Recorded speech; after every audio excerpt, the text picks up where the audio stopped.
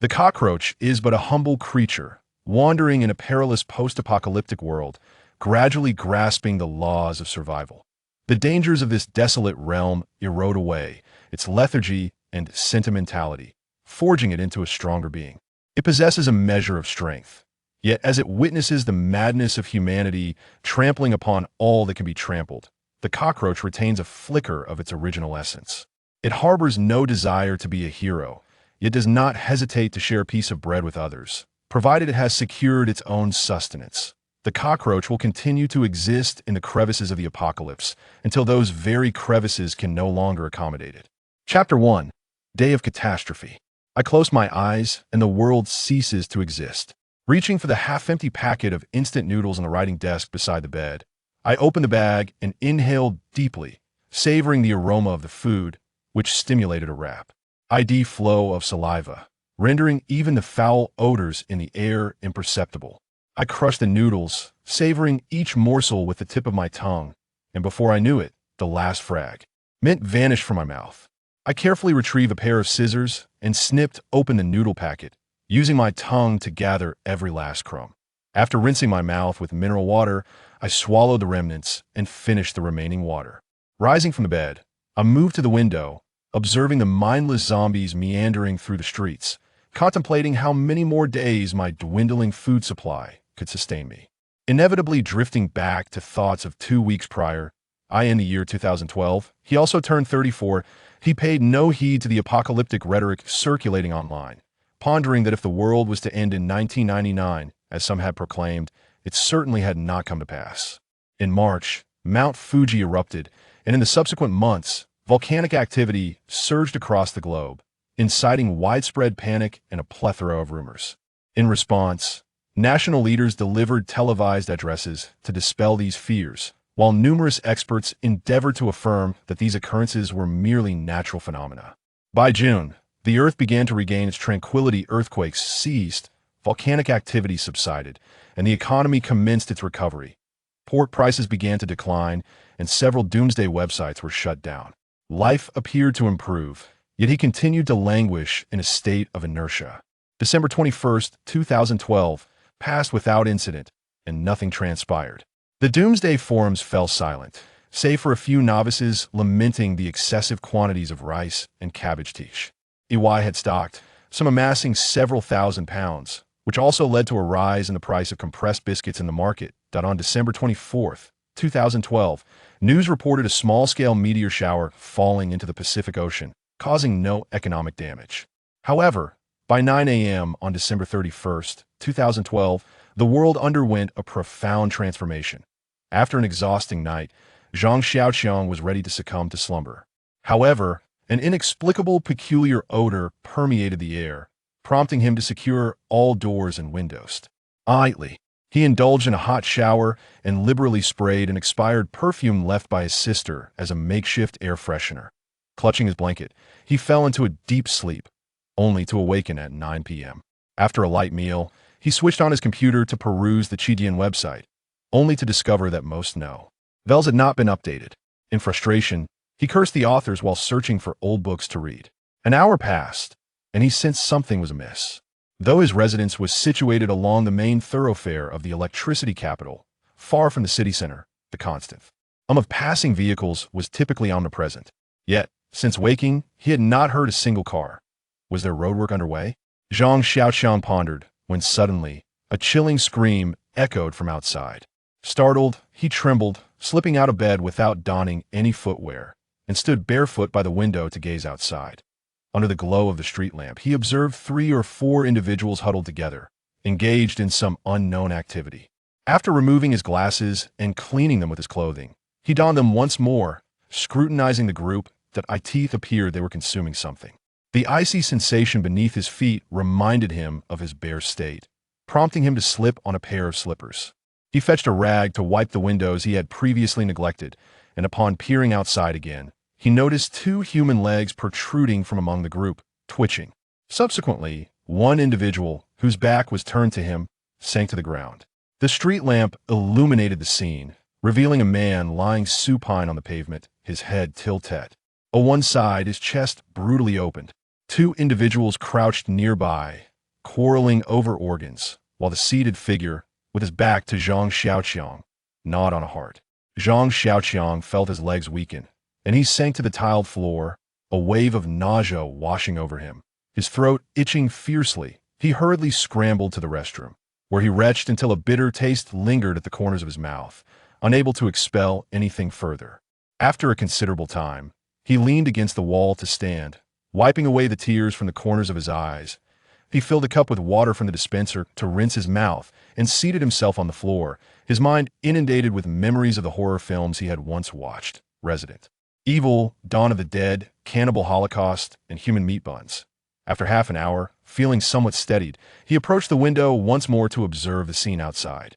The cannibals had transformed from a mere three into a throng, and shadows continued to emerge under the dim streetlights.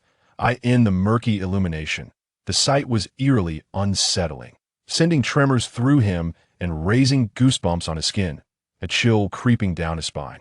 Suddenly recalling the police, he hastily reached for his phone to dial.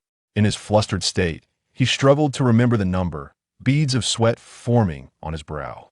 Taking a deep breath, he chanted to himself to remain calm.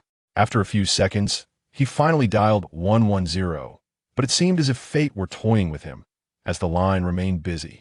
He then attempted to call 120, yet the connection eluded him as well. Frustrated, he reached out to several relatives and friends, but either no one answered or the line was engaged. Leaving him so exasperated, he nearly hurled the phone into the toilet. Outside, the crowd had coalesced into a mass, the lifeless body of a man reduced to bones scattered beneath their feet. Many knelt on the ground, licking up the bloodstains, while others were knocked down only to rise again, engaging in savage bites until they were toppled once more. In the distance, anguished screams echoed, and sporadic fires ignited across the area, illuminating the night sky as if it were day. I gaze upon the city that nurtured my upbringing, now transformed into a scene reminiscent of an apocalyptic nightmare. A profound sense of desolation tears at my heart. Lighting a cigarette and inhaling deeply, I find a modicum of solace. I settle before my computer and open a news web page, only to be confronted with the ominous headline, Virus Street. Yikes. Upon delving deeper, I discover that symptoms of this virus have been identified across the globe, from the frigid expanses of North America's Alaska to the southern Riachiso, Argentina, and from the African continent to Eurasia, where infected populations are now rampant. The world is engulfed in chaos. The posts detail the progression of this affliction.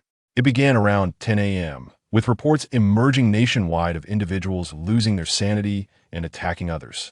Subsequently, the number of infected surged, spreading uncontrollably. The government's emergency response plans were yet to be implemented when the virus evolved into a catastrophe, dismantling the entire administrative framework. Due to the virus' sudden onset, one cannot ascertain whether family members, colleagues, or comrades might abruptly succumb to madness. A mere bite or scratch could result in transformation, leading to an attack on others within a mere 45 minutes. The virus has been designated by Europe and the Americas as the destruction of the world, abbreviated in Chinese as D-virus. Divided into airborne and contact infections, the infected exhibit heightened aggression, possessing strength 1.5 times that of an average individual, with a speed comparable to a normal human walking pace and relatively low explosive power. Their teeth and nails have mutated, becoming markedly sharper, rendering ordinary clothing incapable of withstanding bites and scratches. Externally, they are characterized by the absence of pupils, a lack of vision, and a stiff gait. Their arms extend down to their knees. They possess acute olfactory senses and are drawn to blood and flesh, with an enhanced auditory perception.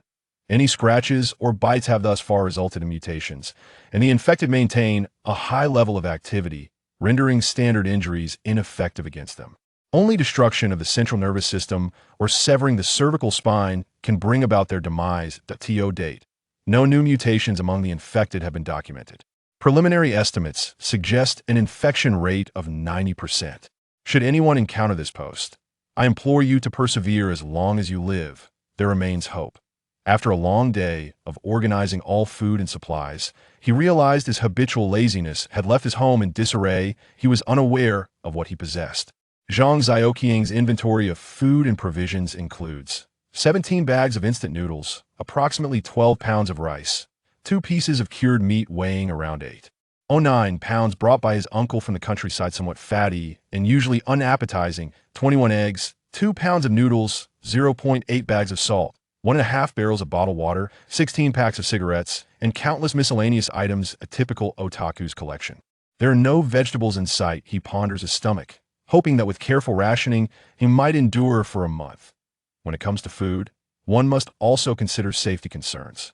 His home, an old building from 1997, was allocated to him after the demolition of the old street.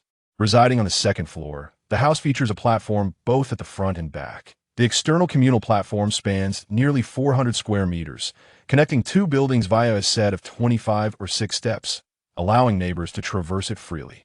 On this platform, some have cultivated small vegetable patches, while others tend to their flowers and plants to the back. He and a few neighbors have transformed the area into a private courtyard, enclosed by iron grills. His computer room is situated within this courtyard, built by his own hands, through the window of which he can observe the bustling street below.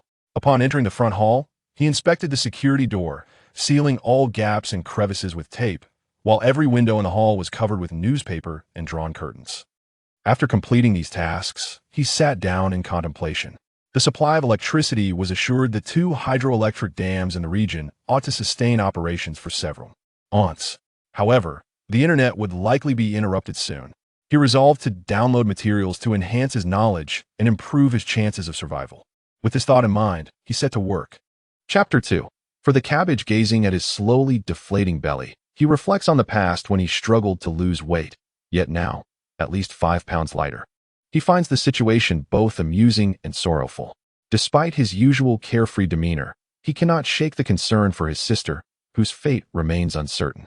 The weight of this worry lingers in his heart, and for the past fortnight, he has been lost in memories, recollections of family gatherings when both parents were present, the teachers and classmates from his school days, and the enchanting Linger who first stirred his emotions. He reminisces about the mischievous little girl who drew turtles behind him and his former colleagues, even yearning for the young lady at the street corner who sold breakfast. His sister's calls go unanswered, and the landline remains silent, leading him to dread the worst while still clinging to the hope for a miracle. Outside, the undead continue to roam, and he occasionally spots familiar faces among them. The streets are littered with shattered glass, torn clothing, and scattered bones. Amidst the debris of a once vibrant world, including a bus burned to its shell in the distance, a profound sense of desolation grips him. As he envisions himself becoming one of the zombies, aimlessly wandering, contemplating his imminent starvation, and fearing the day when friends and family might turn into zombies, consuming him alive. This despair culminates in a deep sense of hopelessness. Numbly, he makes his way to the kitchen, seizing a kitchen knife and slowly pressing the blade against his neck, closing his eyes tightly. Gripping the handle with such intensity that his wrist begins to ache, he finds himself unable to commit the act. Reluctantly, he lowers the knife, collapsing to the floor with his head cradled in his arms against the wall, tears streaming down his face. He fears death. He cannot bring himself to end his life. He loathed himself for his perceived ineptitude, for the futility of his education, for his unsatisfactory employment, and for his cowardice in contemplating suicide. As his emotions gradually settled, he pondered the fact that 90% of people had succumbed to despair, while he remained alive amidst a world of 6 billion infected souls. Was this a divine arrangement? After a spell of contemplation, he felt somewhat uplifted. Glancing at his wristwatch, he noted it was past 10 in the morning. To avoid succumbing to starvation, he knew he must venture out in search of sustenance, prepared to confront the zombies in a fight for survival. He approached the front hall and drew back the curtains. Cautiously, he peeled a small corner of the newspaper he had affixed to the window a fortnight ago, peering outside. His gaze fell upon the little vegetable patch in the center of the platform, where rows of vibrant green cabbages thrived, causing his mouth to water. Shifting his focus from the cabbages, he scrutinized his surroundings. There were not many zombies on the platform. Across from his home, 2 families had connected their balconies to the platform, leaving their doors ajar. At present, a few zombies wandered in and out of these open doors. Meanwhile, at the stairwell leading up and down from the platform, 1 zombie ambled about, bringing the total to 7, 1 at the stairs and 6 across the way.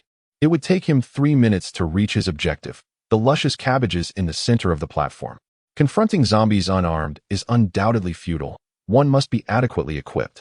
Lacking ready-made weapons at home, he rummaged through the various tools left behind by his father. The first item that caught his eye was an 8-pound sledgehammer. After lifting it, he shook his head. It was too cumbersome for him.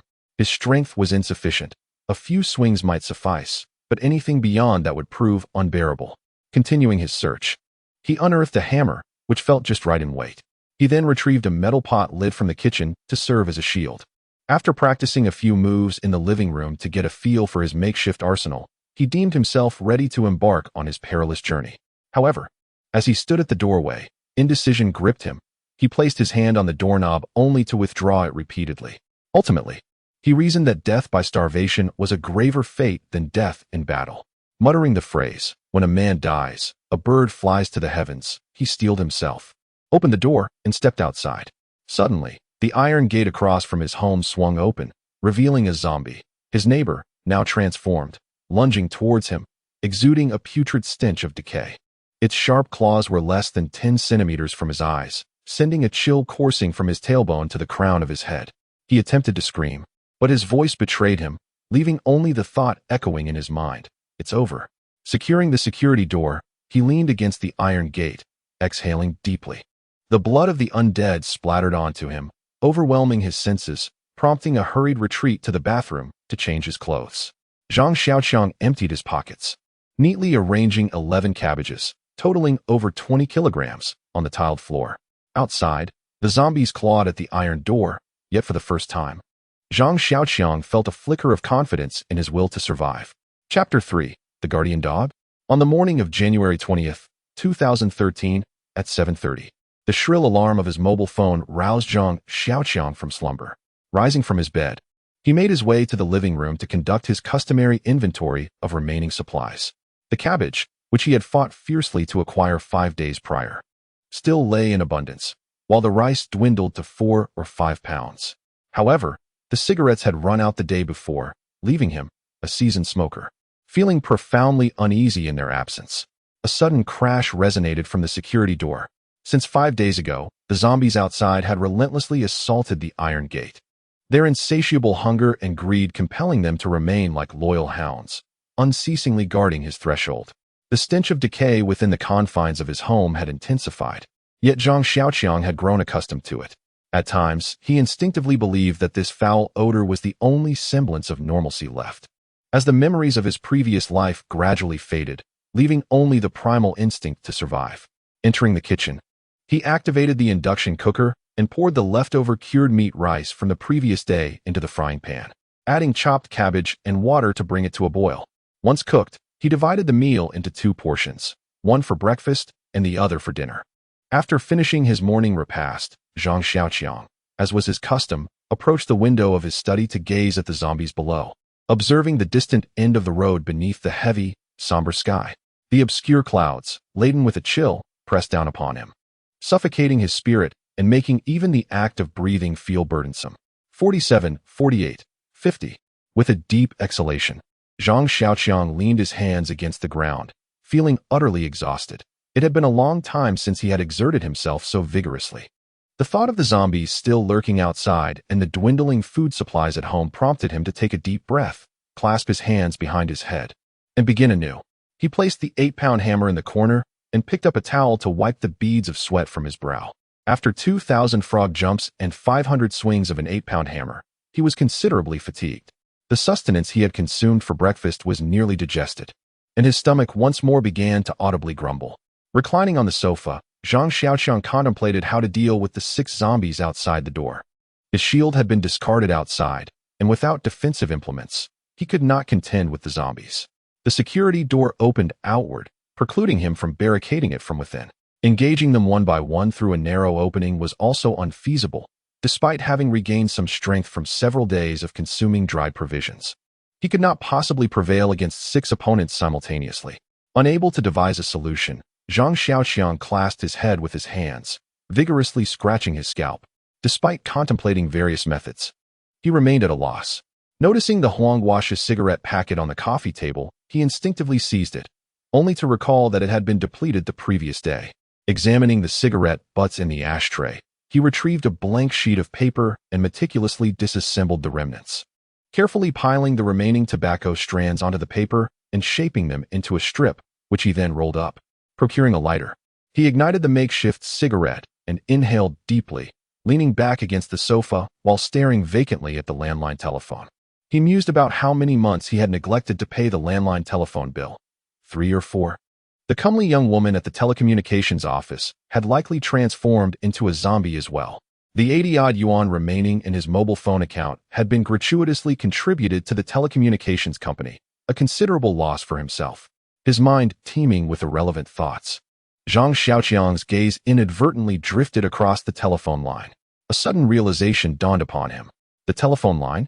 Zhang Xiaoqiang refocused his attention on the telephone line, a spark of inspiration igniting within him, yet eluding his grasp. Acting on impulse, Zhang Xiaoqiang secured one end of a slender hemp rope to the iron railing of the window, leaving a 10-centimeter length to tie to the doorknob. A hammer would prove ineffective as the confined space offered little room for maneuver. He rummaged through his father's toolbox, lamenting the versatility of his father, who had once excavated ditches in the countryside during the 60s, served as a factory director in the 70s, and even ventured into the restaurant business in the 80s, becoming one of the earliest affluent individuals in the small town. Finally, he discovered a triangular file, about a foot long, its darkened surface showing minimal signs of rust, a testament to the quality of tools from the 70s. He meticulously carved the wooden handle of the file to fit snugly into the galvanized pipe, reinforcing the connection with iron nails to ensure its reliability in critical moments. With preparations complete, Zhang Xiaoqiang positioned himself behind the door to assess his equipment. His military coat, freshly laundered, would regrettably become soiled again, as the running water had ceased, leaving him with little hope of washing it. Clutching his makeshift iron spear in his left hand, he opened the door with his right. However, upon encountering a foul stench emanating from the decaying zombie he had dispatched days earlier, he quickly shut the door. The putrid odor was overwhelming, making his eyes sting. Lacking a mask, he wrapped a woolen scarf around his mouth and nose, sprinkling a bit of floral water on it to alleviate the noxious smell. Zhang Xiaoqiang raised his hands, gripping the iron spear firmly, as the triangular tip of the file knife plunged forcefully into the zombie's eye. With every ounce of strength, he pushed outward, struggling to master the force of the spear for the first time. His mind was clouded, yet an innate ferocity surged within him, igniting a sense of exhilaration as he realized that the zombies were nothing more than mere obstacles, and he could vanquish them all. Suddenly, 2 claws reached through the crack of the door, swaying before him, snapping him back to reality. He withdrew the spear, and the zombie's eye socket transformed into a deep, gaping abyss, from which dark, viscous blood began to flow.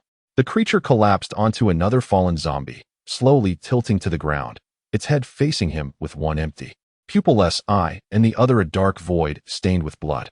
The stark contrast sent a chill down Zhang Xiaoqiang's spine. There are still 5 left, he murmured, choosing not to glance back at the deceased zombie. Unfamiliar with the long spear and unable to control its force, he employed his rudimentary spear technique to dispatch the remaining 5 zombies. When the last one fell with a thud, Zhang Xiaoqiang could no longer hold the iron spear, letting it clatter to the ground. Chapter 4. For food, Zhang Xiaoqiang sat on the ground, breathing heavily, one foot stretched forward while the other bent upward. The iron spear, measuring 1.6 meters, rested beside him, its triangular tip facing the security door, smeared with the ancient, foul-smelling blood. The vibrant green anti-theft iron door, bearing the marks of wear, stood ajar with a 10-centimeter gap. Seated on the ground, he beheld several lifeless bodies lying silently outside. Just 20 days prior, they had been human. Now, they lay as zombies beyond the threshold. I have slain them, he proclaimed, devoid of any trepidation that typically follows taking a life. Overwhelmed instead by the exhilaration of victory. I have succeeded, Zhang Xiaoqiang reassured himself. I can survive, and I shall continue to endure.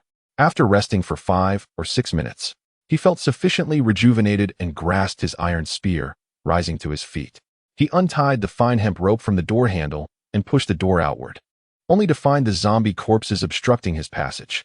With determination, Zhang Xiaoqiang used his spear to nudge the bodies aside before stepping into the open air. Surveying his surroundings, he noted the corridor outside was littered with 7 corpses, making it nearly impossible to find a place to step. The zombies he had dispatched 5 days earlier lay face up at his feet, their skulls crushed to a pulp, Dark blood and yellowed brain matter splattered everywhere. Zhang Xiaoqiang dared not gaze any longer, fearing that a mere glance might provoke his stomach to revolt. Standing amidst the pile of bodies, he felt a chill course through him, the pungent stench of decay overwhelming even the floral scent of the cologne-drenched scarf he wore. Yet, he discovered the pot-lid shield he had abandoned 5 days prior. Clutching it in his hand instilled him with a modicum of confidence. While it might not withstand blades or bullets, it would suffice against the claws of the undead. The iron door across the way was ajar, and the room within was shrouded in darkness, the oppressive gloom sending a shiver down his spine. Cautiously, he entered the adjacent living room, the white floor reflecting his dim silhouette in the murky light, instilling a profound sense of icy dread deep within him. Zhang Xiaoqiang located the power switch in the living room and illuminated the ceiling light. Under the warm glow, he felt a semblance of comfort. His destination was the kitchen. The other bedrooms were too daunting, for the fear of encountering a zombie and suffering its clawing was a risk he dared not take. Cautiously approaching the kitchen, he felt an unsettling unease, as he had never committed burglary in his previous life, and now, amidst the apocalypse, he found himself acting as a thief. He moved silently, his footsteps barely whispering against the floor as he neared the kitchen. Suddenly, he heard scratching at the kitchen door, and his heart raced. Indeed, the very thing he feared had come to pass. Could the heavens not grant him a moment of peace? Zhang Xiaoqiang cursed under his breath and braced himself, shielding his front with the pot lid while gripping the gun tightly with 3 fingers of his right hand. With his thumb and index finger, he gently turned the doorknob before yanking it open with force. In an instant, a shadow darted out from the kitchen. Zhang Xiaoqiang raised his shield in defense with his left hand and aimed the iron gun at the shadow, ready to strike at any moment. Upon closer inspection, he realized it was merely the plump cat from the neighbor's house. The mottled feline cast him a fleeting glance before scampering out the door. The sight of the cat sent his heart racing, yet he found solace in the fact that encountering a cat was far preferable to facing a zombie. Reassured, he stepped into the kitchen, where the faux mahogany dining table lay untouched for 20 days, now cloaked in a thin layer of dust. Scattered across its surface were a few paw prints, resembling plum blossoms, left by the cat. Zhang Xiaoqiang opened the refrigerator, discovering that the vegetables inside had lingered for quite some time and had lost their freshness. Unfazed, he stuffed them into his pockets, clearing out the upper shelf of vegetables and eggs, as well as the lower shelf of frozen fish and pork. In the kitchen, he managed to gather half a bucket of rice, a jar of pickled vegetables, a bag of sugar, and various other seasonings, transporting the bounty home in 2 trips. Glancing at the corpse outside, he realized he needed to dispose of it far away, as the stench was unbearable. Zhang Xiaoqiang ventured out, searching for a suitable place to discard the body. He noticed a small vegetable patch in the center of the platform, still flourishing with over 30 heads of cabbage, ripe for the taking at any moment. The frantic scenes from 5 days ago felt as vivid as yesterday. Alas, this damned virus, this wretched world. In the aftermath of the apocalypse, his lamentations were particularly frequent. The cabbages would not sprout legs and flee, so he set them aside for the moment. Approaching the staircase on the platform, he cautiously peered down to see how the zombie he had kicked downstairs was faring. Ever since the ambush by the zombie from the neighboring apartment, he had been exceedingly vigilant whenever he ventured out. As he slowly approached the staircase, he caught sight of a limping zombie crawling on the steps below, its clothing reduced to ragged scraps clinging to its body. Suddenly, it caught a whiff of Zhang Xiaoqiang's scent and began to crawl towards him. Zhang Xiaoqiang crouched on the platform, observing as it laboriously made its way upward, drawn by the allure of fresh human flesh. With its mouth agape, revealing a set of sharp teeth, it clawed at the concrete steps, leaving behind traces of its struggle. In a swift motion, a triangular bullet pierced its skull from the bridge of its nose, twisting from left to right before being withdrawn. The zombie fell motionless, its face now marred by a gaping hole the size of a large cup, oozing black blood. Zhang Xiaoqiang has increasingly acclimated to the act of slaying zombies, akin to his childhood days spent squatting in a corner, exterminating ants. The thrill and fear have dissipated, leaving only a visage of indifference. He understands that with over 6 billion zombies in the world, it is futile to attempt their complete annihilation. Thus, he focuses solely on those that pose a threat to him. Beneath the staircase lies a garden, its flora rendered somewhat desolate by the January chill. A few aged grapevines, over 20 years old, have shed most of their leaves, and the lawn has turned a pale yellow. 3 concrete pavilions have been erected as a haven for the elderly from the surrounding 7 buildings, typically bustling with life. Currently, more than 30 zombies wander aimlessly in the garden, the nearest one more than 40 meters away. Observing its lack of reaction thus far clarifies to him that a safe distance from zombies must be at least 40 meters. Downstairs, there is a small convenience store that usually sells tobacco, alcohol, and snacks, along with rice and eggs. However, he hesitates to seek food, for he must traverse through over 30 zombies. On the second-floor platform, there is a refuse entrance where the waste from 2 buildings is typically discarded. Zhang Xiaoqiang heaves 7 corpses into it, perspiration trickling down his brow. At last, this task is accomplished. He dismisses the bodies on the staircase, as they are far from his home and will not foul his air.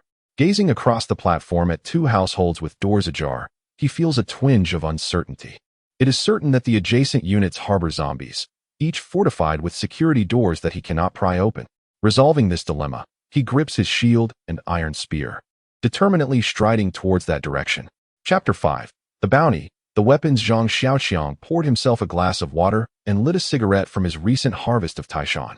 Inhaling deeply, the 18 yuan cigarettes, in comparison to the 5 yuan huangguashu, possess a richer and more nuanced flavor. Sitting on the sofa with squinted eyes, he gazes at the mountain-like pile of various goods before him, feeling a wave of satisfaction wash over him. The curling smoke dances gracefully in the air, carrying his thoughts along with it. Zhang Xiaoqiang is merely a homebody, a small-town individual with modest aspirations, harboring no grand ideals of becoming a heroic figure who sacrifices himself for the salvation of the world. He finds solace in the words of Mencius: "Fish is what I desire, and bear's paw is also what I desire. If I cannot have both, I would forsake fish for bear's paw. Life is what I desire, and righteousness is also what I desire. If I cannot have both, I would forsake life for righteousness. Life is indeed what I desire, but there are things I desire even more than life itself. Hence, I shall not compromise for mere survival. Death is what I abhor. Yet there are things I detest more than death. Thus, I shall not evade suffering. If one's desire for life exceeds all else, why would one not seize every opportunity for survival? If one's aversion to death is paramount, why would one not take measures to avert calamity? Thus, there are desires that surpass the need for life, and aversions that exceed the fear of death. This sentiment is not exclusive to the wise. It resides within all individuals, though the wise are adept at preserving it. A humble meal and a simple broth can sustain life. If offered abruptly, the traveler may refuse, and if presented carelessly, the beggar may scorn it.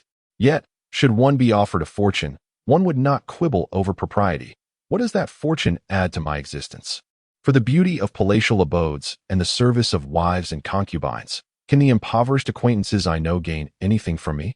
I would rather die than accept such offerings. Yet now, for the allure of officialdom, I am swayed. I would rather die than accept for the sake of my impoverished acquaintances. I would rather die than accept for the sake of those I know in need. Is this truly justifiable? This is referred to as losing one's true essence. It does not signify that he will transform into such a saint.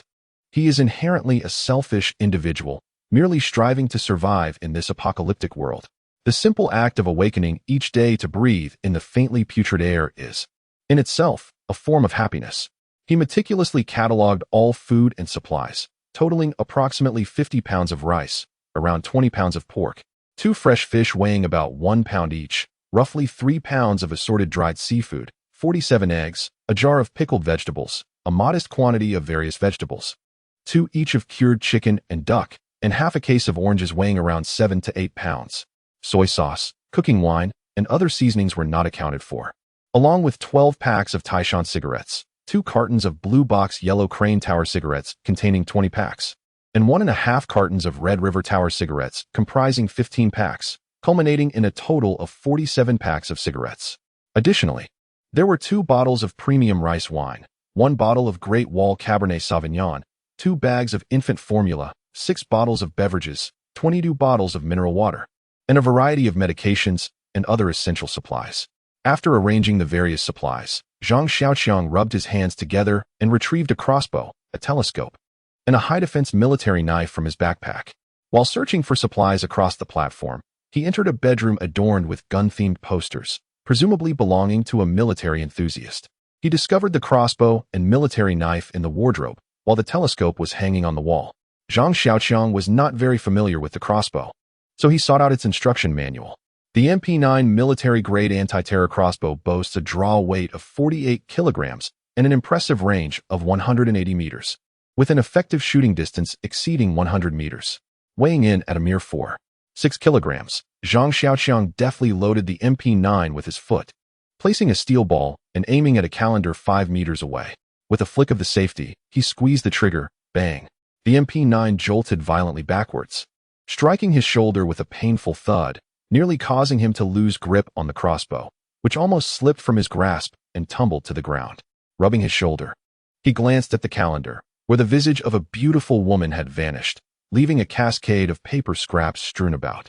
Removing the calendar, remnants of cement fell in scattered clumps to the floor, revealing a cup-sized crater in the concrete before him, with a slightly deformed steel ball embedded in the wall tile. He inhaled sharply, astonished by the immense speed and power of the shot. If a zombie were struck in the head at this distance, its skull would likely be obliterated. His shoulders still throbbed with pain as he gently caressed the crossbow, akin to tenderly stroking the delicate skin of a young girl, fearful of inflicting any damage through inadvertent force. The lustrous finish of the crossbow reflected light subtly, reminiscent of the alluring lips of a fragile maiden, cloaked in an air of mystery and temptation. At this point, I felt a wave of nausea. So please understand the significance of a weapon in a post-apocalyptic world. Zhang Xiaoqiang set down the MP9 military anti-terrorism sniper crossbow and picked up a pair of binoculars. The binoculars, a lustrous silver gray, were inscribed with the specifications: 10 by 50 millimeters binoculars with a magnification of 10 times an objective lens diameter, and a field of view of 114 meters at a distance of 1,000 meters, with a minimum focusing distance. He removed the protective lens cover and approached the window, lifting the binoculars to gaze outside. The sky remained shrouded in a somber gloom, the oppressive clouds evoking a sense of melancholy and turmoil within him. Downstairs, the sight of zombies drew nearer. He could almost perceive the rancid stench emanating from their sharp, menacing teeth. Zhang Xiaoqiang stood vigilantly at the window, observing intently. After 20 days of mutation, the zombies had begun to take on a mummified appearance. Their hair had become sparse. The flesh on their faces gradually eroded to reveal only withered, desiccated skin. The zombies moved sluggishly, lacking sight. They would only change direction upon colliding with walls or vehicles. Many of their shoes, worn incessantly over the past 20 days, had become misshapen, with some zombies hobbling unevenly, one foot shod while the other was bare. Zhang Xiaoqiang's home was situated far from the city center, surrounded by relatively low-rise buildings, the tallest being no more than 8 stories. The population density was sparse, and the road wide enough for 2 engineering vehicles to pass side by side was littered with hundreds of zombies scattered over nearly a kilometer around his home. Zhang Xiaoqiang scanned the area, the binoculars growing heavier in his hands, his arms beginning to ache with a dull soreness. He realized that the food at home would eventually run out, and finding a way to escape the city was imperative. Besieged by hundreds of zombies, his residence became an inescapable prison, leaving him bereft of options. Zhang Xiaoqiang's gaze shifted towards the city center, where a towering plume of smoke was drawn into his field of vision through his binoculars. Chapter 6. 1 against 3. The inky smoke ascended skyward, painting a somber stroke upon the desolate canvas of the post-apocalyptic world. Though the source of the smoke lay beyond his immediate perception, Zhang Xiaoqiang surmised that something significant had transpired. Glancing at his watch, he noted the time as 3:40 p.m., with at least 2 hours of daylight remaining. He resolved to ascend to the rooftop for a clearer view. Zhang Xiaoqiang retrieved his replica tiger-tooth military knife, securing it to his belt. The shoelace beneath the sheath was fastened tightly around his thigh. After taking a few steps to ensure unimpeded agility, he grabbed his shield, iron spear, and binoculars, and ventured forth.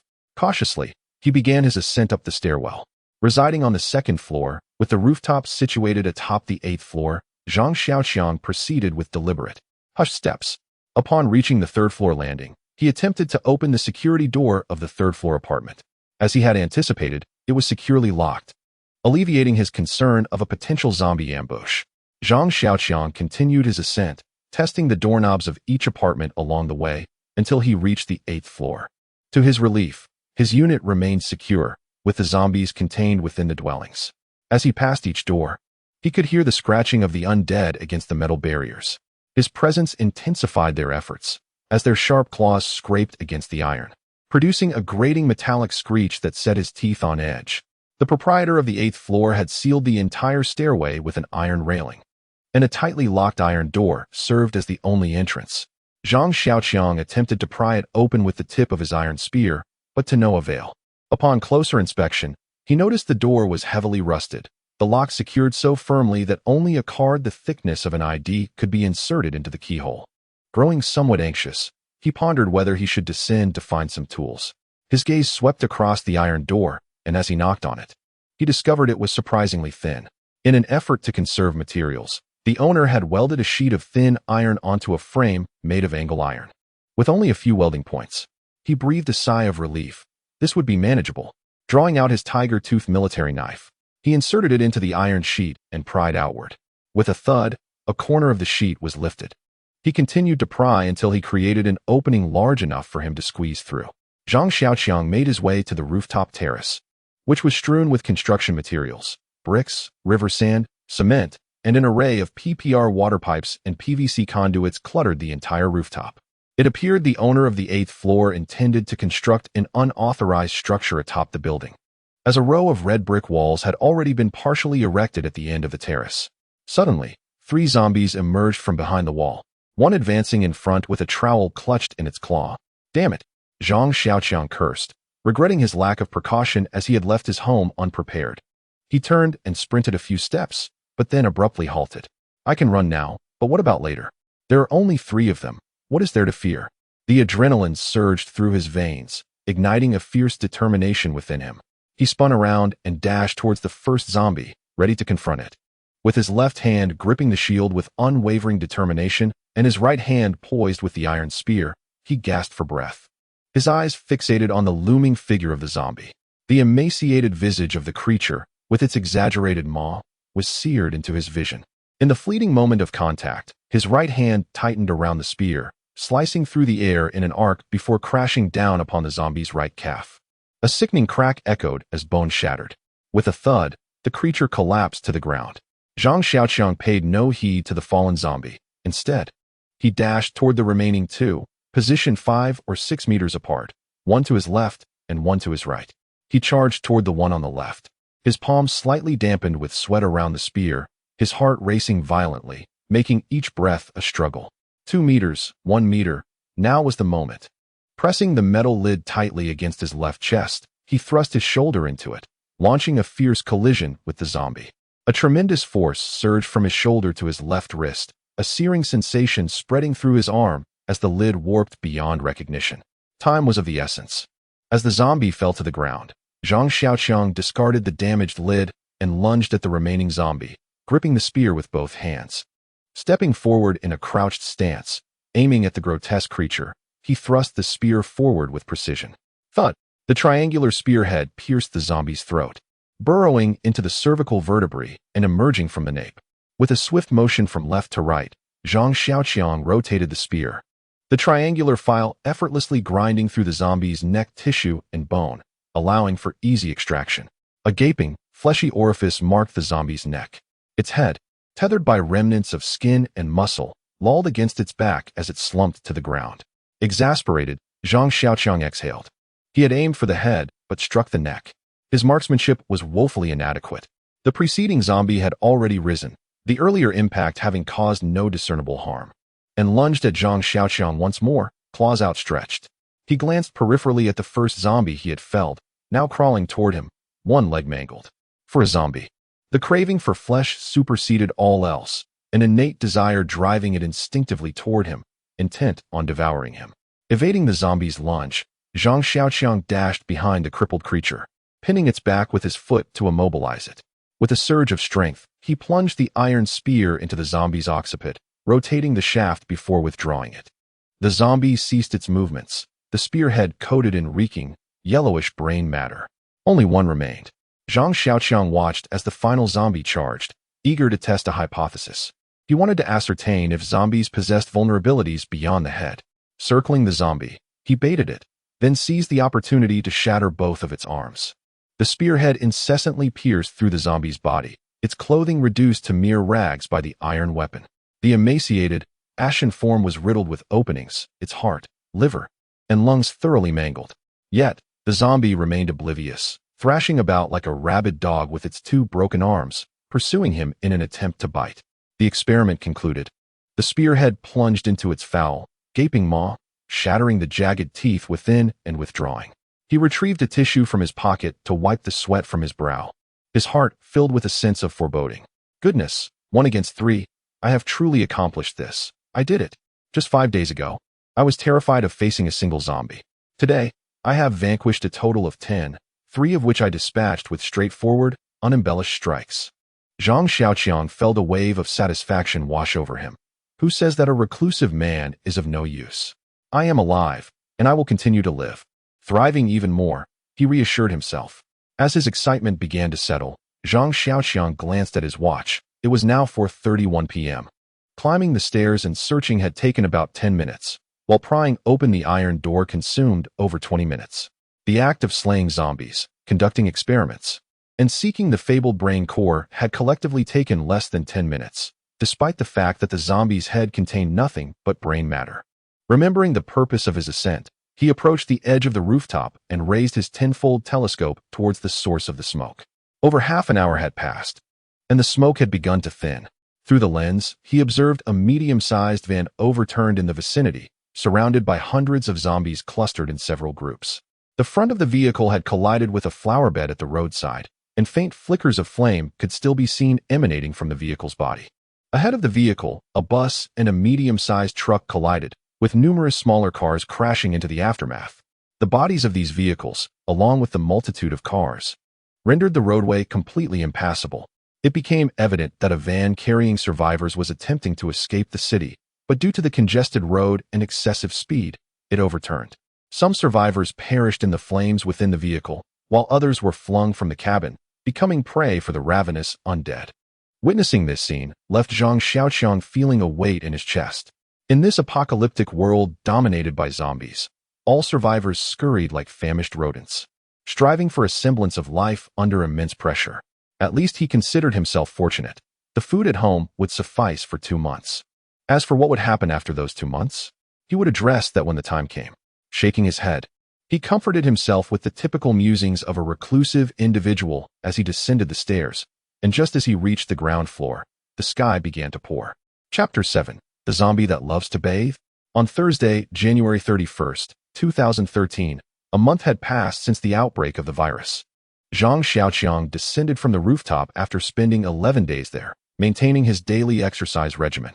His frog jumps had increased from 2,000 to 3,000 repetitions, and he had incorporated push-ups, sit-ups, and high knees into his routine. Currently, his primary melee weapon was an iron spear, while his ranged weapon was an MP9 sniper crossbow. Regardless of whether it was close combat or ranged attacks, his accuracy remained inadequate. Only through relentless training could he hope to survive in the increasingly perilous days ahead. With a forward lunge, the force of his core propelled his arms, culminating in the thrust of the iron spear through his wrists. Repeatedly, incessantly, for 11 days. He practiced these movements countless times, forging an ever-deepening mastery of the iron spear. The sheer volume of daily exercise sculpted away his paunch, revealing the nascent contours of pectoral muscles. His legs, subjected to rigorous training, endowed him with newfound agility, banishing the breathlessness that once plagued him after mere steps. He reminisced about the initial days when the strenuous exertion left him aching and restless. It took nearly a week to surmount the discomfort. Despite the post-apocalyptic setting, he was in the best physical condition he had ever been. He couldn't recall the last time he had exercised. The copious sweating gradually depleted his water reserves. The inability to bathe resulted in a sour, unpleasant odor emanating from his body, which caused him some discomfort. However, he paid it little heed. Having grown accustomed to the stench of corpses, he wondered what could be more offensive. Exhaling deeply, Zhang Xiaoqiang set down the iron spear, picked up a bottle of mineral water, unscrewed the cap, and took a measured sip, holding it in his mouth before slowly swallowing. Although still thirsty, he capped the bottle and placed it on the table. Glancing at his watch, he noted that it was already 5 in the afternoon. Instinctively, he retrieved his binoculars and approached the window. The rain, which had begun 11 days prior, persisted unabated. The sky, as dark as ink with a faint glimmer, cast a hazy veil over the outside world. The zombies below stood motionless in the rain like rows of telephone poles, blanketing the entire street in an eerie tableau. Through the telescope, Zhang Xiaoqiang observed the zombies lifting their heads and gaping mouths to catch the falling rain. Although their expressions were inscrutable, he sensed an unmistakable delight in their reception of the rain, as if their thirst for flesh had become secondary. This peculiar sensation was entirely novel to him. He had never experienced any form of sixth sense before and had always dismissed such notions as mere folly. Yet, inexplicably, this feeling now occupied his mind, and he instinctively believed in its validity. He set down the telescope, slapped his face with his hand in an attempt to dispel the eerie thoughts, then retrieved a soft pack of Huangalu cigarettes, extracted one, and lit it. Sitting on the bed, he gazed at the curling smoke spirals, only to find that the enigmatic sensation intensified rather than faded. A sudden surge of impulsiveness washed over him, compelling him to explore this newfound urge. At this moment, the violent instincts buried deep within his blood overwhelmed his rationality. He rose and retrieved his raincoat. Once donned, Zhang Xiaoqiang grasped his iron spear and stepped outside. Traversing the platform beyond the door, he descended the staircase to the first floor. After 11 days of relentless rain, the ground below had accumulated some water, and the downpour had diluted the stench of decay in the air. He inhaled deeply, as if he had not breathed such odorless air in years. Though the scent of decay had dissipated, it was replaced by a metallic aroma reminiscent of rusted iron. In the garden, the zombies stood in the rain, much like their brethren on the streets, mouths agape to receive the falling droplets. Zhang Xiaoqiang, bending slightly and rising on tiptoe, made his way toward the garden as the torrential rain relentlessly fell upon the puddles at his feet, causing countless ripples to spring forth. Each step he took sent small splashes cascading outward in delicate circles. 30 meters, 20 meters, he drew ever closer to the zombie, his heartbeat quickening, his grip tightening around the iron spear. After taking 2 deep breaths, he pressed onward. 10 meters, 5 meters, 2 meters. Zhang Xiaoqiang found himself standing approximately 2 meters from the zombie, raising his spear, poised to thrust at its head, keenly observing. The zombie appeared utterly indifferent to his presence, merely tilting its head to receive the rain. He noticed that after several days of rain, its once gaunt cheeks had begun to regain a semblance of plumpness. Its claws had acquired a hint of flesh, and its bones were no longer as starkly visible. Taking 2 steps back, he surveyed his surroundings in the dim light. The number of zombies in the garden had swelled from over 30 to more than 40, with many emerging from corridors and houses, all drenched in the downpour. Zhang Xiaoqiang glanced back at his escape route, preparing for a swift retreat if necessary. With determination, he thrust the iron spear toward the zombie's skull. After countless hours of practice, he finally reaped the rewards of his efforts. The spear penetrated the zombie's eye socket before he swiftly pulled it out. The creature collapsed onto the rain-soaked grass, sending droplets flying in all directions. As the sky grew increasingly dark, Zhang Xiaoqiang charged forward. The 21st zombie fell beneath his iron spear, finally clearing a path toward the small convenience store. With visibility diminishing, he knew he had to act swiftly. Rushing to the front of the convenience store, Zhang Xiaoqiang dealt with the zombie-like proprietor and hurried inside. Unable to find the light switch, he grabbed a large cardboard box and indiscriminately filled it with anything he could find. After stuffing in a few packs of cigarettes, he felt the box was nearly full. He then gathered 2 bottles of mineral water, securing them with a woven strap, and set off home with the makeshift lance resting on his shoulder. The weight of the water and supplies pressed down on him like a mountain, leaving him breathless. The galvanized pipe dug into his shoulder, sending sharp pangs of pain coursing through his nerves. Gritting his teeth, he trudged homeward, the path becoming increasingly obscured. The rain continued to pour, the icy droplets of January seeping into his raincoat through the collar, steadily leaching warmth from his body. He reminded himself to persevere. His legs began to weaken, and his arms trembled under the strain of the lance. A fierce determination propelled him toward home. At last, he ascended the platform and, invigorated by the sight of his front door, summoned the last vestiges of his strength to dash into the corridor. After 7 or 8 minutes, Zhang Xiaoqiang caught his breath. Leaning against the wall, bottles of mineral water, rice, canned fish, an assortment of biscuits, and cigarettes lay scattered around him. He let out a hearty laugh, an unstoppable wave of mirth pouring from his lips. Tears streamed down his face, cascading down his cheeks, and mingling with the rainwater on his raincoat. Chapter 8. Infected? Zhang Xiaoqiang wiped the tears from his face and stood up to gather the scattered supplies. The downpour persisted, leaving only the sound of rain echoing through the desolate landscape. With a mind devoid of thoughts, he mechanically gathered various items and transported them to the living room. Zhang Xiaoqiang changed into a fresh outfit, draping himself in a blanket while seated on the bed. The heater was set to its maximum setting, casting a crimson glow that reflected on his face. This warm light pricked his skin like countless tiny needles, yet it failed to dispel the bone-chilling cold that seeped into his very marrow. Shivering as he clutched the blanket, he listened to the relentless rain falling outside. He recalled the bottle of white liquor he had discovered days earlier, a potential remedy against the chill. He unearthed the exquisite Daohuasiang from the depths of the box and uncorked it, taking a hearty gulp. The 52-proof liquor ignited his taste buds, its fiery essence nearly forcing him to expel it, but he swallowed with great effort, feeling his tongue begin to tingle. The liquor flowed down his throat like molten oil, igniting a warmth that radiated from his heart to his throat. Gradually, the icy grip that had confined him seemed to dissipate. Turning the heater down, he sat in a daze, gazing at its glow while wrapped in the blanket. His growling stomach roused him, reminding him it was time to eat. He descended from his bed and ventured into the living room, where he unearthed a box of wafers. As he tore open the packaging, a cockroach tumbled out, scuttling chaotically across the floor. Instinctively, he raised his foot to crush the creature. A solitary empty mineral water bottle rested on the computer desk, its cap tightly sealed. With 2 air holes punctured above, the cockroach lay still at the bottom of the bottle, motionless. In the end, Zhang Xiaoqiang refrained from squashing it, merely imprisoning it within the bottle, withholding sustenance. He pondered how long it might survive without food. In this desolate city, he felt akin to a shipwrecked castaway on a lonely island, devoid of hope and future. Apart from the wandering zombies downstairs, only a solitary cockroach accompanied him, embodying his loneliness, akin to a wild beast incessantly gnawing at his heart, like a venomous poison, steadily eroding his very soul. Zhang Xiaoqiang occasionally pondered whether he was the last remaining human on Earth, envisioning himself as the solitary king of the world, a ruler in solitude. If one cannot endure loneliness, then one must learn to embrace it. Zhang Xiaoqiang nibbled on a wafer biscuit, calculating how long his supplies would last. He even contemplated escaping the city during the rain, yet regrettably, he neither knew how to drive nor how to steal a car. To venture outside? He shook his head, dispelling that mad notion.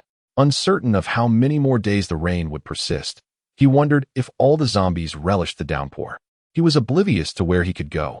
In his lifetime, he had only been to WH City and X City, where his sister had married. The future appeared bleak. Sigh, Zhang Xiaoqiang lamented. Unbeknownst to him, he had finished an entire box of wafers, his mouth parched. He grabbed a bottle of mineral water and took a large gulp. As he swallowed, a wave of weakness washed over him. Dropping the plastic bottle to the ground, his body convulsed, his heart feeling as though it were being pounded relentlessly by a heavy iron hammer. He opened his mouth, yearning to scream, yet no sound emerged, only a dry, rasping noise from his throat, while within his abdomen, it felt as though a searing iron ball had been cast inside, rolling about mercilessly, igniting his very organs. The sensation of flames seared from within, radiating outward, causing his skin to flush a vivid crimson. Zhang Xiaoqiang was engulfed in excruciating pain, unlike anything he had ever endured before. For the first time, he contemplated death, believing only it could liberate him from such torment. He collapsed onto the ground, repeatedly striking his forehead against the tiled floor, blood streaming into his eyes, rendering everything a blurred crimson haze. Zombies, sustenance, survival, none of it mattered anymore. All he yearned for was to put an end to this agonizing suffering, even if it meant relinquishing his own life. Instinctively, he battered his head against the ground, hoping to lose consciousness. Time became a blur. Whether hours or mere minutes had passed, the pain eventually subsided. Zhang Xiaoqiang opened his eyes, his face smeared with a mixture of blood, tears, and mucus, his body curled up like a boiled shrimp.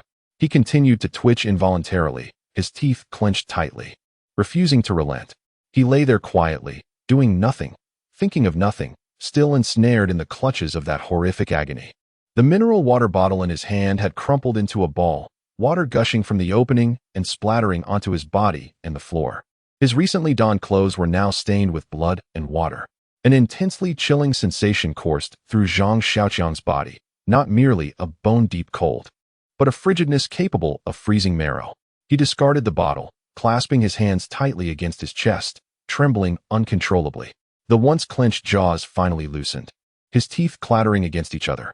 His legs rubbed together in a desperate attempt to generate some warmth. Zhang Xiaoqiang felt an overwhelming chill enveloping his body, compelling him to seek the warmth of his bed, yet he found himself devoid of any strength. As the icy grip within him intensified, his vision began to blur, and his mind grew increasingly foggy. Is this the end? He murmured. Will I reunite with my father and mother? A surge of excruciating pain jolted Zhang Xiaoqiang back to consciousness, the sensation of being engulfed in flames causing his body to convulse once again. He had lost count of how many times this torment had recurred. Each time he was rendered unconscious by the bone-chilling cold, only to awaken to the searing agony that consumed him. He was oblivious to the number of repetitions, to the passage of time. If there existed a hell, he was enduring its relentless torment. The anguish and the cold remained as relentless as ever, yet Zhang Xiaoqiang's nerves began to dull. With each cycle of unconsciousness and awakening, his mind was no longer a blank slate, devoid of thoughts or desires. The pain persisted, but as he lay on the ground, staring up at the ceiling, it felt as though his body had become a mere vessel, disconnected from him. Every ache seemed irrelevant. Surely, there are viruses in the rain. I must have inadvertently swallowed some as I was caught in it, he pondered incessantly, sensing the chill coursing through his veins, as if his blood itself was beginning to congeal. Am I infected? Is the agony of becoming a zombie truly this unbearable? Zhang Xiaoqiang's thoughts continued to spiral, the cold deepening and his cognition slowing. The transformation into a zombie takes 45 minutes. Have I yet to reach that threshold? Time crawls at an agonizing pace. In the fleeting moment before darkness took him once more, he wished fervently, hurry, let me become a zombie. And then, there was nothing but blackness. On February 1st, 2013, at 7:30 a.m., the incessant ringing of his mobile alarm jolted Zhang Xiaoqiang awake. As he opened his eyes, his mind still hazy, he realized he was lying in the living room, drenched. Attempting to rise, he found himself utterly devoid of strength. With great effort, he propped himself up with his hands and sat upright, recalling the harrowing events of the previous night. Had he transformed into a zombie? He anxiously examined his fingers, noting that his nails were neatly trimmed and felt his teeth smooth. He exclaimed, I haven't turned into a zombie. With a flicker of strength returning, Zhang Xiaoqiang struggled to his feet and made his way to the bedroom. The reflection in the dressing mirror revealed a disheveled figure. His unwashed hair was tangled, his face smeared with blood, and his eyes appeared small, yet the dark brown pupils were distinctly visible. The fact that he had not become a zombie did not bring him joy, nor did it plunge him into despair. After enduring the excruciating ordeal akin to a hellish nightmare, his heart now felt remarkably tranquil. He gazed out the window. The rain had ceased. Chapter 9, Evolution. On February 9th, 2013, having endured the torment of the D virus for 9 days, Zhang Xiaoqiang's body had nearly recovered after more than a week of recuperation. He slowly regained enough strength to commence training. Despite having faced a nightmarish trial of life and death, his physical condition had not changed significantly. He had not grown stronger or more agile, and he still wore his glasses for myopia. Reflecting on those protagonists in the stories who were infected by the virus, some gaining spatial abilities to create storage spaces, others transforming into superhumans to confront elite zombies, he pondered. Why had he not been so fortunate? Contemplating suicide due to the D-virus's torment, he lamented his weakened state, barely able to lift a bowl of rice for a week. With a sigh, Zhang Xiaoqiang bemoaned the disparity in fates. He set down his iron spear, massaging his aching wrist, and quenched his thirst with a swig of mineral water. Despite the apocalyptic setting, Zhang Xiaoqiang found his current existence more fulfilling than before. His days were structured. Morning exercise, breakfast, 5,000 thrusting drills, lunch, a nap, more drills, dinner, and video games before sleep. Even his treasured erotica held no allure. His physical fitness improved dramatically, while his weight plummeted. Necessity is the mother of invention, Zhang Xiaoqiang mused. He routinely went to the window, binoculars in hand, a habit born of boredom. With nothing but zombies to observe, he scrutinized them as if they were right under his nose. Despite over 10 days of heavy rain, the sky remained overcast, with layers of dark gray clouds obscuring the winter sun. Only a few thin patches allowed light to illuminate the city. Could they be evolving? Zhang Xiaoqiang wondered aloud, peering through his binoculars. The recent rains had failed to cleanse the streets, leaving shattered bones, broken glass, discarded bottles, and debris scattered about. Recalling the heavy rain from a few days prior, a subtle ache began to manifest within him. The rain not only bore viruses, but also possessed a potent corrosive quality. The steel protective railing outside had become mottled with rust, had he not observed it daily. Zhang Xiaoqiang would surely have assumed it had succumbed to moisture's ravages over a decade. Could it be that this rain was indeed the fabled acid rain? Garments, corroded by the rain, hung in tatters, adorned only by ragged remnants clinging to the wandering zombies. A chill crept into Zhang Xiaoqiang's heart. Had the zombies begun to evolve? Was there still hope for humanity?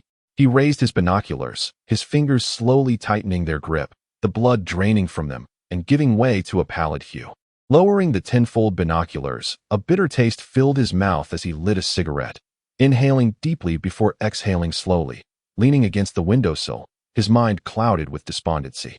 Through days of observation, he noted approximately 200 zombies lurking below, with 9 having undergone mutation, 3 being agile, and 6 possessing brute strength.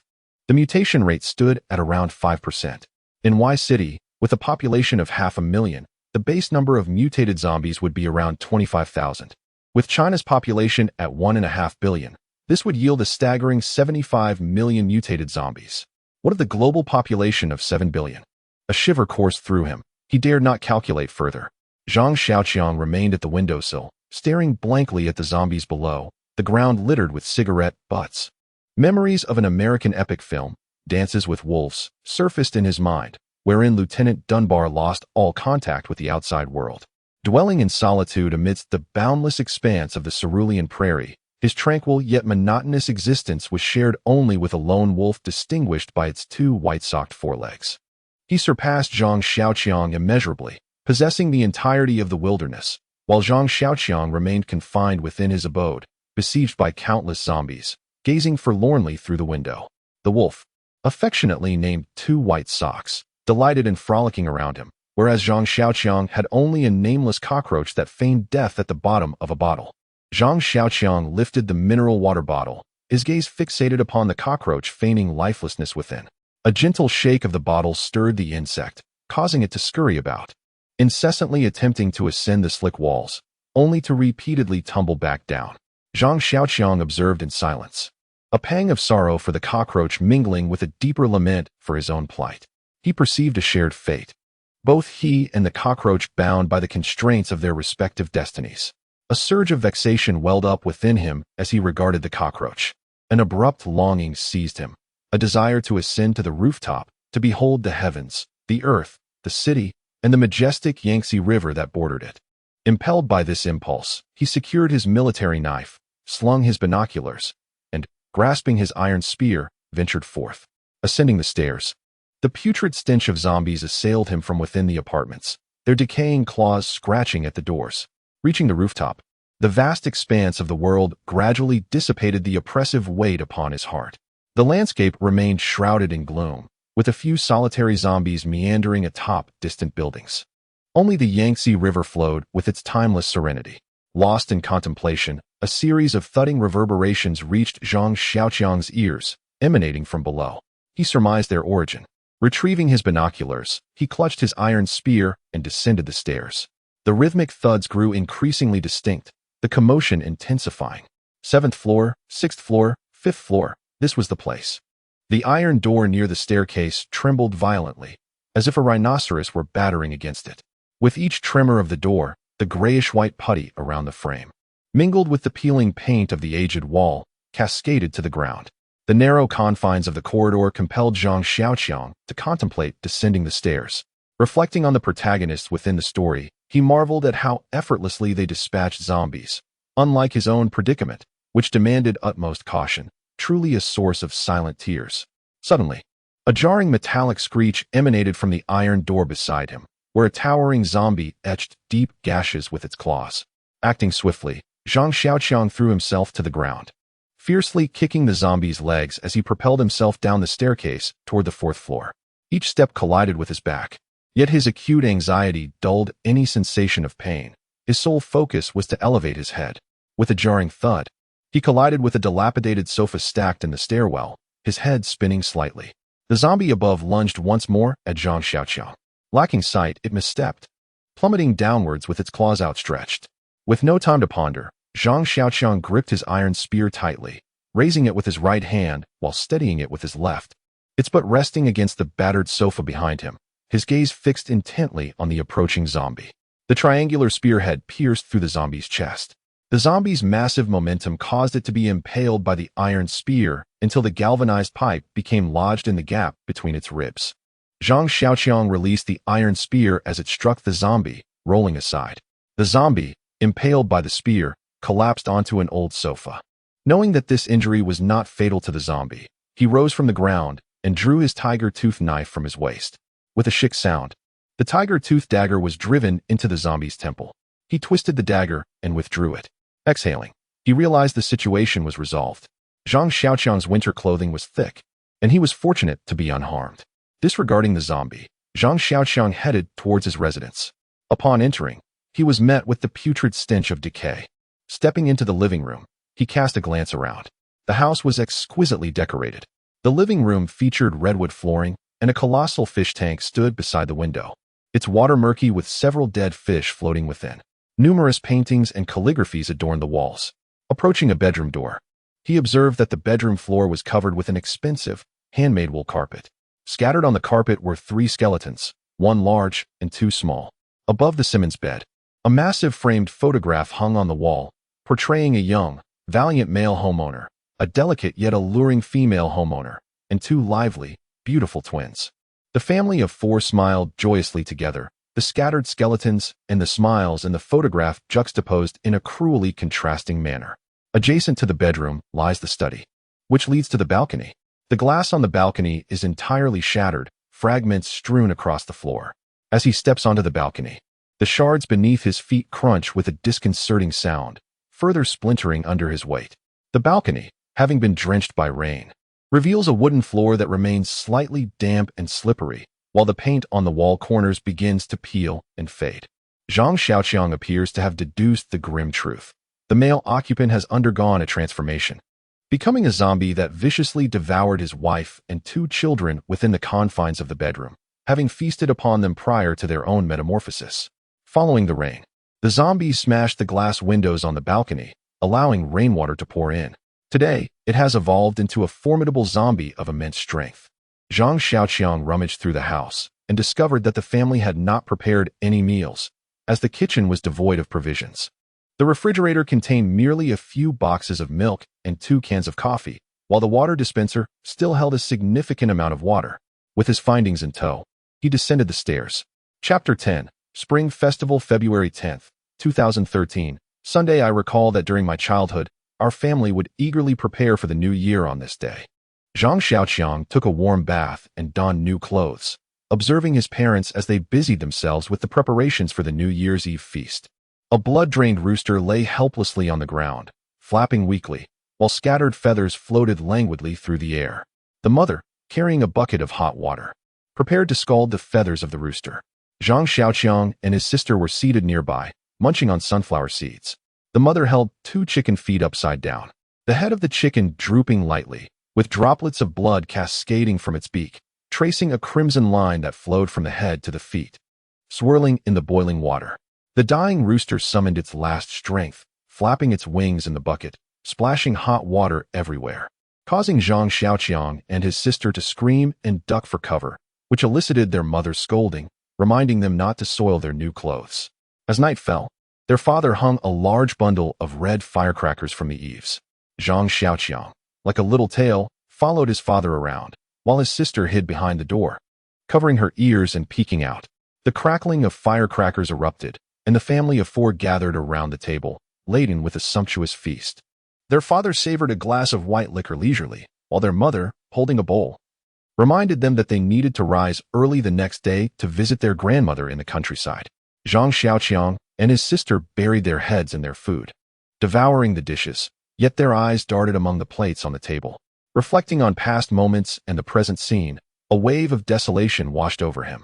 Suddenly, A loud crash echoed as his phone shattered into 3 pieces on the ground, its body, battery, and back cover intermingling as they bounced and rolled away. Zhang Xiaoqiang sat on the edge of the bed, cradling his head in his hands, staring blankly at the broken phone. After an indeterminate amount of time, his mood gradually settled. He picked up a plastic bottle beside his computer and shook it, watching the cockroaches scuttle joyfully inside. Gradually, his spirits began to lift once more. At the very least, I am still alive. I can leisurely occupy myself with cockroaches while standing here.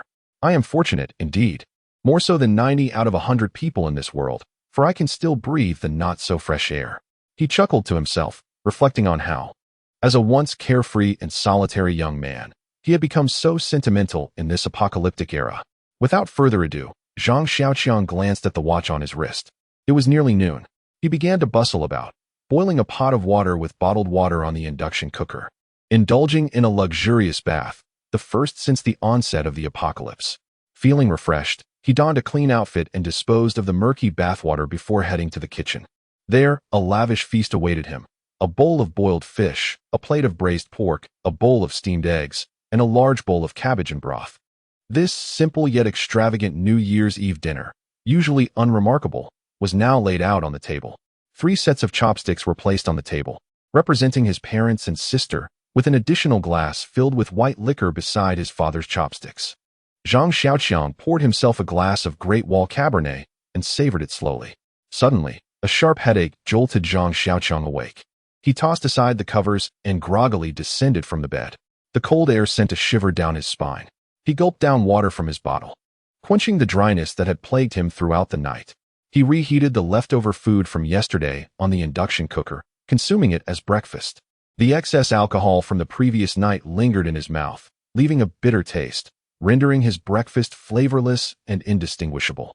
Through the crosshair of the MP9 sniper crossbow, Zhang Xiaoqiang fixed his gaze upon a nimble, evolved mutant zombie. The creature wandered aimlessly, and his MP9 gradually followed its movements. Suddenly, the zombie stirred and lunged in a particular direction. Is something amiss? Zhang Xiaoqiang lowered the crossbow and picked up his 10x binoculars, focusing intently on the scene. Within his sight, the zombie attacked another agile variant, while surrounding ordinary zombies began to stir, converging toward them. Are the zombies in conflict? Zhang Xiaoqiang held the binoculars. Momentarily bewildered, he continued to observe the assaulted zombie. Initially, he could not discern what it was clutching, but as it turned to face him, he noticed the tail of a rat protruding from its grasp. The rat was small, and thus the chaos did not last long, once consumed. The zombie returned to a state of calm. Could it be that the D virus is only effective against humans? Zhang Xiaoqiang pondered, noticing the agile zombie remaining quietly in the gutter, recalling the powerful mutated zombie he had dispatched 2 days prior. The D virus, a rain of blood and flesh, leads to zombie evolution? Zhang Xiaoqiang began to grasp the reasons behind the zombie's evolution. Chapter 11. The Big Dog, February 19th, 2013. In this once noisy city, Zhang Xiaoqiang continued to lead a simple yet fulfilling life, rising early, exercising, dining, exercising again, dining once more, persisting in his workouts, enjoying leisure moments, and finally retiring for the night. The prodigious amount of exercise he undertook daily rapidly depleted his stored provisions. At times, he even lost sight of the original intention behind his rigorous training, instead engaging in it with a desensitized and mechanical approach. In the absence of internet access and novels, he found himself at a loss for alternative activities beyond his physical exertions. It is a truism that idleness breeds contemplation, and confined within this limited space, he found himself with little to do other than exhaust himself to the point of collapse each day. Following his daily workout, one of Zhang Xiaoqiang's few diversions involved observing the zombies through a telescope from his windowsill. Yesterday marked his birthday, February 18th, his first in this post-apocalyptic world. The occasion passed uneventfully, serving merely as a reminder of his advancing age. His memories of life before the cataclysm had begun to fade, as if the present were the only reality and the past nothing more than a fleeting dream from which he had awakened. Gazing out at the zombies, Zhang Xiaoqiang, in a moment of profound tedium, began to assign names to them. He designated the common zombies as cannon fodder, the strength-oriented zombies as Hercules, or H-types, and the agile zombies as Flash, or S-types. This nomenclature was merely a manifestation of his peculiar sense of humor. The S-type zombie with a predilection for consuming rodents remained stationed before the sewer drain, now exhibiting greater strength and agility, suggesting that more unfortunate rats would soon meet their demise. The zombie seemed to be undergoing further evolution. Its height remained at 1.4 meters, but its arms had elongated, with its hands now reaching its ankles. The 5 sharp claws resembled polished, obsidian daggers. No other zombies dared to approach within a radius of 15 to 16 meters. Any zombie that inadvertently entered its territory was met with a hoarse, guttural warning. In Zhang Xiaoqiang's estimation, the S-type and D-type zombies on the street had evolved by consuming human flesh. If they continued to devour more flesh and blood, they would evolve further, with S-type zombies potentially progressing to S2, S3, or even higher forms like S4, S5, and S6. D-type zombies would undergo similar advancements. With humanity reduced to less than 10% of its former population, zombies, deprived of human flesh, would attack all living things. 63 billion or more zombies would consume every living creature on Earth. This thought brought a wry smile to Zhang Xiaoqiang's face. He wondered if zombies capable of aquatic locomotion would emerge. If that were the case, only zombies and insects would remain on the planet. He banished these chaotic thoughts from his mind and resumed observing the zombie. After a while, he grew weary and prepared to make dinner, but noticed that the zombies on the street were surging toward the end of the street. Survivors? Zhang Xiaoqiang hastily grabbed his binoculars and peered through them. The zombies were clustered together in the distance, and the angle of view was not ideal. He felt a sense of urgency, but hesitated to go up to the roof, fearing he might miss something. The throng of zombies below had been nearly depleted, congregating at the far end of the street. From afar, an S-type zombie leaped erratically amidst the horde. Several belated D-type zombies rammed into the periphery of the mass, causing a chaotic upheaval where the fallen were trampled underfoot by their own kind. Witnessing this, Zhang Xiaoqiang realized that only a tank could offer salvation to any survivors caught in that maelstrom. The distant, jostling horde was in utter disarray. The unfortunate soul caught within was likely reduced to nothing more than bones. Suddenly, Zhang Xiaoqiang recalled that the prime breeding ground for Soviet red dogs was Shandong. These canines were crossbreeds of long-haired German shepherds and Soviet red dogs, making them hybrids. Typically, they would not exceed 80 centimeters in height. Yet, these two had grown to a staggering 160 centimeters, with robust limbs that moved with such velocity that his eyes struggled to keep pace. Zombies swarmed from the streets in toward the two Soviet red dogs. The S-type zombie led the charge, with the rat-eating S-type zombie outpacing the others. With a swift whoosh, one of the wolfhounds pounced upon the foremost zombie, felling it to the ground. The zombie clawed fiercely at the wolfhound's foreleg, but the wolfhound remained unfazed, severing the zombie's arm with a single bite before retreating with its prize in its mouth. The other wolfhound, having already finished its meal, lunged into the throng, tearing off a chunk of thigh meat before bounding away. The two wolfhounds weaved and leaped through the zombies, leaving Zhang Xiaoqiang dumbfounded. Damn, in these times, one is truly less fortunate than a dog. Zhang Xiaoqiang lamented, convinced that the two canines had undergone a metamorphosis, albeit not into zombie dogs. Rather, they had evolved into colossal hounds, standing at a height of 1.6 meters, with bodies stretching nearly 2 meters in length. One could scarcely be blamed for mistaking them for horses, where their heads were placed. Damn these zombies, damn these dogs, damn this accursed apocalypse, Zhang Xiaoqiang muttered under his breath, his discontent growing with each passing moment. He had been tormented by the infernal rain, an ordeal more excruciating than the 10 tortures of the Qing dynasty. He had endured hardship and suffering, yet reaped no reward. He remained uncertain whether he possessed immunity to the D virus, nor did he dare to seek out zombies for experimentation. In a fit of profound indignation, Zhang Xiaoqiang crooned a song with his discordant voice. Feeling somewhat improved, Zhang Xiaoqiang noticed the two large dogs outside his window, seemingly satiated, no longer hunting, but rather playfully toying with the undead.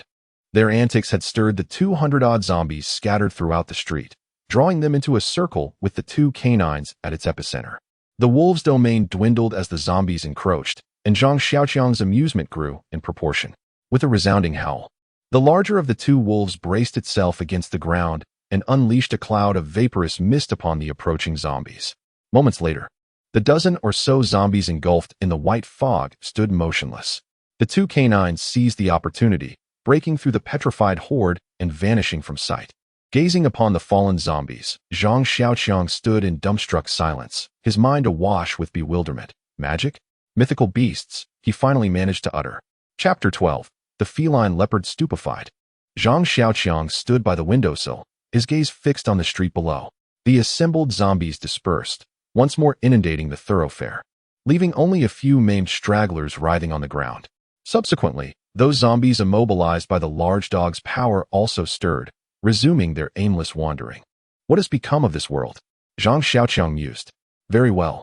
He rubbed his face, accepting the reality of the apocalypse, the viral outbreak, the evolution of zombies, and the extraordinary abilities of dogs. He rationalized the situation, finding a semblance of acceptance. As the days passed, his rigorous training never waned.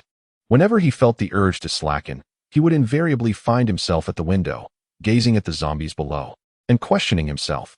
Do you desire to become one of them? If you're unwilling to continue training, then descend and join their ranks. Become one of them. Free from the fear of a futureless existence, the anxiety of food scarcity, and the dread of solitude. Each time these thoughts surfaced, Zhang Xiaoqiang would turn back with renewed vigor, intensifying his training. His excess fat gradually transformed into solid muscle, and he teared up as he beheld his six-pack abs. How many years has it been? How many years since I last witnessed my abdominal muscles? Zhang Xiaoqiang grew dissatisfied with his previous training methods. He began carrying a heavily laden mountaineering backpack, bearing a weight of nearly 30 to 40 pounds, as he practiced his assassination and evasion techniques. By now, his iron spear always struck a single point with unwavering accuracy. He was confident that he could evade a zombie's bite even with his eyes closed. Having concluded today's weighted workout, I took a respite and indulged in a cigarette before commencing the preparation of a meal. Surveying the remaining provisions, it became evident that they would not sustain me for another week. The necessity to venture out in search of sustenance was palpable. As I cooked, my thoughts lingered on the D-type zombie I had slain in recent days, an encounter that left an indelible mark on my psyche. Following the meal, I, as was my wont, activated the computer, intending to immerse myself in a solitary game. However, scarcely had the startup chime reverberated when the screen succumbed to darkness, and the domestic lights followed suit. A blown fuse, perhaps? Somewhat bewildered, I embarked on a quest for a flashlight and replacement fuses. After what seemed an age, the realization dawned upon me. The city's electrical grid, having persevered for 3 months, had succumbed to cessation. The entire metropolis was plunged into an abyssal darkness. I sat upon the bed, gazing vacantly at the inky firmament visible through the window. Silence reigned supreme, broken only by the cadence of my own heartbeat. Occasionally, the sound of an empty can being displaced by a zombie would drift up from the street below, the sound carrying far in the stillness of the night. I stirred from slumber, and a new day commenced. With the cessation of electricity, the induction cooker was rendered useless, consuming the cold leftovers from the previous day. I contemplated my future course of action. To remain here was untenable. Devoid of electricity, fire, and sustenance, I would merely languish and perish. With sufficient celerity, I might yet break free. Damn, where had those 2 canines disappeared to? To abscond from the city streets to the outskirts was undoubtedly a formidable task. Merely beneath my abode, there were nearly 200 zombies. The 2 large dogs that had appeared some days prior had visited twice, devouring several zombies before vanishing once more. In the parking lot of the garden below, there were indeed numerous small cars. However, Zhang Xiaoqiang could not drive. Even if he were handed the keys, he would be at a loss. Throughout his life, he had only mastered riding a bicycle, and he had attempted to ride a small motorcycle on a couple of occasions. After ruminating for a while and failing to come up with a solution, he decided to set aside those thoughts for the moment and focus on gathering supplies first. Zhang Xiaoqiang emptied his backpack, slung it over his shoulders, checked the military knife at his waist, strapped on the MP9 military crossbow, and took his iron gun before stepping out. Upon reaching the platform, he surveyed his surroundings and noted that the zombies seemed to have their own territories. For 3 months, none had ventured onto the platform. He walked to the stairway leading down and gazed at the garden. Descending slowly, he arrived in the garden, where spring had yet to unfold. The grapevines on the gazebo barely hinted at budding, and a few remnants of withered leaves accentuated the desolation. The dry grass on the lawn lay haphazardly upon the ground, and the garden was strewn with piles of bones, presenting a hauntingly eerie scene. Something was watching him. Zhang Xiaoqiang sensed. This sudden and fleeting feeling evoked a sense of dread within him. It was this very sensation that had compelled him to rush into the rain previously, resulting in unbearable torment and regret. Standing in the center of the garden, Zhang Xiaoqiang scanned the area in search of the source of his unease, but found nothing.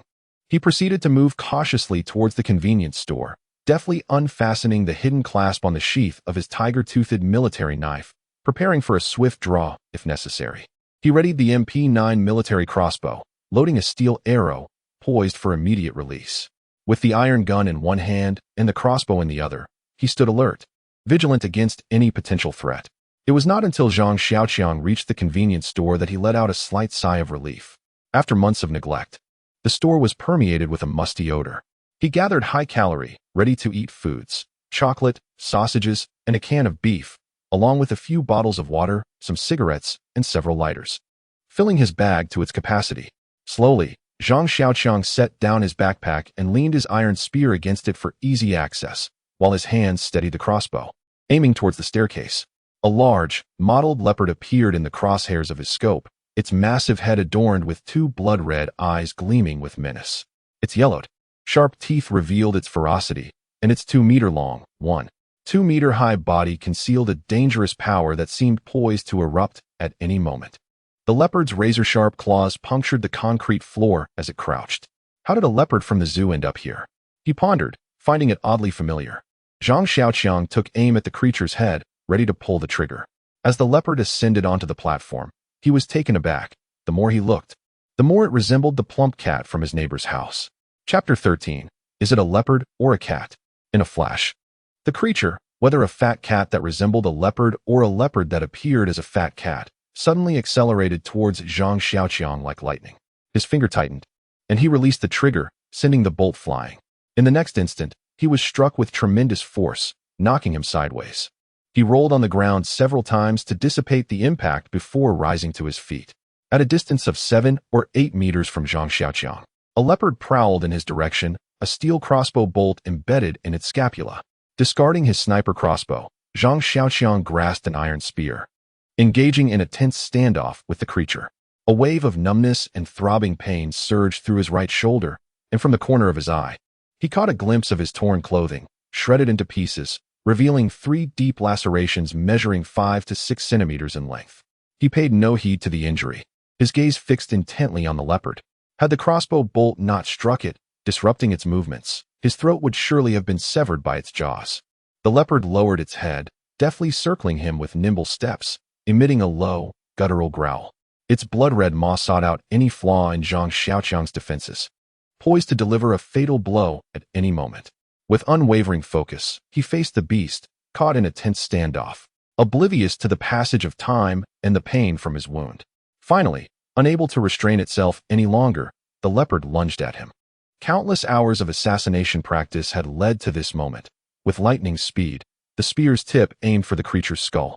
Just as it made contact, the leopard's head twisted, causing the spear to graze along its ear and penetrate into its back, leaving a crimson streak upon its mottled fur.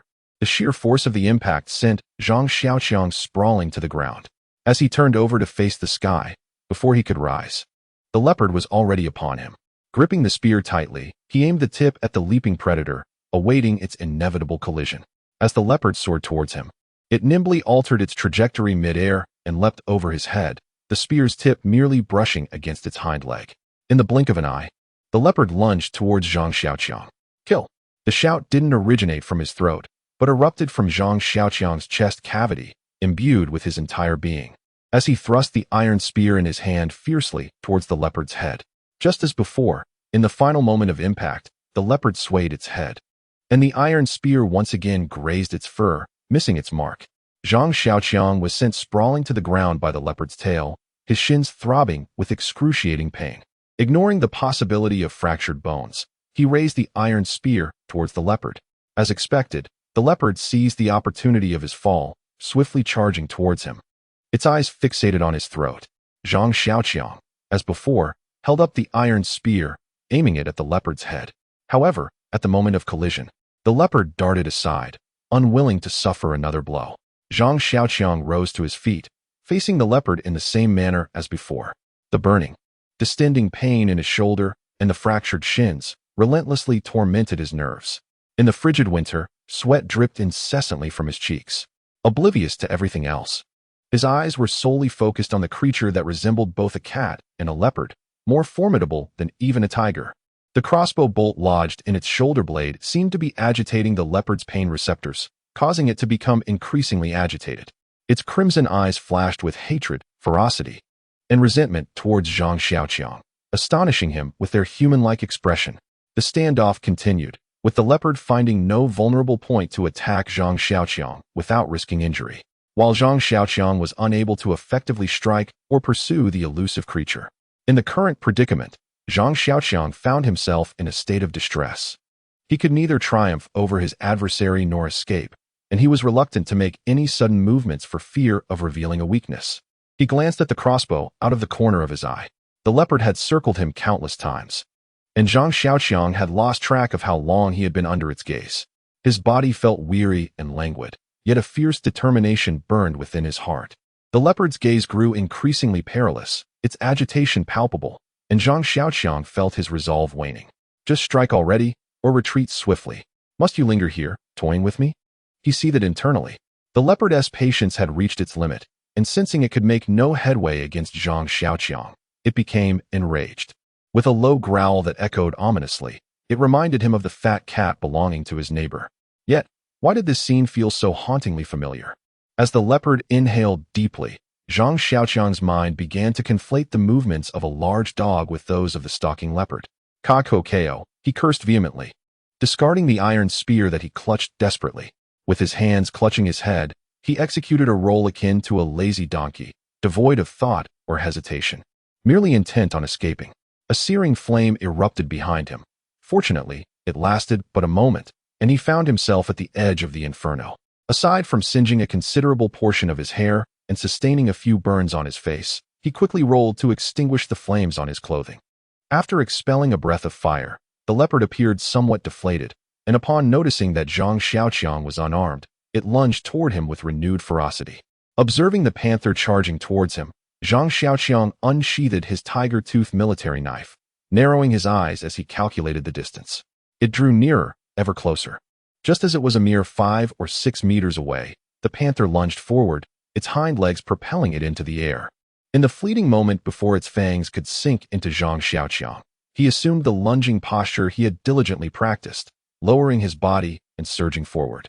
His right hand gripped the military knife, the blade facing forward, the tip angled upwards, while his left hand braced the back of the blade, the entire weapon tilted forward. A surge of resistance traveled from the tip of the blade to the edge, then to his wrist, before suddenly vanishing as the blade met no further obstruction. The panther landed gracefully behind him, pivoting to face him once more. In the subsequent instant, a cascade of viscera spilled from the panther's chest and abdomen, scattering onto the ground with a sickening thud. The panther staggered 3 or 4 steps towards Zhang Xiaoqiang before collapsing, its body convulsing violently. With a profound exhalation, Zhang Xiaoqiang approached the fallen beast, scrutinizing it intently. Yet, no matter how he examined it, the panther bore an uncanny resemblance to the plump feline he had released from his neighbor's kitchen 2 months prior. Zhang Xiaoqiang recalled its lingering gaze as it departed. Could a cat truly metamorphose to such a colossal size after mutation? The thought spurred him to deliver a forceful kick to the creature. Ingrate! Had I known, I would have left you to starve in that kitchen. The military knife had carved a path from its throat to its posterior, leaving the ground awash in a crimson pool. Serves you right. Ko, Zhang Xiaoqiang, his voice laced with fury, berated the deceased feline as he glared at the iron spear. The wooden handle of the triangular file had been reduced to charred remains, and the galvanized pipe glowed a fiery red, exhibiting a slight distortion. How could he not be enraged after being treated in such a manner? Zhang Xiaoqiang drew his military knife, intent on dismembering that lifeless feline. With one thrust, then another, he relentlessly stabbed at the carcass until he suddenly struck something hard, sending a jolt through his arm. Was it bone? He sliced it open, revealing an irregular triangular object, roughly the size of a fist. He picked it up, its surface smeared with blood, rendering it unrecognizable, yet it felt undeniably solid. Could cats also develop stones? Chapter 14. The Banquet? Zhang Xiaoqiang dashed into the living room, seized his backpack, unzipped it, and emptied its contents onto the floor. A myriad of food items, cigarettes, and bottled water scattered across the floor. He knelt down, grabbed a chocolate bar, tore open the packaging, and stuffed it into his mouth, scarcely chewing before swallowing it whole. Various food wrappers fluttered down around him as hunger consumed his thoughts. He could think of nothing but tearing open packages and devouring their contents. The floor was littered with torn wrappers and empty metal cans. The food gradually diminished until it vanished completely, yet the pangs of hunger intensified. He rushed into the kitchen, grabbed a sack meant for rice, and began shoveling raw grains into his mouth, crunching on the dry morsels that scraped against his throat as he swallowed. He barely had time to drink water, continuing to feed himself. With only a few kilograms of rice left in the sack, he remained unsatisfied. Raw eggs were cracked open, and he consumed the egg whites, yolks, and shells all at once. Cabbage, be it leaves or stems, was torn apart and swallowed. He resembled a famished locust, voraciously devouring everything edible within his sight. As he could no longer find a morsel of food, he gradually regained his senses, gazing at the kitchen, which resembled a scene from a harrowing invasion, ravaged by the ruthless policy of scorched earth. Is this my doing? Zhang Xiaoqiang stood in a daze. The events that had just transpired felt akin to a surreal dream, and upon awakening, he found himself devoid of any recollection. The provisions meant to last for half a month had been entirely devoured, yet he could not recall the flavors or textures. Despite consuming such an abundance, his belly showed no signs of expansion, leaving him with an unsettling sensation of incompleteness. Has my digestive function mutated? Zhang Xiaoqiang pondered, perplexed. Unable to fathom the situation, he chose to abandon the contemplation, a testament to his greatest virtue, his ability to avoid getting ensnared in trivialities. A slight itch on his right shoulder reminded him of the severe injury he had sustained the previous day. Fragments of fabric and dried blood were enmeshed together, clinging to his skin. Carefully, he peeled off his clothing, moistening the tattered remnants that adhered to the wound with water, and slowly removed them. Could it be? Today had already brought forth an array of astonishing revelations. He distinctly remembered the wound on his right shoulder being half an inch deep and measuring 5 to 6 centimeters in length. Now, the injury was tightly sealed, marred by deep brown scars, as if a delicate tug would cause the darkened blood to fall away, leaving no trace of the injury behind. Has he transformed into a superhuman? Zhang Xiaoqiang marveled at his extraordinary healing ability. Could it be that after being infected by the rain, his self-healing speed had increased manifold? Was he not then akin to the legendary youthful and invincible fool? He mused. At least he need no longer fear injury. The thought of all the food he had consumed began to evoke a sense of despair. It is best not to injure oneself carelessly, lest one be forced to embrace a zombie. At this thought, Zhang Xiaoqiang shivered. He ceased to tend to his wound and began inspecting the iron spear that had been damaged by fire the previous day. The galvanized pipe was slightly deformed but still serviceable. He gathered some splintered wood pieces to seal the pipe's opening with a large iron nail. Testing its heft and finding it satisfactory, his attention was drawn to the peculiar cat stone, which lay alongside the MP9 sniper crossbow. As he held it, he noticed it was encrusted with grime. After washing it clean with water, he observed that it resembled a reddened quartz stone, its colors mottled and obscure, its surface uneven and jagged. In his grasp, it radiated a warmth that intensified the longer he held it. It could serve as a makeshift hot water bottle. With this thought, he carelessly tucked it into his pocket. There was nothing left to eat at home. He needed to venture outside. With no water or electricity, the provisions at the corner store began to spoil. He could not remain cooped up at home. He had to escape. Zhang Xiaoqiang resolved firmly.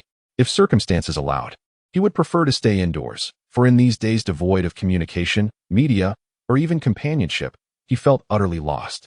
Outside lay myriad dangers, countless zombies, cunning mutated animals, and an unpredictable future. Grasping the iron spear, he opened the iron door to search for food. Upon exiting the corridor, he beheld the body of a mutated cat surrounded by a dozen zombies, feasting upon the corpse. The acrid stench of blood mingled with the odor of decay assaulted his senses. 2 S-shaped zombies and 6 D-shaped ones were present, and upon his arrival, their attention was drawn to him. The 2 S-shaped zombies lunged in his direction. Without a moment's hesitation, Zhang Xiaoqiang sprinted away from the advancing horde of zombies. 2 S-type zombies closely pursued him, and as he ran in a half-circle, he glanced back to see them drawing nearer. In the distance, 6 D-type zombies followed at a steady pace, while the ordinary zombies remained indifferent. The speed of the S-type zombies outpaced him, causing a surge of anxiety within Zhang Xiaoqiang. The S-type zombies were merely 3 to 5 steps behind, and it seemed they would soon catch up. Desperate, he planted his right foot and took a half step back with his left, pivoting to thrust his weapon forward. With a fierce shout, he drove the gun's muzzle into the forehead of one of the zombies, swiftly twisting and withdrawing the weapon. Another S-type zombie was already upon him, its claws lunging toward his face. He instinctively shifted his right foot back half a step, allowing the creature to pass as a decayed, emaciated arm brushed against his nose. Reeking of death, in a swift motion, he wielded the iron spear, drawing it in an arc through the air before striking the zombie's lower back with a powerful blow. The force sent the zombie sprawling to the ground. Zhang Xiaoqiang quickly stepped forward, using the spear to pin it down. He exhaled a slight sigh of relief, but soon noticed the 6 D-type zombies advancing toward him at a pace akin to that of a normal human stride. Zhang Xiaoqiang knew he could not afford to be careless. He circled around the D-type zombies, attempting to lure them apart for a more manageable confrontation. Unfortunately, their instinct drove them to attack him in unison, leaving him with no opportunity to break free. Casting a glance at the dismembered corpse of a mutated cat, he noticed several ordinary zombies still feasting on it. An idea sparked within him. He could lead the 6 D-type zombies toward the corpse. Only 7 ordinary zombies remain, one of which is pinned beneath a deceased D-type zombie. The recent fierce battle has not captured their attention. They care for nothing but flesh. Even the presence of Zhang Xiaoqiang standing behind them goes unnoticed. One by one, he dispatches them. Looking out, he sees 15 zombies sprawled haphazardly on the platform, filling him with a sense of accomplishment. The advanced zombies on the street have all been lured here by the scent of blood, Zhang Xiaoqiang concludes with certainty. After resting, he prepares to descend in search of food. However, upon reaching the staircase, he is met with the sight of hundreds of zombies swaying below. Chapter 15. Preparations before departure. Zhang Xiaoqiang stands in a daze, pondering whether all the street zombies have congregated here. The limited space below is densely packed with zombies. The staircase leading to the platform is positioned at an angle to the main structure, causing hundreds of zombies to crowd into the corner. A few zombies at the edge, having caught Zhang Xiaoqiang's scent, begin to approach him. Outside the window, the street below is desolate, with only a few limping zombies crawling on the ground. Among them is the S-type zombie, known for its penchant for rodents and potential for further evolution. This particular zombie has suffered grievous injuries. Its arm and thigh reduced to mere bone after being gnawed by a mutated dog.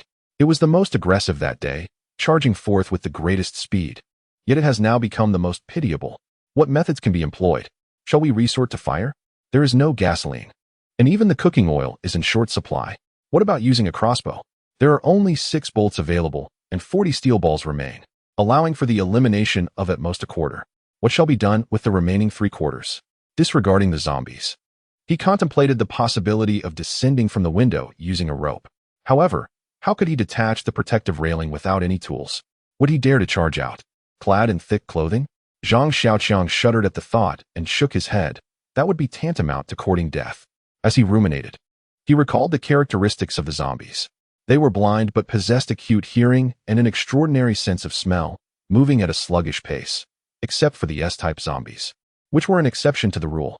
Zhang Xiaoqiang began to spiral into a whirlwind of thoughts. Their vision was non-existent, their hearing mediocre. Yet their olfactory senses were remarkably acute. He began to draw conclusions. The zombie's sensitivity to blood could extend up to a kilometer, suggesting that all the zombies within that range below had converged upon his location. The potency of their sense of smell indicated a highly developed olfactory system, which also implied precision, and where there is precision, there is vulnerability. Suddenly, an idea struck him. The more sensitive a zombie's sense of smell, the more crucial it was to its existence. During their mutation, the sensory organs of the zombies developed unevenly, leading to an over-reliance on their sense of smell. The greater the impact on their olfactory sense, the more significant the effect on the zombies themselves. Their sense of smell acted as their radar and locator. Without it, they would be akin to headless flies. Unable to fabricate napalm, he resolved to concoct a few makeshift gas grenades instead. With a newfound determination, Zhang Xiaoqiang made his way to the kitchen. Before long, several makeshift gas grenades lay before him, constructed primarily from semi-dried chili peppers, enhanced with star anise, cinnamon, and Sichuan peppercorns, all wrapped in a bedsheet and drizzled with peanut oil. In the process, he nearly added some bean paste, but fortunately, he realized in time. Additionally, I prepared some pepper powder wrapped in newspaper. Once ready, I exited. Around the mutated cat's corpse, 7 or 8 zombies had gathered again, likely having followed Zhang Xiaoqiang onto the platform. He ignored them, as there was still plenty of the corpse left for them to feast on for a while. The horde of zombies, like a disturbed hornet's nest, surged erratically. Zombies jostled each other, screaming and clawing wildly at their neighbors, driven frantic by the smoke. Some were knocked to the ground, where they were trampled under hundreds of feet and disappeared into the throng. From the platform, Zhang Xiaoqiang watched this rare spectacle with exhilaration. The zombie horde below had vanished entirely, leaving only a dozen unfortunate zombies with crushed bones, paralyzed on the ground. Zhang Xiaoqiang turned his gaze to the few zombies gleefully devouring the mutated cat's corpse and tightened his grip on the iron spear. The biscuits on the shelves were rapidly dwindling. After consuming the last one, he cast a covetous glance over the now empty food shelves. Next, he retrieved a large, old-fashioned military canteen, which his father used for hunting. After cleaning it, he filled it with water, knowing that one could never have too much water, especially given the uncertainty of viral contamination outside. He also found an old-fashioned military satchel, suitable for carrying his family's old aluminum lunchbox, which could be used for boiling water and cooking rice, along with a small enamel cup, all naturally bequeathed by his father. Zhang Xiaoqiang couldn't help but feel grateful. Despite their age, his father's belongings were invaluable treasures. After conducting a final check, Zhang Xiaoqiang reconsidered and decided to transfer a remaining bottle of Daohuasiang liquor into a plastic container, placing it alongside 2 packets of salt and a pouch of tea leaves into his satchel. With the essential supplies arranged, it was time to inspect his weapons. He examined the iron spear and the military knife, and after numerous attempts with the sniper crossbow, he had discovered a certain technique, meticulously removing the protective lacquer from the arrow shaft to minimize wear and enhance stability. Occasionally, he applied a touch of lubricant, securing the military shovel onto his backpack as well. He contemplated combining the iron hammer he had previously used with the military shovel. Who knows when they might prove useful. Chapter 16. Breaking through and being surrounded. Zhang Xiaoqiang awoke to the soft light of dawn, gazing through the window at the hazy sky as a chilly breeze caressed his face, stirring a ripple of emotions within him. Having moved 3 times, this was the place he had called home the longest, spending half of his life here. He had thought he would spend the latter half of his days in this very spot, but fate had other plans, and today he would have to bid farewell. The days ahead without a computer or internet would mark a permanent goodbye to his identity as a reclusive gamer. In a plastic bottle beside his computer, a cockroach lay motionless at the bottom, seemingly oblivious to the world outside.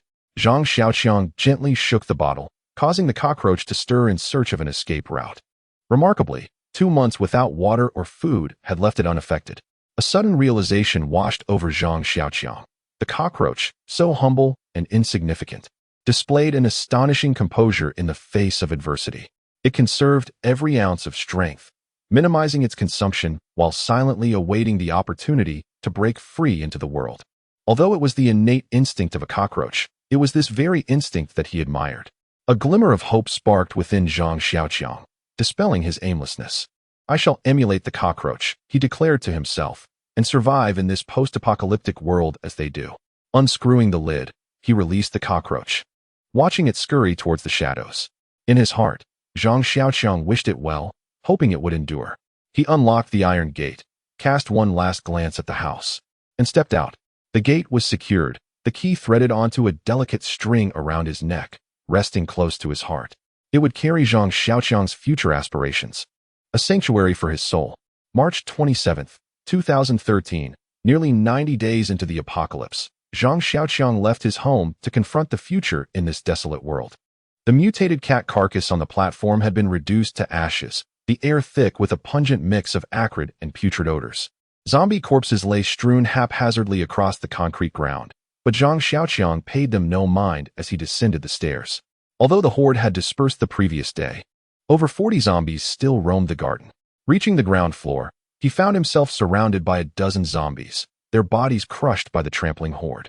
Their faces turned towards him, their fetid mouths agape, attempting to bite him, yet unable to rise. He stepped over the prone zombies and headed towards the alleyway leading to the street, where he dispatched the obstructing zombies with his MP9 military sniper crossbow. After the hunt involving 2 mutated large dogs, alongside the ones he had slain on the platform yesterday and the dozens of zombies now stranded in the garden below, there remained fewer than 100 zombies scattered across the streets within a kilometer radius, averaging approximately 1 every 10 meters. The thoroughfare leading to the city center has been completely obstructed, while the road at the other end leads out of the city, requiring a trek of 3 to 4 hours, fraught with the certainty of encountering zombies.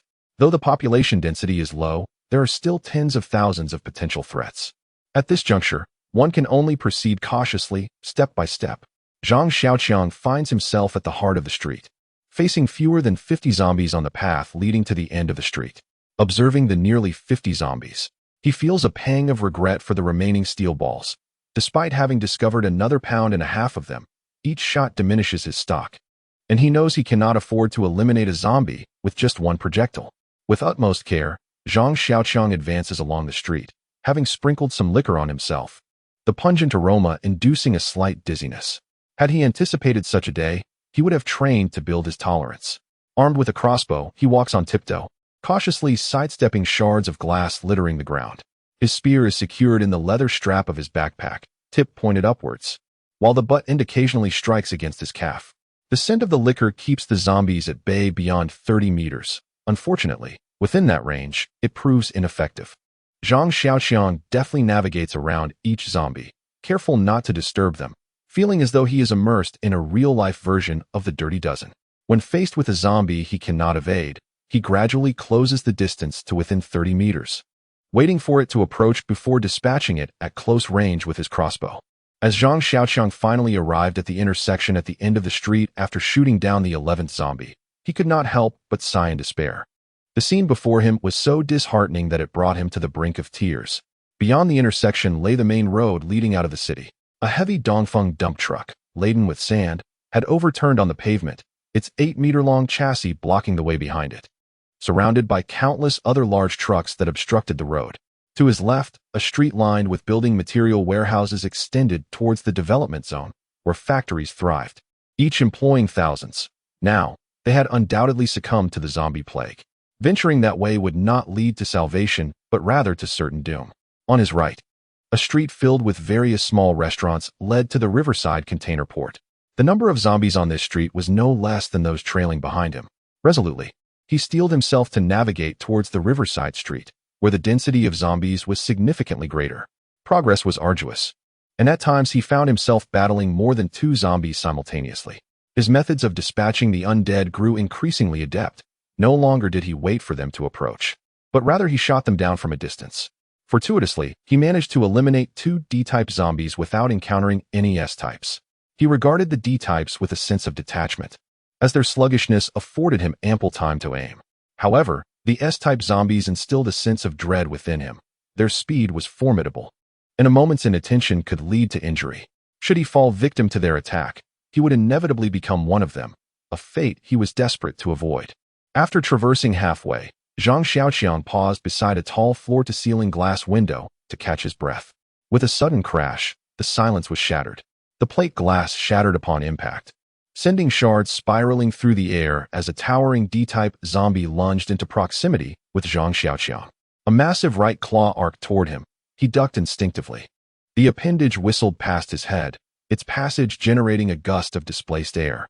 It collided with the iron spear affixed to his rucksack, the resultant force transferring a powerful kinetic energy that sent him sprawling supine onto the ground. In swift continuation, the D-type zombie stooped, its left claw descending. Zhang Xiaoqiang scrambled aside, narrowly avoiding the blow as it impacted the pavement, pulverizing a concrete paver and scattering the underlying sand. Countless grains cascaded onto his head and down his collar. Dazed by the assault, Zhang Xiaoqiang could do little more than roll across the ground, the metallic clatter of his slung canteen punctuating his desperate maneuvers. He tumbled behind the zombie, wrenching the iron mallet from his pack and delivering a blow of maximum force against the creature's ankle. A jarring reverberation shot up his arm, threatening to dislodge the hammer from his grip. The muscles in his hand seared with a fiery ache, as if rent asunder. A colossal foot descended, prompting Zhang Xiaoqiang to abandon the confrontation. He propelled himself toward the riverbank until colliding with the wheel of a parked vehicle. He regained his feet. A wave of dizziness washing over him. The D-type zombie advanced, and from within the shattered window behind it, a horde of zombies surged forth. No fewer than 4 S-types were already overtaking the larger D-type in their pursuit. Chapter 17.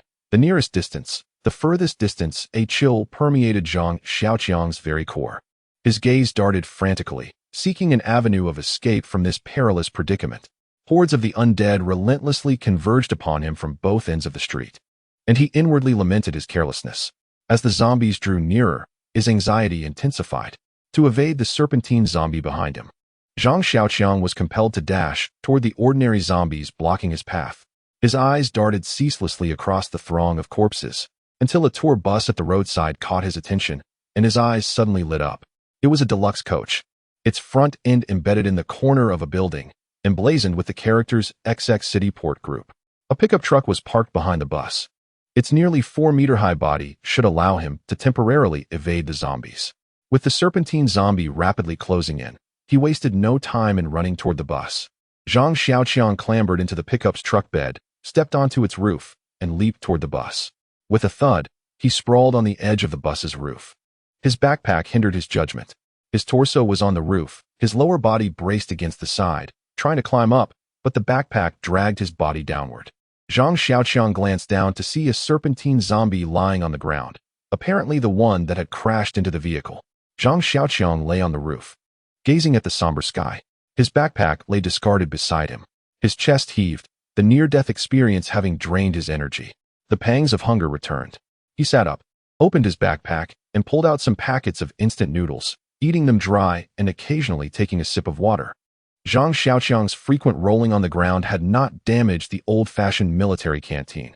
Only some paint had been scraped off the flask. Beneath the vehicle, the zombies were packed tightly together, resembling sardines in a can. Zhang Xiaoqiang, while savoring instant noodles, raised his binoculars to survey the area from which the D-type zombie had emerged. Before him stood a large internet CAF, sprawling across 3 floors. With every pane of glass on the second floor facing the street shattered, leaving only dark, gaping windows. The establishment, known as the Blue Sky Internet CAF, was offering a grand opening promotion with half-price services from December 30th, 2012 to January 1st, 2013, inviting all to partake. Zhang Xiaoqiang cursed under his breath, lamenting the timing of the CAF's opening. How unfortunate that it coincided with the outbreak of the virus, resulting in the emergence of over 100 zombies. The D-type zombies circled around the vehicle, allowing Zhang Xiaoqiang to scrutinize its features in detail. Towering over 2 meters, it was significantly taller than the other D-type zombies, which dared not approach it. Its skin resembled freshly unearthed bronze, dark and substantial, subtly gleaming with a metallic sheen. The muscles rippled beneath its skin, reminiscent of a state governor's physique, with veins twisting and coiling. Even the vehicle trembled slightly with its movements. Could this be the fabled D2-type zombie? Zhang Xiaoqiang pondered, wondering how many souls it had consumed to attain such evolution. He lifted his crossbow, aiming at the formidable D2-type zombie, recognizing the urgent need to eliminate this threat. One must make use of the finest steel, he mused, reminding himself that one cannot hesitate in the face of danger. Steadying his breath, he aligned the crosshairs of his scope with the D2's head, and, with a gentle squeeze of the trigger, the bolt flew forth with a resounding thud. The D2 shrieked, a small but noticeable gash on its forehead seeming to mock Zhang Xiaoqiang. Where's the crossbow? Zhang Xiaoqiang scanned the vicinity around the D2, seeking the weapon. Thud. A common D-type zombie collapsed, an arrow piercing it just below the right ear, exiting through the left temple. The fallen D-type zombie was instantly engulfed by the horde. Zhang Xiaoqiang watched the frenzied D2 zombie, a sense of despair washing over him. Is its head made of armor plating? The twang of the crossbow had betrayed his position, and the D2 charged toward the bus, toppling any zombies in its path. Clang! The bus groaned under the assault, a massive dent appearing on its side, and the windows shattered, scattering shards of glass onto the ground. On the roof, Zhang Xiaoqiang struggled to maintain his balance, the vibrations threatening to throw him off. My plan backfired spectacularly. The bus continued to be battered, each impact sounding more and more destructive. Zhang Xiaoqiang, perched precariously on the roof, was jostled about violently. He desperately sought a way off the vehicle, clinging to the bus's skylight with both hands, rising and falling with the vehicle's movements, as if riding a bucking bronco. The bus was gradually pushed from its original location, grinding the zombies under its wheels, separating flesh from bone. Zhang Xiaoqiang was resigned to his fate, wondering if there was any salvation in this world. Though not a believer, he began to ponder his final destination after death. Zhang Xiaoqiang lifted his gaze towards the sky, yearning to behold it one last time before his demise. Alas, the view was obstructed by the protective railing above him. In this post-apocalyptic world, what could possibly be so precious as to be stolen? Frustration welled within him at the inability to glimpse the heavens. The railing? A spark of inspiration ignited within him. Perhaps it was feasible. He resolved to untie the thin hemp rope from his backpack, casting the blanket that had been bound to it down from the car's roof. He then secured the rope to the iron hammer, the vehicle shuddering violently, threatening to hurl him into the abyss with each jolt. Could this be the fabled phenomenon of car shaking? His hands were busy, while his mind raced with thoughts. Finally, Zhang Xiaoqiang swung the rope tethered to the hammer, launching it in a circular arc towards the protective railing above. The car trembled once more, and the airborne hammer veered, striking the head of a nearby S-shaped zombie and sending it crashing to the ground. Patience, patience. The vehicle still had several minutes before it would disassemble. Zhang Xiaoqiang encouraged himself to hurl the hammer once more. The violent shaking of the car posed a constant threat of self-inflicted injury as he repeatedly flung the hammer into the air. Clang! The hammer finally lodged itself between the railings. Seizing the rope, he swung towards the wall, his feet poised to push off. However, the weight of his backpack compromised his balance, causing him to collide awkwardly with the wall. A sharp pain surged through him as his forehead struck, blood trickling down and staining his collar. The agony of the impact nearly made him release his grip. "This backpack will be the death of me," Zhang Xiaoqiang lamented, his voice tinged with despair. Ascending deliberately along the rope, the D2 zombie persisted in ramming the bus, which, despite being contorted into a V shape, tenaciously held its ground. Precisely as it was, the incessant hammering had begun to loosen the hemp rope secured behind it. With growing alarm, Zhang Xiaoqiang observed the gradual slippage of the rope on the hammer's handle, spurring him to frantically accelerate his ascent. At last, with merely 3 centimeters remaining between the rope and the hammer's handle, he seized the guardrail. Perched on the guardrail, Zhang Xiaoqiang gazed down at the throng of zombies jostling below. The D2 had already dismantled the luxury bus into its constituent parts and was advancing in his direction. "What an unfortunate day," he lamented. "Nothing is going my way. Surely, even this guardrail I'm standing on won't give way." With lingering trepidation, Zhang Xiaoqiang scrutinized the bolted steel caps connecting the guardrail, and a wave of relief washed over him upon confirming their steadfastness. Now suspended precariously in midair, unable to ascend or descend, Zhang Xiaoqiang began to rue the day's misfortunes. If he were to have descendants, Zhang Xiaoqiang would recount, "The closest I ever came to losing you was a mere 0.01 centimeters. And if he were to find a woman willing to spend her remaining years with him," Zhang Xiaoqiang would confide, "the farthest I've ever been from paradise is only 3 centimeters. The D2 zombie below roared at him, as Zhang Xiaoqiang dangled in the air, imploring silently, "Any benevolent superhero, please, rescue me." Chapter 18. Air-dried meat standing on the guardrail. Zhang Xiaoqiang cast a resentful gaze upon the swarming zombies below, lamenting his failure to scrutinize the internet cafe's sign and regretting his choice of this ill-fated path. Even venturing into the development zone to meet his demise would have been preferable to awaiting it here. Regretting that he had not burned paper offerings for his parents before leaving, Zhang Xiaoqiang felt a surge of resentment, now that he no longer had their protection. He was consumed by anger that no one had come to his aid. Lost in thought, he began to lament his decisions. Why had he not rushed home? Why had he not simply climbed over the truck blocking the road? Surely, overcoming the truck would have been preferable to hanging helplessly in the air. He regretted not having 2 gas grenades left from yesterday's meager production. Zhang Xiaoqiang stood atop the guardrail, alternating between fury and remorse, as the D2 beneath him clamored loudly. Suddenly, a loud thud echoed as the window behind the guardrail shook. A figure swayed behind the screen. Zombie. Panic surged within him. Why did it have to be another crisis? He could not draw back the string of his crossbow, and with one hand, he struggled to wield the iron spear. Should he resort to his military knife? Unfortunately, with the iron barrier between them, he could not kill the creature, and it could inflict harm upon him. an exchange of injury that was decidedly in the zombie's favor. This was the very recklessness he had once attributed to others, and now it was his own predicament. Aside from the absence of rats and honey, he found himself adequately equipped. After narrowly escaping death countless times today, was he truly destined to meet his end here? The S-type had not caught him. The D2 had not claimed his life, yet a mere lowly minion was poised to finish him off. As he faced the final moments, a strange calm washed over Zhang Xiaoqiang. The day's myriad surprises and perils had left him utterly exhausted. Perhaps an early conclusion to this ordeal would be a blessing. He mused quietly. The thuds continued, the glass threatening to shatter at any moment. This zombie had neither tasted flesh nor felt the rain. It was nothing more than a lowly novice. Overwhelmed, Zhang Xiaoqiang lamented that if a zombie that had consumed human flesh were present, it would have already breached the barrier, sparing him this torment. Heavens, he exclaimed, continue to trifle with me. I am undaunted. If you possess the audacity, dispatch another rodent.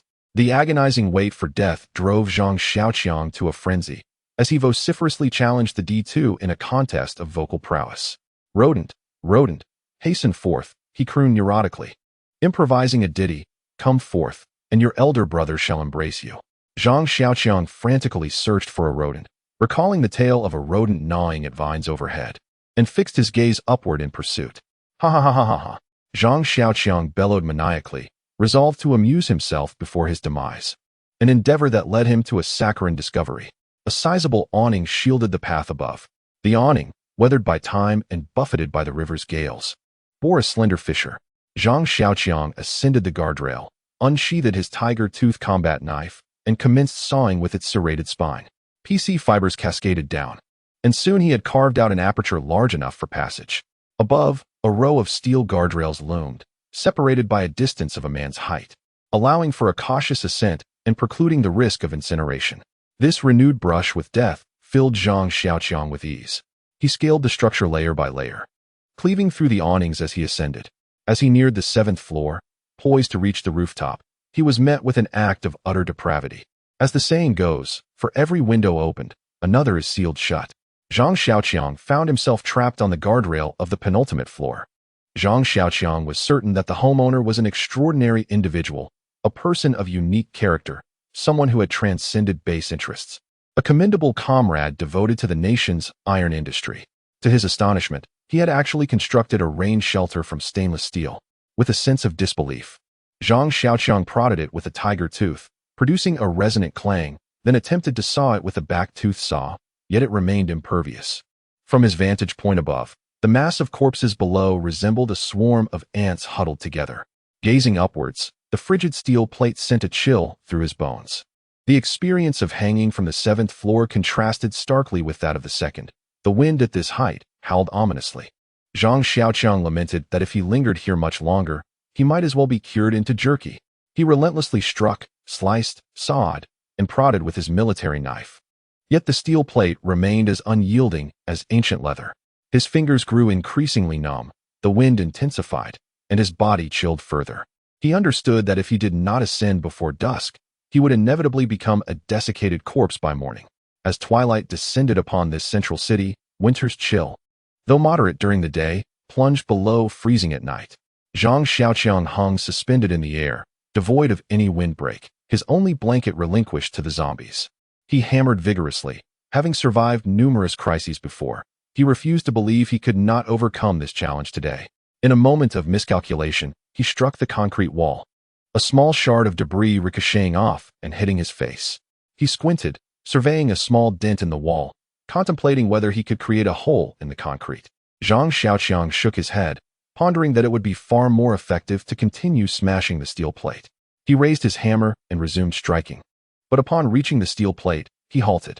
A cement wall? Steel plates? Were the steel plates affixed to the cement wall? A sudden realization struck him, and he exclaimed in delight. Instead of continuing to pound the steel plate, he redirected his efforts to the junction where the steel plate met the cement wall. One of the expansion screws embedded in the wall loosened slightly under his relentless assault. Zhang Xiaoqiang continued to hammer away, his arms growing weary, and hunger gnawed at his stomach. Yet, he remained oblivious, mechanically striking in a state of numbness. With great effort, Zhang Xiaoqiang managed to heave himself onto the rooftop, collapsing onto the ground in a curled-up position. Today had presented him with an overwhelming array of experiences. Chapter 19. Once again, Zhang Xiaoqiang sat cross-legged on the ground. His body curled tightly. He retrieved a packet of instant noodles, tearing it open with his teeth, and washed it down with water. After consuming 5 or 6 packets, he finally began to regain his composure. As he massaged his clenched right fist, he reflected on the gains and losses of the day. 1,000 days at home are blissful, yet a mere half-day outside is fraught with peril. The dangers he faced today surpassed all he had encountered in the first half of his life combined, even exceeding the confrontation with the mutated cat.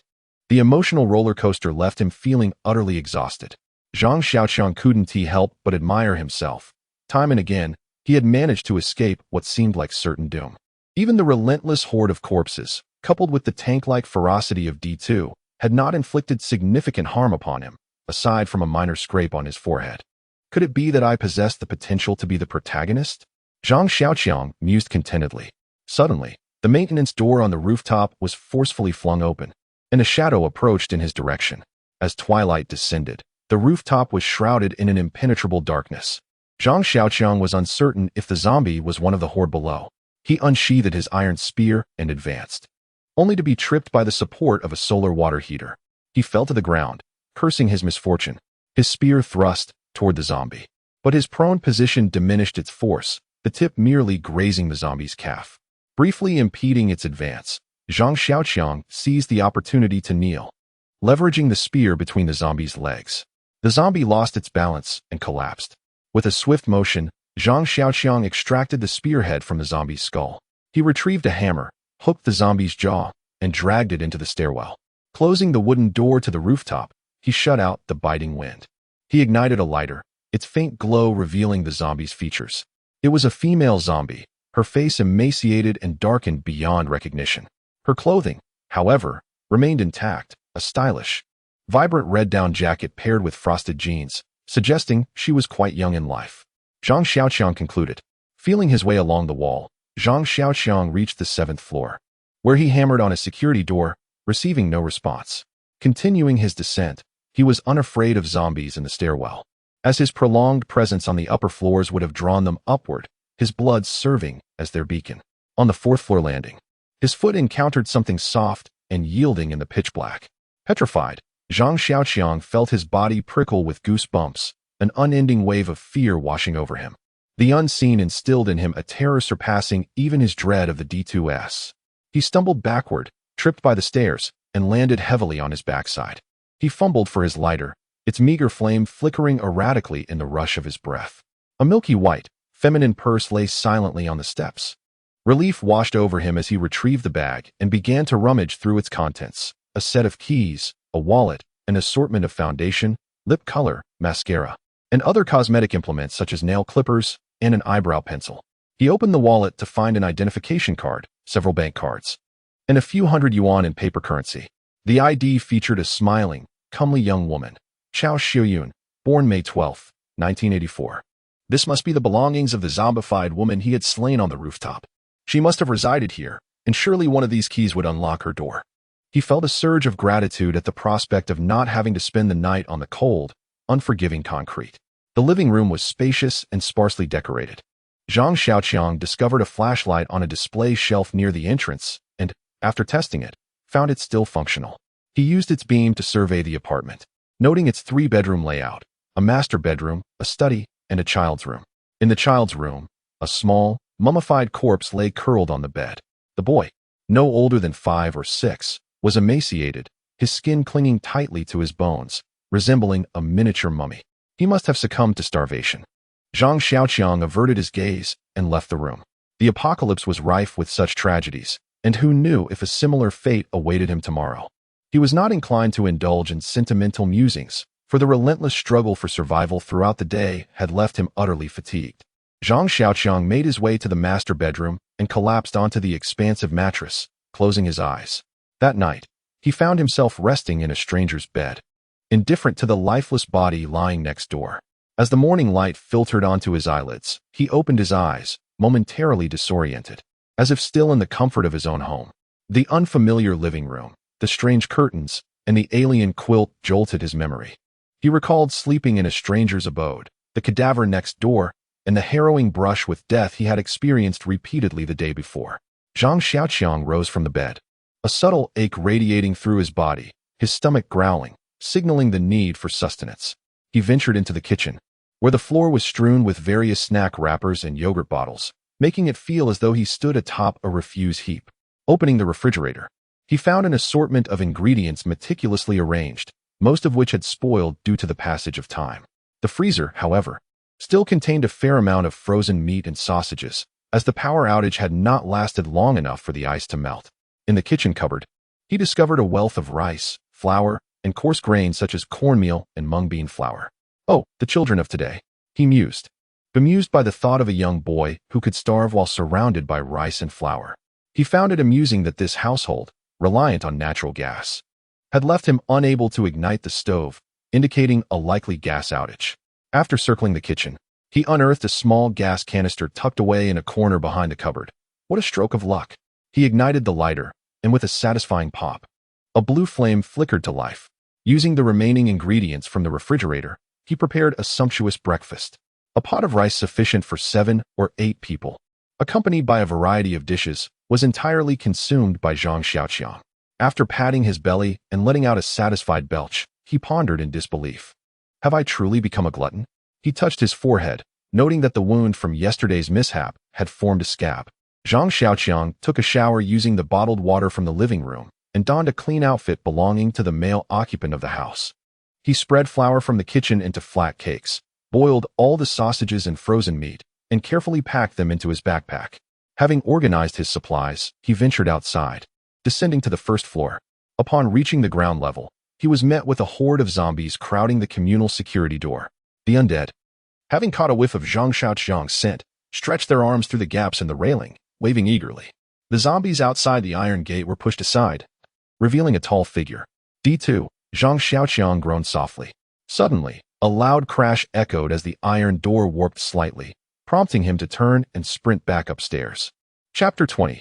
Escape from death. Zhang Xiaoqiang placed his index finger in his mouth, closing his eyes and biting down, but hesitated to break the skin. He withdrew his military knife, contemplating its use, yet feared the potential presence of viruses. The incessant banging on the door sent a surge of panic through him. Frantically, he searched his surroundings for a sharp object. Upon finding a crossbow arrow, he yanked it free and drew its tip across his hand. He realized that reaching the rooftop was impossible. There was nowhere to flee, and remaining trapped in the house was equally perilous. The security door could not withstand the pressure from D2. Zhang Xiaoqiang approached the window, peering down at the ground below. Situated at the rear of the residential building, flanked by walls, a small patch of open space revealed no zombies. However, the protective railing completely obstructed the window, and he was filled with resentment at the thought that such barriers could lead to death. The incessant clamor of someone battering the door downstairs reverberated, causing Zhang Xiaoqiang to dart about the room like a headless chicken. He dashed into the lavatory, where his gaze fell upon the ventilation window set high in the wall, just capacious enough for a person to squeeze through. With a hammer, he dismantled the grill and exhaust fan that guarded the aperture and thrust his head out. The height was daunting. The chasm from the 5th floor to the ground stretched an estimated 15 or 16 meters. He tore down the curtains, seized the bedsheets, and rent them into strips, knotting them together to form a makeshift rope, which he then lowered from the ventilation window. It proved insufficient. Zhang Xiaoqiang ransacked the room, desperately seeking any material that could serve as a rope. By now, the D2S had reached the floor below, and the tremors from their assault on the door were palpable even upstairs, causing the picture frames on the wall to sway ominously. Bang! The D2S had begun their assault on the iron gate opposite his own. Frantically, Zhang Xiaoqiang cast the makeshift rope down. Then, one by one, he hurled down his backpack, satchel, water bottle, and iron spear. He extended his legs first, inching his entire body backward. Bang, bang, bang. The D2S hammered at the door as if striking Zhang Xiaoqiang's very heart. He became wedged in the ventilation window, drawing in and expelling air in rapid succession. Zhang Xiaoqiang gradually edged his body outward. Only his shoulders remained. He exhorted himself onward, inching his body out bit by bit, his heart ascending with each increment. The D2 zombie lumbered into the living room, then the bedroom, and finally the children's room, until it stood within the confines of the lavatory. Zhang Xiaoqiang, however, remained with half his head still lodged outside the ventilation window. Immobile, trapped in the casement, with the zombie looming below, he scarcely dared to breathe. The lavatory was cramped, and the ventilation window was set relatively low. The D2 stood less than a meter away in direct proximity. Zhang Xiaoqiang implored every deity in the heavens for deliverance. D2 inhaled the air, its claws flailing about, attempting to extract him. One claw grazed his forehead, the resulting gust of wind causing his hair to stir gently, and beads of cold sweat emerged incessantly. Ark, frustrated by its inability to seize him, the zombie waved its arms with increased vigor, shattering and tearing apart the sink and mirror. Fragments flew through the air, colliding with various objects. A minuscule shard of porcelain grazed his face, and shortly after, a small droplet of blood seeped out. D2 detected the scent of blood and lunged its claws toward Zhang Xiaoqiang's head. His mind went blank, his knees desperately pushing against the exterior wall. In the instant before the claws reached his head, Zhang Xiaoqiang squeezed out. The frenzied roar of D2 echoed in his ears as Zhang Xiaoqiang rapidly slid downward, his eyes fixed on the vent, fearing D2's emergence. The bedsheet tightened and then loosened as D2 severed it from the vent's edge. Zhang Xiaoqiang plummeted. Thud! Zhang Xiaoqiang's back collided with something. Without pause, he rolled several times on the ground to dissipate the remaining force and rose to his feet. An ordinary zombie had been struck squarely by Zhang Xiaoqiang, collapsing to the ground. Its tattered jacket bore the inscription XX Landscaping, and beneath it lay an iron spear as it struggled to rise. Zhang Xiaoqiang raised his foot and kicked the zombie's head, the sound of its neck snapping as it ceased to move. Zhang Xiaoqiang retrieved his backpack and water bottle, adjusting them before surveying his surroundings. Walls enclosed both sides, and a small shed filled with flower pots and miscellaneous items stood tightly locked. An aluminum ladder for pruning trees leaned against the exterior of the shed. Zhang Xiaoqiang leaned a ladder against the wall and climbed atop it. Beyond the wall lay Binjiang Avenue, and upon jumping down, he surveyed his surroundings, finally relishing his escape. The newly constructed avenue stretched out before him, its broad expanse eerily deserted. Opposite, a row of railings revealed countless containers meticulously stacked, while several towering gantry cranes loomed in the midst. As Zhang Xiaoqiang traversed the desolate road, silence enveloped him. Not a single zombie was in sight. To be candid, he despised slaying the undead. Despite having vanquished numerous foes, including over a dozen evolved zombies, he had yet to level up even slightly. He pondered the futility of his efforts. Without gain, there was no incentive for such sacrifice. Adjacent to the port group was a verdant belt, leading directly to the riverbank. Zhang Xiaoqiang cautiously navigated through the thickets, sidestepping the occasional zombie, merely a few elderly folks exercising by the riverside, moving at a leisurely pace. Soon, he found himself at the river's edge, gazing upon the expansive Yangtze, its waters flowing gently downstream. The greenish hue of the river sparkled with clarity, unmarred by the pollution and effluence of upstream cities. The waters shimmered, infusing the mighty river with a newfound vitality. As Zhang Xiaoqiang meandered along the embankment, a sense of tranquility began to wash over him. However, it was not long before he encountered a blockade of zombies. From a distance, he spotted a dozen or so wandering along the riverbank, their fishing rods poking out toward the water's surface. They were merely ordinary zombies, and Zhang Xiaoqiang, unwilling to squander precious ammunition, brandished his iron spear and advanced. Engaging in fierce combat with the zombies by the Yangtze, he fought valiantly as the waters flowed serenely, reminiscent of 1,000 years past. The river, steeped in countless memories and histories, bore witness to the passage of time. There, by the riverside, beneath the willows, on the embankment, he confronted the undead. He dashed and leaped, commanding with fervor. The gun danced in tandem with his movements, his body akin to a soaring dragon. When the last zombie fell, he fell silent. The zombies lay sprawled across the ground, their bodies intertwined, as the river breeze gradually wiped the beads of sweat from Zhang Xiaoqiang's forehead. A surge of exhilaration filled his heart as he realized he could face over a dozen zombies alone. How he had once been cornered by 6 ordinary zombies in a room, racking his brain for a solution. Now he had grown to this point. Zhang Xiaoqiang found it hard to believe. He strolled slowly along the riverbank. The path was treacherous, often obstructed by a sewage channel that forced him to detour, consuming much of his time. By the time darkness fell, he had barely covered half the distance. Using a military shovel, he dug a pit in the sandy riverbank. just large enough for him to curl up in for the night. He huddled in the shallow excavation, consuming 2 flatbreads and sipping a bit of water. Unfolding the silk blanket he had salvaged from the 5th floor, he wrapped it tightly around himself. Although the silk was smooth and delicate, it offered little protection against the wind. As the chill seeped into him, he recalled the cat stone.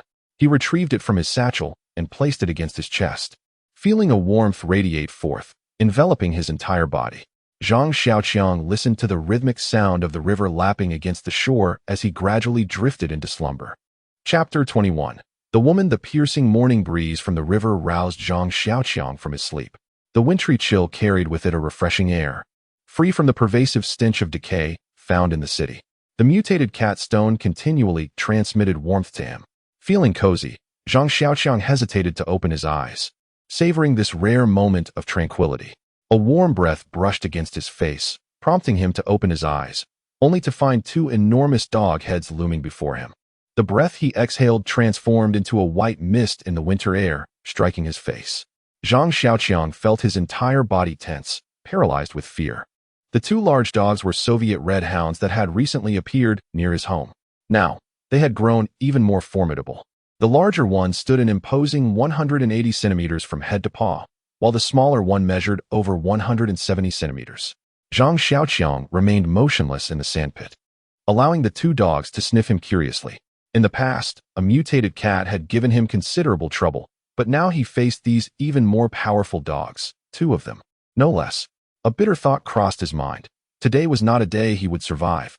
Watching himself being devoured by dogs seemed a rather inventive way to meet his end. Zhang Xiaoqiang's eyes darted around, discreetly assessing the 2 canines before him. Their limbs were robust and elongated, their paws broader than his own hands, with a well-defined chest tapering to a slender waist. The larger dog bore a long white patch on its forehead, while the smaller one sported a tuft of red fur at the tip of its tail. As Zhang Xiaoqiang braced himself for their approach, they unexpectedly lost interest in him, instead retrieving his backpack from the sandpit and pawing at it. After a moment, they began to whine at him. Could it be? Zhang Xiaoqiang had no time for further contemplation. He unzipped the backpack and pulled out a plastic bag. The larger dog, adorned with red fur on its tail, took the bag from Zhang Xiaoqiang's hand, using its paw to tear it open and devour the cooked meat and sausages within. Before long, the 2 dogs had consumed everything. Was it still hungry? Despair washed over Zhang Xiaoqiang. The larger dog sniffed at his chest, but made no further move, leaving him in a state of helplessness. I have no milk, Zhang Xiaoqiang lamented, his face a mask of sorrow as he spoke to the dog. The large dogs continued to sniff around, and a spark of inspiration ignited in Zhang Xiaoqiang's mind. He retrieved the cat stone from his chest and extended it forward, wondering if the dogs desired it. The dogs sniffed the cat stone a couple of times, then stepped back and snorted, showing no further interest. They proceeded to the riverbank, playfully frolicking with one another. Zhang Xiaoqiang exhaled in relief. Observing the 2 large dogs drinking and playing by the river, he mused that dogs were indeed superior to cats. It was no wonder that people claimed owning a cat paled in comparison to having a dog. After consuming a modest meal and shouldering his backpack, he embarked on his journey for the day.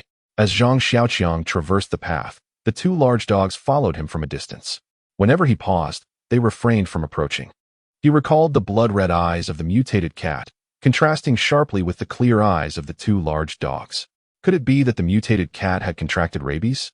Zhang Xiaoqiang found himself perplexed by the thought. This was a small square nestled within a green belt, adorned with a few tape recorders along its perimeter. Approximately 70 to 80 zombies were strewn across the square, including 1 of the S-type and 2 of the D-type. Zhang Xiaoqiang concluded that this must have been a dancing spot for the local antis.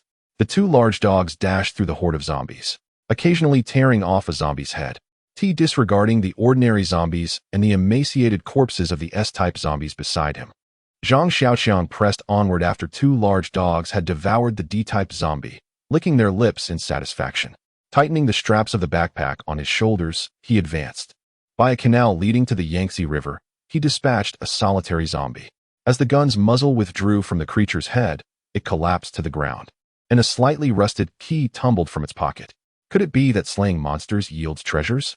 Zhang Xiaoqiang mused, instinctively scanning his surroundings for the fabled treasure chest. Though he found no such chest, he did discover a 28-load bicycle nestled within a nearby bridge arch. The bicycle-S basket contained a heavily spoiled boxed meal, a teacup, and a portable water bottle. Tied to the rear seat was a fish basket brimming with fishing gear. It appeared the owner had pedaled here to fish before being transformed into a zombie just as they parked the bicycle. The tires were deflated, appearing quite forlorn. However, Zhang Xiaoqiang unearthed a portable foot pump from the fish basket, indicating the former owner's meticulous nature.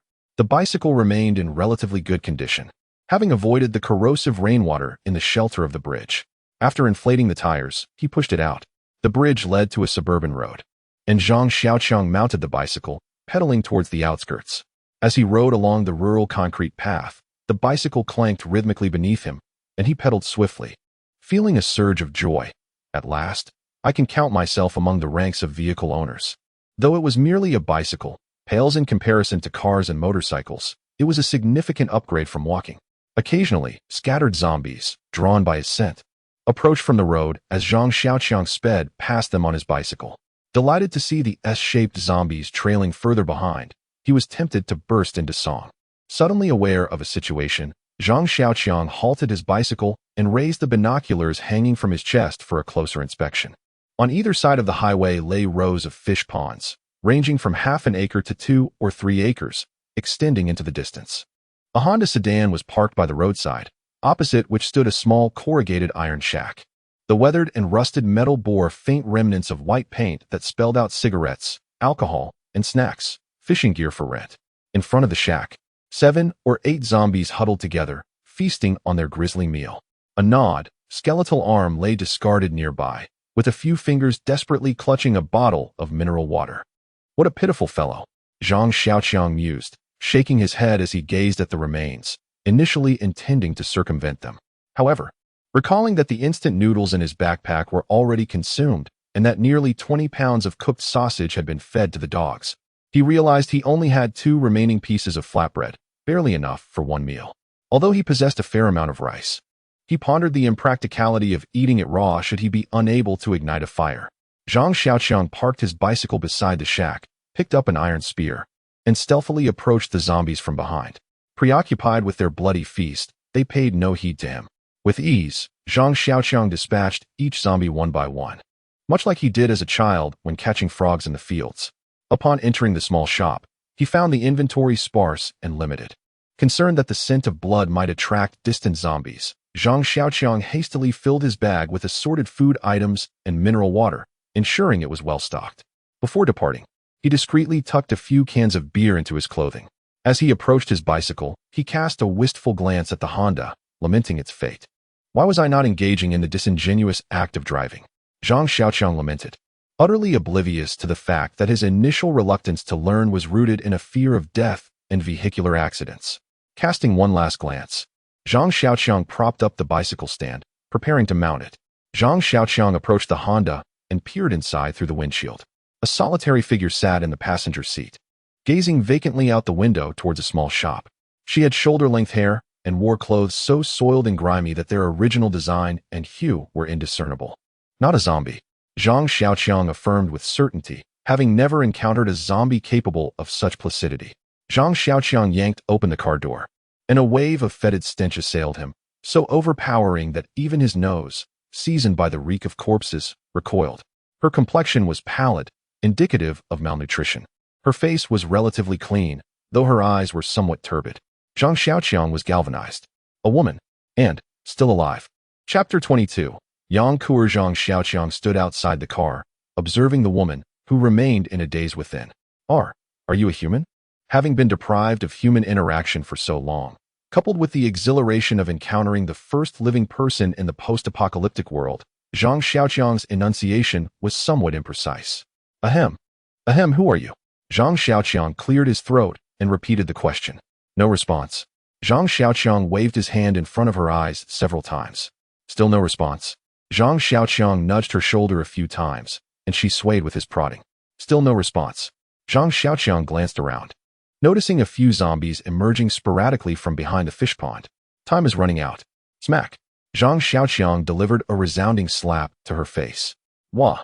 She wept uncontrollably, finally displaying a reaction. Zhang Xiaoqiang let out a sigh of relief. Who are you? He continued to inquire. Whoa. Stop crying. The zombies keep appearing and multiplying. It's becoming quite bothersome, he expressed his irritation. Woo woo woo. She paid him no heed. With a swift motion, he struck her face again. Like a noisy radio abruptly switched off, silence enveloped them. Zhang Xiaoqiang opened the back door of the car, stowed his belongings inside, and with a click, shut the door. As he began to drive, he shouted from the back seat, "Hurry up and drive." The figures of zombies around them grew increasingly dense. Do you wish to end up like him, devoured by zombies? Zhang Xiaoqiang yelled at her, pointing at a mangled corpse. Sir, do you think this is a biohazard scenario? The woman retorted. SS, sir. Zhang Xiaoqiang, seated in the back, quickly rose and stroked his beard. I just shaved before leaving, didn't I? He mused. Touching his stubble. Slap. He struck himself, realizing how inappropriate it was to dwell on such thoughts at this moment. He pointed at the scattered zombie corpses on the ground and shouted, what else could this be if not zombies? Those are monsters. The zombies in movies are all decayed and grotesque, nothing like those creatures that barely have any flesh. The woman argued. Zhang Xiaoqiang felt an overwhelming urge to slap her into silence, followed by another slap for himself. Why squabble over such trivial matters when the hour is so late? He exclaimed, his eyes blazing with fury, his heart akin to a field of detonating explosives. I care not what manner of undead or fiend it may be, drive, lest we become their repast.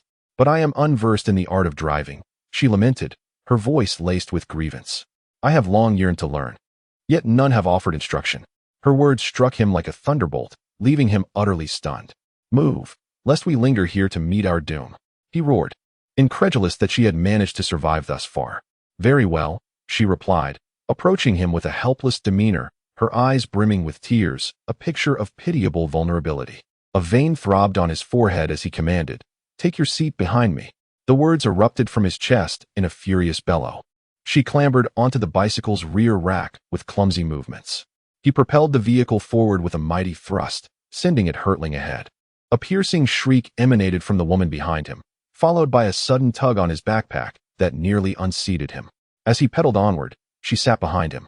Their encounter had occurred in the late afternoon, and after some time, dusk began to descend. Before darkness fully enveloped them, he sought refuge in a small copse of trees bordering a stream. No dwellings were to be found within a kilometer's radius, and consequently, no ubiquitous undead. With his entrenching tool, he gathered firewood and kindled a blaze. Atop the flames, he placed a mess kit filled with fragrant Thai rice. Silence reigned between them until he broke the stillness, inquiring, what name do you bear? Despite the frustration she caused him today, the thought of solitude haunted him, compelling him to endure. Yang Kuer gazed into the flickering flames of the bonfire, her voice subdued. Yang Kuer. Zhang Xiaoqiang scoffed internally, filled with disdain. Kuer, what a name. A foul stench emanated from her, reminiscent of excrement, her physique indicating a lack of development, undeniably juvenile. While others boasted curves akin to papayas or apples, or at the very least, ample breasts, she resembled a mere fried egg. Her appearance was utterly unremarkable, if not for the hint of youthful exuberance. She would possess no redeeming qualities whatsoever. What was she to you? The memory of a mangled, bloodied corpse, so disfigured that gender was indiscernible, flashed through his mind. Zhang Xiaoqiang recalled spotting a pair of men's Adidas sneakers on the ground. Was he your brother? He remembered his sister. No, he is my husband. Zhang Xiaoqiang shot her a glance, pondering how anyone could desire someone who looked like her. That fellow must truly be desperate. He felt an overwhelming respect for him, saluting the revolutionary comrade. How have you survived these recent days? Zhang Xiaoqiang continued to inquire. On the day the virus erupted, it was her boyfriend's birthday. They had both taken sick leave to indulge in a day out. They had gathered supplies at the supermarket, intending to enjoy a romantic picnic by the river. But as they exited the store, the world had transformed. It was terrifying. Everyone in the streets had gone mad, she said, her expression vacant. As the pandemonium unfolded, with approximately 90 of the populace succumbing to a grotesque metamorphosis, husbands devouring wives, mothers tearing into their offspring, and sons chasing and biting their mothers, she found herself paralyzed with terror, collapsing onto the street, her limbs failing her. Her boyfriend, a devotee of video games, possessed a more resilient constitution and whisked her away to the cargo hold of a delivery truck that was in the process of unloading goods at a supermarket. The grotesque creatures relentlessly assailed the truck's container, Frantic calls to emergency services and family members went unanswered, amplifying her dread. "I'm so scared," she exclaimed, punctuating her fear with bites of rice. "It's been ages since I've had rice. It's so fragrant." Her mouth was a flurry of activity as Zhang Xiaoqiang munched on a biscuit, waiting for her to continue her narrative. "Mister, do you have any meat in your bag? It's been such a long time since I've tasted it," she implored, her voice laced with a pitiable tone, a lone grain of rice clinging to the corner of her mouth. "If not, then so be it. Stingy. Oh, and it rained for days on end," she added between bites. Following the torrential downpour, the zombies began a gradual evolution, posing an increasing threat. The monster's claws incessantly scraped at the container, an unremitting assault from dawn till dusk. "I'm so afraid they'll break through, and the monsters are ramming the vehicle, making it shake. I'm so scared. Luckily, I have my husband with me." Thus, she and her boyfriend subsisted for nearly 3 months, relying solely on the food and beverages within the cargo container. They ate, drank, relieved themselves, and slept within its confines until yesterday. "My husband and I heard a vehicle approaching, and we peered through the cracks in the container door. 2 men in a Honda arrived at the supermarket, seeking sustenance, but alas, they entered, never to emerge." Her boyfriend's father is a small truck driver, and her boyfriend had learned to drive a small truck at home. Taking advantage of the chaos as the zombies rushed towards the supermarket, he managed to drive them out of the city. Upon reaching the suburbs, they spotted a small store and, seeking a change in flavor after months of the same drinks, made a stop. Ultimately, her boyfriend met his untimely fate in the belly of a zombie. Such was the tale she recounted. Zhang Xiaoqiang, sitting by the campfire, glanced at his watch, noting it was 5 minutes to 10. She had spent 4 hours recounting her fears and how well her husband treated her. Zhang Xiaoqiang tossed a silk-thin blanket to her and uttered 2 words, "Sleep." Chapter 23. Stealing glances at Yang Kur in the bath that night was far from peaceful. Ever since being startled awake by 2 large dogs, Zhang Xiaoqiang had been plagued with a profound sense of insecurity during the night, sleeping lightly.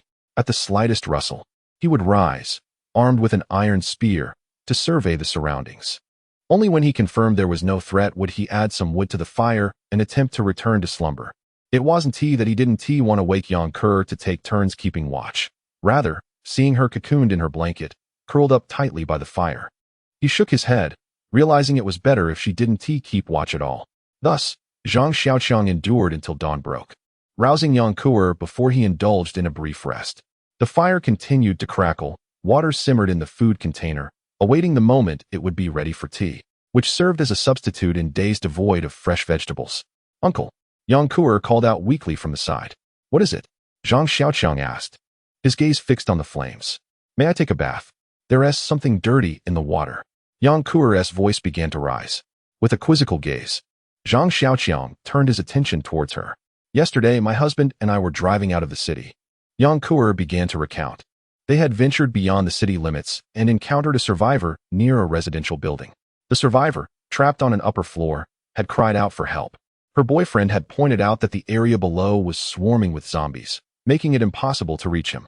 The survivor gestured for them to drive around to the back of the building. There, they found a grassy area, undeveloped due to its proximity to the suburbs, and thus devoid of zombies. They parked their car, and the survivor descended from the rooftop using a PVC drain pipe, joining them on their journey out of the city. The survivor was a middle-aged man in his 40s, a believer in the 2012 Doomsday Prophecy. He had managed to survive on the food he had stored at home, but unfortunately, he had not stockpiled enough water. He was on the verge of dying of thirst when he encountered them. They hadn't had the opportunity to find bottled water along the way, and while she and her boyfriend had a few bottles of beverages, they were hesitant to share. Her boyfriend claimed he had forgotten to bring water in his haste, suggesting they would find a solution once they were out of the city. The man, unable to resist, drank his fill from a roadside flowerbed's pool of water. After they resumed their journey, the middle-aged man felt nauseous and vomited outside the car. As he continued to vomit, he transformed into a zombie. "The water must have been contaminated," she exclaimed. "It was so close. He was sitting right behind me before he turned into that monster. It's terrifying to think about." She patted her chest, still reliving the experience. The unfortunate child must have ingested copious amounts of rainwater. Zhang Xiaoqiang, merely splashed with a small amount, was tormented to the brink of despair, while that fellow had gulped down a hearty drink without transforming into a zombie. Such injustice. As long as one refrains from drinking directly from the source, all should be well. Zhang Xiaoqiang imparted his wisdom, recalling how he had been drenched in rain without any ill effects. She lowered her gaze, casting a silent protest towards him.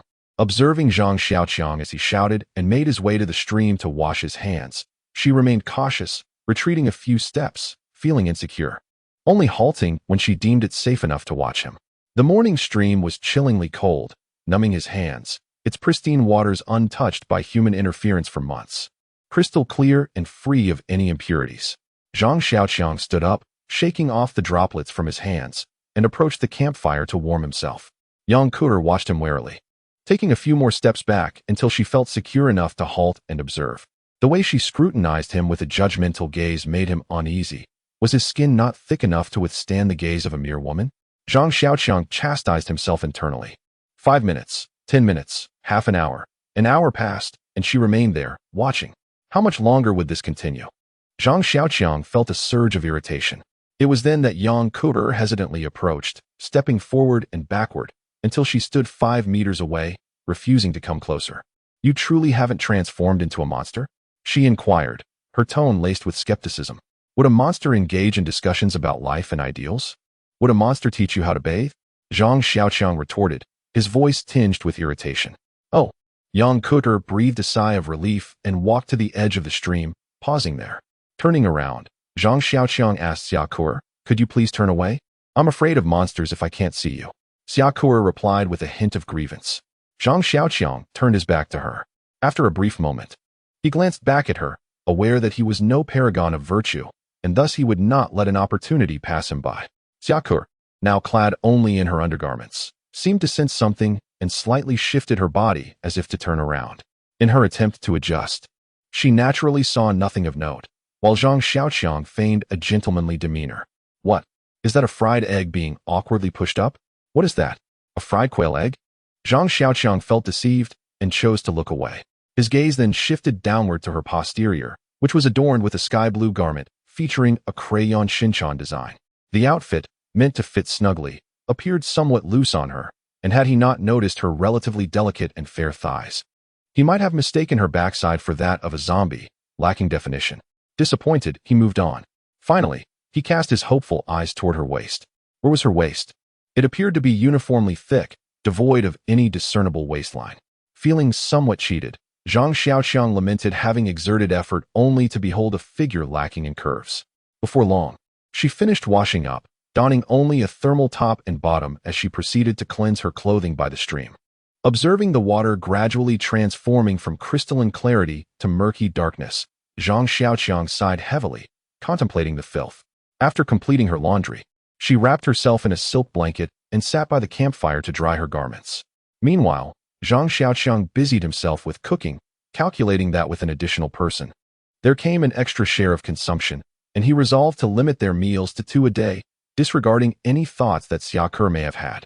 Yang Kuer held a lunchbox as she ate, while Zhang Xiaoqiang grasped the lid, savoring the fragrant Thai jasmine rice mingled with a delightful sauce of lao gan ma and beef paste. However, after a few bites, Yang Kuer grimaced and expelled bile onto the ground. Could she be infected? Zhang Xiaoqiang took a cautious step back, inquiring gently. With a pitiful gaze, she confessed, I might be pregnant. Zhang Xiaoqiang exhaled in relief. As long as it wasn't an infection, everything would be manageable. If you're pregnant, then so be it. We can face it together. He replied nonchalantly. I don't want to be a mother so soon. I'm only 14. She sobbed uncontrollably. The lid slipped from Zhang Xiaoqiang's grasp and clattered to the floor, leaving him momentarily dizzy. He had always assumed she was 17 or 18, given her stature and appearance. What was I doing at 14? Catching loaches, dangling frogs, neglecting homework, doodling transformers in my textbooks. He recalled the closest encounter he had with a girl at that age, when a girl in the back seat drew a turtle on his back, only for him to tear her textbook, resulting in a slap across his face.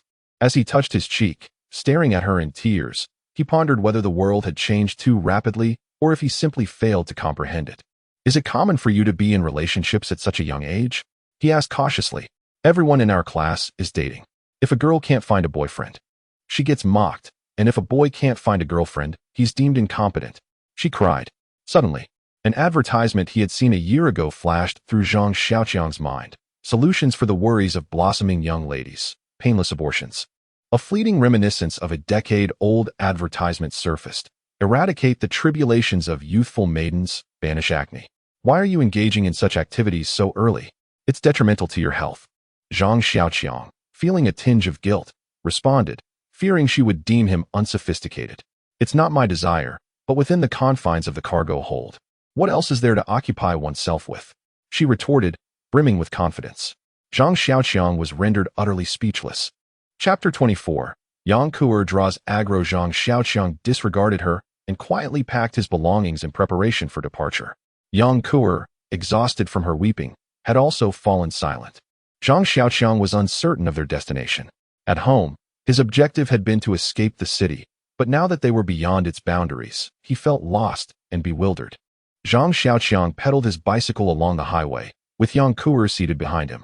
The roadside was adorned with rows of crisscrossing fields, interspersed with ponds scattered like stars. The arrival of early spring had prompted the trees in the countryside to sprout new branches. Swallows had already begun gathering mud from the streams, carrying it to distant eaves. A panoramic vista of tender verdant hues stretched into the distance. Present-day girls are so carefree. Yang Kuer, seated behind him, had already recovered her spirits, seemingly forgetting about her pregnancy. Uncle, your rod is poking me. Yang Kuer tugged at the iron spear that Zhang Xiaoqiang had inserted into his backpack. Upon hearing her mention of a rod and poking, the bicycle handlebars wobbled, nearly sending him tumbling into the ditch. Your rod is making me feel so numb. Yang Kuer continued to tug at the iron spear. Zhang Xiaoqiang, perched upon his bicycle, felt a warmth in his nose, as if blood were poised to trickle down. His thoughts swiftly drifted back to the scene of her bathing that morning, sending a shiver down his spine. The memory of her shapeless figure extinguished the heat that enveloped him like cold water in winter. He chose to ignore her and continued pedaling, yet she grew more animated. Did you single-handedly slay all those monsters yesterday, Uncle? How impressive, she exclaimed, suddenly recalling her earlier thoughts. Uncle, where do you live? What do you do? The profession of a reclusive man lacked luster, and Zhang Xiaoqiang maintained his silence. Uncle, is it tiring to ride with that bag? Do you need a break? My backside is sore from sitting on the back seat. She chattered incessantly, oblivious to the zombies lurking by the roadside. Zhang Xiaoqiang grumbled internally, choosing to disregard her yet again. Uncle, what does your mother do? My mother works at XX. Perhaps she knows yours. Her words flowed like a zipper being pulled, buzzing in his ears. Uncle, what about your father? Help. He recalled a line from a Chinese odyssey, where Sun Wukong's incessant buzzing was akin to a fly, ever-present and unyielding. The thought of silencing her, of grasping her throat and squeezing the life from her, surged within him. If you don't want to die, then be quiet. Zhang Xiaoqiang shouted, and the noise behind him vanished, leaving the world in a rare tranquility. Unfortunately, the silence lasted only a few fleeting moments. Mother, father, I am terribly frightened, she exclaimed, dissolving into inconsolable sobs. Her wails attracted the attention of the ravenous zombies in the distance. Regret washed over Zhang Xiaoqiang. He lamented his decision to rescue her the previous day, for she was proving to be an utterly imbecilic young girl, oblivious to her surroundings, blind to the lurking zombies, and consumed only by her incessant weeping. Zhang Xiaoqiang contemplated abandoning her and fleeing alone, yet he could not bring himself to do so. He was a recluse, but not a murderer. My dear girl, please cease your lamentations, he pleaded. I confess my error. Should you persist in your wailing, you shall summon the wolves. Spotting a passenger bus parked by the roadside, encircled by scores of zombies, Zhang Xiaoqiang was determined to prevent Yang Kuer's cries from drawing them closer.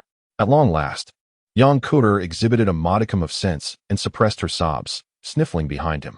He pedaled past the bus, the zombies in hot pursuit. With a screech, Zhang Xiaoqiang brought the vehicle to a halt, one foot planted firmly on the ground. To his right, an S-type zombie lunged onto the road, obstructing his path. Flee! Yang Kuer shrieked from behind. The monsters are upon us. The S-type zombie's velocity was alarming. Attempting to circumvent it would undoubtedly result in being dragged from the vehicle. Its sudden appearance caught Zhang Xiaoqiang off guard, and the horde of zombies was rapidly closing in. There is a burden in the rear, he roared. Alight from the vehicle. He then brandished his hammer and hurled it at the S-type zombie. Receiving no response from behind, Yang Kuer emitted a piercing scream. There is a monster. Disregarding her, Zhang Xiaoqiang leaped from the vehicle and, lacking the time to retrieve his iron spear, unsheathed his military knife and charged forward. The sound of a bicycle clattering to the ground echoed, yet Zhang Xiaoqiang found himself devoid of concern for her fate. His numerous encounters with the undead had instilled in him a profound confidence.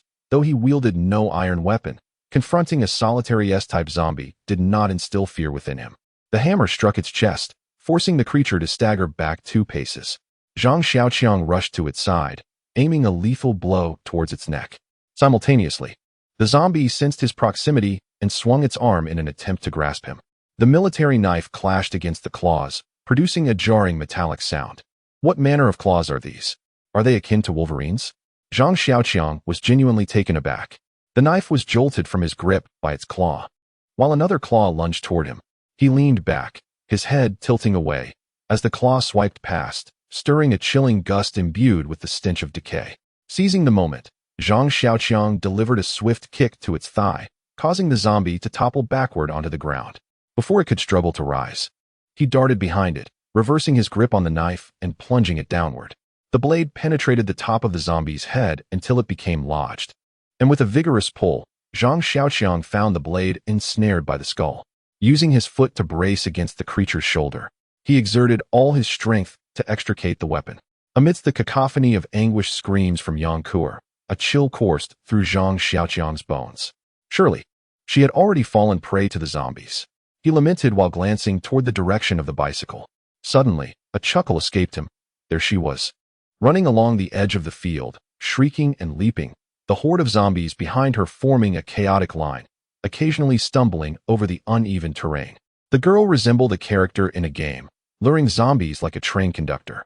Each time the undead lagged behind, she would, in a daze, run alongside them, only to scream upon seeing their ghastly forms and continue her enticement.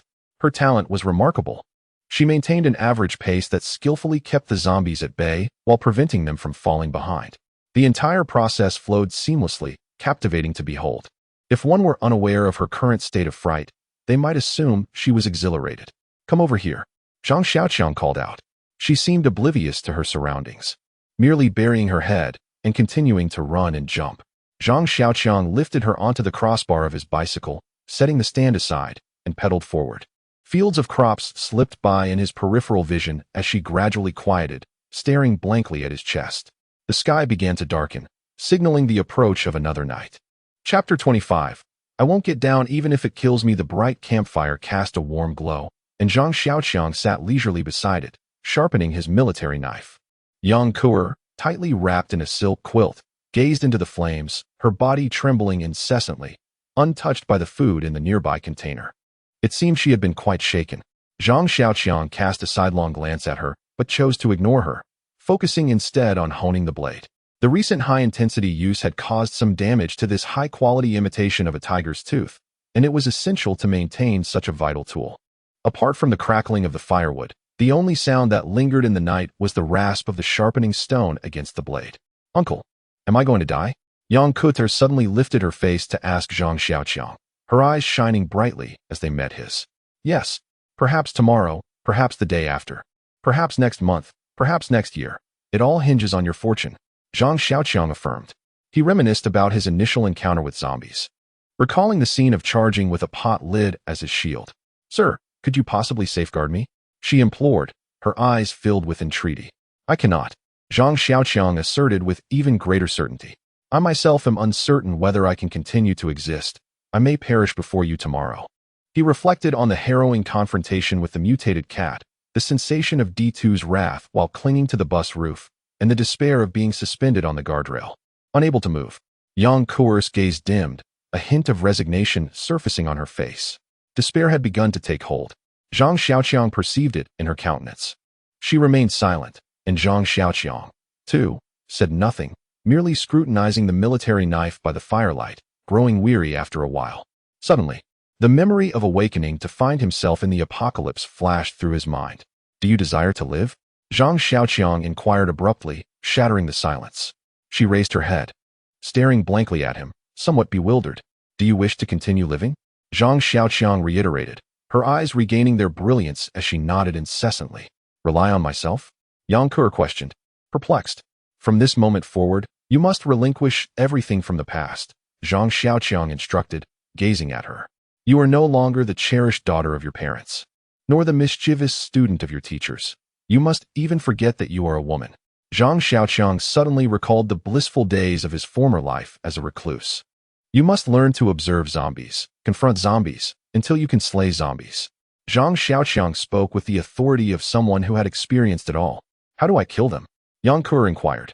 Your body is quite agile, and your speed is commendable, he replied, recalling the moment when she had lured the monsters by pulling the train. As long as you remain unafraid, ordinary zombies won't be able to catch you. But do exercise caution around the evolved ones. Zhang Xiaoqiang continuously imparted his wisdom, sharing tales from his own experiences. Gradually, Yang Kur began to feel a sense of confidence. Thank you, uncle. She expressed her gratitude. Get some rest. We shall commence training tomorrow, Zhang Xiaoqiang advised. All right, Yang Kur replied as she nestled under her blanket. Suddenly, she posed a question. Uncle, what did you think of me when you peeked at me while I was bathing this morning? Was I attractive? What a loss. No curves, no waist, no hips, just a completely featureless figure. Zhang Xiaoqiang involuntarily exclaimed. Humph. Yang Kur turned away, choosing to ignore him. As the night deepened and the chill set in, Yang Kur instinctively inched closer to the fire. Zhang Xiaoqiang placed several logs between her and the campfire, fearful that she might inadvertently roll into the flames. Although he wished to sleep, an unsettling sensation lingered, as if something unforeseen was destined to occur during the night. He could not predict when it would arrive or depart. Each time it manifested, it heralded misfortune for him. The first time he was tormented by relentless rain, the second by a mutated cat that left him in despair. Now, he faced the third instance. Zhang Xiaoqiang refrained from waking Yang Kur, uncertain of when danger might strike or from where it would emerge. At the very least, as long as she was within his sight, he could offer her some measure of protection. The night breeze danced with the flames like ethereal spirits, casting enchanting shadows all around. The comforting glow of the fire no longer offered Zhang Xiaoqiang any warmth. Instead, an eerie chill seeped into his very bones. He grasped his crossbow, string taut, employing the steel bolts he typically reserved for dire occasions. He checked the military knife at his waist and the iron spear in hand, yet still felt insecure, so he took a hammer and tucked it into his belt. Zhang Xiaoqiang silently awaited the impending unknown by the fire, his anxiety mounting as time slipped away. He detested this sensation, as if everything were orchestrated by fate, rendering him merely a pawn, easily discarded at any moment. Even the prospect of confronting D2 seemed preferable to enduring this ominous uncertainty. Time stretched on, and suddenly, a towering figure, reminiscent of an ancient beast, shattered the night and emerged beside the flames. Zhang Xiaoqiang squinted to examine it closely. A massive head bore two thick, sharp horns that appeared to pierce the darkness, spiraling upward into a menacing sharpness, glinting with a metallic sheen in the firelight. Its enormous hooves were robust and steady, while other features remained obscured in the shadows. What manner of creature was this? Zhang Xiaoqiang could not discern the nature of this mutated beast. Its formidable horns and powerful hooves promised immense strength. He dared not move, fearing the creature might misinterpret his stillness as a threat. Through past encounters with large dogs, he understood that not all mutated animals posed a danger to humans. He exhaled slowly and inhaled gently, remaining completely motionless, silently hoping the beast would choose to depart on its own. The creature took 2 steps forward, scrutinizing the flames with a blend of curiosity and trepidation, its demeanor betraying a hint of evasiveness. Meanwhile, Zhang Xiaoqiang, standing by the campfire, was entirely disregarded by the beast. He observed the creature from head to toe. It stood approximately 160 centimeters tall, its fur mottled and somewhat yellowed, its robust body resembling a solid wall.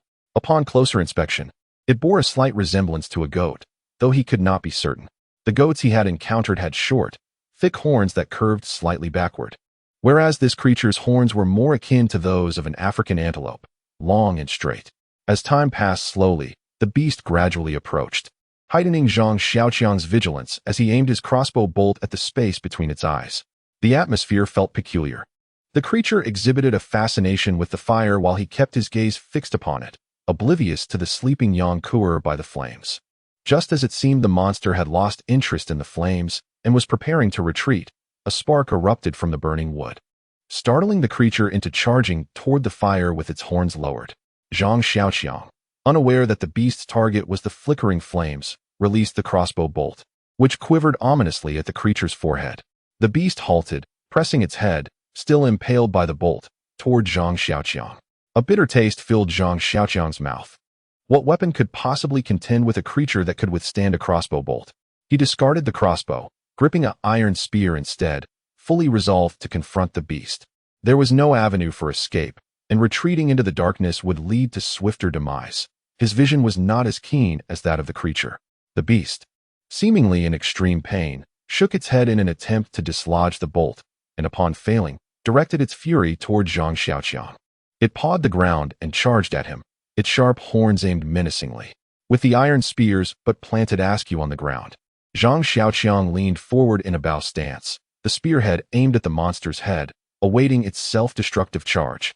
The beast lunged forward, its velocity inferior to that of a mutated cat, yet its force rivaled that of a D2-type zombie.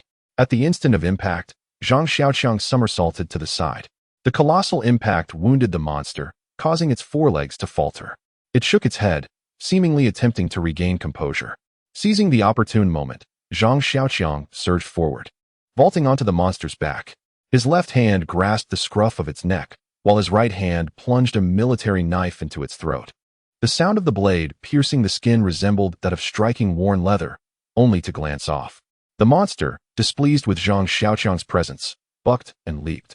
Discarding the knife, Zhang Xiaoqiang embraced its neck, his hands interlocked, his mind fixated on a single thought: I will not relinquish my hold, even if it costs me my life.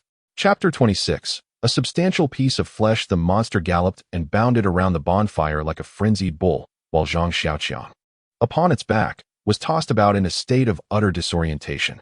He vomited the remnants of his supper, losing all sense of direction. His interlocked fingers throbbed with excruciating pain, and were it not for the reminder of agony, he would have lost sensation in his arms. His legs felt as though they were being devoured by swarms of ants, experiencing stinging, aching sensations. With each jolt, his coccyx felt as though it had fractured, and his buttocks to his lower abdomen were merely numb. A brackish, metallic taste arose in his mouth as his gums began to bleed from the force of his clenched teeth. His eyelids grew heavy, and waves of giddiness washed over him. Zhang Xiaoqiang was oblivious to where the monster was taking him, or what fate awaited him. He found himself mounted upon the beast, unable to dismount. Enduring the piercing pain of the wind against his eyes, Zhang Xiaoqiang buried his face into the coarse fur of the creature, surrendering to its swift pace. The sound of the rushing wind and the pounding hooves resonated in his ears, accompanied by the vibrations and jolts from beneath him. His mind was a blank slate. He felt indifferent to everything, embracing the final tranquility. Time passed unmeasured until the sky began to brighten. The beast's speed gradually diminished. He could feel the dampness of its neck fur beneath his touch. As dawn fully arrived, the creature huffed and stumbled, presenting an opportunity. A spark ignited within him, and he released his grip to seize the horns atop the beast's head, pulling his body forward. Zhang Xiaoqiang perched himself upon the creature's neck, his legs wrapped tightly around its throat. With his left hand clutching the spiraled horn, he withdrew a hammer from his waist with his right hand and struck fiercely at its skull. The beast emitted a mournful cry, violently shaking its head in an attempt to dislodge him. Zhang Xiaoqiang felt a wave of dizziness wash over him.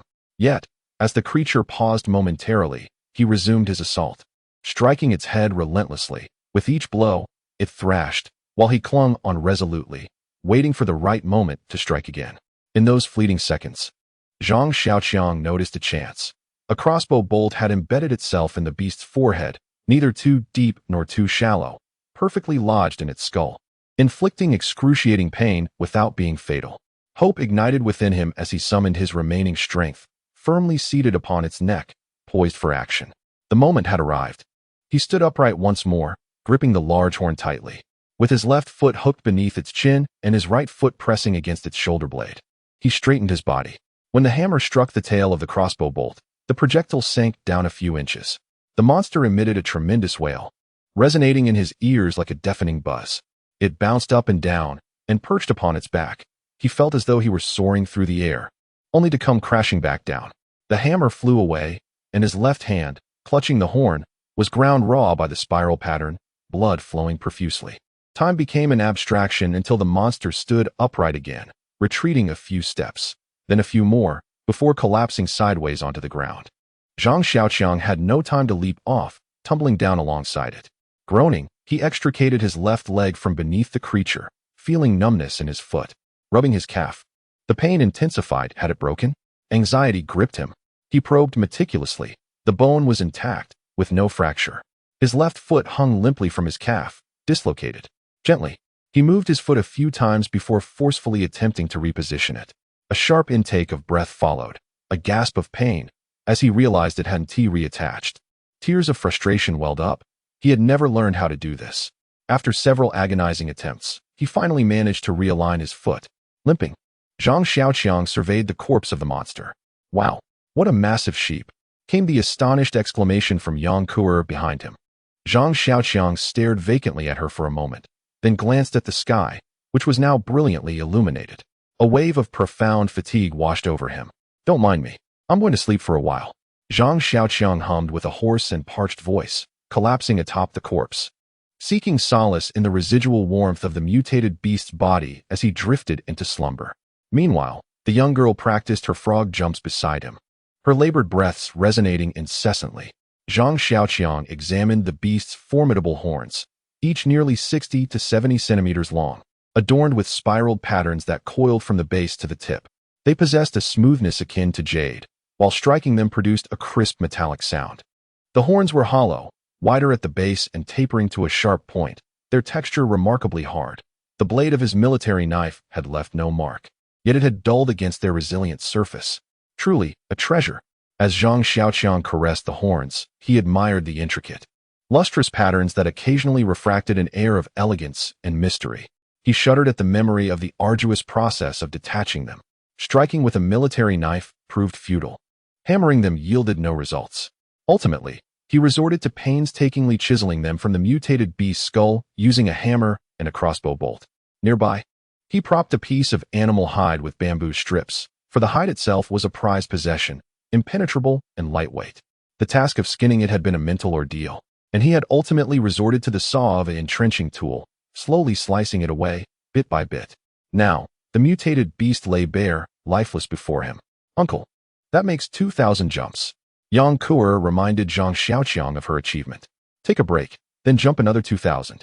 He replied casually, contemplating what to craft from the two majestic horns. Uncle, Yang Kuer interjected once more. Zhang Xiaoqiang regarded her. It's quite exhausting. Is there any meat to eat? Otherwise, I can't jump anymore. She lamented. None. He replied. Indeed, asserted Zhang Xiaoqiang with unwavering conviction. Was there not a rather substantial portion of meat? Yang Kuer gestured towards the denuded mutant creature, her tone inquisitive. Zhang Xiaoqiang mused, lost in contemplation. If zombies consume flesh, and mutant canines devour zombies, yet these canines, after ingesting virus-laden corpses, do not transform into zombie dogs, it suggests the virus merely propels their evolution rather than causing mutation. Could this imply that certain substances within animals engender a benign reaction with the virus, bestowing them with immunity?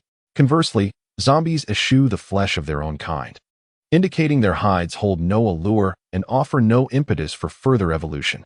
The deduction, therefore, is that zombies are solely drawn to fresh, untainted flesh.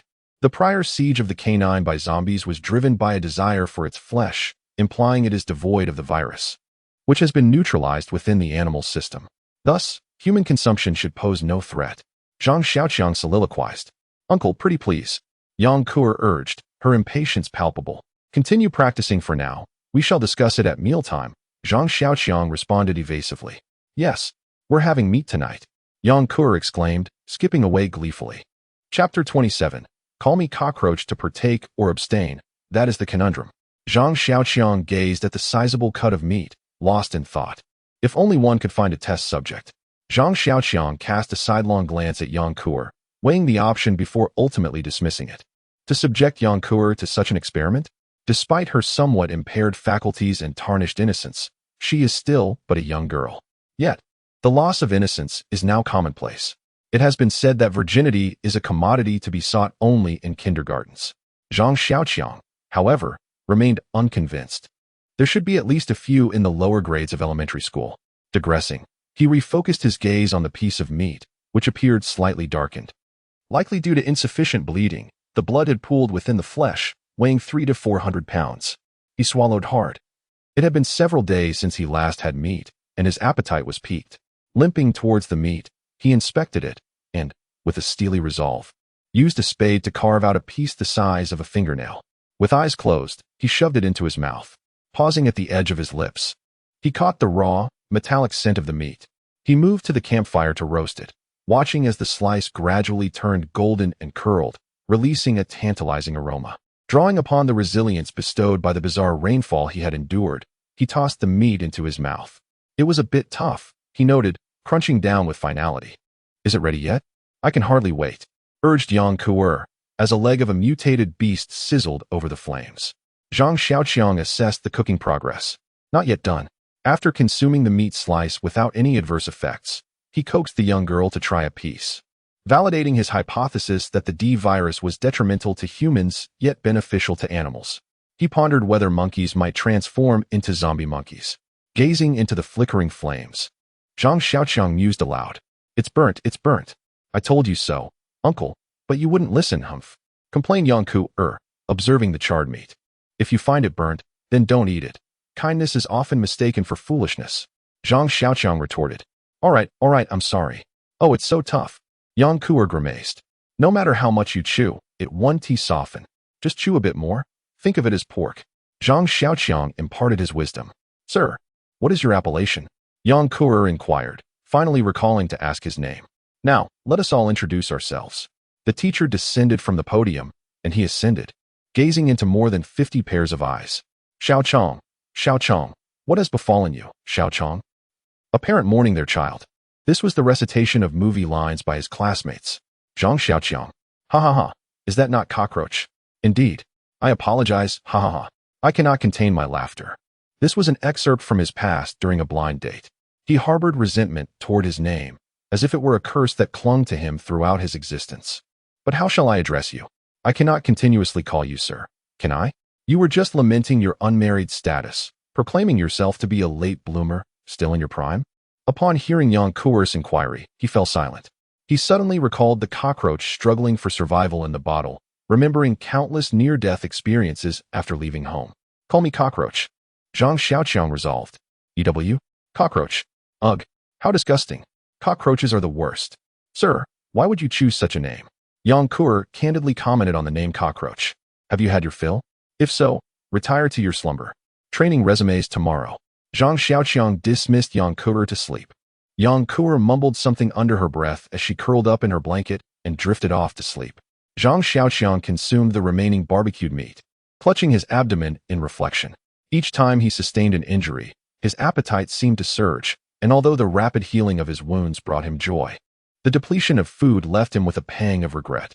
He meticulously carved pieces of flesh from the mutated beast and roasted them over the campfire, preparing them as provisions for the future.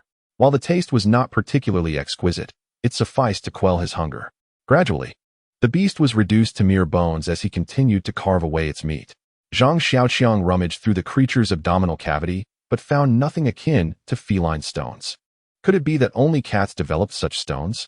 He pondered, somewhat perplexed. After stripping all the meat from the beast, he estimated its substantial body contained only around 100 pounds of flesh, the remainder occupied by bones and viscera. Once roasted, it would yield merely 40 to 50 pounds. Having purchased a 5-pound piece of beef before, he recalled that after boiling, it had shrunk to just over 2 pounds. He wondered if excessive water content was to blame. Having prepared the beast's meat, he then turned his attention to the hide, scraping off the sinews and remnants of flesh before treating it with wood ash. He paused only when he deemed it nearly ready. How to utilize it? That remained a conundrum. His primary weapon lay in ruins. The iron spear had splintered into 2 pieces. The triangular file that served as its tip had been bent into an S shape, and the galvanized pipe had warped into a curve. Zhang Xiaoqiang felt a sense of loss. The iron spear had accompanied him through countless fierce battles, and now it had come to a point where he had no choice but to part with it. He buried the remnants of the iron spear, and, clutching 2 beast horns, closed his eyes. Uncle Zhang, take it easy. I can't keep up. Zhang Xiaoqiang called out as he pedaled ahead on his bicycle, a pile of roasted beast meat strapped to the back. Yang Kuber trailed behind, claiming it was for exercise. Zhang Xiaoqiang chose to ignore her and continued cycling. Zhang Xiaoqiang, stop right now, Yang Kuber exclaimed, her voice laced with urgency. This morning, she had learned Zhang Xiaoqiang's name. Creak. He halted the vehicle. Finally, you're willing to stop, she gasped, panting heavily as she approached him. Zhang Xiaoqiang paid her no heed, his gaze fixed through binoculars. What is going on? Yang Kuber inquired, puzzled. Ahead, by the edge of the farmland, a solitary zombie lurked. The surroundings desolate, with the nearest undead a mile away. What a rare opportunity. Do you see that zombie? Zhang Xiaoqiang pointed it out to Yang Kuber. What is the big deal? It looks quite ordinary, she replied nonchalantly, fanning her face with her hand. You should go and deal with it, he urged, speaking as though instructing someone to squash an ant. Yang Kuber was taken aback. But I have no experience, she stammered, gazing at Zhang Xiaoqiang in bewilderment. Nobody starts off with experience. This is a perfect chance. Go on, I'll be watching from behind, Zhang Xiaoqiang reassured her. But if I'm in danger, will you save me? Yang Kuber pleaded. No, I've told you. One must rely on oneself. If you don't dare to face it today, then dig a hole and bury yourself to spare yourself further suffering. Zhang Xiaoqiang's expression was solemn, his tone resolute. What do I have to fight the monster with? Yang Kuber sought a reason, her hands clutching her clothes tightly, her eyes sparkling as they looked at Zhang Xiaoqiang. He then produced a steel hammer for her. Chapter 28. Yang Kuber versus Zombie. Alas, uncle, you're being unfair. Why won't you give me that? Yang Kuber gestured towards the crossbow on Zhang Xiaoqiang's backpack. You need the valor to confront zombies directly, not cower from afar. Zhang Xiaoqiang retorted impatiently. If you don't go, I'll abandon you. I don't want to carry a burden while risking my life. Zhang Xiaoqiang feigned mounting his bicycle to leave. All right, I'm going. I never said I wouldn't. Yang Kuber received the hammer and reluctantly approached the zombie. The zombie was only 60 or 70 meters away. Yet Yang Kuber dawdled for 5 minutes without nearing the 40-meter perimeter. Hurry up, or I'm leaving, Zhang Xiaoqiang shouted, startling even the zombie, which slowly advanced toward them. Yang Kuber quickened her pace, closing in on the zombie, which lunged at her upon catching her scent. Mommy! Yang Kuber shrieked, turning to flee. Her cries audible to Zhang Xiaoqiang, dozens of meters away. Thwack! A steel pellet grazed Yang Kuber's hair, causing her to freeze in terror.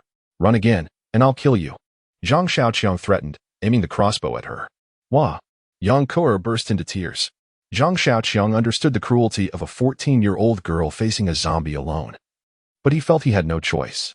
That night's life-and-death struggle with the mutated beast and countless subsequent hardships in the post-apocalyptic world had taught him that no one is anyone else's savior. In this apocalyptic world, where countless zombies and mutated beasts lurk, survival hinges solely upon oneself.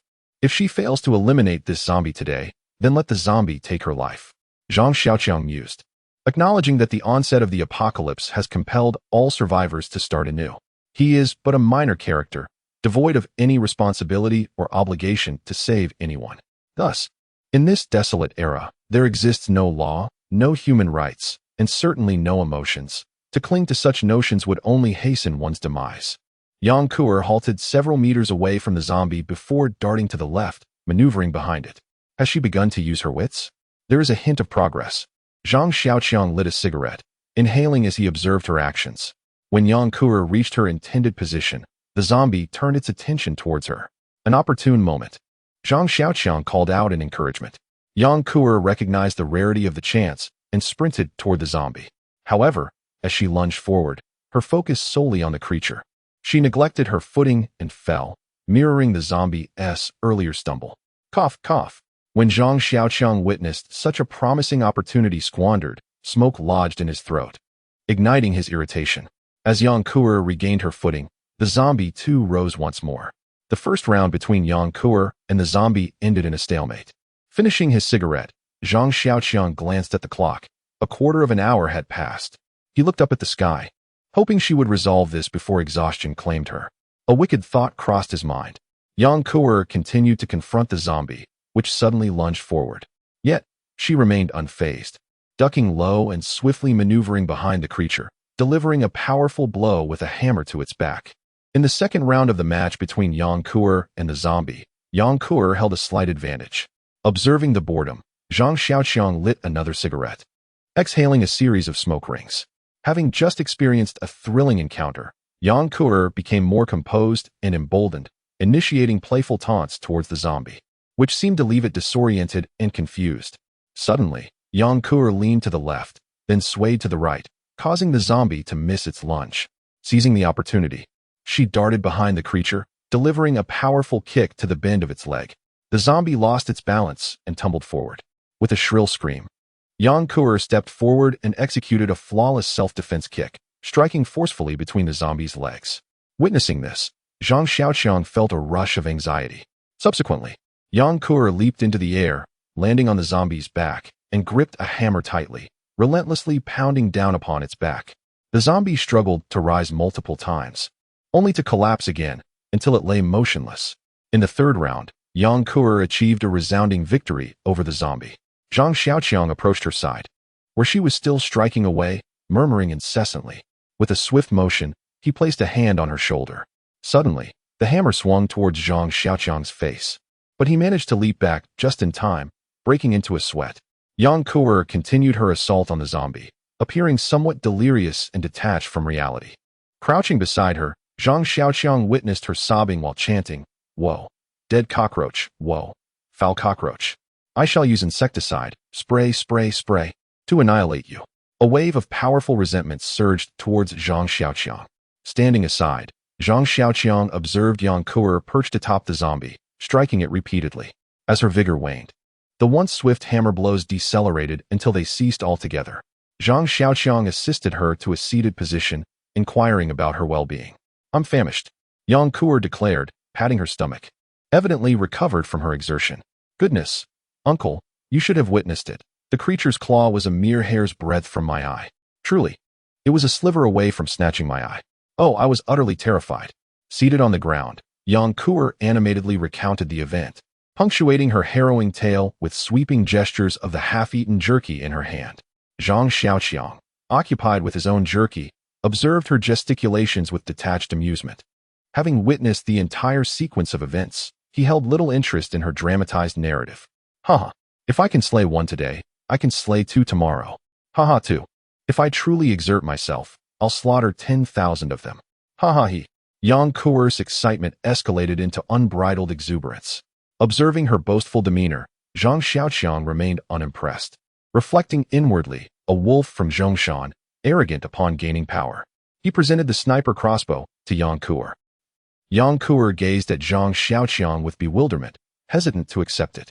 Zhang Xiaoqiang placed the crossbow in her hands. "You are now worthy to wield it," Zhang Xiaoqiang declared. His gaze fixed upon Yang Kuer, his expression serene. Chapter 29. Ambushed by nightfall really for me? Yang Kuer, filled with delight, fumbled with the sniper crossbow, struggling to believe her own clumsiness in operating it. "That is not how you do it. It should be like this." Zhang Xiaoqiang patiently guided her through the process of drawing the string and loading the steel balls and crossbow bolts. With a satisfying click, Yang Kuer prepared the bolt and aimed carefully. Upon witnessing her first kill, Zhang Xiaoqiang couldn't help but feel a pang of sympathy for the unfortunate zombie. Its head remained untouched, while the rest of its body was utterly obliterated, a fate more brutal than ancient torture methods. "Uncle, will you really not abandon me and run away?" Yang Kuer asked casually, her gaze occasionally darting towards Zhang Xiaoqiang, the crossbow still in her hands. Gulp. Zhang Xiaoqiang nervously swallowed hard, his gaze drawn to the sharp tip of the bolt, his legs trembling ever so slightly. He managed, his throat dry. "Huh." Yang Kuer looked at him, puzzled. "As long as you persist in your training and muster the courage to face the zombies alone, I promise I will not leave you behind," Zhang Xiaoqiang stated solemnly, beads of sweat forming on his forehead. "Okay, I will definitely keep striving." Yang Kuer beamed with joy. Zhang Xiaoqiang exhaled a sigh of relief. After resting for a while, the two resumed their journey, with Zhang Xiaoqiang riding the bicycle and Yang Kuer perched on the crossbar. As they rode, the bicycle began to shake. Dismounting to investigate, they discovered that the front tire had been punctured, deflated without their notice. "Damn it, what bad luck," Zhang Xiaoqiang muttered under his breath. "We'll have to switch bicycles," he called out to Yang Kuer. "Switch bicycles? What do you mean?" Uncle Yang Kuer steadily perched herself upon the crossbar of the bicycle and inquired. Zhang Xiaoqiang, carrying jerky on his back, responded to her from the rear rack. As he trudged along the country path, the weight of the jerky evident in his labored breaths, Yang Kuer followed closely, armed with a crossbow, while a solitary bicycle loomed in the distance behind them. Zhang Xiaoqiang, panting heavily, heard Yang Kuer calling out her fatigue and the need for a respite. Glancing at the dimming sky, he realized that nightfall was imminent.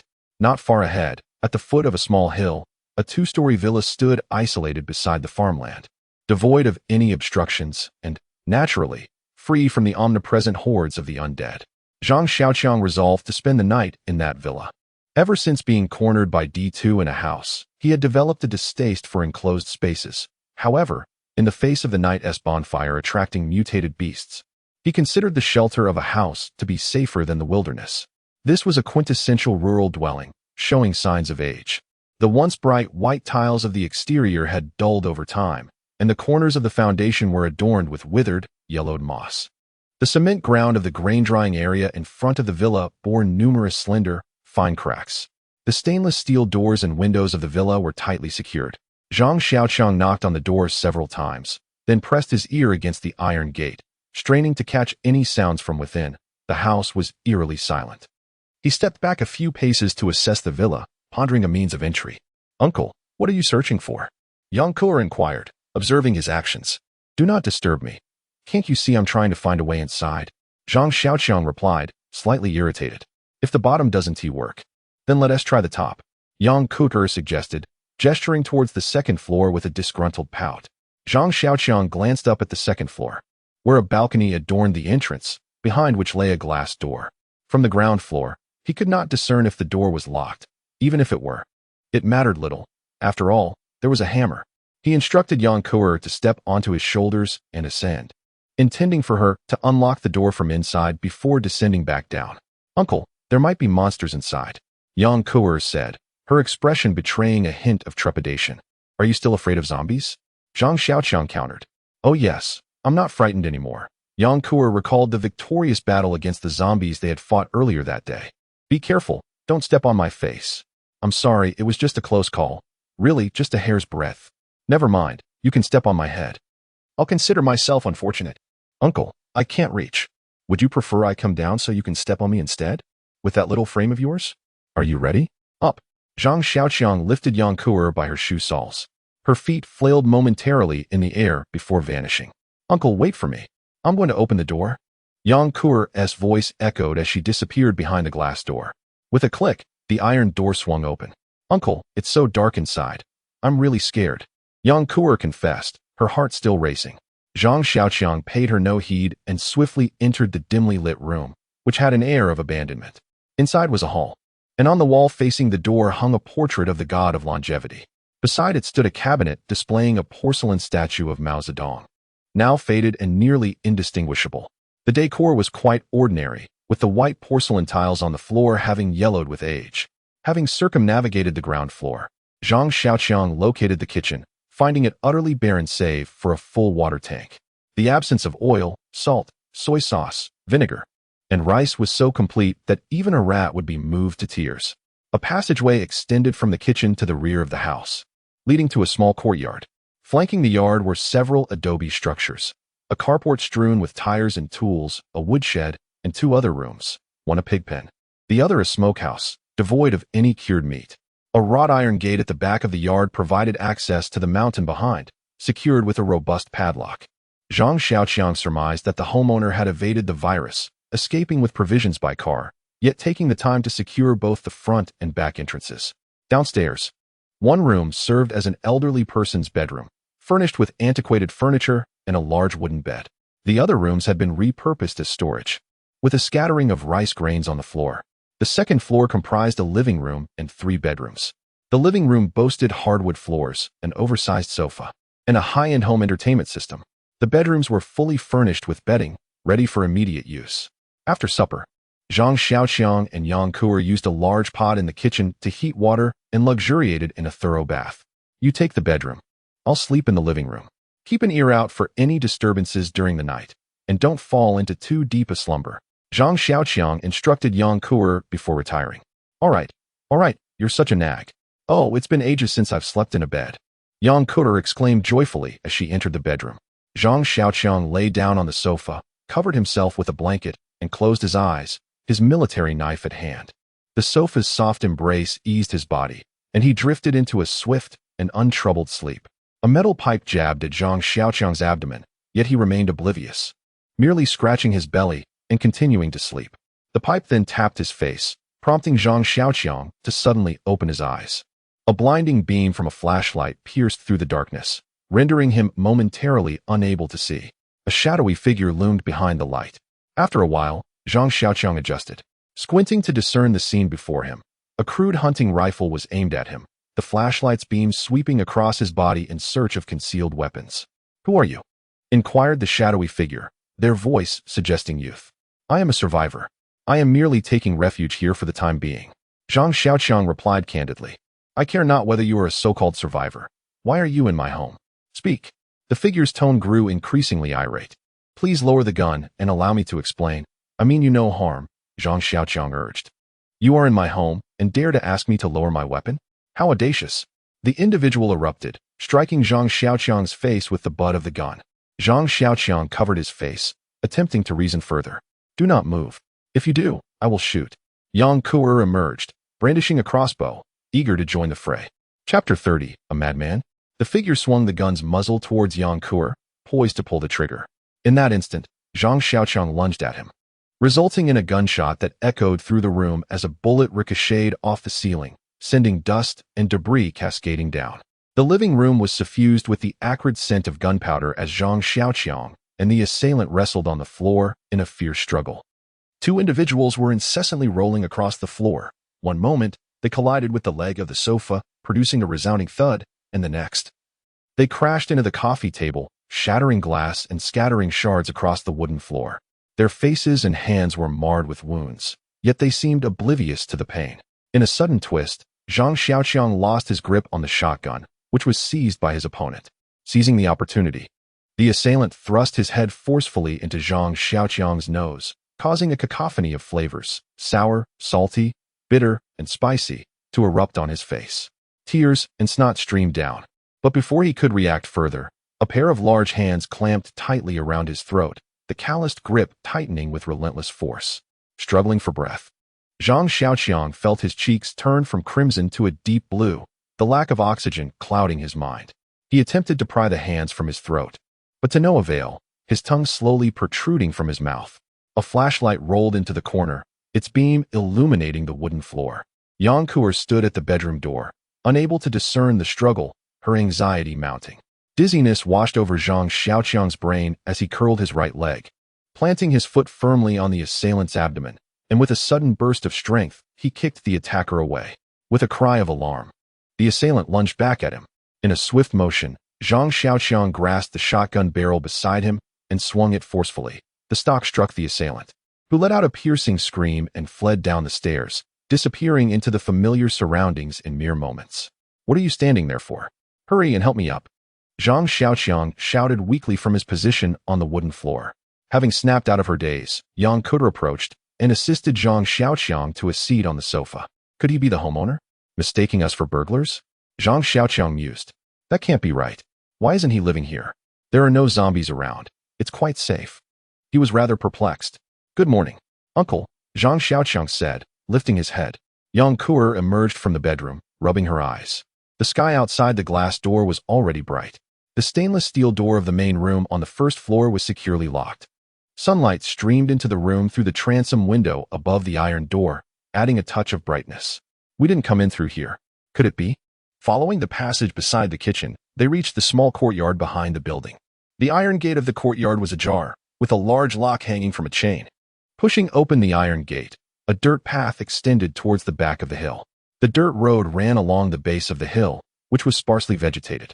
Scattered pine trees, only a few meters tall, dotted the hillside, while most of the hill was covered in waist-high shrubs. "Then drop dead as far away as you can. Watch the bag." Zhang Xiaoqiang ignored the harbinger of doom, slung the animal horn over his shoulder, and, armed with his crossbow, set off along the dirt road towards the back of the hill. Bearing the crossbow, he trod on the firm path, constantly scanning the surroundings and remaining vigilant for any rustling. After about 15 minutes, he spotted a cave entrance at the foot of the hill. The area around the entrance was open, with little cover. The cave was approximately 6 to 7 meters high and 5 meters wide. with signs of artificial carving around the entrance. The cave was not the end of the dirt road, which skirted the cave and disappeared around the hillside. With great caution, Zhang Xiaoqiang loaded steel balls into the crossbow and stepped into the cavern. The darkness enveloped him, and a faint chill wafted through the air. Not far from the entrance, the cave wall bore faded, uneven characters proclaiming "Prepare for scarcity, prepare for war." After traversing several meters, he stumbled upon a three-wheeled agricultural vehicle parked against the rocky wall. The vehicle, painted a vibrant red, had the words "Double Guns" emblazoned in white on its cargo bed. It appeared to be in excellent condition, with a sizable fuel tank still holding a key. A sudden impulse surged within Zhang Xiaoqiang as he approached to examine it closely. In an instant, a tremendous force struck from behind. A heavy boot forcefully kicked him in the back, causing him to stumble forward and crash onto the uneven ground. Accidentally, his finger pulled the trigger, sending a steel ball whizzing into the darkness ahead. Without a moment to contemplate, Zhang Xiaoqiang rolled to the side. A stone, the size of a bowl, crashed down where he had just fallen. Rising to his feet, he drew the two beast horns strapped to his back and turned to face the source of the attack. A man stood behind the agricultural vehicle, obscured in the dim light of the cave, making it difficult to discern his features. He brandished a kitchen knife, his expression one of panic and agitation. "I knew it. You've come for me, haven't you?" he shouted at Zhang Xiaoqiang. Gripping the beast horns tightly, Zhang Xiaoqiang advanced a couple of steps, gradually able to make out the young man's face.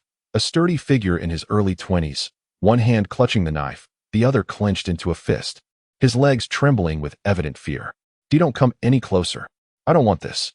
Please, don't capture me."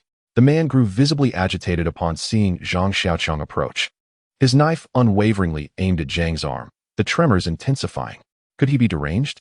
Zhang Xiaoqiang pondered to himself. "Calm down, my friend. I am merely passing through. Not here to apprehend you." He endeavored to convey his benign intentions. "No, you are deceiving me. You have come to capture me, to slay me." "Ah!" the man bellowed, swinging the knife menacingly at Zhang.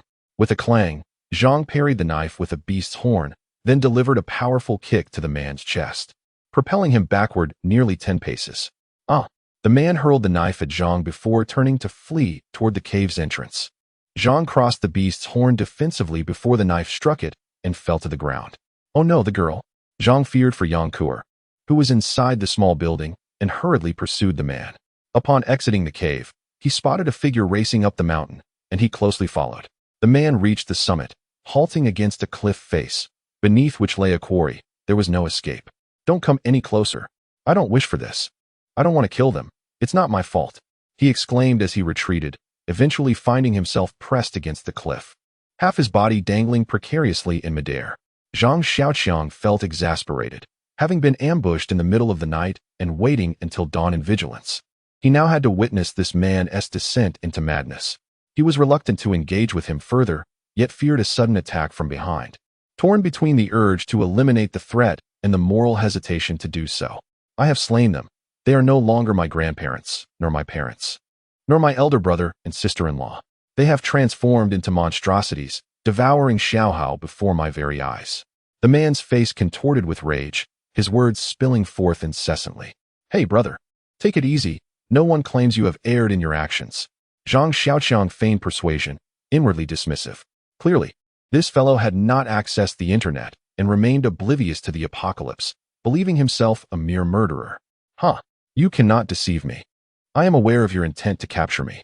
I refuse to be imprisoned. You shall not seize me." The man, driven to madness, leapt from the cliff. Zhang Xiaoqiang stood atop the mountain, gazing down at the man who plummeted onto a massive rock, blood oozing through the crevices and trickling to the ground. "What a fool," Zhang Xiaoqiang remarked. "The ignorance of not being online is truly terrifying." He mused about the world at large. "Uncle, you are a villain." Descending the mountain path, he soon encountered a row of freshly dug graves. Father, Xiang Weige's tomb. Mother, Huang Xiu's tomb. Brother, Xiang Wei's tomb. Sister-in-law, Chen Xiangyun's tomb. Nephew, Xiang Jiahao's tomb. 7 new graves in total. On the very day the apocalypse descended, the man's family began to transform, ultimately consuming young Xiang Jiahao before his eyes. The man, in a fit of madness, exterminated his family who had turned into zombies, his psyche shattered, living in a torment of guilt and fear for the ensuing months. This cursed apocalypse, A wave of pent-up frustration lingered within Zhang Xiaoqiang, refusing to dissipate. The three-wheeled agricultural vehicle rolled out of the cave, and Zhang Xiaoqiang felt a surge of excitement as he maneuvered the tricycle. Today, he had finally managed to acquire a motorized vehicle. After circling outside the cave a few times, he felt he had fully mastered the operation and decided to come to a halt. Sitting in the front seat, he lit a cigarette and took a deep drag, momentarily easing his spirits. Having a vehicle was undoubtedly preferable to walking, and despite the myriad experiences he had encountered since leaving home, the joy of possessing a mode of transportation felt exceptionally rare. He opened the fuel tank lid and noted that there was still half a tank of fuel remaining. Contemplating whether he could find some diesel within the cave, he ventured inside. The cavern was enveloped in silence, the passage long and dimly lit. Zhang Xiaoqiang switched on his flashlight and walked deeper into the cave. After traversing about 30 meters from the entrance, the passage narrowed, allowing space for 2 or 3 individuals to walk side by side. Upon reaching 50 meters, the corridor suddenly opened up into a vast cavern. Before him lay a colossal grotto, the ceiling soaring approximately 30 meters high. Along one side of the rock wall, a narrow fissure split open, allowing beams of light to stream in, illuminating the interior of the cave. Moving forward for another 7 or 8 meters, he encountered a series of steps leading down to a small pond, which measured roughly 5 to 6 square meters. The water was deep and crystal clear, with pristine quality. The spring water in the pond seemed safe, as the man who had been drinking it for months had remained unaffected by any illness. Ascending the steps, he arrived at a spacious platform, encompassing nearly 500 to 600 square meters, dry and well ventilated. In the center lay a bed made of straw, adorned with several quilts and comforters. Not far from the bed was a fire pit, constructed from stones, upon which rested a large iron pot. Around the platform, one could observe various jars and several hundred meticulously filled plastic woven bags. Zhang Xiaoqiang surveyed the surroundings and discovered an abundance of supplies within the cave. Hundreds of plastic woven bags brimmed with rice and corn, each capable of holding 100 pounds, resulting in an impressive total of several tons. The grains were accompanied by an array of smoked meats, likely sourced from the slaughter of at least 2 plump pigs. The cave also housed nearly 1,000 pounds of cabbage, neatly arranged, alongside a dozen pounds of dried vegetables, 2 jars of pickles, and even a dozen rustic chickens, with a grand rooster leading its flock in joyous foraging within a corner. Remarkable. It was akin to a small-scale base. Zhang Xiaoqiang mused. Should he consider residing here indefinitely? He felt reluctant to part with the ample provisions. However, the thought of spending a lifetime with Yang Kuer sent a chill down his spine. The girl was incredibly formidable. To pursue her would not merely mean finding a partner, but rather inviting a formidable ancestor into his life. The tricycle swayed with each bump as it entered the courtyard, leaving Yang Kuer, who was exercising, utterly astonished. Zhang Xiaoqiang felt a wave of disdain, thinking to himself, "Aren't you impressed by such a dashing tricycle ride? Uncle, where did you steal that tricycle?" Her words nearly caused him to tumble from the vehicle. "Mind your own business. I'm heading upstairs to gather supplies. We are moving." Zhang Xiaoqiang shouted back to Yang Kuer. He retrieved 2 mattresses, several quilts, and bedding from upstairs, loading them into the tricycle, and called for Yang Kuer to prepare for departure.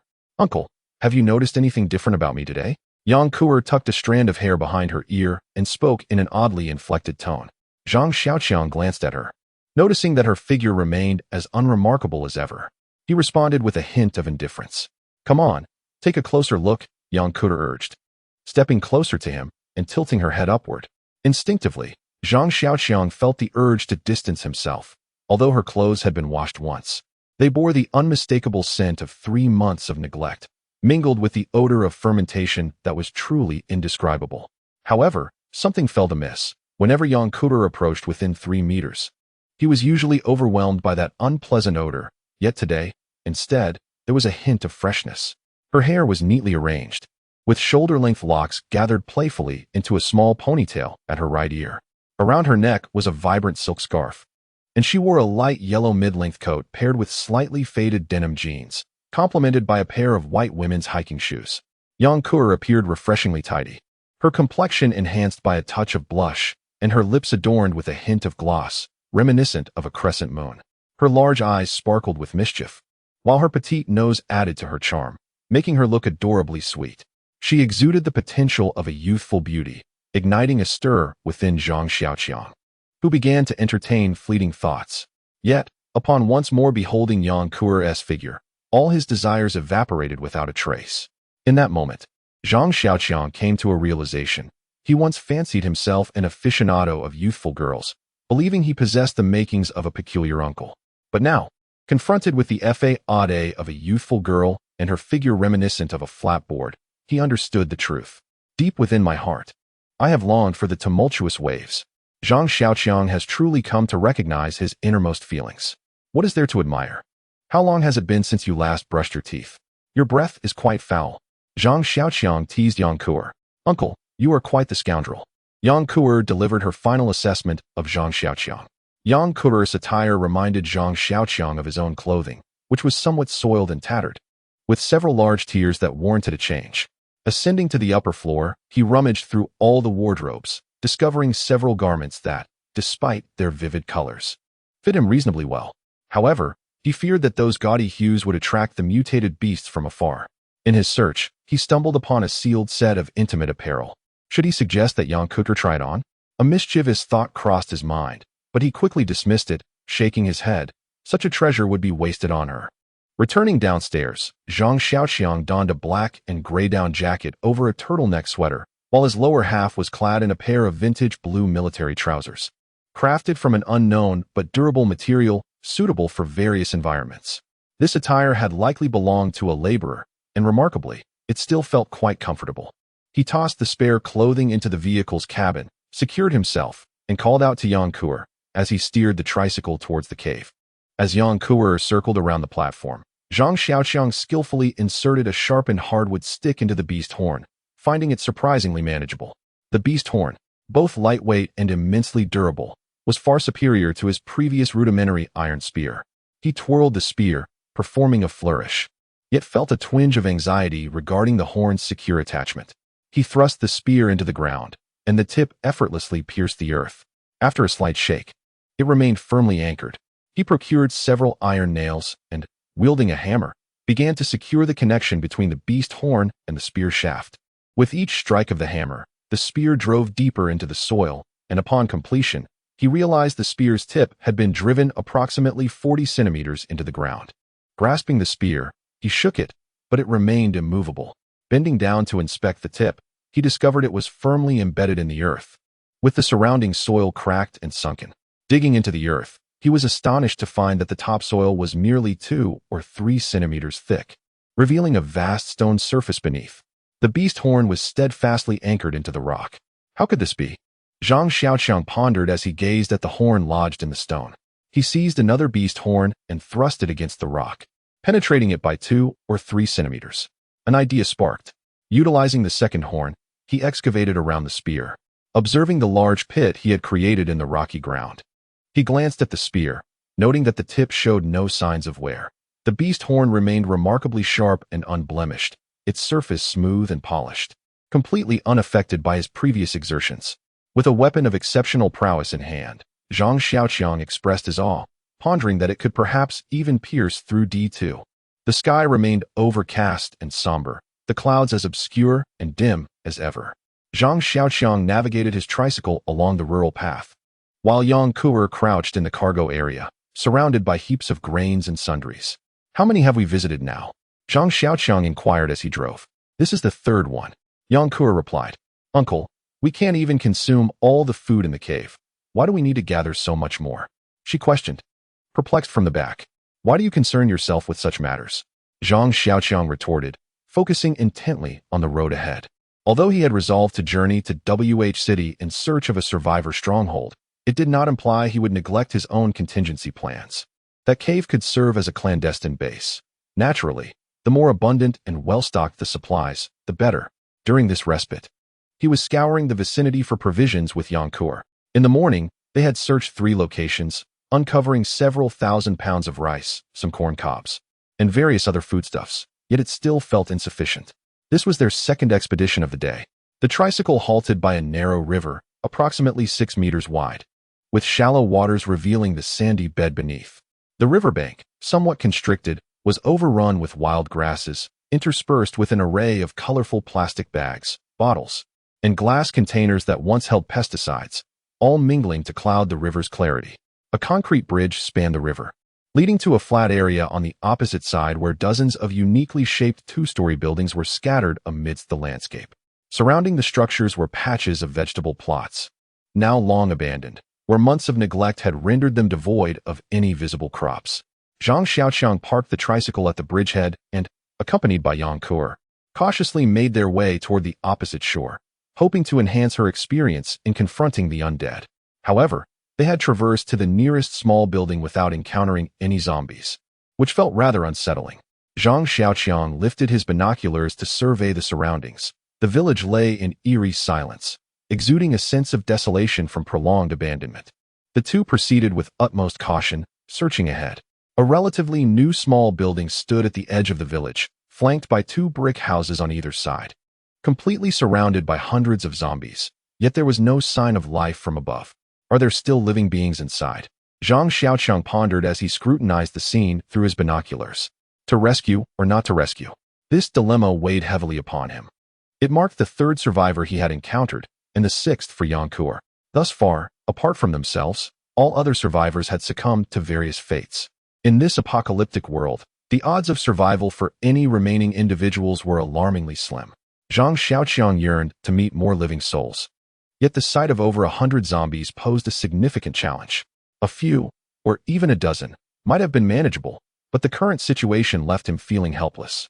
Ultimately, he resolved to abandon the notion of rescue, hoping to capitalize on the distraction of the zombies to procure supplies. Wait here, I will drive over. He instructed Yang Kur. Uncle, look, Yang Kur exclaimed, pointing behind Zhang Xiaoqiang. The horde was stirring, moving in their direction, with two S-type zombies leading the charge, followed closely by D-type and ordinary zombies. Run, Zhang Xiaoqiang urged as he grasped Yang Kur's hand and sprinted toward the opposite shore. Are you injured anywhere? Zhang Xiaoqiang ran, while questioning Yang Kur. No, what's wrong, uncle? Yang Kur responded with a peculiar expression. Have you come into contact with any blood? Zhang Xiaoqiang asked again. Blood? Uncle, does that thing count? Yang Kur appeared somewhat embarrassed. As they spoke, they reached the bridge's edge, with the S-shaped zombies closing in, pulling ahead of the ordinary ones. We'll talk later. Zhang Xiaoqiang tightened his grip on the beast horn gun, aiming to eliminate the greatest threat posed by the S-shaped zombies. Two S-shaped zombies lunged towards him, one in front of the other. Taking a deep breath, Zhang Xiaoqiang thrust the gun forward, causing the leading S-shaped zombie to freeze in place as a spiral beast horn emerged from the back of its skull. With a swift turn of the gun, half of the zombie's skull was sent flying. The sound of a bowstring from a behind sniper echoed as a hole appeared in the white eye socket of the S-shaped zombie, which then collapsed to the ground. Uncle, how did I do? Yang Kur asked, her face displaying a rather smug expression, as if seeking praise. The D-shaped zombies were still distant, and Zhang Xiaoqiang and Yang Kur slowly made their way toward the tricycle. What exactly is that thing you mentioned? Zhang Xiaoqiang inquired, a hint of confusion in his voice. Uncle, you're so clueless. It's something that every woman experiences every month. Yang Kur rolled her eyes, appearing quite condescending. Oh, so that really is quite a significant wound. Zhang Xiaoqiang nodded in silence, feeling that something was amiss. Did you not say you were pregnant? Zhang Xiaoqiang asked, puzzled. Does being pregnant have anything to do with that? Yang Kur appeared quite peculiar. Indeed. Does it matter? Zhang Xiaoqiang felt a hint of confusion, having never studied physiological hygiene. An idea sparked in Zhang Xiaoqiang's mind. He forcefully kicked open the railing near the opposite bank, creating a gap wide enough for 2 or 3 people to pass through. He then positioned the tricycle in the middle of the bridge, effectively blocking the pathway. Hand over that item. Zhang Xiaoqiang commanded Yang Kur. What item? Yang Kur inquired, puzzled. The sanitary napkin, commonly known as jelly. Zhang Xiaoqiang responded with utmost seriousness. After much persuasion, he finally obtained the item from Yang Kur. Feeling its warmth in his hand, he urged her to retreat, to avoid confusing the zombie's sense of smell. A shiver ran down Zhang Xiaoqiang's spine as he carefully affixed the item to the tip of his beast horn spear, holding it with 2 fingers. The horde of zombies was rapidly approaching the bridge, and Zhang Xiaoqiang extended the spear's tip, adorned with the item, through the gap in the railing. Waiting for the zombies to take the bait, the spear, bearing the item, resembled a flag fluttering in the wind, its red center captivating the horde, drawing them in for reverence. Zhang Xiaoqiang positioned himself behind the tricycle, the spear's tip approximately 1.5 meters from the gap, just out of reach for the zombies standing there. The D-type zombies had already reached the bridge, and the fresh blood on the item rendered them oblivious to Zhang Xiaoqiang as they lunged hungrily toward it. With a sudden thud, the D-type zombies stumbled and fell beneath the bridge, and the ordinary zombies, invigorated by the scent of blood, quickened their pace, eagerly converging towards the opening as if herding ducks, leaping into the river with fervor. The D-type zombie beneath the bridge struggled to rise, but was repeatedly toppled by the relentless onslaught of its kin. Soon, a pile of zombies formed beneath the bridge, stacked upon one another like a precarious tower. As the last of the horde descended, a modest pyramid of over 100 zombies emerged, limbs entwined in a grotesque display. From the depths of the mass, the muffled cries of the D-type zombie could still be faintly heard. Discarding the object attached to the gun onto the heap of corpses below, he paid the zombies no further mind and drove his tricycle towards the village. Zhang Xiaoqiang hummed cheerfully as he navigated the tricycle, while Yang Ke sat sulking in the cargo area. The tricycle came to a stop in front of the small building that had previously been besieged by zombies. Zhang Xiaoqiang disembarked to survey the surroundings. The owner of the building appeared to be quite well off, as evidenced by the small garden that had been cultivated in the open space before the house, enclosed by walls on either side, indicating the owner's affinity for flora. He knocked on the iron gate, but received no response. "Is anyone there? I have come to rescue you," he called out loudly, but silence lingered. After a considerable wait without any reply, he climbed over the wall into the neglected garden, where the flowers had withered from lack of care. The garden, roughly 30 to 40 square meters in size, featured a well at its center, its opening covered by a metal plate to prevent debris from falling in. Approaching the front door of the small building, he turned the handle, and to his surprise, the door swung open. The room contained only a few antiquated pieces of furniture, each bearing the marks of time, cloaked in a layer of dust. The parlor lacked any modern embellishments, exuding a vintage charm that transported Zhang Xiaoqiang back to the 1920s or 1930s. Ascending the wooden staircase to the second floor, he encountered a stark contrast in decor. The lavish adornments were imbued with a distinctly contemporary essence. The lighting was dim, casting a somewhat somber atmosphere. A series of clucking sounds emanated from a corner, prompting Zhang Xiaoqiang to squint in that direction. There, two genuine leather sofas were positioned, with a tall glass coffee table between them, upon which rested several plates and soup bowls. In the corner sofa sat a man of advanced years, his hair beginning to turn gray. The man appeared emaciated, resembling a specter more than a living being. Upon noticing Zhang Xiaoqiang, his expression shifted to one of intense excitement. He attempted to speak, but his words came out as mere clucks. Desperate to rise, he found himself lacking the strength, increasing his agitation. "Eat." He finally managed to articulate clearly. Zhang Xiaoqiang retrieved a piece of beast meat from his pocket and handed it to him. The middle-aged man clutched it eagerly, but in his haste to consume, he nearly choked.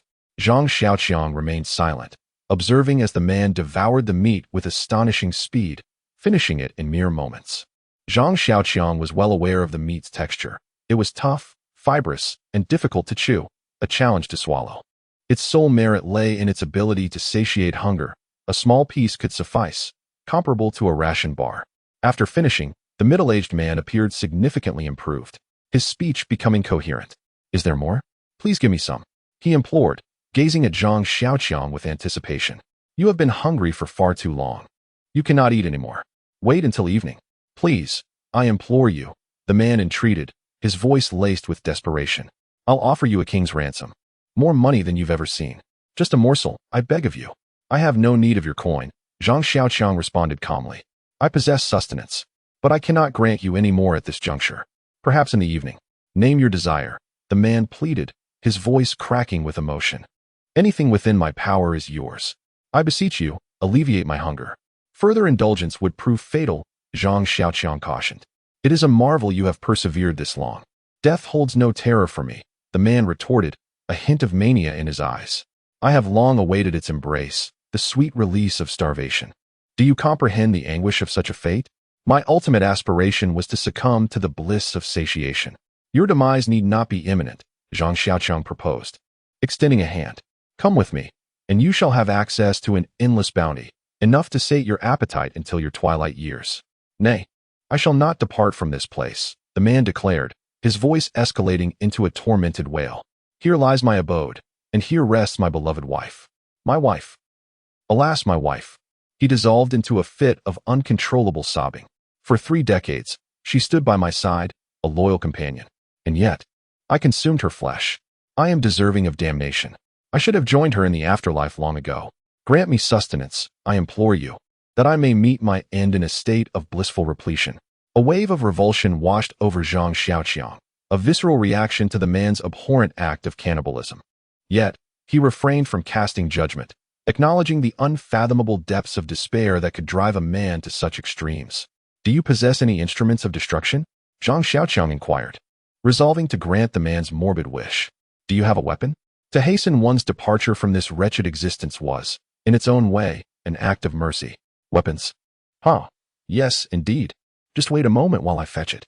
The man rose from the sofa with some difficulty and ambled into the study.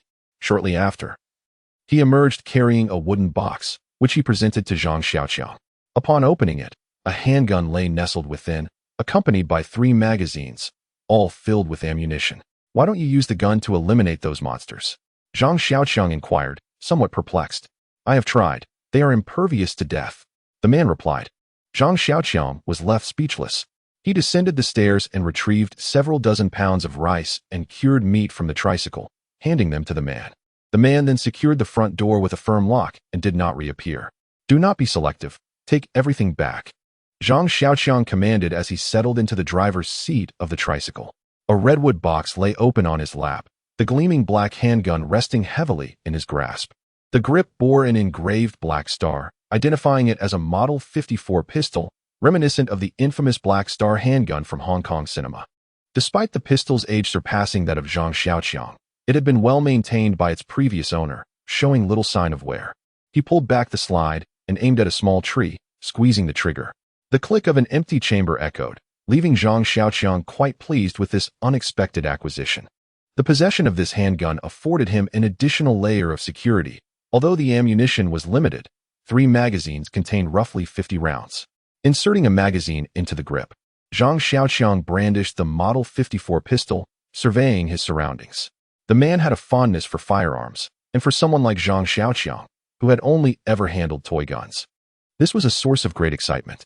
Uncle, did you find this thing in there? Yang Kuer wore an eager expression, brimming with anticipation. Children are not allowed to play with guns, Zhang Xiaoqiang remarked, tucking the handgun into the small of his back. This only deepened Yang Kuer's frustration.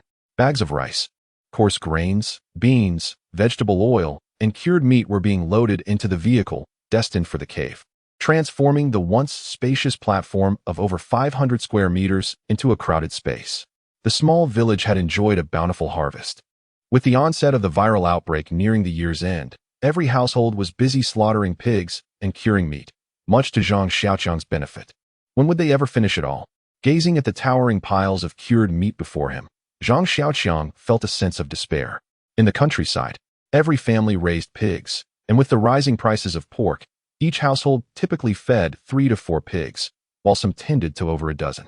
Although some would be sold before the year's end, each family still retained at least 1 or 2 pigs for the new year, resulting in an average of approximately 150 pounds of cured pork per household, not to mention the dried fish, smoked chickens and ducks, and cured rabbit legs. 1 times 5 is 5, 2 times 5 is 10, 3 times 5 is 15, 4 times 5 is 21. As Zhang Xiaoqiang surveyed the dozens of smoked pig heads and hundreds of cured pig trotter, along with a plethora of ribs and fatty meat, he felt a sense of numbness, even his calculations becoming muddled. Ultimately, he accounted for the cured meats and preserved goods, estimating around 10,000 pounds of smoked pork and nearly 1,000 pounds of other cured mountain delicacies. In the countryside, fresh meat was a rarity. Families primarily consumed their own cured meats, only venturing into town to purchase meat for weddings and celebrations. The sight of the collective meat supply for over 100 individuals was indeed impressive. Zhang Xiaoqiang calculated that the 2 of them could feast for a century. However, cured meats cannot be stored for a century, and even 2 years seems a stretch. The towns are overrun by zombies, and animals are gradually mutating.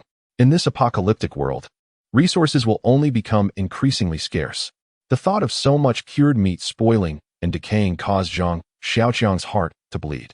Suddenly, Memories of visiting his grandmother's house as a child flashed through his mind. In the 1980s, rural living conditions were poor, and it was difficult to come by meat. His parents had taken him and his sister to the countryside to see their grandmother, who treated them to cured meat that she usually could not bear to part with. Zhang Xiaoqiang had not seen his grandmother for a long time and wanted to get closer. So he followed her around until he saw her unearthing a golden piece of cured meat from the chaff. He had once asked her why she kept it hidden in the chaff, and through her explanation, he learned that cured meat stored in chaff could last a long time, 7 or 8 years without issue, and some even lasted over 10 years, tasting as delightful as ever when brought out. Ah, chaff. An idea struck Zhang Xiaoqiang. Come on, while it's still early, let's go out again. He exclaimed enthusiastically to Yang Kuer. Whoa, uncle, you're bullying me. I can't even straighten my back right now. Look, my hands are all torn. Yang Kuer lamented, spreading her hands to show Zhang Xiaoqiang. You can choose not to go, but then you'll have no meat to eat in the future. Zhang Xiaoqiang countered with his trump card. Whoa, I knew you'd just bully me. I'm still a minor. Yang Kuer complained, trailing behind. Not a minor? TSK, you minors do everything that adults should and shouldn't do, and still claim to be minors? Humph. Zhang Xiaoqiang thought bitterly to himself. The three-wheeled agricultural vehicle rumbled into the quaint village, its engine emitting a cacophony of noise. Beneath the bridge, a horde of corpses had risen, drawn by the scent of the living, jostling beneath the archway. Zhang Xiaoqiang paid them no heed. The riverbanks were steep and high, impenetrable even for an average adult man, let alone these unseen zombies. Following the established protocol, he parked the vehicle and began to search for the necessary supplies. The grain chaff was typically stored in the utility room or beside the pig pen, as farmers often used it to feed their pigs. Zhang Xiaoqiang worked diligently on the ground while Yang Kuer organized the cargo from the vehicle above. Uncle Yang Kuer called out to Zhang Xiaoqiang, who was about to make another trip for supplies. Zhang Xiaoqiang, can I go upstairs?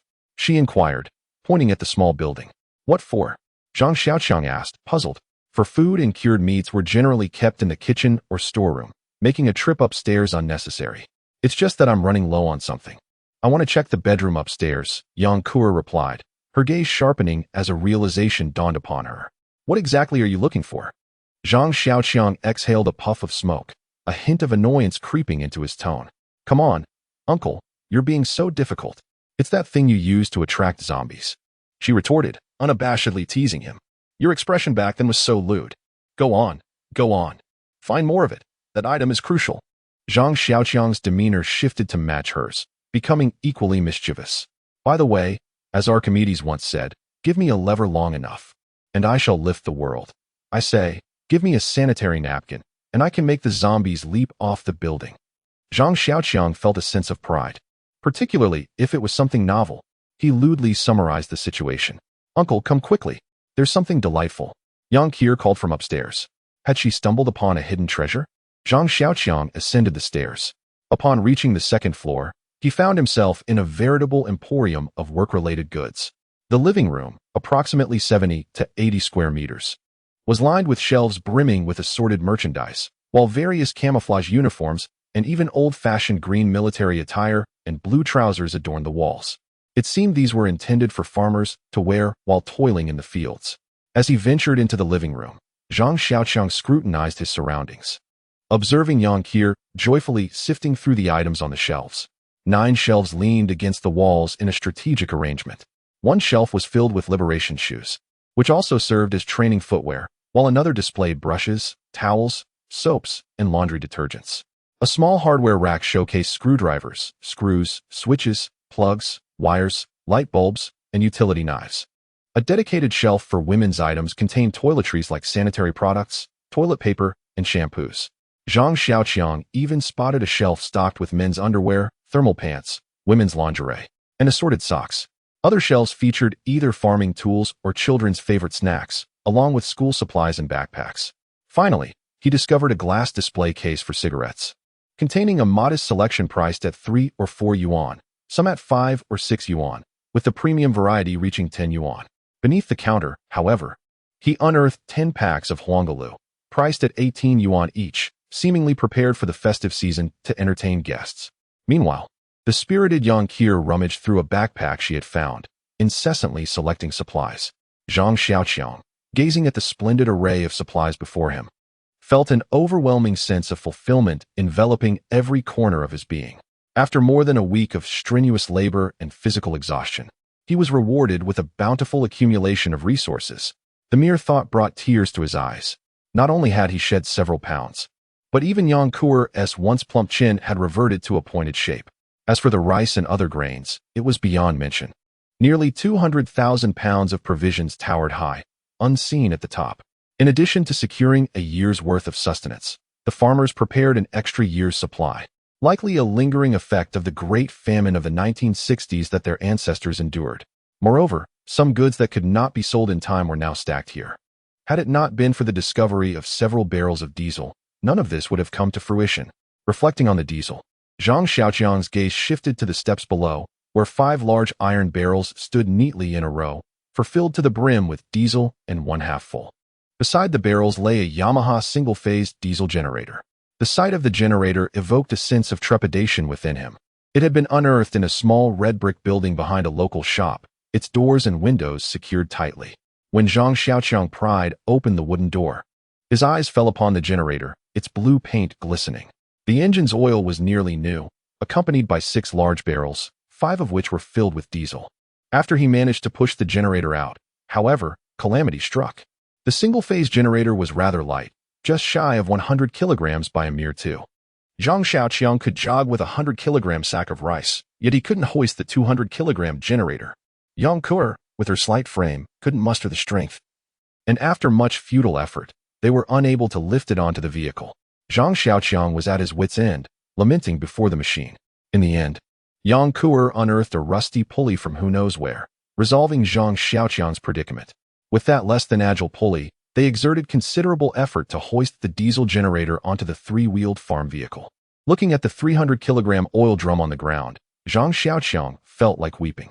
"Uncle, can you smell if there's still a scent?"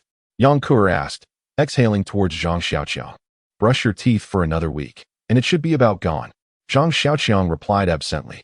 "How annoying, you smelly old man." "Really?" Yang Kuer was somewhat skeptical, breathing onto her palm to check her own breath. Regaining his composure after Yang Kuer's interruption, Zhang Xiaoqiang continued his reminiscence. The ancient pulley disintegrated while lifting the oil drum, scattering into its component parts. Zhang Xiaoqiang was dumbfounded. Without the pulley, they couldn't lift the oil drum. Without the oil drum, there would be no diesel, and without diesel, what good was the diesel generator they had painstakingly loaded? Ultimately, they used the siphon principle to draw the original diesel into the empty drums on the vehicle. Even now, Zhang Xiaoqiang felt like the taste of diesel still lingered in his mouth. "Uncle, I'm going to take a shower. Do you want to watch?"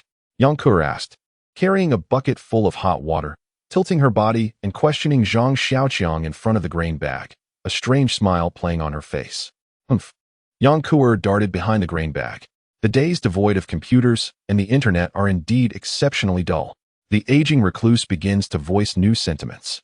Once outside, Zhang Xiaoqiang is perpetually on edge. Upon arriving at the cave, the arduous task of transporting supplies occupies his thoughts entirely. Now, settled in comfort, the dormant spirit of the recluse begins to flicker back to life. With a thought he acts. He retrieves a power strip, connects it to the diesel generator, fuels it with diesel, and manually starts the machine. The generator hums incessantly in the distance, while beside 2 simple beds stands a bamboo pole, from which hangs an incandescent bulb, radiating a warm orange glow. "Is there power?" Yang Kuer inquires, tilting her head and drying her damp hair with a towel. Standing under the light. "Yes." Zhang Xiaoqiang replies with a proud nod. "Yay, does that mean we can use the water heater for a shower?" Yang Kuer exclaims joyfully. Leaping into the air, he places 2 blankets into the vehicle's compartment, exhaling with a sense of relief as the preparations near completion. A barrel filled with diesel is securely fastened in the compartment, alongside 3 large containers of spring water, 2 bags of rice, some cured meats, and a large red plastic bucket housing a dozen fragrant chickens, all raised in the cave. Lastly, he stuffs in a waterproof tarpaulin that can serve as a tent. Nodding in satisfaction. "Uncle, are we really leaving?" Yang Kuer gazes at the pile of supplies, addressing Zhang Xiaoqiang. Zhang Xiaoqiang silently nods in response. "Is it possible not to go?" Yang Kuer expresses her reluctance to leave behind the current comfort. "You could stay behind alone." Zhang Xiaoqiang replies earnestly, looking at Yang Kuer. Surveying the platform laden with supplies, followed by a glance at the obscure path leading to the cavern's maw. Yang Kuer shuddered. "Uncle," she declared, feigning indifference to Zhang Xiaoqiang. "Wherever you venture, I shall follow. If death is to claim us, let it be as kindred spirits. Who desires to perish alongside you? If you must meet your end, do so afar, sparing me the displeasure of witnessing it." Zhang Xiaoqiang retorted, his words laced with irritation, though a flicker of warmth stirred within him. "Ah, is that so? Then it shall be a battle of survival, and I shall seek a handsome young man to share this sanctuary with me," Yang Kuer retorted, her lips pursed in a playful pout. "Blast it all, I am not even dead yet, and you are already contemplating dividing my inheritance?" Zhang Xiaoqiang exclaimed, his fleeting sentimentality instantly extinguished. "Very well. Enough chatter, dear uncle. Retire early tonight, for tomorrow we embark on our journey. Oh, and before you slumber, may I borrow the PSP for a spell? You have been engrossed in it for quite some time." Yang Kuer smoothly diverted the conversation, seizing the PSP 3000 and retreating to her bed. A peal of thunder reverberated outside, its echoes faintly reaching the cavern's depths. "Dig tunnels deep and store provisions aplenty. Haha.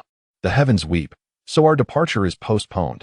Uncle, you may continue to fret, but first, grant me the PSP for a brief interlude.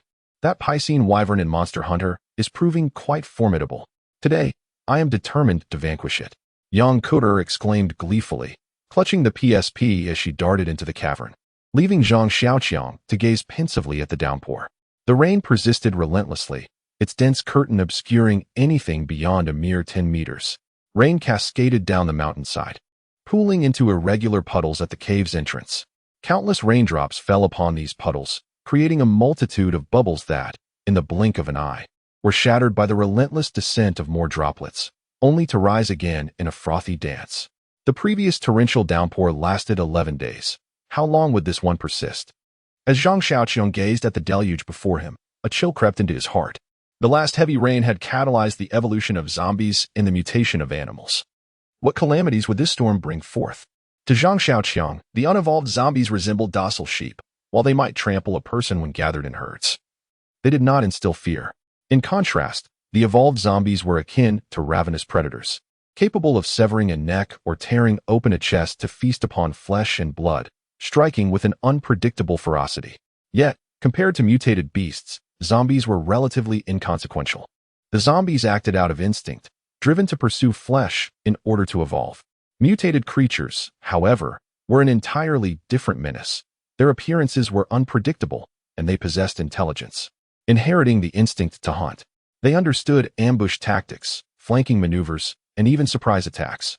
With the advent of the apocalypse, myriad dangers loomed, and each survivor's continued existence was fraught with difficulty. The ongoing trials of survival promised only to intensify. Reflecting on the numerous survivors who had perished for various reasons, Zhang Xiaoqiang let out a long sigh. The heavens will rain, and mothers will remarry. Let it be. He stepped into the cave, his gait growing increasingly burdened. The electric lamp, a beacon against the encroaching darkness, flickered intermittently, casting an erratic dance of light and shadow within the cavern. A high-pitched whine emanated from the rapidly spinning abrasive wheel of the cutting machine, mingling with the acrid stench of burning fur that permeated the air. With meticulous concentration, Zhang Xiaoqiang hunched over his work, carefully employing the cutter to section the hide of a mutated beast. Having painstakingly harvested the pelt previously, he had been at a loss as to how to utilize it, finding himself with idle hands. Zhang Xiaoqiang recalled the cutting machine and drill he had salvaged from a roadside auto repair shop and resolved to fashion a leather jerkin. "Uncle, what are you doing? It smells awful." Yang Kuer diverted her attention from her PSP to Zhang Xiaoqiang. "If the odor offends you, remove yourself from its vicinity. I am presently occupied and lack the leisure to attend to you," Zhang Xiaoqiang retorted, his gaze fixed on the cutting machine. A few minutes elapsed. "Uncle, my stomach aches," Yang Kuer announced, gingerly massaging her abdomen as she regarded Zhang Xiaoqiang. "Address the matter yourself. I am neither a physician nor versed in matters gynecological." Zhang Xiaoqiang replied without looking up. "No, it's that I require the facilities." Yang Kuer demurred, her voice barely audible. "Then why do you linger here? Did you expect me to cleanse your posterior?" Zhang Xiaoqiang finally raised his head, a mischievous smirk playing on his lips.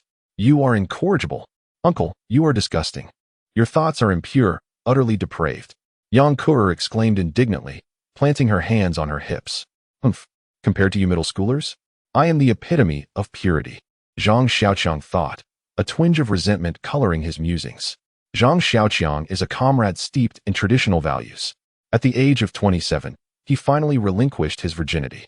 However, following a brief and blissful 3 to 4 months with his girlfriend, he found himself abruptly cast aside, plunging him into a prolonged period devoid of physical intimacy. Countless times, he has wandered outside the establishments of Wenzhou's salons and nightclubs, his pockets heavy with cash, his palms damp with sweat. As he grappled with the resolve to step inside, oh, the lament. How many years has it been since he last experienced such pleasures? 7, or perhaps 8. The precise duration eludes him. Typically, he would address his biological needs outside, yet today, the rain has rendered that impossible. Thus, he must find a secluded spot to relieve himself, as long as it is not in the hallway, near a puddle, or amidst supplies. Anywhere else will suffice. Zhang Xiaoqiang reiterated his 3 prohibitions to Yang Kur, leading them to the innermost corner of the area. Yet, it was shrouded in darkness, and a sense of trepidation crept in. Yang Kur hesitated, gazing into the depths of the platform with reluctance. Then you might as well hold it in, Zhang Xiaoqiang retorted, ignoring her as he returned to his tasks. Yang Kur stood there, wavering for a moment, before ultimately deciding to venture deeper to address her personal matters. Armed with a flashlight and her PSP, she ventured forth into the shadows. Could it be that this young girl harbored the potential of a homebody? Observing her slow, deliberate steps, Zhang Xiaoqiang silently derided her, thinking, that is merely what remains from my own leisure. Hey, uncle, hurry up and look. Yang Kur called out from the depths of the platform. Startled by her sharp exclamation, Zhang Xiaoqiang nearly injured himself with the cutting machine. What is so interesting about your scrawny little backside? Nonsense. Zhang Xiaoqiang stood up and, in a fit of anger, exclaimed towards Yang Kur, no, there is a door here. Yang Kur's voice echoed back, a door? Is that little girl attempting to entice me? Zhang Xiaoqiang thought wickedly as he found himself irresistibly drawn towards her. In a corner, a weathered iron door, marked by rust, stood silently against the uneven stone wall. The rust clung to the door like the scales of a serpent, rendering the distinction between the door and the stone wall nearly indistinguishable. It was a mystery how Yang Kur had spotted this iron door at all. Oh, uncle, you have no idea. It was pitch black here at the time. The ground was littered with small stones, making it quite treacherous to navigate. I had to use one hand to steady myself against the wall, and suddenly, I felt the roughness of rust and saw it. Aren't I clever? Yang Kur boasted, momentarily forgetting even the pressing matter of her own needs. As Zhang Xiaoqiang rapped on the iron door, it emitted a dull thud, and rust cascaded down like raindrops. The door was secured tightly by a rusted lock, which appeared to be fused with the door, resembling a lump of iron. With a forceful shove using a crowbar, Zhang Xiaoqiang pried the door open, releasing a stagnant, musty odor into the air, as the interior lacked any ventilation. Zhang Xiaoqiang pondered for a moment before restraining the eager Yang Kur, who was ready to rush in for a closer look. Once the air had cleared somewhat, he switched on his flashlight and stepped inside, with Yang Kur impatiently trailing behind him. After crossing the iron gate, we soon arrived at a vast chamber. The beam of the flashlight illuminated the distant stone wall, revealing an enormous halo. The space was expansive, covering nearly 1,000 square meters. Eerily empty except for some ancient slogans visible on the far wall. Salute to our great leader, Chairman Mao. All imperialism is a paper tiger. Dig deep holes and store grain. Yang Kur recited, finding it all quite novel. Uncle, what does dig deep holes and store grain mean? She curiously inquired. It means to dig holes when there's nothing to do and to burrow when there's something to do, Zhang Xiaoqiang replied, somewhat distracted. Are you just thinking about sleeping? Sigh. It has been 3 days. When will it finally end? He looked outside at the endlessly pouring rain, pondering what the world would look like after the downpour. However, he was certain that the zombies would not simply perish all at once. Shaking his head, he stepped further into the cave. Upon entering, he saw Yang Kur acting silly. One hand clutching a beast horn spear slung over her shoulder, while the other created a makeshift shade over her forehead, striking a pose reminiscent of Sun Wukong, the Monkey King. Upon noticing Zhang Xiaoqiang's arrival, she hurriedly attempted to thrust the spear forward. What are you doing? I was just taking a quick break because my arms were sore. It was really just a moment. Besides, when I was putting in the effort, you weren't even watching. How would you know if I was trying hard or not? Yang Kur stomped her foot playfully at Zhang Xiaoqiang. All right. Continue practicing. I will keep an eye on you. Zhang Xiaoqiang felt goosebumps rising on his skin. The bestial horn gun in Yang Kuer's hands measured approximately 1.6 meters, nearly the same height as the young girl herself. Zhang Xiaoqiang felt displeased when he considered Yang Kuer's stature.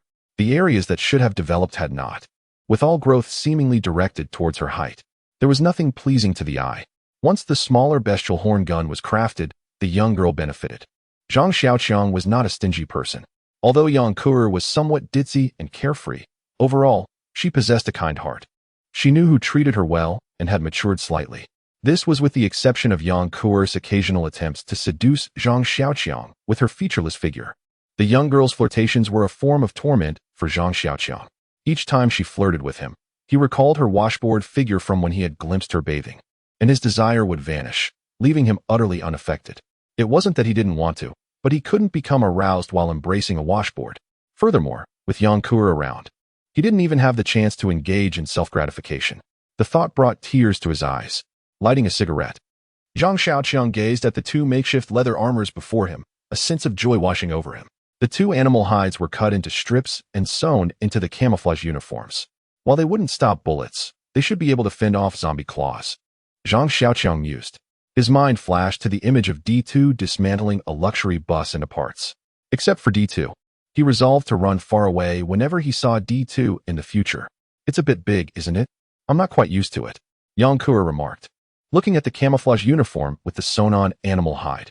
The camouflage uniform hung loosely on Yang Kuer, giving the impression of a young daughter wearing her father's clothes.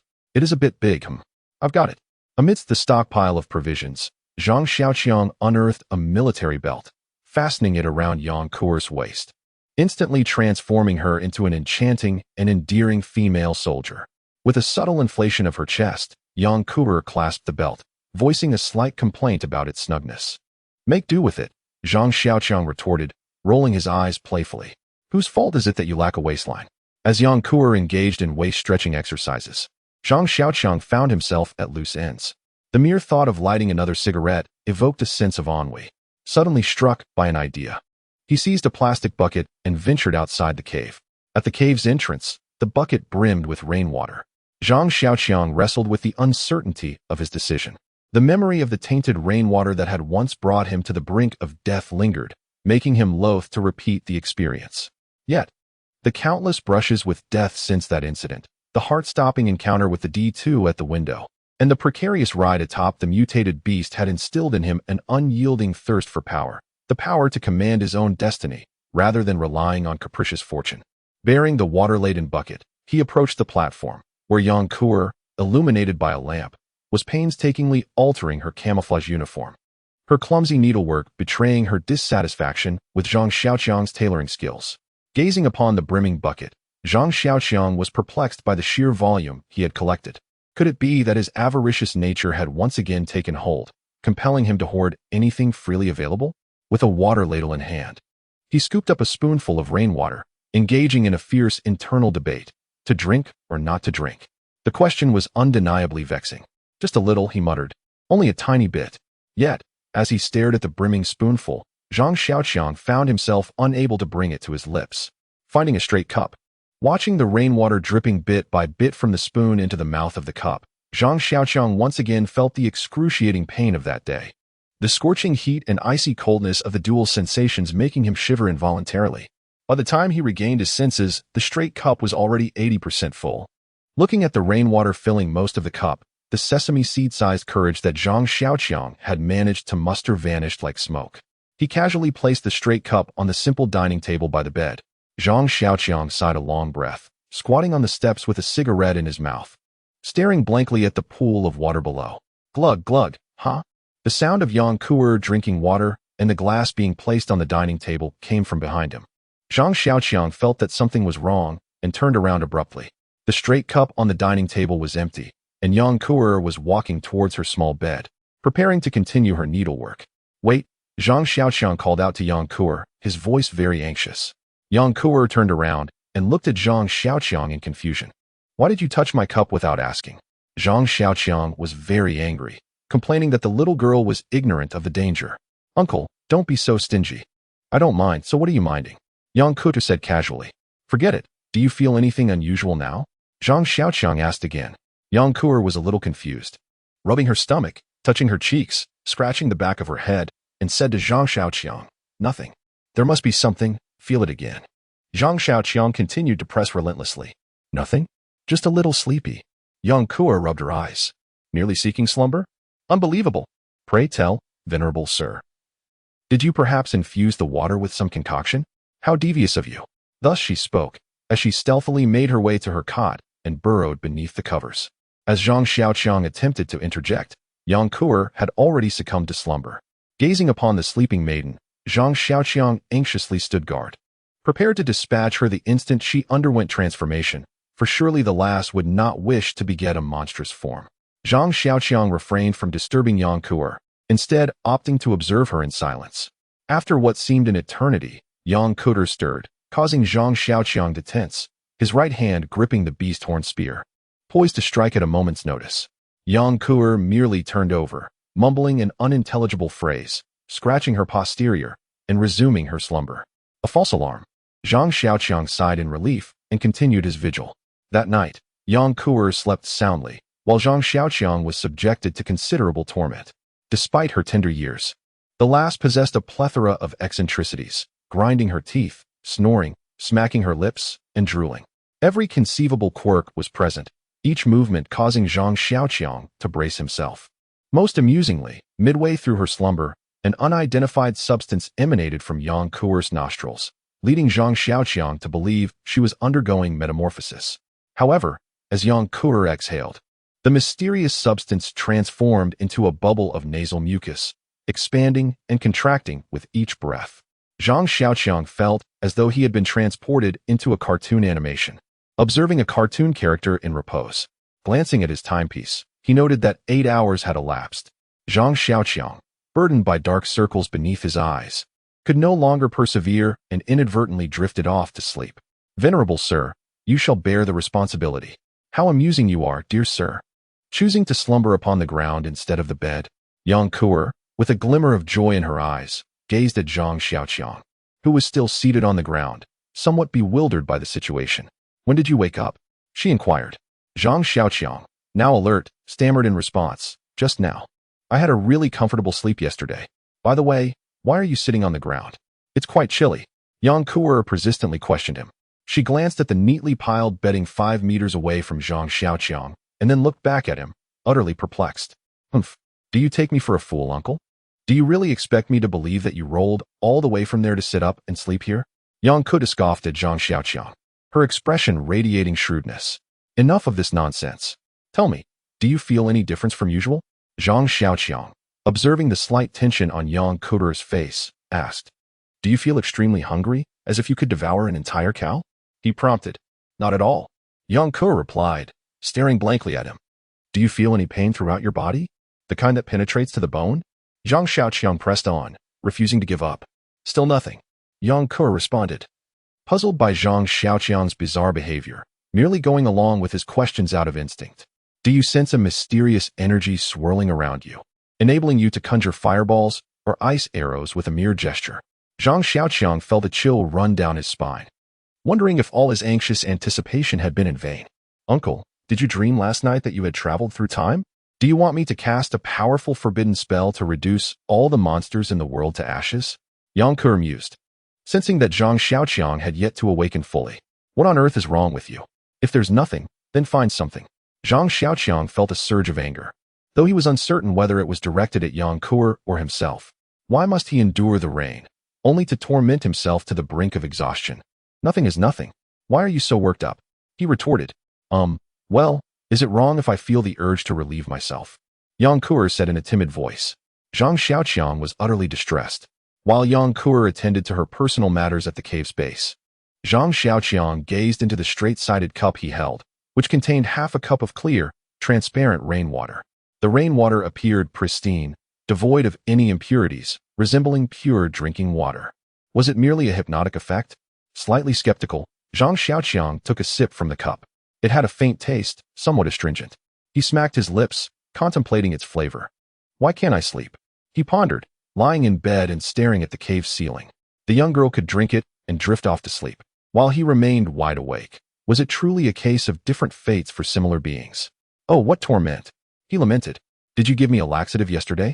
Yang Kuer emerged, rubbing her belly with a distressed expression. In a short span, she had rushed to the cave's base 3 times. Gurgle, gurgle. A sound emanated from her stomach. Ah, here it comes again. Oh, if this continues, I might end up losing my intestines, she cried, dashing towards the cave's base with tears in her eyes. Zhang Xiaoqiang lay on the bed, perplexed, when an unexpected rumble emanated from his stomach. Did I also fall victim to this? He leapt from the bed, hastily grabbing a roll of toilet paper as he chased after Yang Kuer. How could you be like this? Didn't you see me here? Yang Kuer, facing the cave entrance with her back against the stone wall, screamed from the corner. I am in dire need as well. I have an upset stomach, so please, just bear with it. Unfazed by the situation, Zhang Xiaoqiang nonchalantly loosened his belt, squatting face to face with Yang Kuer. But, I'm a girl. Can't you resolve this outside? Yang Kuer stammered, her face flushed with embarrassment. Would you prefer I relieve myself on your bed or on the rice? Zhang Xiaoqiang retorted defiantly, before succumbing to the inevitable, releasing a torrent akin to a dam bursting. A foul stench filled the small space. Feeling better? Comfortable? Zhang Xiaoqiang appeared to shed a monumental burden, completely oblivious to the noxious odors surrounding him. Humph. Yang Kuer hastily pulled up her pants and dashed out. Zhang Xiaoqiang paid no heed to her disdainful huff. Lost in thought, did she leave without cleaning up? Do you not realize there are men here? He called out to Yang Kuer, completely forgetting his earlier impropriety. Would you prefer I relieve myself on your bed or on the rice? Yang Kuer had quickly learned his words. As Zhang Xiaoqiang ran towards the platform, he heard Yang Kuer shout, Uncle, you forgot to clean up? Startled by her exclamation, he stumbled and fell to the ground. Thus, as one concludes their performance, the other takes the stage. The 2 individuals linger in the depths of London until they can no longer draw upon their resources, and only when the sharp pain in their bodies subsides do they find a moment of respite. Exhausted, they recline on their respective beds. Yang Kuer hesitates, as if she harbors something to express, while Zhang Xiaoqiang, enduring the lingering discomfort, ponders, could there be a component of croton oil in the rainwater? Suddenly, Yang Kuer's voice interrupts his thoughts. Uncle, you saw what happened, so you must take responsibility, she says, her face clouded with distress. Did you not see that I was preoccupied? Who has the time to be concerned about you? Zhang Xiaoqiang retorts dismissively, thinking, Humph, you expect me to be accountable? Who will take responsibility for me? No, that's not it. I didn't even let my husband see. Yang Kuer clarifies to Zhang Xiaoqiang. Not seen. After all that has transpired, you haven't laid eyes on it? Zhang Xiaoqiang expresses disbelief. Really, truly, with my former husband, it was I who assisted him in the carriage. They say it's quite painful for women.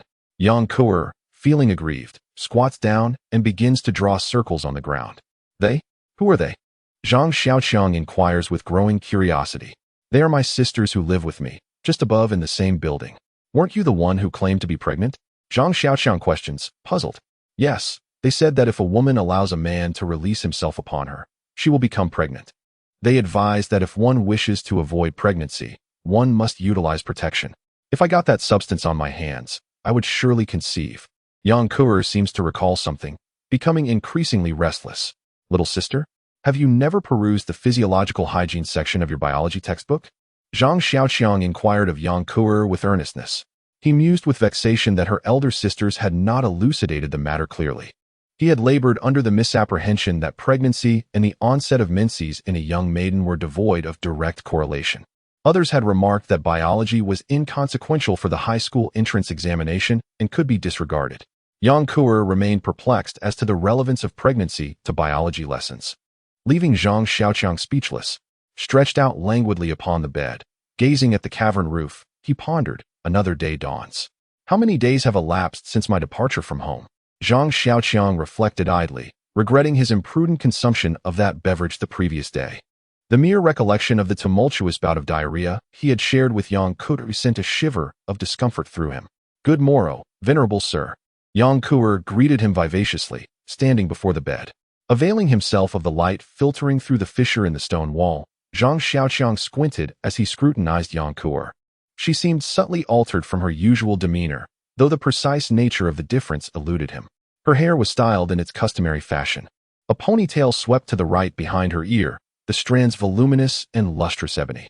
Her large eyes, crescent-shaped, twinkled with mischief, while her delicate nose was slightly furrowed. Her rosy lips parted to reveal a set of diminutive, pearly teeth, which were momentarily glimpsed as she smiled. On her radiant and smooth, oval face, 2 small dimples danced with charm, and although her cheeks bore no blush, they glowed with a natural and healthy flush. Coupled with a subtly upturned chin, she resembled a vibrant sunflower. Adorned in a camouflage uniform, she epitomized the spirit of a gallant little soldier. Today, Yang Kuer shone like a sunflower, dazzling Zhang Xiaoqiang to the point of dizziness. What a disgrace! Zhang Xiaoqiang scorned himself. After all, he had perused countless adult films and was no novice to beauty. How could he, an experienced man, be so mesmerized by a young girl? "Hey, uncle, you seem to have grown younger today," Yang Kuer exclaimed, astonished as if she had discovered a new world. "Really?" Zhang Xiaoqiang mused, stroking his chin with delight. Could the rain possess beautifying properties? "Indeed. You used to look as old as my father, but now you appear as youthful as my uncle," Yang Kuer asserted emphatically, searching for a small mirror to prove her point. Zhang Xiaoqiang felt deeply wounded. His title had now diminished from uncle to young uncle. "I am not a creepy uncle," he silently protested. "If you keep this up, you might just transform from young uncle to brother," Yang Kuer added with a playful grin. "Brother?" Zhang Xiaoqiang was suddenly reminded of an old song. "Sister, boldly stride forth. The grand road stretches ahead, 9,990. Sister, boldly stride forth. The grand road stretches ahead, 9,990. Sister, boldly stride forth. From henceforth, you shall construct that crimson embroidered tower, scattering the red embroidered balls that strike my head. Let us share a jug of that crimson sorghum wine, that delightful crimson sorghum wine. Sister, boldly stride forth. Uncle, behold." Yang Kuer has unexpectedly produced a small mirror to reflect upon Zhang Xiaoqiang, interrupting his daydreams. "Hee ha." Zhang Xiaoqiang gazed at the mirror, where a pale face beamed with a mischievous grin. Before the cataclysm, he had been a reclusive boy, and in the mirror, there had lingered a pair of vacant eyes belonging to a plump, feeble youth. Now, he appeared as a young man of about 27 or 28, with smooth, fair skin and a hint of charm, a stubble adorning his chin that lent him a semblance of masculinity.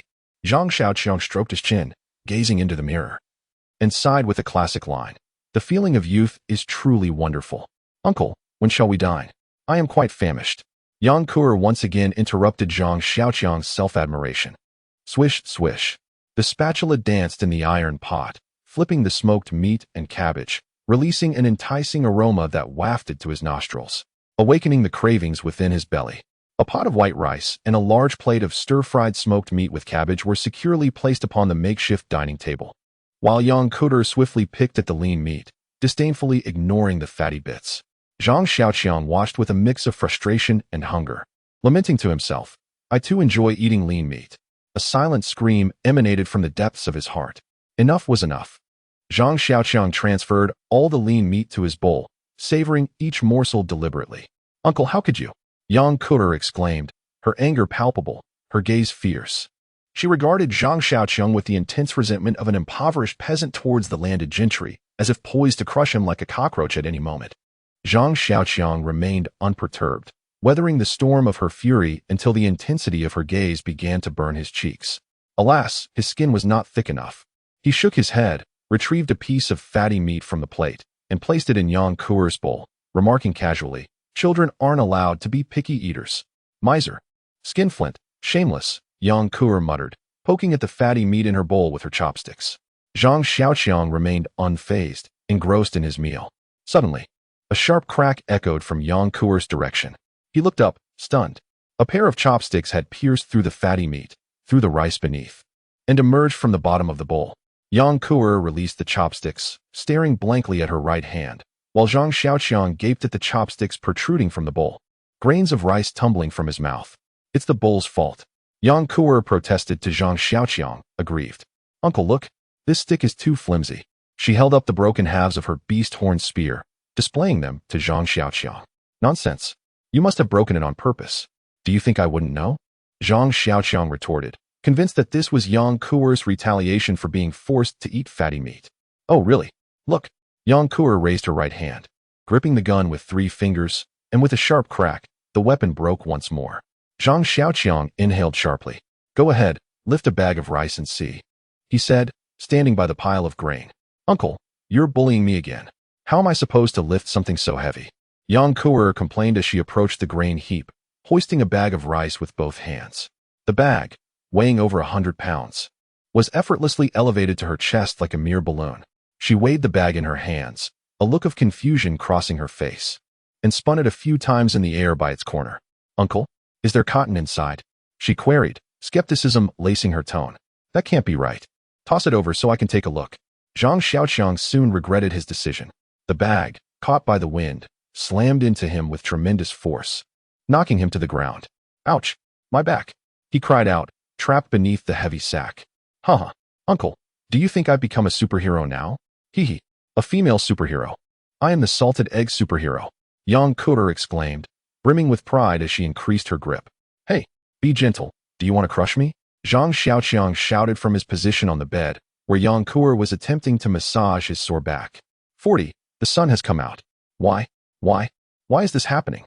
Zhang Xiaoqiang lamented, tears brimming in his eyes as he watched Yang Kuer frolicking on the platform. He felt frustrated and conflicted. His back injury from yesterday had healed significantly, yet his strength and agility had not improved much. After some testing, he realized he could barely increase his power by 2 to 3%, meaning he could only match the strength of a D-type zombie and the agility of an S-type zombie. Of what avail is this? In days past, eliminating D-types and S-types was as trivial as crushing cockroaches, yet against AD2, I was but a mere morsel. Even against mutated beasts, the outcome remains unchanged. Am I destined to reprise the role of a reckless daredevil? Zhang Xiaoqiang continued to lament his misfortune. How is it that Yang Kuer, that slip of a girl, metamorphosed into a veritable powerhouse, while he became merely an unkillable cockroach? How did she, through a mere slumber and a few trips to the privy, acquire such prodigious strength, while he, after enduring torturous trials, became nothing more than a resilient insect, burdened with the side effect of insatiable hunger upon injury? Could his ill-omened name be the cause? Zhang Xiaoqiang was perplexed, silently cursing the film-flirting scholar, as invisible clouds of gloom encircled him, heavy with resentment. Alas, Zhang Xiaoqiang sighed deeply, resigned to his fate. He realized that his name, however unfortunate, was bestowed upon him by his parents and had accompanied him for over 3 decades, enduring taunts from classmates and rejections during courtship, causing him years of embarrassment. Yet, it had seen him through to this day. Those former classmates and girls had likely become zombies by now. "Uncle, cease your sighing." Yang Kuer approached, her face brimming with pride. "Fear not, for I shall protect you." The young girl held her head high, her gaze seemingly fixed on the cave ceiling. Her small chest puffed out, her budding breasts taut against her camouflage attire. Zhang Xiaoqiang, observing Yang Kuer's peacock-like arrogance, grew even more despondent. "Fear not, uncle. Henceforth, should anyone dare to bully you, I shall strike them down. And should you desire to bully another, I shall join you in your endeavor," Yang Kuer pledged, patting her chest in assurance. "How intriguing. At last, it seems my efforts were not in vain.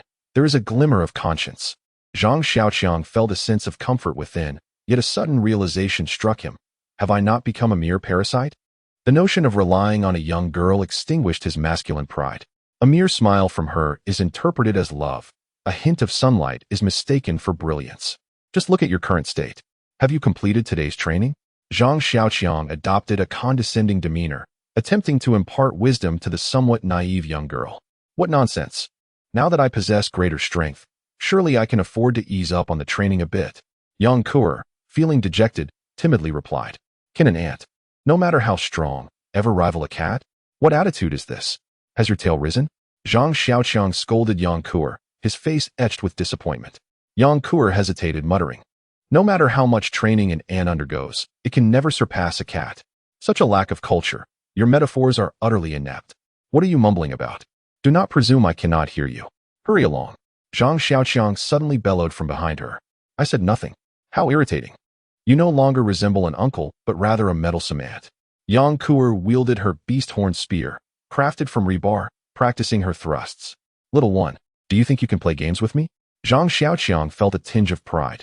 It seems the phrase "those who toil with their minds govern those who toil with their hands" holds some truth. Yet, he soon became pensive again. A man should not hide beneath a woman's skirts. He must rise to the occasion. Why is there no response? I do not wish to sleep, nor do I feel the urge to relieve myself. I am devoid of sensation. Zhang Xiaoqiang sat on the bed, clutching a roll of toilet paper, waiting for a reaction that never came. The harsh reality struck him. Was it only effective for women? He was engulfed by a deep sense of despair, a torment stemming from the realization that he felt inferior to women. Was it true that the effects were only felt the first time? Zhang Xiaoqiang was plagued by a sense of frustration, overwhelmed by the weight of femininity. His only belief was in traditional masculinity, a principle he had devoted his life to. Yet opportunities had eluded him until now. Finally, he had tasted the exhilaration of being a man through Yang Kuer, only to be crushed by the starkness of the present situation. Being a man was no easy feat, especially for one who prided himself on his rugged masculinity. Zhang Xiaoqiang could not help but lament his predicament. Meanwhile, Yang Kuer diligently practiced her assassination techniques on the platform, sweat trickling down her forehead, shimmering as it cascaded down her cheeks to her chin, glistening with vitality before dripping to the ground. Zhang Xiaoqiang stared blankly at her, no longer counting on the peculiar rain to provide any solace. He was certain that the rain's effects on the human body were only potent the first time. Yang Kuer had gained immense strength and beauty, while he only benefited from the latter. Although his strength and speed had improved, they were negligible compared to hers. In this apocalyptic world, one could not rely on appearances alone. Zhang Xiaoqiang felt indifferent about his newfound youthfulness, even with cosmetic enhancement. He would never meet the standards of a pretty boy. Moreover, there were no wealthy women in this desolate era. Rain was indeed a remarkable phenomenon. The first rainfall had made him feel like a soldier of the 8th Route Army, tortured by the Japanese, with even the slightest amount of rain nearly leading to his demise. The second rainfall felt more akin to a weight loss tea, aside from the unpleasantness of chrysanthemum. Everything else was rather agreeable. Consuming a large cup posed no issue. It seemed to be a remedy purposefully crafted for humanity. Ah, my dear. After coming to this realization, Zhang Xiaoqiang gazed at the half-full barrel of rainwater with a hint of glee. Regardless of the circumstances, it was prudent to store it away for later. Observing the substantial amount of rainwater in the plastic container, he felt it insufficient. Even if he did not use it for himself, it could be saved for his son. A sigh escaped him as he thought of his child. Where on earth is his mother? That little girl? With her rather unimpressive physique? Such considerations could wait. After all, good things are never in excess. Zhang Xiaoqiang hoisted the large barrel, ready to gather more, when he spotted the perspiring Yang Kuer. The deity of the reclusive man descended upon him once again, and the mantra of the homebody echoed in his mind. If one can sit, one should not stand. If one can lie down, one should not sit. If one can avoid exertion, one must resolutely do so.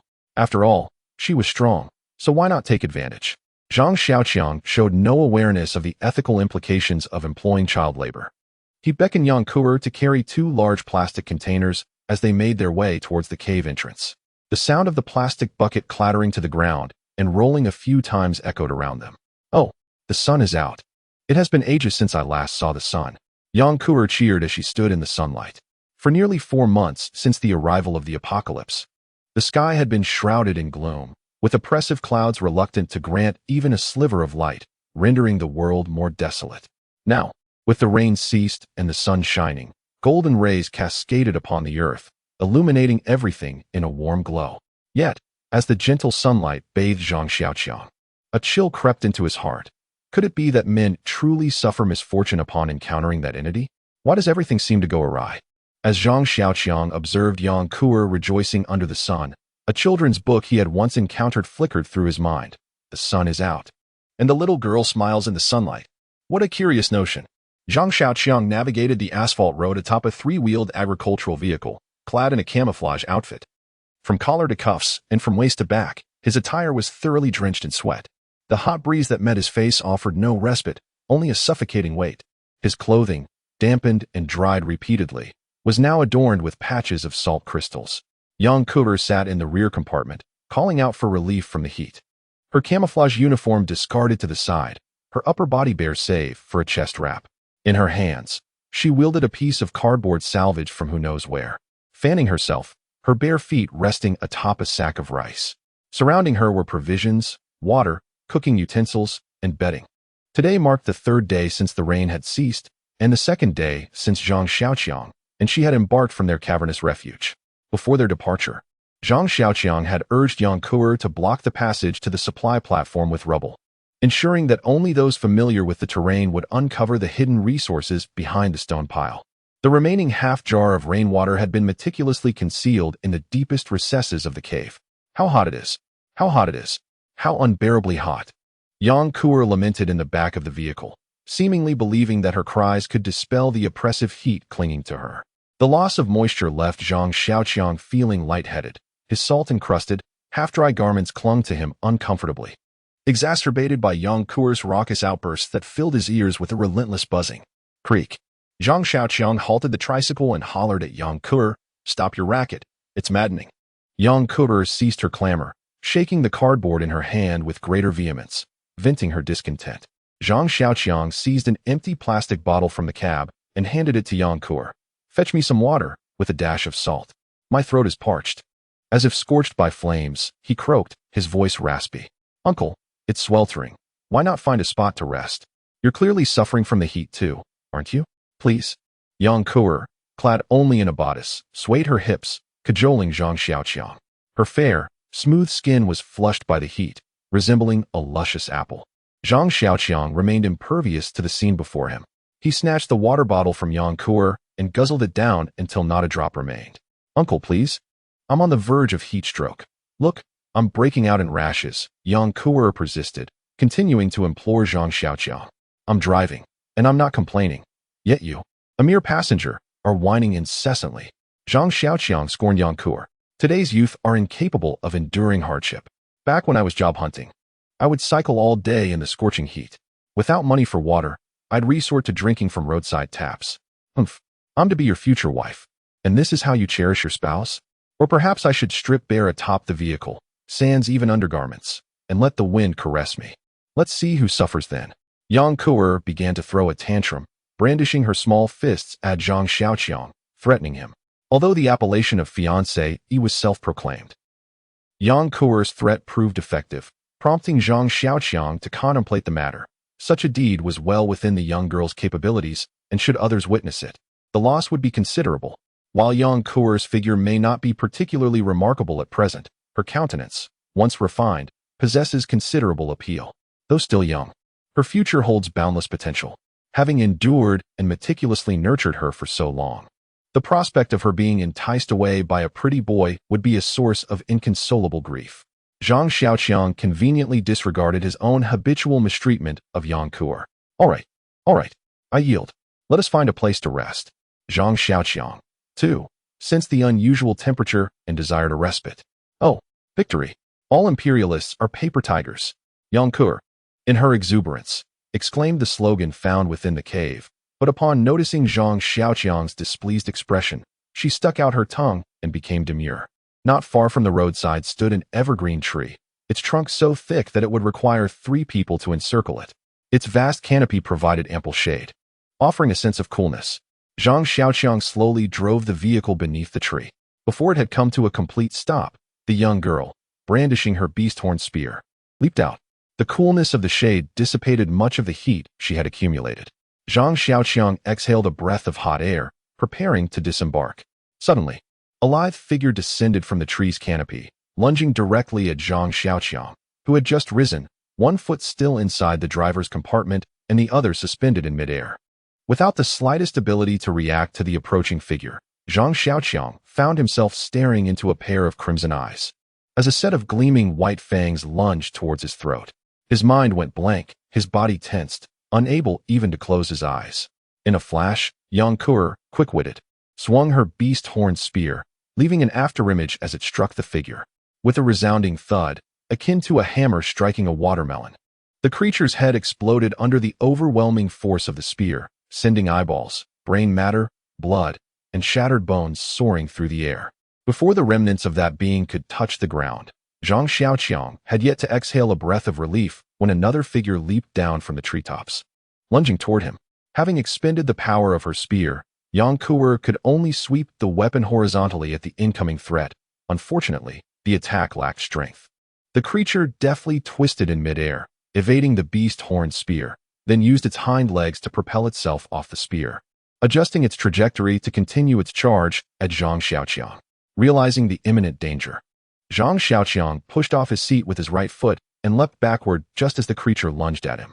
With a crash, they both tumbled to the ground, the impact nearly causing Zhang Xiaoqiang to lose consciousness, rendering his breathing labored. Like a spring-loaded mechanism, the creature sprang back up as it landed, aiming once more for Zhang Xiaoqiang's throat. As he lay on the ground, unable to rise, the creature was already upon him. Zhang Xiaoqiang raised his left arm to shield his throat, his mind racing with one thought. He must not allow it to bite his neck. As the creature's jaws sank into the cuff of his left sleeve, he summoned strength in his left arm, bringing the creature down forcefully against the ground, then pressing his entire weight upon it. Crimson orbs, ghastly fangs, and a rotund head. Zhang Xiaoqiang found himself in an intimate encounter with the creature, a pungent, feral stench assailing his nostrils, bringing tears to his eyes. With the entity pinned beneath him, he hammered its skull with his clenched fist, blow after relentless blow. He lost count of the strikes, his knuckles raw and bloodied, glimpses of bone visible amidst the carnage. The creature's head was a pulpy, unrecognizable mess.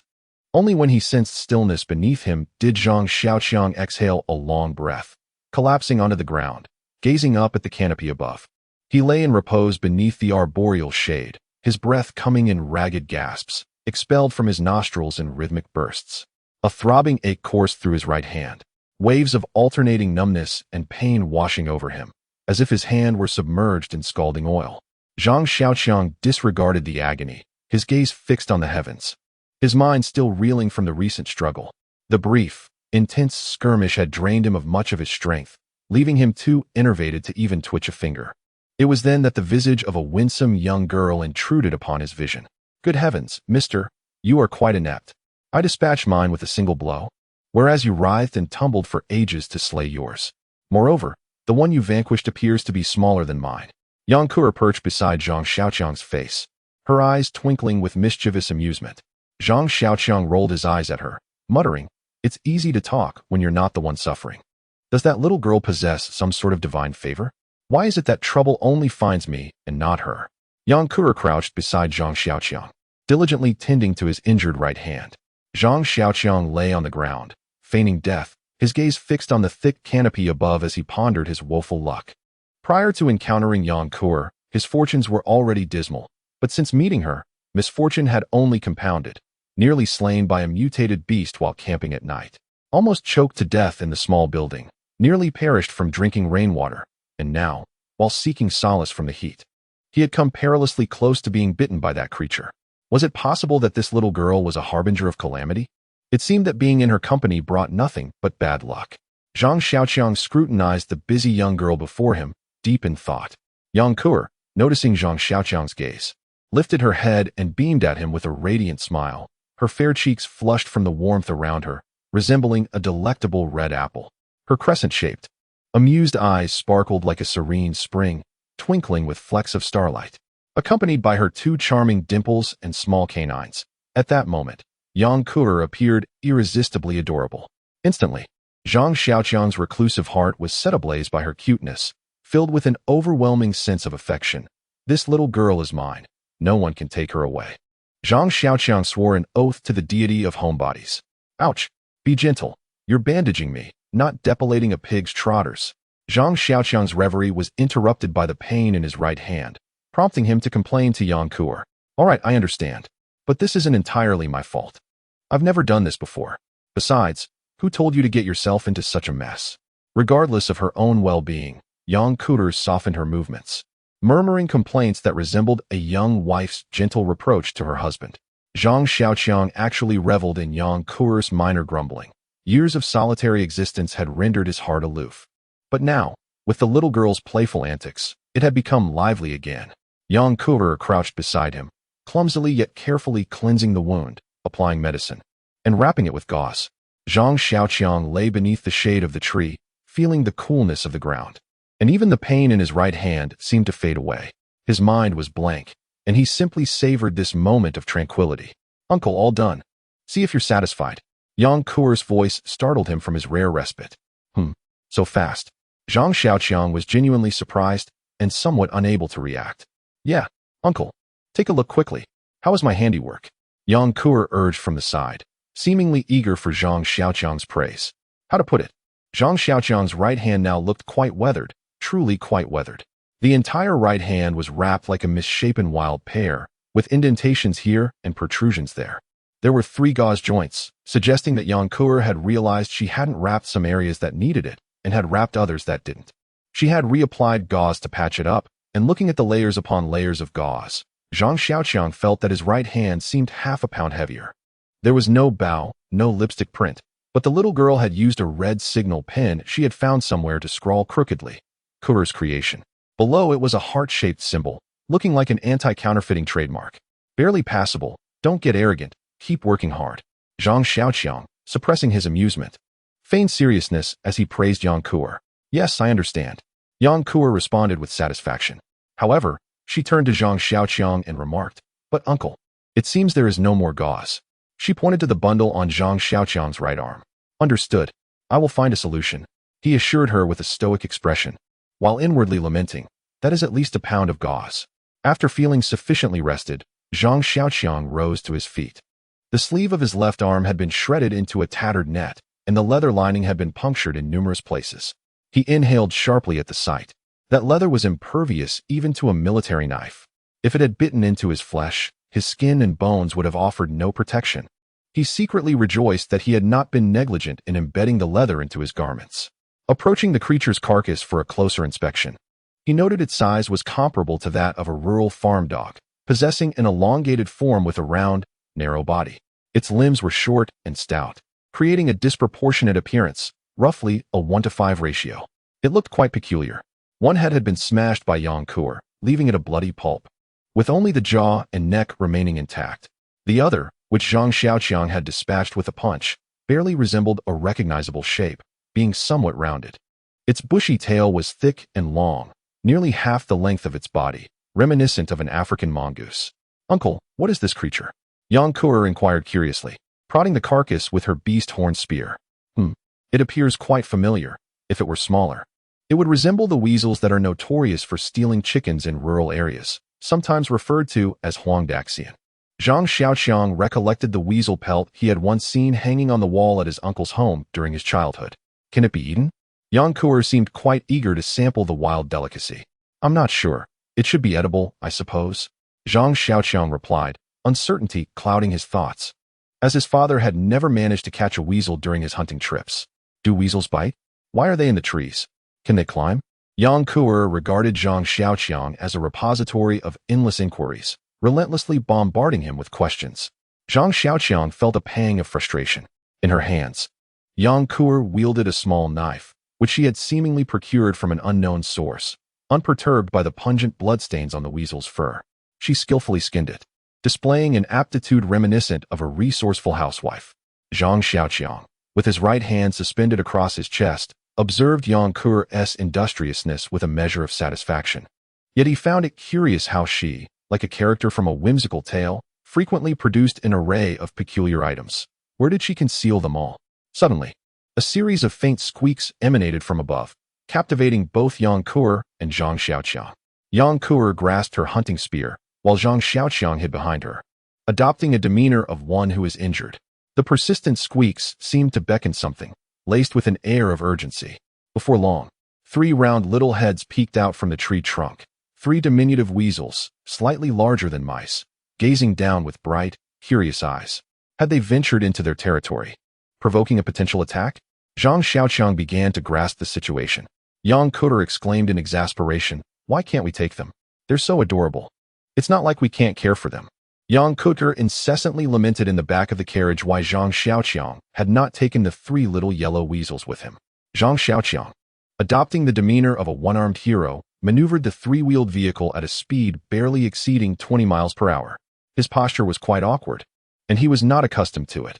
However, there was no alternative, as the unknown presence of other mutated beasts loomed in that area, compelling him to drive while injured. He had contemplated teaching Yang Kuer how to drive, yet ever since she transformed into a Popeye-like figure, her confidence had soared. Who could predict whether she would turn the 3-wheeler into a racing machine? Thus, he had no choice but to embrace the adage those capable should bear more labor and press on despite his injuries. Uncle, are you even listening to me? Yang Kuer queried, perceiving Zhang Xiaoqiang's silence as he focused on driving. Zhang Xiaoqiang continued to disregard her, steering with his left hand, which required a modicum of skill. Even though it was merely a rudimentary agricultural vehicle. Zhang Xiaoqiang, you've looked, you've touched. What now? Refusing to acknowledge it? Yang Kuer, sensing his indifference, began to throw a tantrum. With a creak, Zhang Xiaoqiang halted the three-wheeler and, with a sense of resignation, turned to look back. Yang Kuer was amusingly peering at him through binoculars. It seemed that 3 days without discipline had emboldened her. It was time to set her straight. Zhang Xiaoqiang contemplated teaching her a lesson, to make her understand why flowers bloom so vibrantly. His eyes blazed with fury. His left hand clenched into a fist and then relaxed in a repetitive motion. His chest puffed out, as if inflated, on the verge of exploding. Observing the tempestuous demeanor of Zhang Xiaoqiang, Yang Kuer stood her ground, merely raising the binoculars to scrutinize him. They remained in that tense standoff for quite a while. The aggrieved chest of Zhang Xiaoqiang sagged like a deflated tire. Now rendered partially incapacitated, he found himself unable to reprimand Yang Kuer. His heart heavy with indignation yet devoid of recourse. You say I saw it? Very well, even if I did. But when have I ever touched you? When physical force proved ineffectual, Zhang Xiaoqiang resorted to reasoning. How could that be? Was it not the other day when you twisted your waist and asked me to massage you? I touched you for quite some time. Does that not count? Yang Kuer began to act mischievously. Without uttering a word, she held up a pair of binoculars with one hand while playfully gesturing with the other, her finger moving up and down. You still wish to confront me? Come, come. Today, I shall let you experience the discipline of the Zhang family.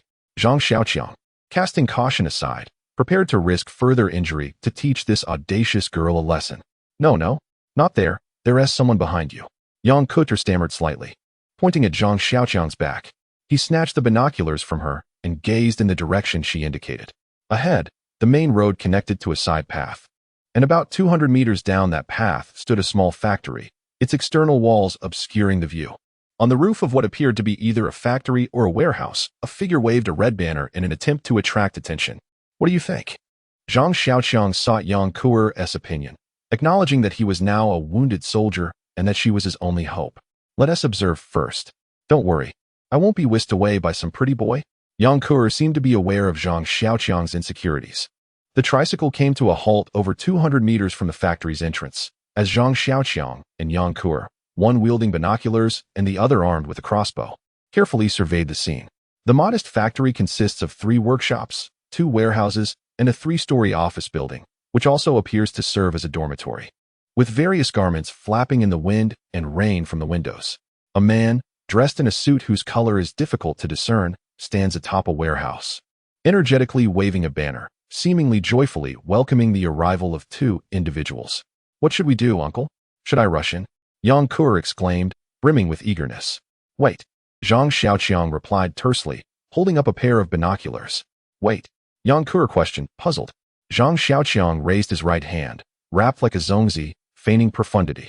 Yang Kuer appeared to grasp the situation, yet remained uncertain. Noticing her lack of reaction, Zhang Xiaoqiang reminded her. Have you forgotten the last time I used that thing of yours to lure the zombies into the river? At that moment, Zhang Xiaoqiang nearly tumbled beneath the vehicle upon hearing Yang Kuer's inquiry, feeling a profound disconnect with the young girl.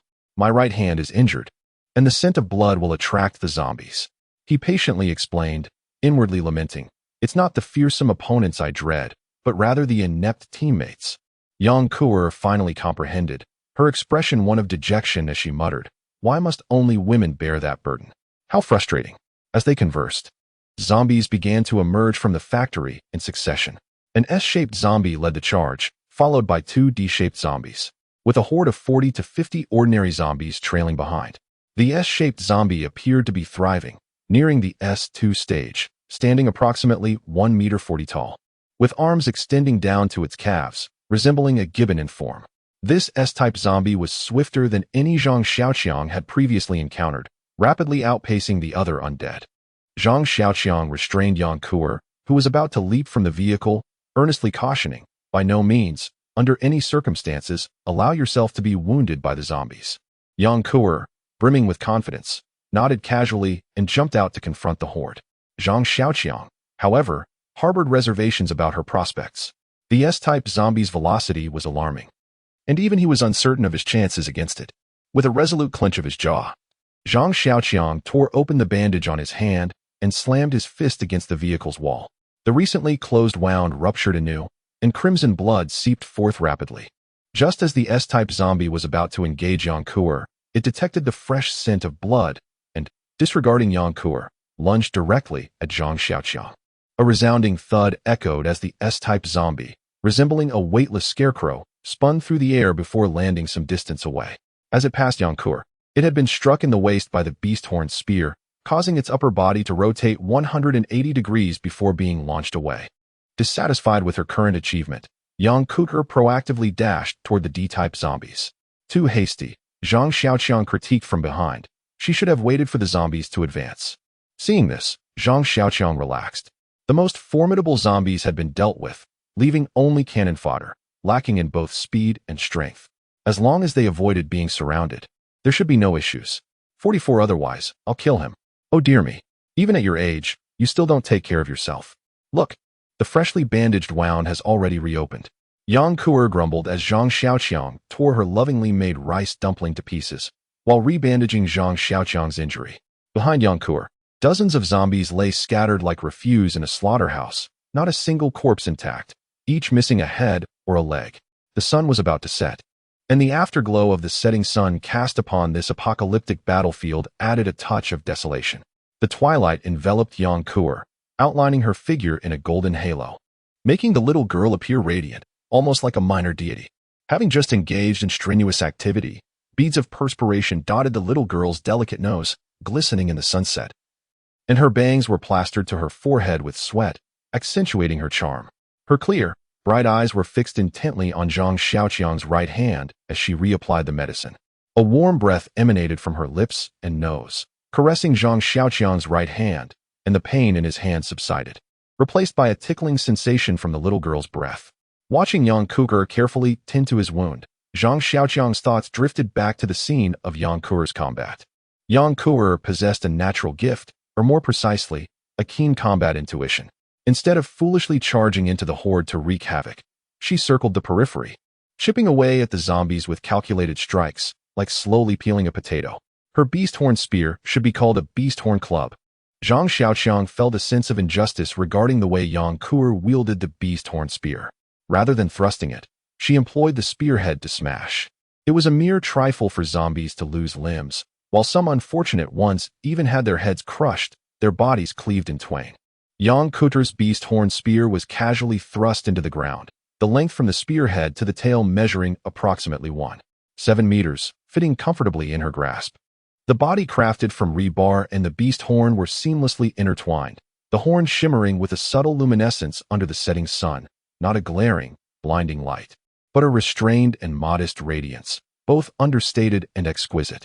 The glistening horn exhibited a remarkable resistance to dust and grime. Any splattered blood or brain matter from vanquished zombies would swiftly drip down the spiraled grooves of the spearhead, leaving the horn pristine once more. Such a magnificent weapon, yet it lay neglected. Zhang Xiaoqiang shook his head as he gazed at the forsaken spear. "Uncle, are you even listening to me?" Yang Kuer exclaimed, her eyes wide with indignation, a spark of fire dancing within them. Her delicate, rosy cheeks were puffed up, and her lips formed a cute pout. The sight of this little girl, evidently miffed, was utterly adorable. Cough. Zhang Xiaoqiang had indeed not paid heed to Yang Kuer's murmurs, and he masked his distraction with a cough, swiftly pivoting his thoughts to divert the little girl's attention. Well, I'm pondering whether we've forgotten something," he mused, feigning deep contemplation.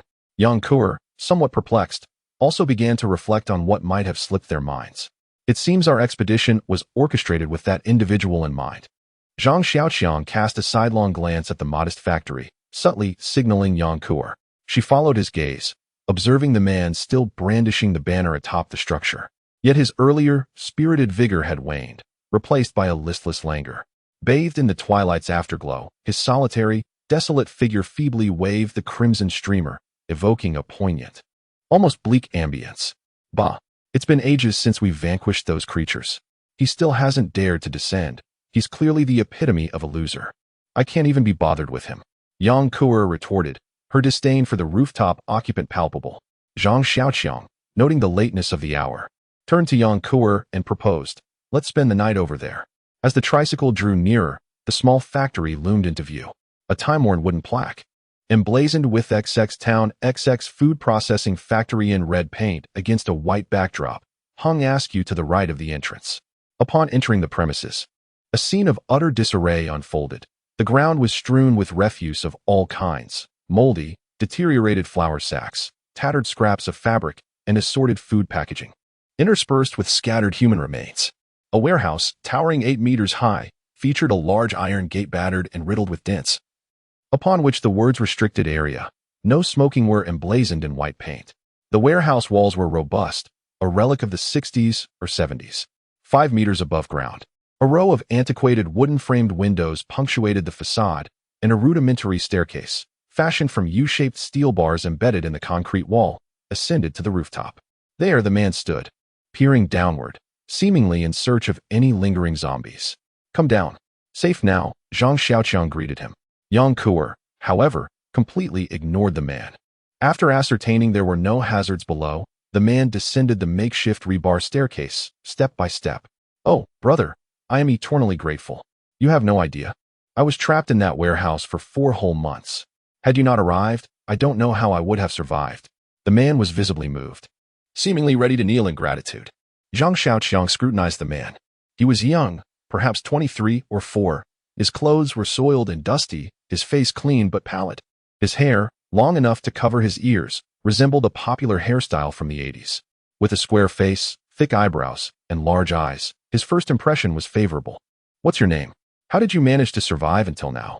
Zhang Xiaoqiang inquired, sitting in the small factory's reception room, his eyes scanning the surroundings. "Well, my surname is Xie, and my name is Yuanshan. I'm the business manager of this factory. At the time, I was in the finished goods warehouse expediting a shipment." Xie Yuanshan began his account. Xie Yuanshan, quick-witted and bold, had persuaded the warehouse manager to lock the warehouse doors and remain inside. Half an hour later, the warehouse manager also began to act strangely. Xie Yuanshan, becoming suspicious, kept his distance. When the warehouse manager eventually transformed into a zombie, Xie Yuanshan killed him and remained in the warehouse for several months, climbing onto the roof every morning at daybreak to see if anyone was passing by. "Xie Yuanshan, how did you manage to get water?" Zhang Xiaoqiang asked, voicing his curiosity. "Brother, you're too kind. Just call me Xiaoshan. It's like this. The finished goods warehouse must be kept clean and tidy at all times, so a washing station has been constructed behind the main entrance. It is primarily used for mopping the floor and for personnel to wash their hands to avoid soiling the goods. The water is sourced from the underground supply drawn by the factory, while most nearby farms also utilize underground water for domestic purposes. Brother, my life was saved by you. If you have any requests in the future, please feel free to ask, and I will do my utmost," Xie Yuanshan vowed earnestly, though his gaze involuntarily drifted towards Yang Kuer. Ahem, Zhang Xiaoqiang pretended to cough, reminding him to refrain from staring so indiscriminately. "I saw this little sister on the rooftop. She is impressive," Xie Yuanshan remarked, feeling somewhat awkward. Zhang Xiaoqiang remained silent, merely nodding. "Is she your sister?" Xie Yuanshan inquired cautiously. "No, I am his wife." Yang Kuer, feeling a bit bored, stood up immediately to assert her claim upon hearing Xie Yuanshan's question. "Oh, brother, you are remarkable, huh?" Xie Yuanshan laughed sincerely, while Zhang Xiaoqiang felt an underlying discomfort. The large iron gate of the small factory was locked, and Zhang Xiaoqiang and the others gathered around a bonfire in the factory's open space. It was not that they preferred not to sleep in a bed, but the odor in the dormitory was quite unbearable, compelling them to sleep outdoors. Fortunately, the temperature was not too low that night, making it feel akin to summer. Zhang Xiaoqiang and Yang Kuer discussed taking turns to keep watch through the night, being particularly cautious due to the presence of an outsider of unknown origin. "Put that thing down, or I will kill him," Zhang Xiaoqiang said, suddenly jolted awake from his slumber. He had barely opened his eyes when a hard kick landed squarely on his stomach. The blow struck him right in the gut, and with a gasp, Zhang Xiaoqiang doubled over and retched. "Do not strike him again." As Zhang Xiaoqiang opened his eyes, he was met with the sight of a crossbow aimed directly at his forehead. Before he could comprehend the situation, a sharp kick to his abdomen rendered him speechless, forcing him to curl up on the ground, gasping for breath. "Why are you kicking him again?" The voice of Yang Kuer pierced through the air, tinged with desperation. "Drop that weapon." Zhang Xiaoqiang discerned it was Xie Yuanshan's voice. Before he could react, Xie Yuanshan delivered another blow to his right hand. Ah! Zhang Xiaoqiang could not contain a cry of agony as the white bandage wrapped around his hand rapidly turned crimson, the wound reopening. Stop hitting him. What do you intend to do? Yang Kuer shrieked, her voice quivering with emotion. What do I intend to do? Ha. Naturally. I intend to have my way with you. Xie Yuanshan's maniacal laughter echoed. You all said it yourselves. The world is in ruins, the nation has fallen, and the law is non-existent. Thus, I shall do as I please. Xie Yuanshan continued, relishing his words. You ungrateful wretches. Do not forget that we saved you. Yang Kuer exclaimed, her anger palpable. I should have let you be devoured by the monsters. Ha. Ungrateful? Well said. I am indeed ungrateful. Do you know what happened to the last person who uttered such words towards me? Ha. I slowly choked her to death. You cannot imagine how exquisite that feeling was. Xie Yuanshan warned Zhang Xiaoqiang with another kick, admonishing him to remain still, before proceeding with his deranged monologue. I lay atop her, watching as her eyes widened and her tongue slowly extended. She gripped me so tightly then, so tightly that my soul soared with pleasure. That was the most exhilarating experience of my life. Xie Yuanshan seemed to relish sharing his feelings, growing increasingly animated as he spoke. Women simply crave copulation. At 40 years old, what's the point of feigning purity? We were trapped together. Who else was there to defile? I violated her daily, for 3 whole months. Don't hit him anymore. Wah. Yang Kuer sobbed. This is how it should be. You're enjoying it, aren't you? Xie Yuanshan gazed at the weeping Yang Kuer with a face full of mockery. Ahem. I understand now. That warehouse keeper didn't mutate. She was violated and murdered by you. Zhang Xiaoqiang managed to say between coughs. Wah. Seeing Zhang Xiaoqiang being beaten, Yang Kuer wept incessantly, clutching the beast horn gun in her hands even tighter. Right, where was I? That warehouse keeper. I remember it was she who pulled me away from the door. She who closed the gate. So what? The next day, I was violating her, She kept cursing me, and I kept defiling her. Xie Yuanshan swallowed a mouthful of saliva as he spoke with glee, continuing, right? I kept defiling her. Only by defiling her could I forget what was outside the door. Only by defiling her could I not think about being devoured by those things.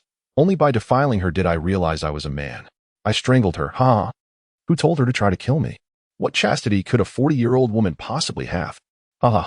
Even in death, I wouldn't let her go. I continued to defile her until she stank.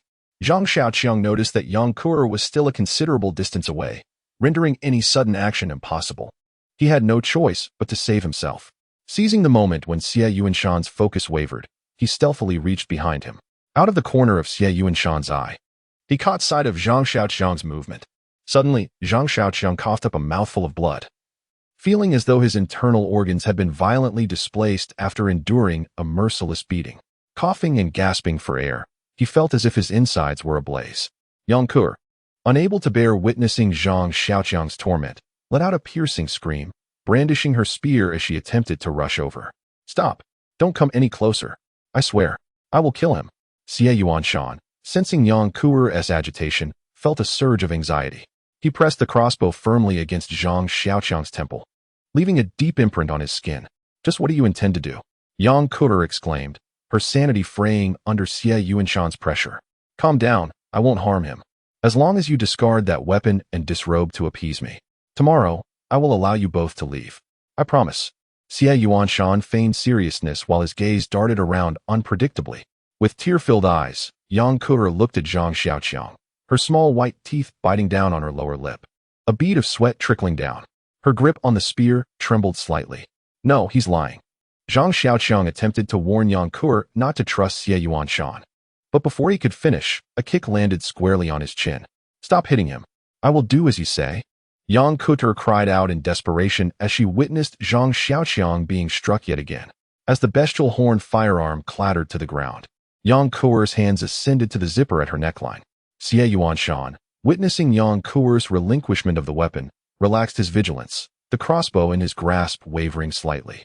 However, his focus sharpened intensely as Yang Kuer commenced disrobing. Capitalizing on Xie Yuanshan's diverted attention, Zhang Xiaoqiang extricated his right hand, swathed like a dumpling, from its bandaged confines. With a resounding thud, he delivered a blow to Xie Yuanshan's groin. A cacophony of agonized cries erupted from Xie Yuanshan as he clutched his nether regions, evidently in considerable distress. Zhang Xiaoqiang's left hand then drew the Type 54 pistol from his lower back, aiming it at Xie Yuanshan and pulling the trigger. Silence. The Type 54 remained inert. Zhang Xiaoqiang cursed inwardly. The Type 54, prone to accidental discharge when cocked, was equally prone to failing when uncocked, a fatal flaw in critical moments. Without pause, his left hand arced upward and descended, the pistol grip colliding forcefully with Xie Yuanshan's kneecap. A distinct crack, suggestive of fractured bone, echoed through the air. Xie Yuanshan relinquished his crossbow, clutching his leg as he writhed on the ground. Zhang Xiaoqiang turned his gaze toward Yang Kuer, who stood transfixed. Her left hand pressed against her right as she clutched her collar. "What are you gawking at? Come lend a hand," he commanded. The preceding actions had depleted Zhang Xiaoqiang's reserves, leaving him prostrate and riddled with aches. "Why am I always the one injured?" he mused, perplexed. Yang Kuer, jolted from her reverie, hastened forward, retrieved the crossbow, and brought it down with brutal force upon Xie Yuanshan's right leg. The sound of fracturing bone reverberated once more, accompanied by Xie Yuanshan's renewed screams of agony. Yang Kuer stepped on all four of Xie Yuanshan's legs, including the one in the middle, before rushing to Zhang Xiaoqiang's side. Xie Yuanshan lay on the ground, breathless. "Is there a generation gap? How are you? Does it hurt? Is it serious?" Yang Kuer helped Zhang Xiaoqiang sit against her chest. With a sharp intake of breath, Zhang Xiaoqiang winced at her movements. Every inch of his body ached. Yang Kuer quickly slowed her actions, trying to alleviate his pain. "Do you know how the villains in movies meet their demise?" Zhang Xiaoqiang leaned against Yang Kuer, gazing into the flickering campfire. She remained silent, tears occasionally falling onto his cheek, warm droplets tracing a path down his face. "Because villains always talk too much," Zhang Xiaoqiang muttered to himself. "Do you know why the heroines in movies often meet tragic fates?" He turned his head with great effort to look at Yang Kuer behind him. "Because those foolish heroines always choose to believe the words of the villains." With his head resting against her chest, he spoke with a dazed expression. "Do you really think that by satisfying that pervert, he would genuinely let us go?" At this point, Zhang Xiaoqiang felt a sense of frustration. "I was just worried when I saw you getting hurt. I care about you too." Yang Kuer's voice grew softer, laced with a hint of poignant grievance. Zhang Xiaoqiang fell silent, always feeling a disconnect in their communication.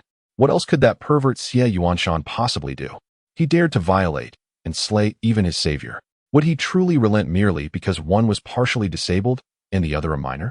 As this thought crossed Zhang Xiaoqiang's mind, he could not help but delve further into the implications, a cold sweat, as pale as snow, trickling down his spine.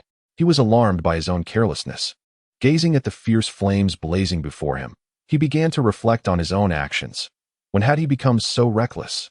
Had the comfortable existence within the cave for nearly half a month dulled his vigilance? Was it Yang Kuer, transformed into a powerhouse, who had emboldened him? Had donning the rudimentary leather armor adorned with animal hides rendered him complacent?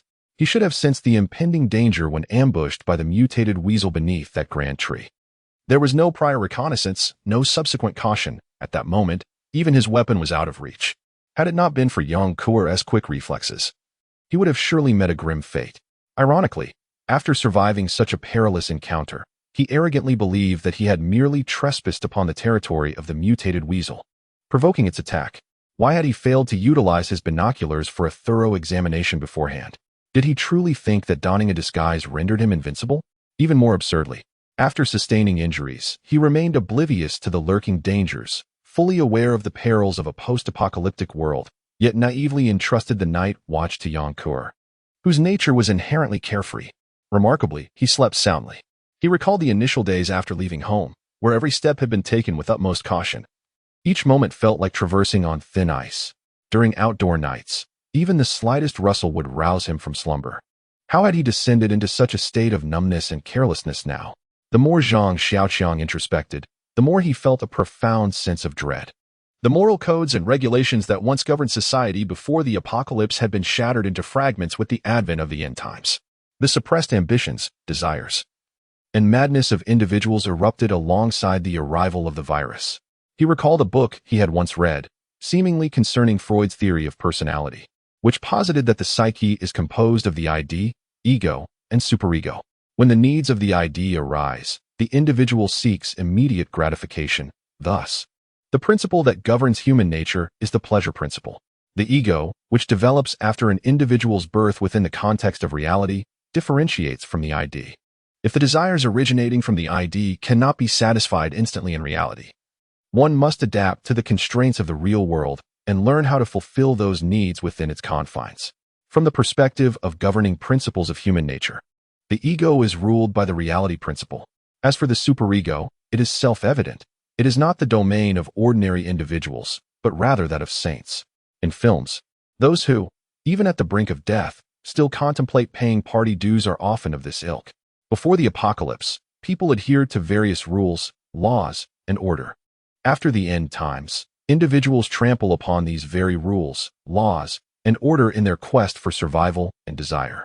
Those who existed before the apocalypse lived within the realm of the ego, while those who now inhabit the world post-apocalypse dwell within the ID. No longer can one live as before. You are not a savior. Do not always aspire to be virtuous. Zhang Xiaoqiang concluded his self-reflection, pondering whether he should embrace the role of the villain. Alas, Xie Yuanshan lay prostrate in the distance like a lifeless cur, emitting moribund groans. His limbs, having been pulverized by Yang Kuer into a collection of disjointed fragments, were attached to his torso at grotesque and unforeseen angles.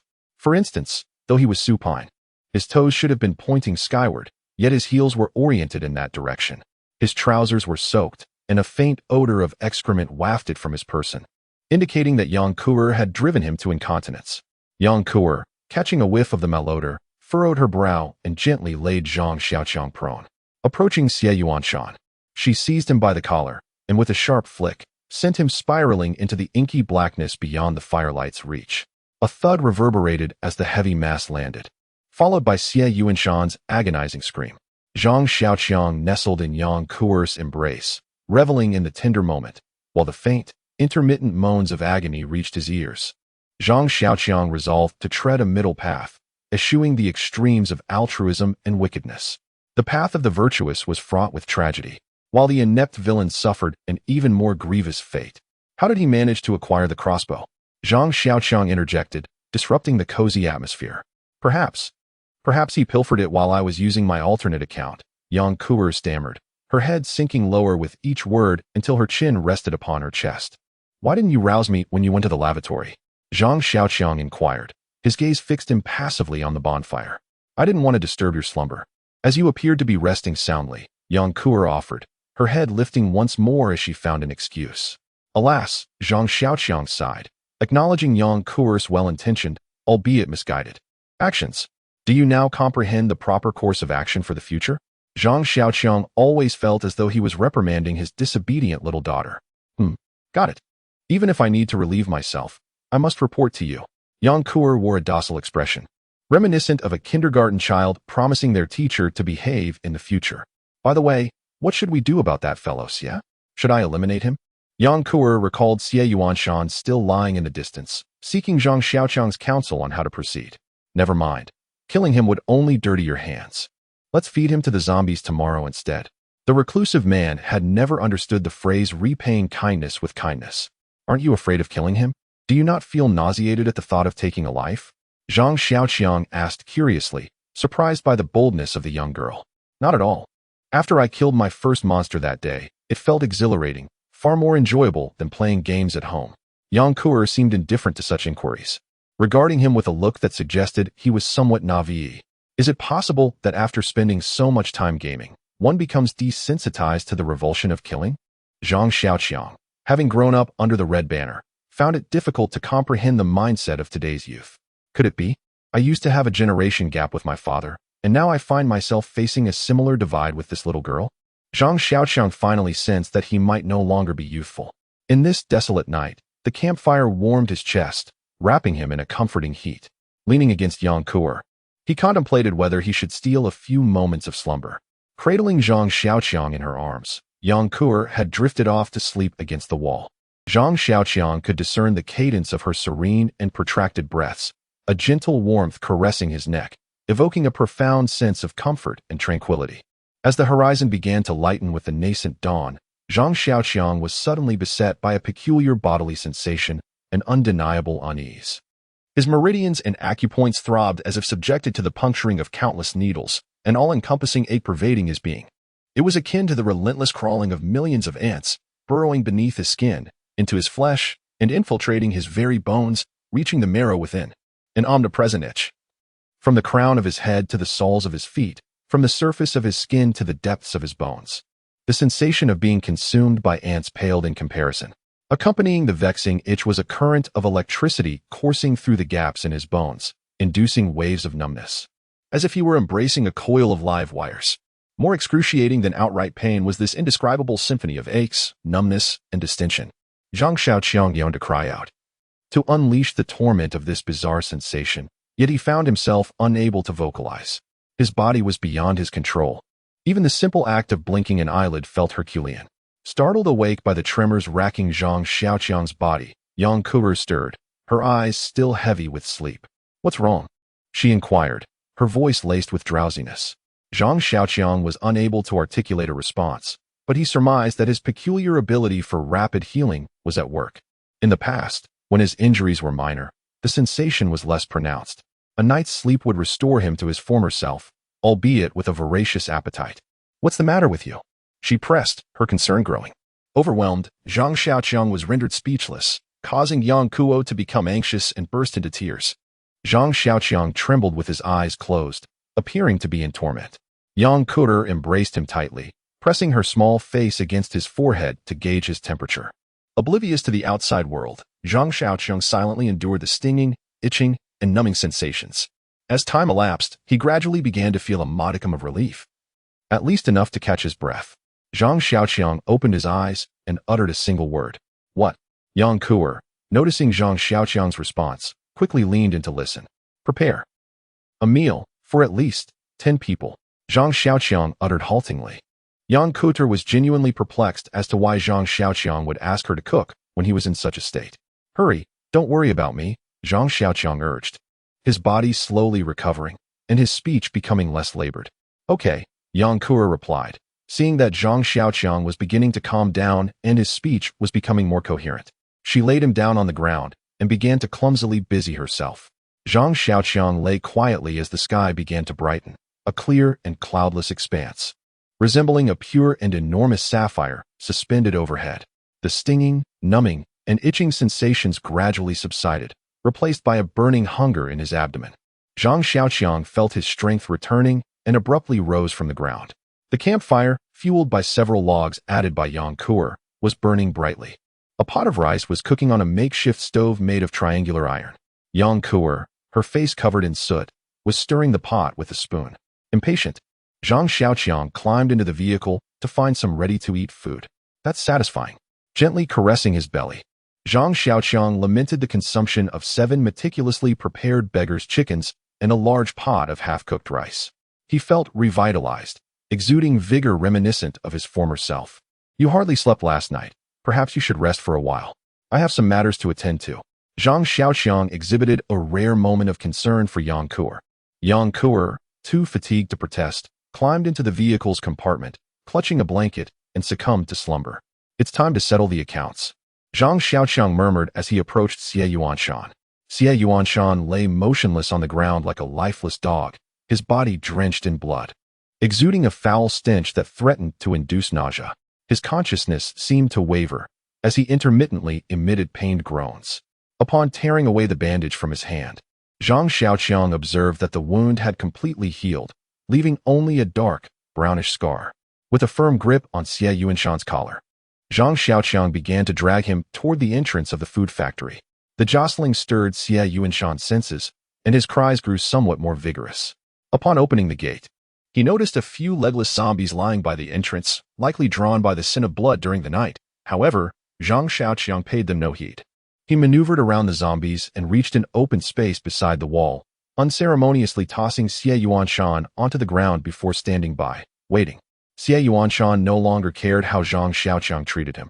Perhaps he thought it was best to simply resign himself to death. He focused on his own groans, seeking to alleviate some of his agony. As the sun ascended gradually, the golden rays began to spread outward, casting patches of light that approached with a visible swiftness. As Zhang Xiaoqiang was entirely bathed in sunlight, the few crippled zombies approached him. Xie Yuanshan also noticed the zombies and became agitated. He looked at Zhang Xiaoqiang, his mouth opening and closing, attempting to speak. Grant me a swift death. These words required immense effort, and he panted heavily after uttering them. Zhang Xiaoqiang merely stood by, watching, saying nothing, doing nothing. The zombies were only a few meters away from him. He was terrified and frantic, his body writhing backward like a massive maggot. Beads of sweat, the size of soybeans, dripped incessantly from his forehead, then fell like raindrops. Finally, he was overtaken. A zombie crawled to his leg, its claws latching onto his left calf as it bit down through the fabric. His final, desperate outburst unleashed his full potential. The scream was robust and resonant. A zombie seized his head, attempting to bite his ear, and with a gentle tug, the zombie tore his ear off with its teeth. Zhang Xiaoqiang squatted on the ground, vomiting violently. The contents of his stomach, consumed earlier that morning, had long been digested by his ravenous appetite. Now, he could only spew bitter fluid. Xie Yuanshan was not yet entirely deceased, and his screams continued to echo. Hearing his cries, Zhang Xiaoqiang seemed to recall the scene of the zombies devouring him, and he began to vomit once more. Eventually, Xie Yuanshan fell silent. Zhang Xiaoqiang rested for a considerable time before recovering. This act of feeding Xie Yuanshan to the zombies, he wondered whether it tormented him or himself. In any case, he could not bear to watch the scene. He admired Yang Kuer, who had remained composed even as her boyfriend was devoured. Could it be that he had reached a certain level of understanding through watching horror movies? A trivial matter? Zhang Xiaoqiang was completely puzzled. 48 Encountering D2 Again. Dawn is invariably the most exquisite moment of the day, even in the post-apocalyptic world. Zhang Xiaoqiang drove his three-wheeled farm vehicle along the highway, his destination being WH City. WH, being the provincial capital, undoubtedly receives greater attention from the central government than the prefecture-level city he was in. Furthermore, with the provincial capital garrisoned by local armed police forces, it would certainly be able to gather a considerable number of survivors. In the post-apocalyptic world, the odds of individual survival are too slim. Although a recluse does not require extensive interpersonal relationships, he is not a high-ranking monk practicing in an ancient temple deep in the mountains. He needs society. He needs people. To be precise, he needs something to pass the time. A recluse is reclusive because he is invariably empty, invariably wanting to stand apart from the mundane world, invariably feeling out of sync with this world. He does not care about the opinions of others. He simply wants to find a space of his own in this materialistic world. A recluse observes everything that happens around him from the perspective of an outsider. They may be unremarkable or unknown, but they have their own life positioning and their own thoughts. These thoughts are not imposed by others. Because a recluse has his own world, he can disregard those authoritative ideas. He can criticize everything because they have their own culture. Unfortunately, they are independent of the world, but they cannot detach themselves from it. Most of them can only live in closed and narrow spaces, enduring the strange gazes of others. Why do people in the world not approve of reclusive men and women, yet the number of recluses does not decrease but continues to increase? The denizens of the internet, the so-called, perpetually harbor an intrinsic yearning for autonomy, a reluctance to be shackled by the conventions of the mundane world. While they might lack the prowess to manifest a grand, overarching identity, they are adept at cultivating a smaller, more personal sense of self. The nascent sun lacked any oppressive heat, and the atmosphere was imbued with a refreshing coolness. The morning breeze, as it brushed against one's skin, evoked a sense of invigorating clarity. Within the confines of the vehicle, Yang Kuter slumbered soundly, impervious to the jostling caused by the car's movement. Reflecting upon the young girl's conduct the previous evening, Zhang Xiaoqiang mused, naive. Yet, this thought was accompanied by a subtle smile. As Yang Kuer had demonstrated a degree of attentiveness that suggested she was not entirely unappreciative. It was then that he understood the allure of raising simulation games that some of his predecessors had spoken of. Something's amiss, Zhang Xiaoqiang muttered, spotting something ahead. He brought the car to a halt, raising his binoculars to survey the scene. Approximately 300 to 400 meters ahead, a modest river bisected the road, spanned by a concrete bridge. The bridge, no more than 10 meters in length and 8 meters in width, was the site of a collision. A long-distance bus was askew, having crashed into the left side guardrail of the bridge, forming an inverted V shape. On the right, a gap of 3 to 4 meters separated the guardrail and the rear of the bus, sufficient for a small vehicle to pass. Regrettably, this space was now congested with dozens of zombies. In the past, Zhang Xiaoqiang would have roused Yang Kuer and the other to clear the zombies. However, having weathered 2 unnecessary risks, Zhang Xiaoqiang had become more circumspect. He alighted from the vehicle and approached a small mound, where he lay prone, scrutinizing the situation with diligence. Zhang Xiaoqiang lay on a small mound, peering through binoculars at the bridge surface. The angle afforded him a clearer view. The bus before him was a 12-meter-long King Long coach, resplendent in bright red paint, its front crumpled against the bridgehead on the opposite side. Scattered across the bridge were nearly 50 zombies, seemingly oblivious to the presence of evolved ones. The bus bore a sign indicating it was en route from SC City to J City, suggesting that it had exited the highway to reach its destination. Contemplating the highway, Zhang Xiaoqiang felt a wave of frustration. Just 2 days prior, he had taken his tricycle onto the highway, eager to experience the thrill of a farm vehicle navigating such a route.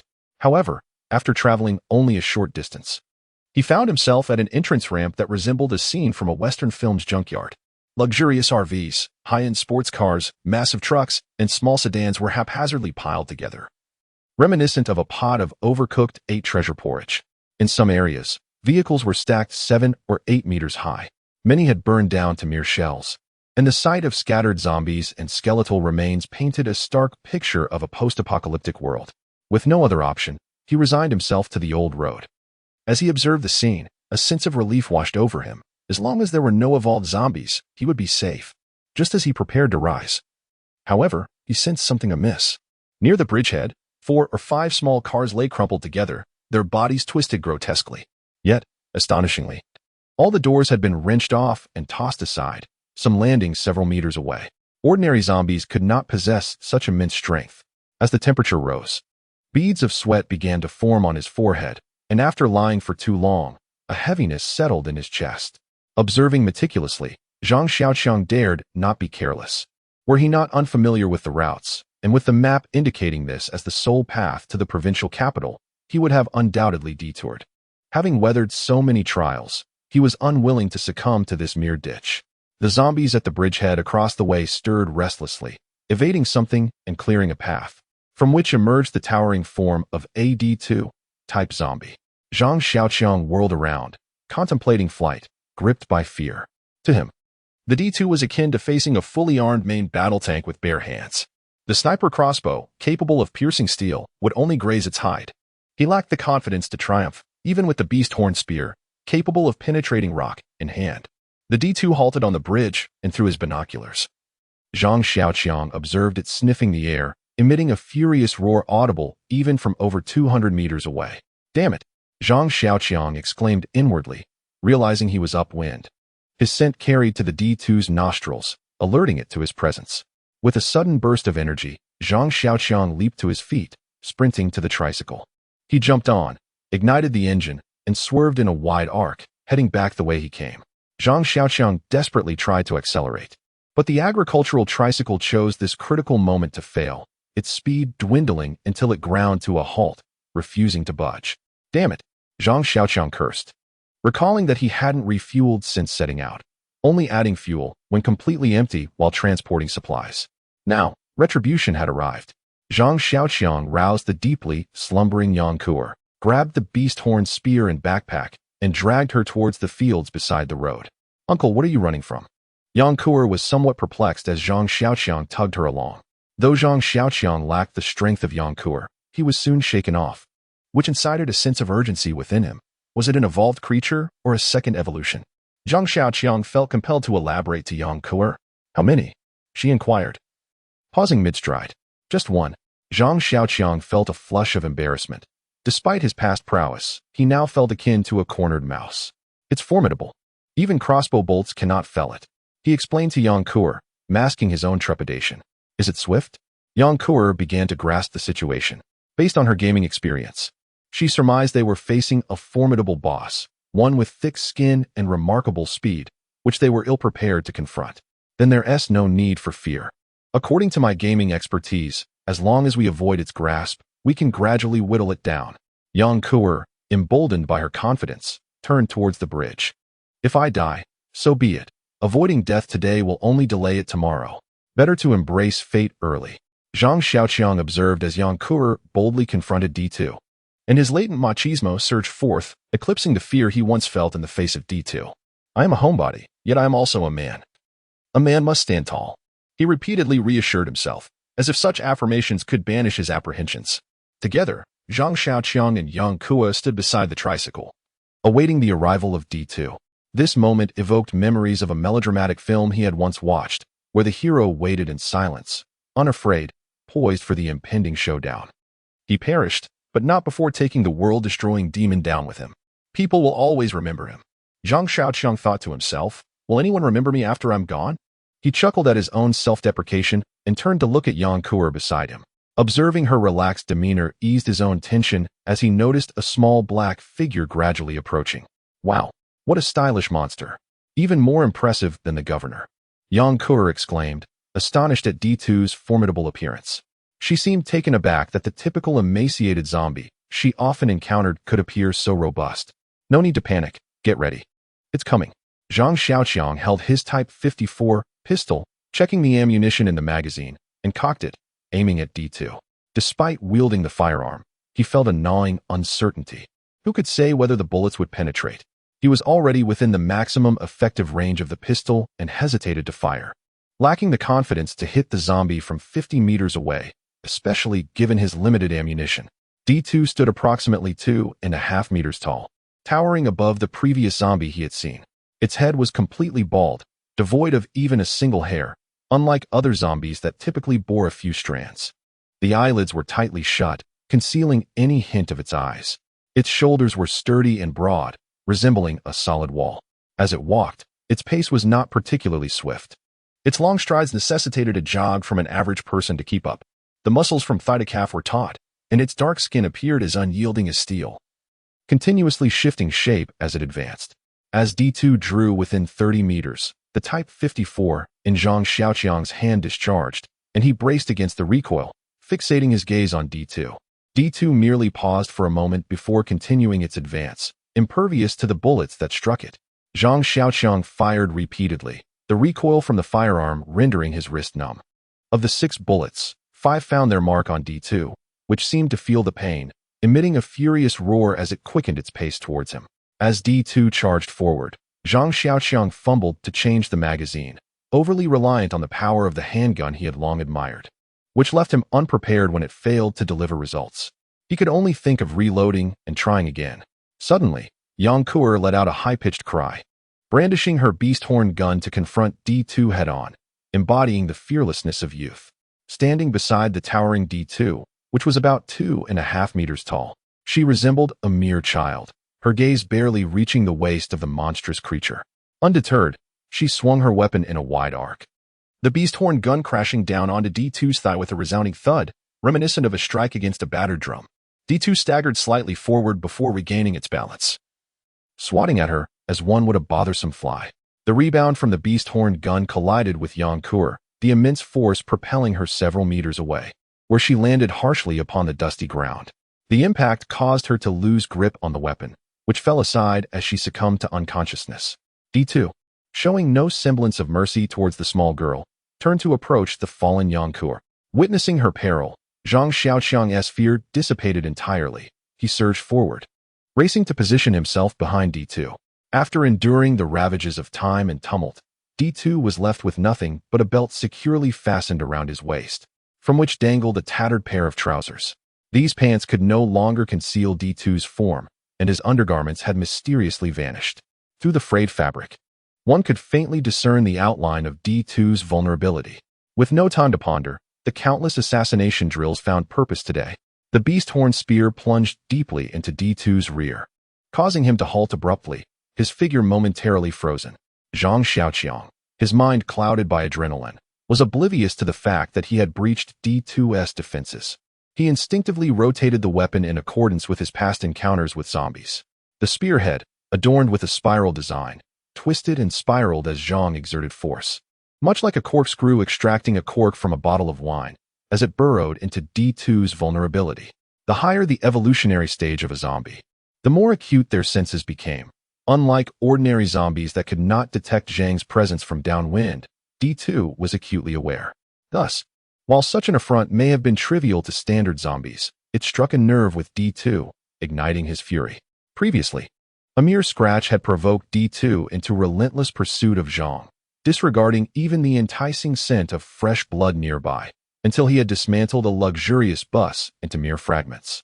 And now, with a thunderous roar of rage, D2 spun around, ready to retaliate.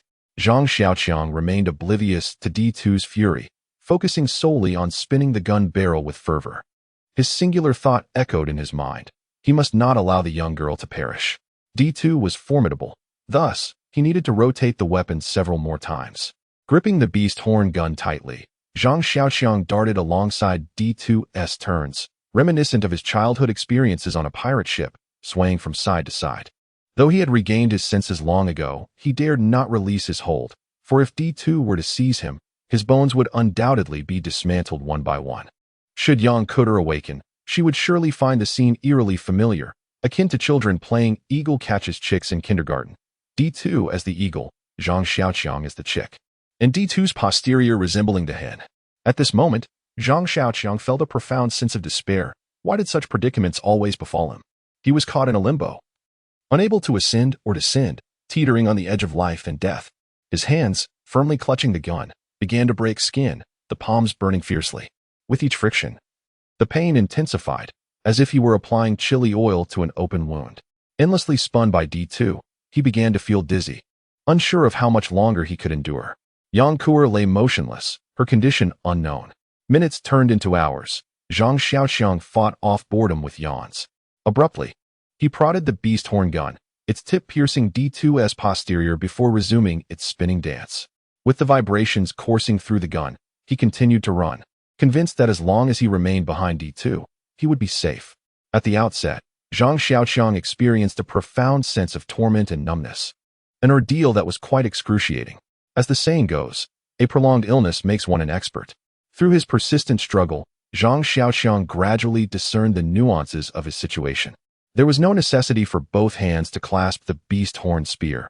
A single hand sufficed, and excessive force was unwarranted. He merely needed to attune himself to the force transmitted through the spear and move in accordance with its direction, akin to walking a dog, with the beast horn spear serving as the leash. As time elapsed, the creature's pace slowed considerably, allowing Zhang Xiaoqiang the opportunity to observe Yang Kuer, who lay on the ground, oblivious to her fate. Ultimately, a zombie is but a perversion of humanity. It does not operate like a machine that can persist indefinitely with a mere power source or fuel, despite its robust constitution. The relentless exertion began to take its toll on its stamina. Eventually, it disregarded both Zhang Xiaoqiang and the spear embedded within it, pausing momentarily to rest. Fearing that once it recuperated, he would meet an unfortunate end, Zhang Xiaoqiang took to prodding it with renewed vigor. Each jolt to its rear elicited a response, prompting the creature to resume its frenzied pursuit. Zhang Xiaoqiang stifled another yawn. He had not rested well the previous night, and the intense exertion from an hour prior had drained much of his energy. Although he had somewhat recuperated, the absence of an immediate sense of danger fostered an overwhelming weariness within him, manifesting in a series of yawns. Once again, the creature had ceased its movements, prompting Zhang Xiaoqiang to apply yet another forceful prod. Silence ensued. The spear offered no response, indicating that it had grown indifferent to his efforts. The bottle opener resumed its function, driving the beast horn deeper by several centimeters. A harrowing shriek pierced the air as it once again attempted to seize the elusive moon's reflection. "Think you can get the better of me, eh?" Zhang Xiaoqiang muttered, resuming his relentless sprint. Another 15 minutes elapsed, and this time, it ceased all movement entirely. Even the dreaded poison dragon drill proved futile. Gazing at the unyielding creature, Zhang Xiaoqiang was momentarily dumbfounded. With a resolute clench of his teeth and a forceful stamp of his foot, he hardened his resolve. Gripping the gun's body with both hands, he began to crank it with the same vigor as an old-fashioned Wells winch. The creature's dark orifice was violated with an unprecedented level of brutality. The muscles surrounding its posterior were utterly ravaged by the spiral grooves of the bestial horn, leaving behind a gaping, abyssal void.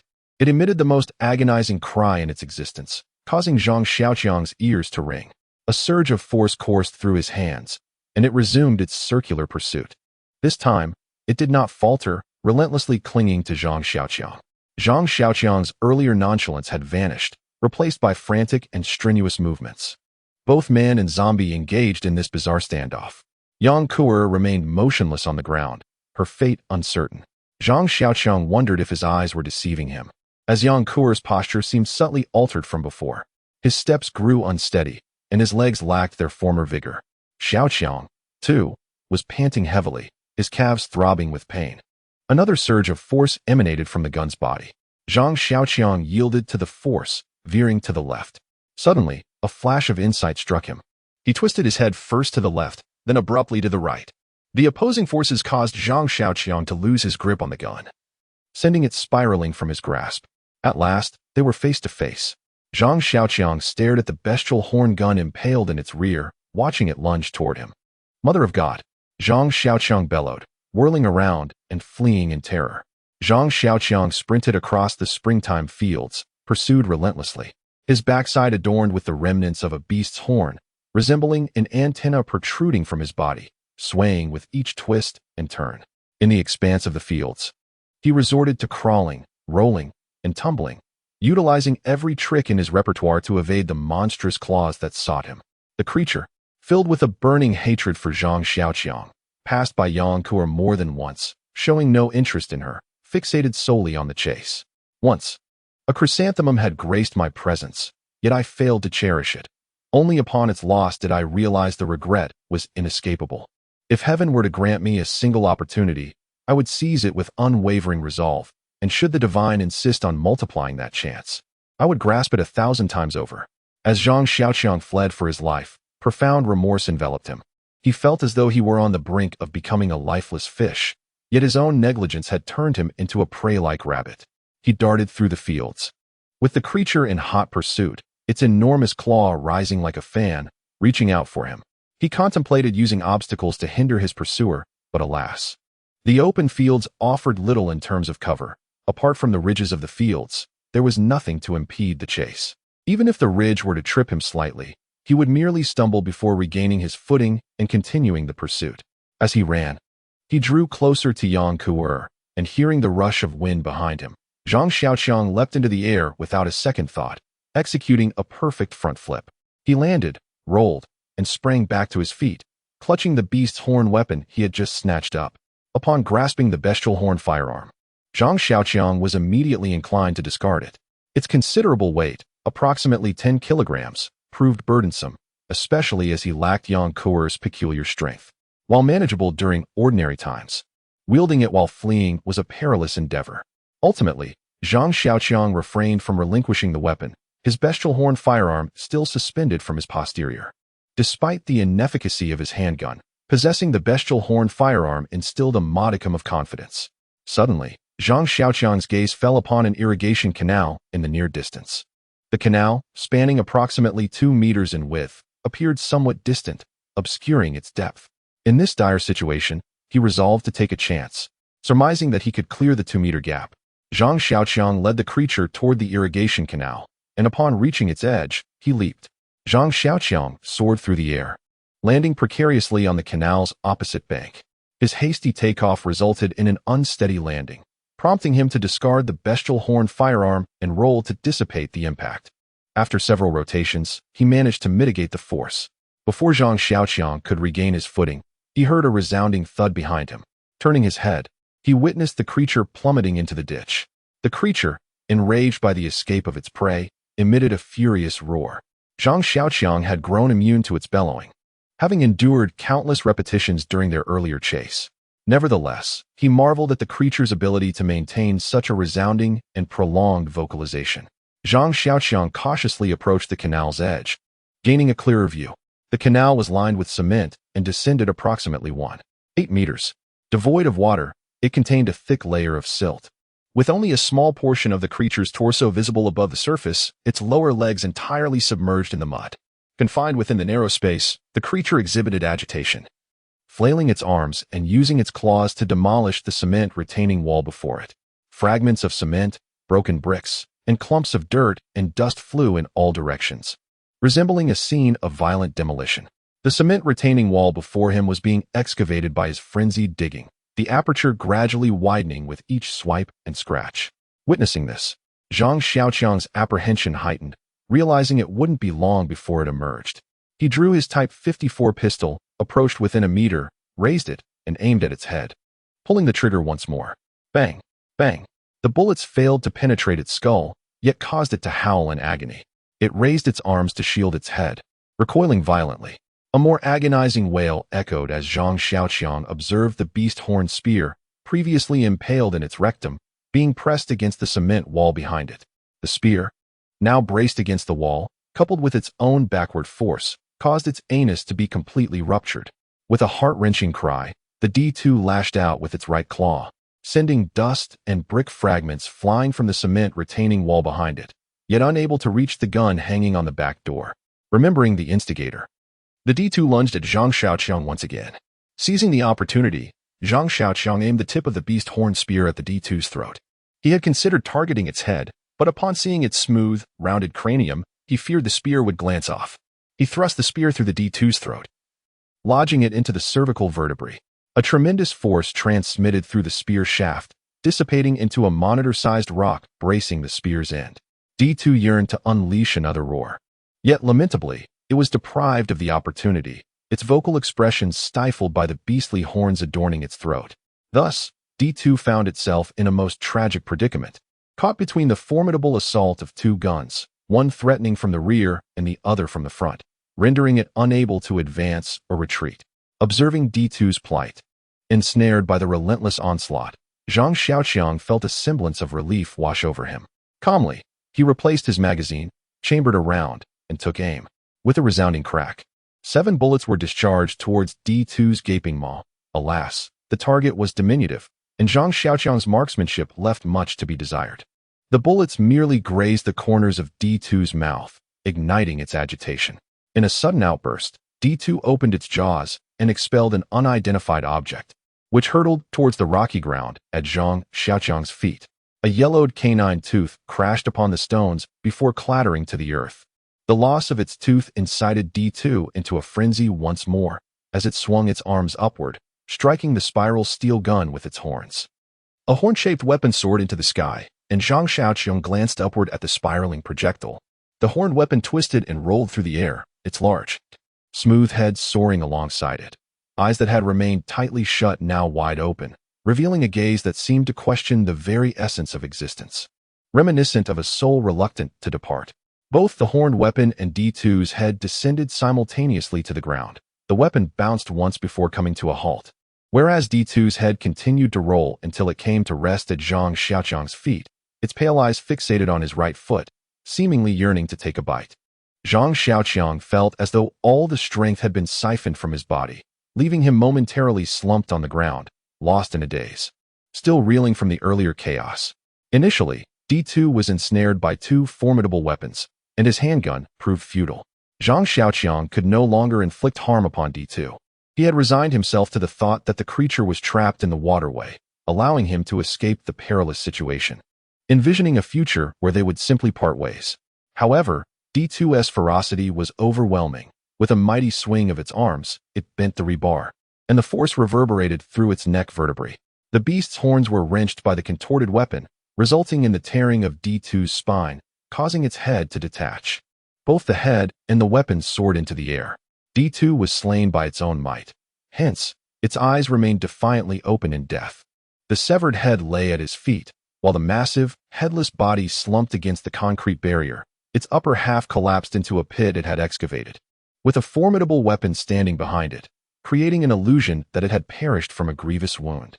Zhang Xiaoqiang sat on the ground, gradually regulating his breath until the anxiety in his chest subsided. Gazing at D2's lifeless form, a profound sense of pride welled within him. There was a time when the mere sight of D2 instilled a desire to flee. He had dreamt countless times of being awakened by the terror of D2's imposing presence. D2's robustness surpassed that of armored plating, leaving him at a loss for how to confront it. He had never dared to imagine that he could vanquish a D2 in a one-on-one encounter. Yet, he had achieved it. He was alive, and D2 was dead. As he stared at the corpse lying not far away, Zhang Xiaoqiang felt a disorienting lightness, as if he were ensnared in a beautiful dream. He pinched his thigh sharply, rousing himself back to reality. Having regained some strength, Zhang Xiaoqiang rose from the ground. He glanced down at the D2 head lying at his feet, resembling a football. Damn it! he exclaimed, raising his foot to deliver a swift kick. The head of D2 rolled away, clattering along the ground until it tumbled into a drainage ditch. Ouch! Damn it! Zhang Xiaoqiang felt as though he had struck a massive lead ball, clutching his right foot in agony while cursing under his breath. Limping on one leg, he found the situation both absurd and tragic, despite having survived the fierce struggle with D2 without so much as a scratch. He now bore an injury in the aftermath. It seemed that his fortune in battling D2 had finally run its course. Following the trench that D2 had excavated, he descended onto the creature's corpse, stepping upon its skin that resembled a tire's tread, making his way to its waist. Grasping the beast-horn spear, he shook the wooden shaft and pulled with all his might, but the spear remained lodged, likely ensnared in D2's pelvic bone. After several futile attempts, Zhang Xiaoqiang abandoned the spear, opting instead to retrieve the twisted rebar spear from the ground. He approached Yang Kuo, who lay there in an uncertain state between life and death. Observing her motionless form, a pang of concern struck Zhang Xiaoqiang. Had this been the first time he encountered her, he would have cared little for her fate, an inexperienced girl utterly oblivious to the world around her. Her demise would not have stirred him. Yet, the circumstances had changed. Although Yang Kuo occasionally indulged in mischief and could be unreasonable at times, in Zhang Xiaoqiang's view, she had shown genuine concern for him in critical moments. Despite his reclusive nature and somewhat awkward disposition, he prided himself on not being heartless. Moreover, she, despite her youth, possesses a considerate nature, invariably regarding herself as his spouse. Although Zhang Xiaoqiang feigns indifference, he secretly revels in it. The mere thought of the vivacious and endearing young girl possibly departing from him weighs heavily on Zhang Xiaoqiang's heart, like a massive boulder. With a heavy heart, Zhang Xiaoqiang approached Yang Kuo, who lay serenely on the ground, her camouflage attire slightly creased. Her right arm extended forward, her left hand cushioning her face, creating a picturesque scene of a sleeping beauty in springtime. Gazing upon Yang Kuo, the immense weight in Zhang Xiaoqiang's heart vanished without a trace. Yang Kuo had completely forgotten the previous peril, slumbering soundly. One could even discern her gentle snores. Witnessing Yang Kuo's porcine slumber, Zhang Xiaoqiang was on the verge of tears. The one who had proactively requested to confront the boss was now sprawled on the ground, fast asleep, while the one who had intended to flee was engaged in a life-and-death struggle with the boss. A surge of inexplicable anger welled up within him. Zhang Xiaoqiang raised his foot, intending to kick her, but at the last moment, he couldn't bring himself to do it. Observing the young girl's serene, smiling face, Zhang Xiaoqiang sighed heavenward. How did I end up rescuing such a burden? Wake up. Stop sleeping. Zhang Xiaoqiang gently shook Yang Kuo. Truthfully, Zhang Xiaoqiang admired her. She had just fought tooth and nail with the D2, yet it hadn't affected her sleep in the slightest. The D2's incessant roars and the gunfire during Zhang Xiaoqiang's shooting had no effect on her. Daybreak. Rise and shine. Zhang Xiaoqiang changed his approach, continuing to rouse her. Let me sleep a bit longer. Wake me up when it's time to eat. Yang Kuo remained unwilling to open her eyes. It's time to eat. Get up. Behold. Yang Kuo abruptly arose, exclaiming, I'm famished. My hunger prevents slumber. She inquired about the whereabouts of sustenance, her concern for nourishment evident. Unable to locate her meal, she sought Zhang Xiaoqiang's gaze. His countenance was ashen, the veins in his forehead throbbing. A realization dawned upon Yang Kuo as she uttered boss. Frantically, she sought her weapon. The makeshift weapon, a rebar spear twisted into A shape, clattered at her feet. She cowered, her gaze darting about, seeking D2's presence. Zhang Xiaoqiang disregarded her. Retrieving his backpack from the ground, he seized his canteen, emptying its contents in a single draft. Only then did he cease. Where did the boss go? Yang Kuo inquired softly from behind, her voice as gentle as a kitten's mew. Zhang Xiaoqiang cast a sidelong glance at her, lighting a cigarette and inhaling deeply. He pondered the encounter with D2, assessing the gains and losses. You are so powerful, esteemed sir. Did you vanquish the great boss? Yang Kuo ingratiated herself, cautiously observing Zhang Xiaoqiang's expression. Weren't you formidable? Did you not undergo a magical girl transformation? Weren't you going to punish it in the name of the moon? How is it that you were found prostrate and asleep? Zhang Xiaoqiang retorted, his mood darkening. Yang Kuo had stubbornly insisted on confronting D2 alone, only to be swiftly defeated. Had it not been for Zhang Xiaoqiang's unexpected revelation regarding D2, Yang Kuo would have undoubtedly found herself in a precarious situation. if Yang Kuer had exerted herself fully. The circumstances might have been different. However, the crux of the matter lies in the fact that she had the audacity to fall asleep in front of D2. It was a sight I had previously only encountered in newspapers, yet today, it unfolded right before my eyes. That moment was so bewildering that I could hardly comprehend what transpired. I felt a sudden heaviness in my chest, and then everything faded to black until you roused me. Yang Kuer, tilting her head in contemplation of that fateful moment, struggled to fathom how she had succumbed to slumber.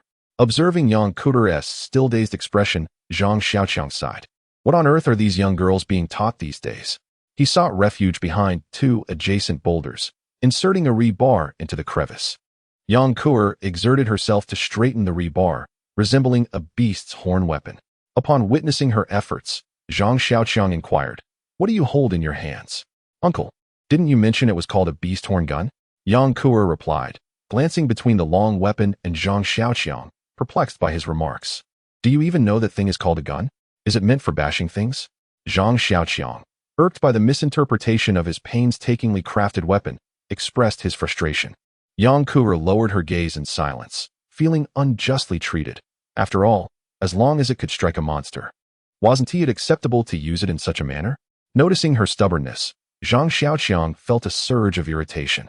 He took a few deep breaths and patted his cheeks to regain his composure. "Can you truly break it open with that gun?"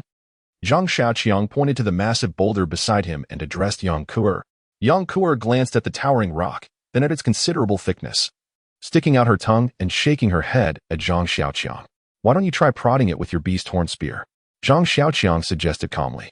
Yang Kuer, puzzled, shot him a confused look but refrained from speaking, raising her weapon and swiftly thrusting it towards the rock. The spear penetrated effortlessly, akin to chopsticks piercing through tofu, plunging 40 centimeters into the boulder with ease. Yang Kuer gazed at the spear in astonishment, somewhat incredulous. "Do you understand now?" Zhang Xiaoqiang inquired as the beast horn spear twisted out of the stone, leaving a bowl-sized hole in its wake. Yang Kuer remained perplexed. She could not grasp Zhang Xiaoqiang's intent. Pressing her thumb firmly against her temple, she muttered to herself, calm down. When you were her age, you were busy catching loaches and fishing for frogs. You must remain composed." After a prolonged pause, Zhang Xiaoqiang released a deep breath, observing the still confounded Yang Kuer. To put it plainly, he began, feeling a slight flush on his cheeks. "This was a thought that just occurred to me. Yet, even had I known earlier, I lack the strength you possess to penetrate so deeply." Yang Kuer nodded, finally comprehending. "However," she interjected, "but initially, you asked me to smash it." Her voice interrupted Zhang Xiaoqiang's moment of pride as an impromptu educator. "Huh, when did I ever ask you to smash it?" Zhang Xiaoqiang replied, bewildered. "It was when I killed my first monster. You gave me a hammer." Yang Kuer's words deeply wounded Zhang Xiaoqiang's soul. "You brought this upon yourself." No longer entangled in the debate of whether to stab or smash, Zhang Xiaoqiang called out to Yang Kuer and made his way towards the fallen D2. "Wow, uncle, you are incredible! You defeated such a formidable boss!" Yang Kuer exclaimed, astonished at the sight of D2 sprawled in the waterway. She could not comprehend why she had faltered upon her approach while Zhang Xiaoqiang had succeeded in vanquishing it. "Retrieve the beast horn spear for me," Zhang Xiaoqiang instructed, pointing to the peculiar spear lodged in D2's rear. "EW, that's so disgusting. Uncle, that's quite lewd. How could you even insert that there? It's so filthy." Yang Kuer protested vehemently against Zhang Xiaoqiang's command, hesitating and reluctant to comply. "If you refuse, I shall use your spear to stab D2 next time we encounter it." Zhang Xiaoqiang threatened. All right, I'll go, but why must you make it sound so revolting?" Yang Kuer grumbled as she slowly approached the iconic spear embedded in D2's rear. "Your tears, fragile yet tinged with sorrow, mirror the wan crescent moon, a celestial hook ensnaring bygone days. The interminable night congeals into frost. Who is it that despairs with frigid desolation in the attic above? Rain patters softly against the vermilion casements. My life, writ upon paper, is scattered by the wind. Dreams, distant and ethereal, transmute into wisps of fragrance, dispersing with the wind, carrying away your visage. Chrysanthemums wither, blanketing the ground with frost. Your smile, now faded and yellowed. Petals fall, severing hearts. My thoughts flow in tranquil currents. The north wind stirs chaos in the unending night. Your shadow, indelible, defying severance, leaves me solitary, doubled in reflection upon the lake's surface. Blossoms, late in their season, shed their resplendence, succumbing to a decaying world. Fate, unbearable. Sorrow, unyielding, cleaves the autumn heart asunder, fearing your inability to reach the shore, forever adrift, whose empire succumbs to the frenzied clamor of galloping hooves. My armor, a testament to epics of vicissitude, as dawn faintly illuminates the horizon. Your gentle sigh betrays a night of melancholic tenderness. Chrysanthemums wither, blanketing the ground with frost. Your smile, now faded and yellowed. Petals fall, severing hearts. My thoughts flow in tranquil currents. The north wind stirs chaos in the unending night. Your shadow, indelible, defying severance, leaves me solitary, doubled in reflection upon the lake's surface. Chrysanthemums wither, blanketing the ground with frost. Your smile, now faded and yellowed. Petals fall, severing hearts. My thoughts flow in tranquil currents. The north wind stirs chaos in the unending night. Your shadow, indelible, defying severance, leaves me solitary, doubled in reflection upon the lake's surface. Yang Kuter sang Chrysanthemum Terrace. While Zhang Xiaoqiang held his chrysanthemum spear, the spearhead remained pristine, its shimmering under the sun's rays, resembling a living entity. Gazing at the glimmering beast horns, Zhang Xiaoqiang felt an unsettling sensation within. Despite having rinsed them multiple times and even disinfected them with white liquor, a lingering sense of discomfort persisted, as the area he had penetrated was simply too repulsive. With determination, he ignited the engine, and the three-wheeled agricultural vehicle roared back to life, heading towards the bridge. After ensuring that no hidden bosses lurked nearby, the duo proceeded towards the bridge with their long rifles in hand. Yang Kuer was poised to charge forward and dispatch their foe with ruthless efficiency when Zhang Xiaoqiang halted her. If we strike too hastily, the ground will soon be littered with corpses. How will we navigate the vehicle then? Will you be the one to clear the bodies? He admonished, leaving Yang Kuer pouting in silence. Do you see that vacant space by the bridge? Wait for me there. I will lure the enemies, should one appear. You shall strike it down. If two emerge, you will dispatch both. But for heaven's sake, do not charge recklessly. Zhang Xiaoqiang implored, his voice laden with urgency, while Yang Kuer wore an expression of palpable impatience. Observing her demeanor, Zhang Xiaoqiang was reminded of his own youth, recalling how his father often chastised him, and how he too had displayed a similar impatience. Could this be the rebellious nature of youth? Was he truly beginning to feel old? He dared not dwell on such thoughts any longer and steeled himself to confront the zombies. As anticipated, the moment Zhang Xiaoqiang approached, the mindless zombies lunged at him with abandon. He expertly lured them in clusters to the open space, reveling in the thrill of the hunt, while behind him, Yang Kuer shouted commands, evidently relishing the thrill of the impending battle. Once approximately 20 to 30 of the undead were lured, Zhang Xiaoqiang turned to assist Yang Kuer in combat, only to find the ground littered with fallen zombies, with merely a handful still standing. Yang Kuer, as if possessed by a valkyrie, wielded her rebarb beast horn spear with such dexterity that it resembled a spinning wheel. The zombies twirling in the air as if dancing a waltz were those whose spines had been struck by Yang Kuer's spear. The headless zombie, spinning on the ground like a headless chicken, was one whose head had been smashed into its chest cavity by Yang Kuer's forceful blow. Witnessing the carnage, Zhang Xiaoqiang felt a sense of frustration. It was evident that Yang Kuer had disregarded his earlier instructions. She was smashing, picking, and whipping, but never impaling. In the blink of an eye, the open space was cleared. Yang Kuer gazed at Zhang Xiaoqiang, seemingly unsatisfied. Zhang Xiaoqiang sighed, lamenting his failure as a mentor. Why were other people's Lolas so well-behaved and adorable, while his own was so disobedient? Resigned, he decided to let her be, feeling unable to control her. After a moment of sour contemplation, Zhang Xiaoqiang ceased his musings and resumed his task of luring more zombies. 50 zombies were dispatched almost single-handedly by Yang Kuer, with Zhang Xiaoqiang barely intervening. Observing the scattered corpses on the ground, Zhang Xiaoqiang felt no envy. No matter how many she killed, they were merely the lowest-level cannon fodder. Unlike himself, he either didn't act at all, or when he did, he took down the boss. The bridge surface now clear. Zhang Xiaoqiang drove the three-wheeled farm vehicle to the opposite bank. Upon arrival, he dismounted and approached the Jinlong passenger bus. What was the matter? Were there more monsters? Yang Kuer observed as Zhang Xiaoqiang disembarked, following suit with her beloved firearm in hand. Zhang Xiaoqiang cautiously navigated around the scattered human bones on the ground, surveying the imposing red coach before him. The left front of the bus had been crumpled in an accident, merging with the driver's seat. And the driver had long since vanished, leaving only the tattered white seat cushions stained with darkened blood. The bus's structure appeared largely intact, with the black sealed windows remaining unbroken, save for the entrance on the bridge side, which had been forcefully ajar, hanging precariously from the vehicle. Contemplating the imminent rewards, he felt in high spirits and jestingly remarked to Yang Kuer, "Do you not collect loot after defeating monsters in the game? Uncle, are you feeling feverish? Those creatures don't even wear clothes. What could they possibly drop?" Yang Kuer dismissed Zhang Xiaoqiang's materialistic tendencies. But even if there's no loot, there could be treasure chests, he replied, climbing aboard the Golden Dragon bus. Yang Kuer settled in the back of a tricycle, with a heap of snack bags on her left and an array of shampoos, conditioners, facial cleansers, hand creams, foundations, lip glosses, eyebrow pencils, and eyelash curlers stacked on her right.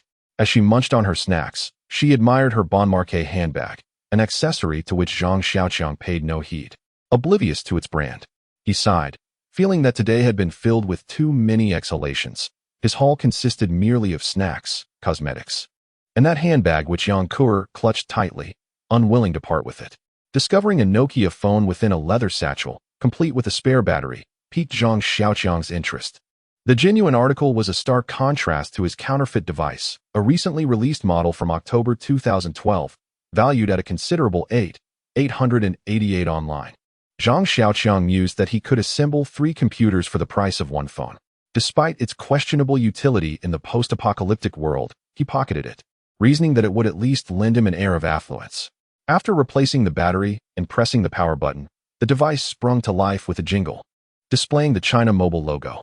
The phone's wallpaper revealed a girl, around 12 or 13 years of age, playfully brandishing chopsticks at the camera. Her impish smile was both endearing and heartbreaking. Her crystalline eyes, rosy cheeks, and whimsical expression were captivating. Zhang Xiaoqiang, gazing at the girl's photograph, remarked on her undeniable beauty, far surpassing the idealized figures in Japanese games. Even Yang Kuer paled in comparison. While Yang Kuer possessed the potential for future beauty, the girl exuded an immediate, exquisite charm. Zhang Xiaoqiang shook his head, lamenting that if the exceptional child had not already perished, she had likely transformed into a zombie. Yang Kuer had yet to release her grasp on the handbag, seemingly entranced by it, while Zhang Xiaoqiang idly fiddled with his phone. So much had transpired today. And as dusk approached, it became imperative to tidy up the guest accommodations and make do for the night. Upon opening his messages, he was greeted by a series of unread texts signed by wife. Zhang Xiaoqiang scrolled down to the bottommost unread message. December 31st, 2012, 10:40 p.m. Darling, where are you? Hurry back. The people outside have gone mad. December 31st, 2012, 1:21 p.m. Honey, where are you? I'm so scared. The crazies outside have started to eat people. December 31st, 2012, 7:50 p.m. Darling, are you hurt? The madmen outside are banging on the heavy iron door. Meow Meow and I are hiding safely in the bedroom. January 1st, 2013, 10 o'clock a.m. Honey, why aren't you replying? I'm going to lose my mind. January 1st, 2013, 2:47 p.m. Darling, did you receive my message? I've called you, but no one answers. I miss you. Meow Meow misses you too. January 7th, 2013, 8:02 a.m. I don't know where you are, or if you are even still alive. Yesterday, I saw Mr. Zhang, who lives next door, trying to drive out. I watched as his car was surrounded, saw him dragged from the vehicle, and witnessed him being devoured. I love you, my husband. Having read all the messages, Zhang Xiaoqiang exhaled, his heart still heavy. Where did the lingerie come from? The long-lost sound of the mobile alarm jolted Zhang Xiaoqiang awake. He rose and stretched, placing his hands on his hips to loosen his stiff muscles. Yang Kuer remained in a deep slumber, her sleeping posture quite unruly. The blanket had slipped to the floor, her head tilted awkwardly, and drool dangled from the corner of her mouth, glistening like a silken thread connecting her lips to her thigh. Her smooth, rosy thighs were splayed.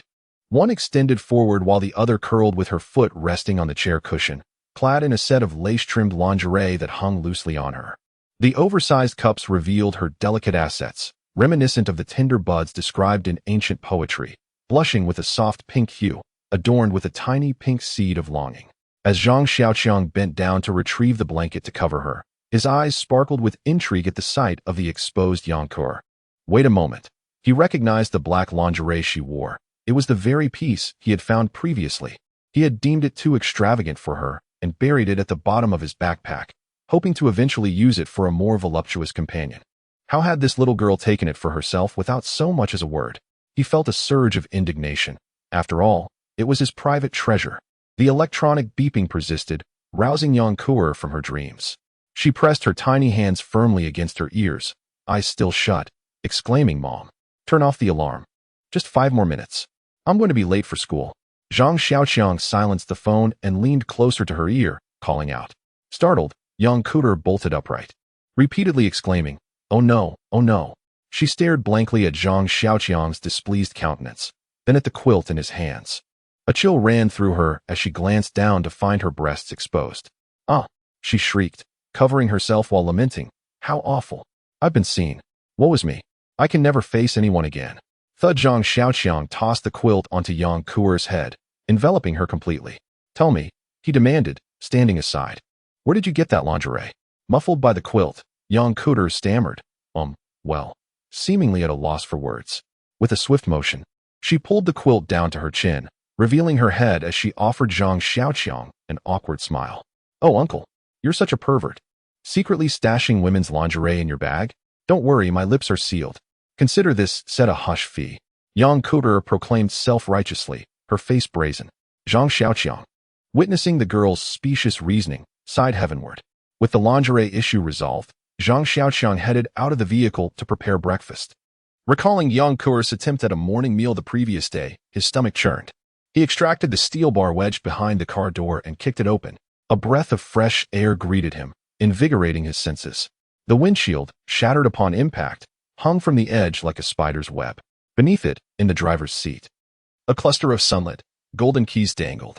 Upon beholding the key, Zhang Xiaoqiang's eyes gleamed with anticipation, for he believed that its discovery invariably foreshadowed propitious events. He hoped that this instance would prove no different. The luggage compartment yawned open, revealing an orderly array of capacious travel bags and suitcases. With a resounding zip, the first bag was unsealed, unveiling a plethora of mobile phone boxes, each containing a counterfeit device. He extracted one, inserted a battery, and noted with satisfaction that the battery gauge was replete. Observing that the battery was compatible with Nokia models, Zhang Xiaoqiang calculated that substituting them for his own would suffice until the following year. He meticulously removed all the compatible batteries and stowed them away with care, before eagerly proceeding to the second bag. Gazing upon its contents, Zhang Xiaoqiang's eyes welled with emotion, echoing the adage that when Providence closes a portal, it invariably opens another. The bag teemed with ladies' undergarments of every conceivable hue, design, size, and style, ranging from the demure to the provocative and the playfully alluring. Zhang Xiaoqiang's heart swelled with an emotion that defied immediate pacification. Casting a furtive glance at Yankur, who was engrossed in a mobile game, Zhang Xiaoqiang discreetly sequestered the most alluring and exquisitely packaged pieces, the kind that consisted of mere slivers of fabric yet commanded exorbitant prices, into his satchel. "Come hither." Zhang Xiaoqiang beckoned. "Select your own items, and be sure to acquire a variety of sizes, lest you outgrow them." Yankur, upon beholding the kaleidoscopic assortment of undergarments, emitted a joyous cry and plunged headlong into the bag. The first purveyor dealt in mobile phones, the second in undergarments, Zhang Xiaoqiang mused. Could the third be a purveyor of adult films? Ruminating idly, Zhang Xiaoqiang unzipped the duffel bag, experiencing a sensation akin to unlocking a treasure chest in a game. The sizable bag appeared ordinary, containing only men's apparel. After emptying the garments onto the ground in a haphazard manner, Zhang Xiaoqiang's hand encountered a hefty bundle. He extracted the items one by one, arranging them neatly on the ground. There were 20 parcels in total, each meticulously wrapped in newspaper. Upon unwrapping one, he discovered a stack of crisp 100 yuan bills, precisely arranged. Each parcel contained 10,000 RMB, amounting to 200,000 in total. Zhang Xiaoqiang unwrapped all the newspaper coverings, tossing the banknotes into the air. The 200,000 yuan dispersed in midair, descending gradually. He watched as countless crimson portraits of the great leader floated onto the bus roof, onto their persons, and onto the bridge surface, with some drifting beneath the bridge to be carried downstream by the river's current. Standing amidst the rain of currency, Zhang Xiaoqiang was overwhelmed by an indescribable emotion. Startled from her game by the shower of money, Yang Kuer grumbled that Zhang Xiaoqiang should not litter. Litter? Zhang Xiaoqiang repeated Yang Kuer's assessment in his mind. Indeed, people toiled their entire lives, only to realize that they had merely accumulated a pile of paper. With the advent of the apocalypse, these paper scraps had become mere refuse. Was he truly becoming sentimental over a pile of trash? How utterly absurd. Regaining his composure, Zhang Xiaoqiang unfastened the fourth bag.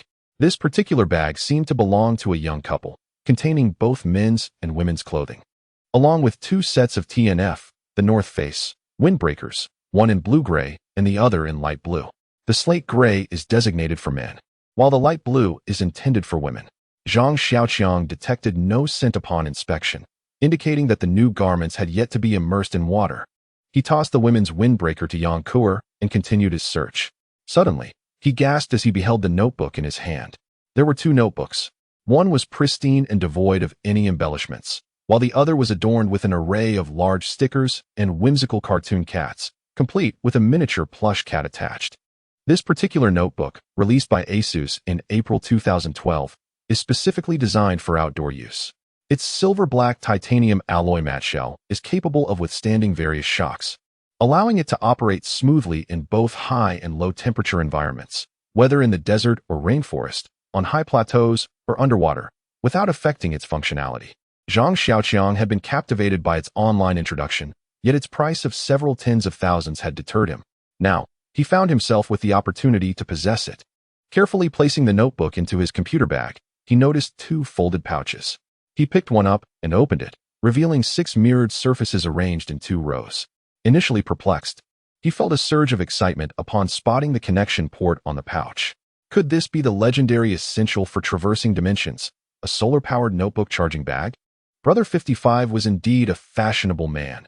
As the tricycle made its way along the road to City J, Yang Kuer sat in the back, listening to music, the melodic tunes resonating in Zhang Xiaoqiang's ears, yet he felt a sense of discontent. In the forenoon, aside from the 2 laptops, the only acquisitions were some dried seafood. Most vexing was that the laptops contained indecipherable surveying data and songs, devoid of games or the quintessential adult films. Zhang Xiaoqiang was on the verge of erupting in frustration. What kind of man doesn't even download adult films?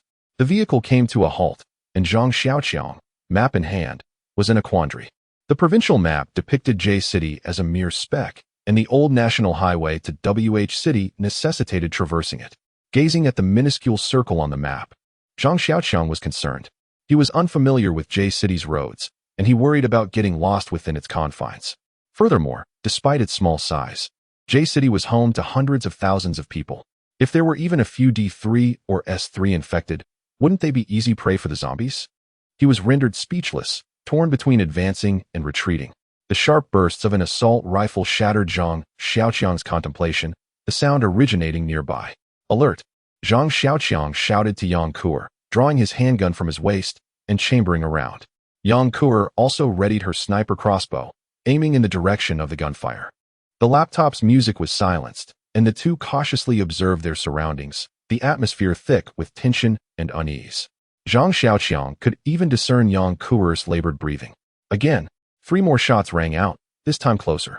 A man's agonized scream emanated from the left front, followed by sustained bursts of assault rifle fire, indicating a dire situation. Zhang Xiaoqiang remained motionless, uncertain of the situation. The wisest course of action was to wait. He was neither a special forces operative nor a secret agent, merely an ordinary citizen, content as long as he could preserve his own life. In the face of unknown dangers, he chose to proceed with caution. The waist-high thicket obstructed his view to the left front, rendering him oblivious to what lay beyond. With a serious expression, Zhang Xiaoqiang observed, while Yang Kuer appeared somewhat indifferent, brandishing a crossbow and chewing gum with an air of disdain. Suddenly, the underbrush rustled, and Zhang Xiaoqiang's heart raced. A few figures burst forth from the foliage, not sparing a glance at him and his companion, intent on fleeing. Zhang Xiaoqiang was bewildered to see 4 robust men. 2 wielded sharpened steel rods. Another clutched a long quan sword typically used by elderly women during morning exercises, and the last carried a bow reminiscent of an English longbow, though it lacked arrows. The quartet scurried away like a scene from a movie depicting a rout. Had they encountered D2? A jolt of alarm surged through Zhang Xiaoqiang, prompting him to hastily rev up his tricycle, eager to distance himself. The last encounter with D2 had been a matter of luck rather than skill, and relying on the young girl felt perilously uncertain. As for the possibility of an S2, he had not contemplated it. Given S2's speed, escape would be impossible. At that moment, a man brandishing a Type 81 assault rifle leaped into view, lifting his weapon to fire behind him. Unfortunately, his ammunition was limited. After 3 or 5 shots, the rifle fell silent. Frantically, he reached for his waist, only to find it empty. Cursing, he discarded the rifle and sprinted after the earlier figures. Barely had the man sprinted a few paces when 3 serpentine zombies erupted from the undergrowth, their guttural growls echoing as they pursued him. Zhang Xiaoqiang and Yang Kuder stood by, transfixed, as both the man and the zombies ignored their presence. "Uncle," Yang Kuder inquired, observing the chase, "are they filming a crime drama? Why are those monsters indifferent to us?" Before Zhang Xiaoqiang could respond, 2 more serpentine zombies emerged from the thicket. These specimens appeared rather worse for wear. One had a thigh riddled with bullet holes, its gait resembling a grotesque parody of a zombie jig. The other resembled a mobile honeycomb, its chest and abdomen riddled with orifices, its mobility severely compromised. These 2 crippled zombies, however, caught scent of the duo and lurched toward them. Zhang Xiaoqiang, preventing Yang Kuer from intervening, simply observed as the 2 serpentine zombies approached. One hopped in a macabre dance, while the other shuffled along with what resembled a lunar waltz, slowly advancing toward the vehicle. 2 sharp reports echoed as the pair of serpentine zombies collapsed to the ground in quick succession. Zhang Xiaoqiang puffed at the muzzle of his firearm, a surge of satisfaction coursing through him. "Within a meter, my accuracy is impeccable." He stroked the pistol, marveling at its newfound efficacy against the undead. As for the men engaged in their desperate race against death, they were of no concern to him, as they were not attractive women. Zhang Xiaoqiang's indifference to their fate did not, however, prevent Yang Kuer from enjoying the spectacle. Having witnessed the Xie Yuanshan incident, Yang Kuer had grown callous toward outsiders, though she remained devoted to those she considered her own. Look, she exclaimed. "Uncle, observe. The fellow with the gun has taken the lead. They're gaining on us. How utterly foolish. Discarding the encumbrance at hand would surely hasten one's pace. Wouldn't you agree, old fellow?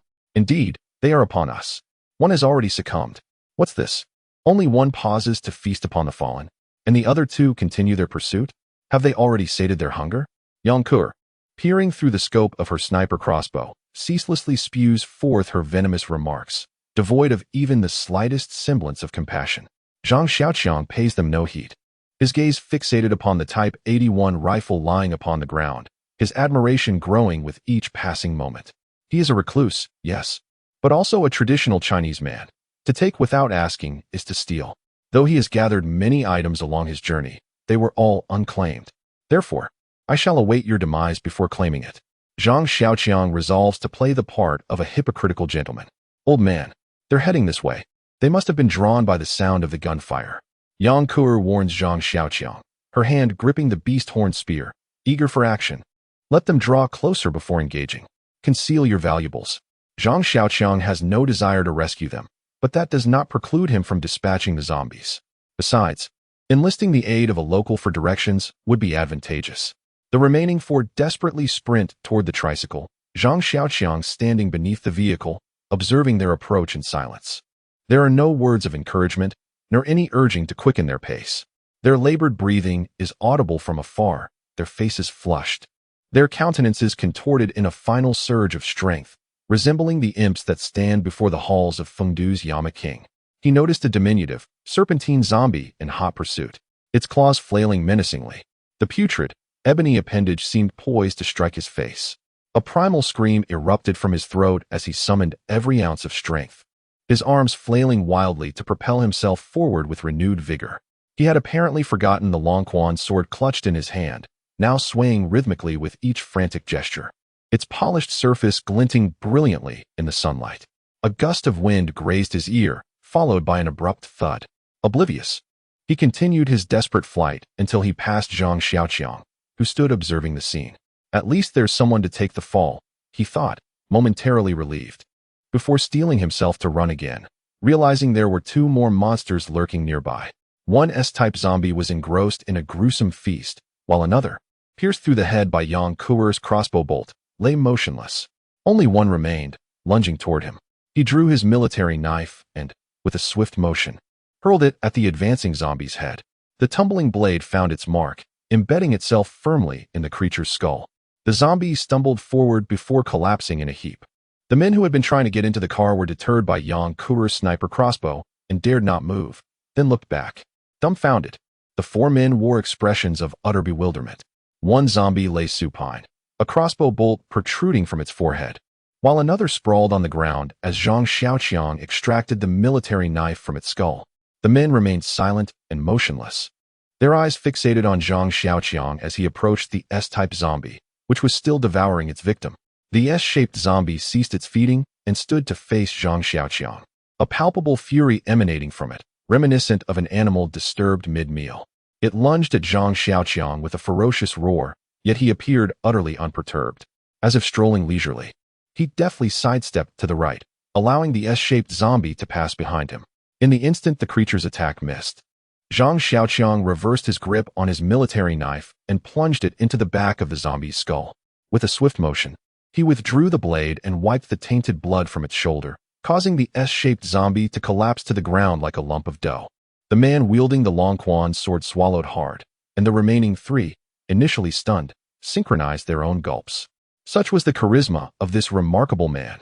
Zhang Xiaoqiang reveled in his prowess, having sharpened his throwing knives to near ruin in practice.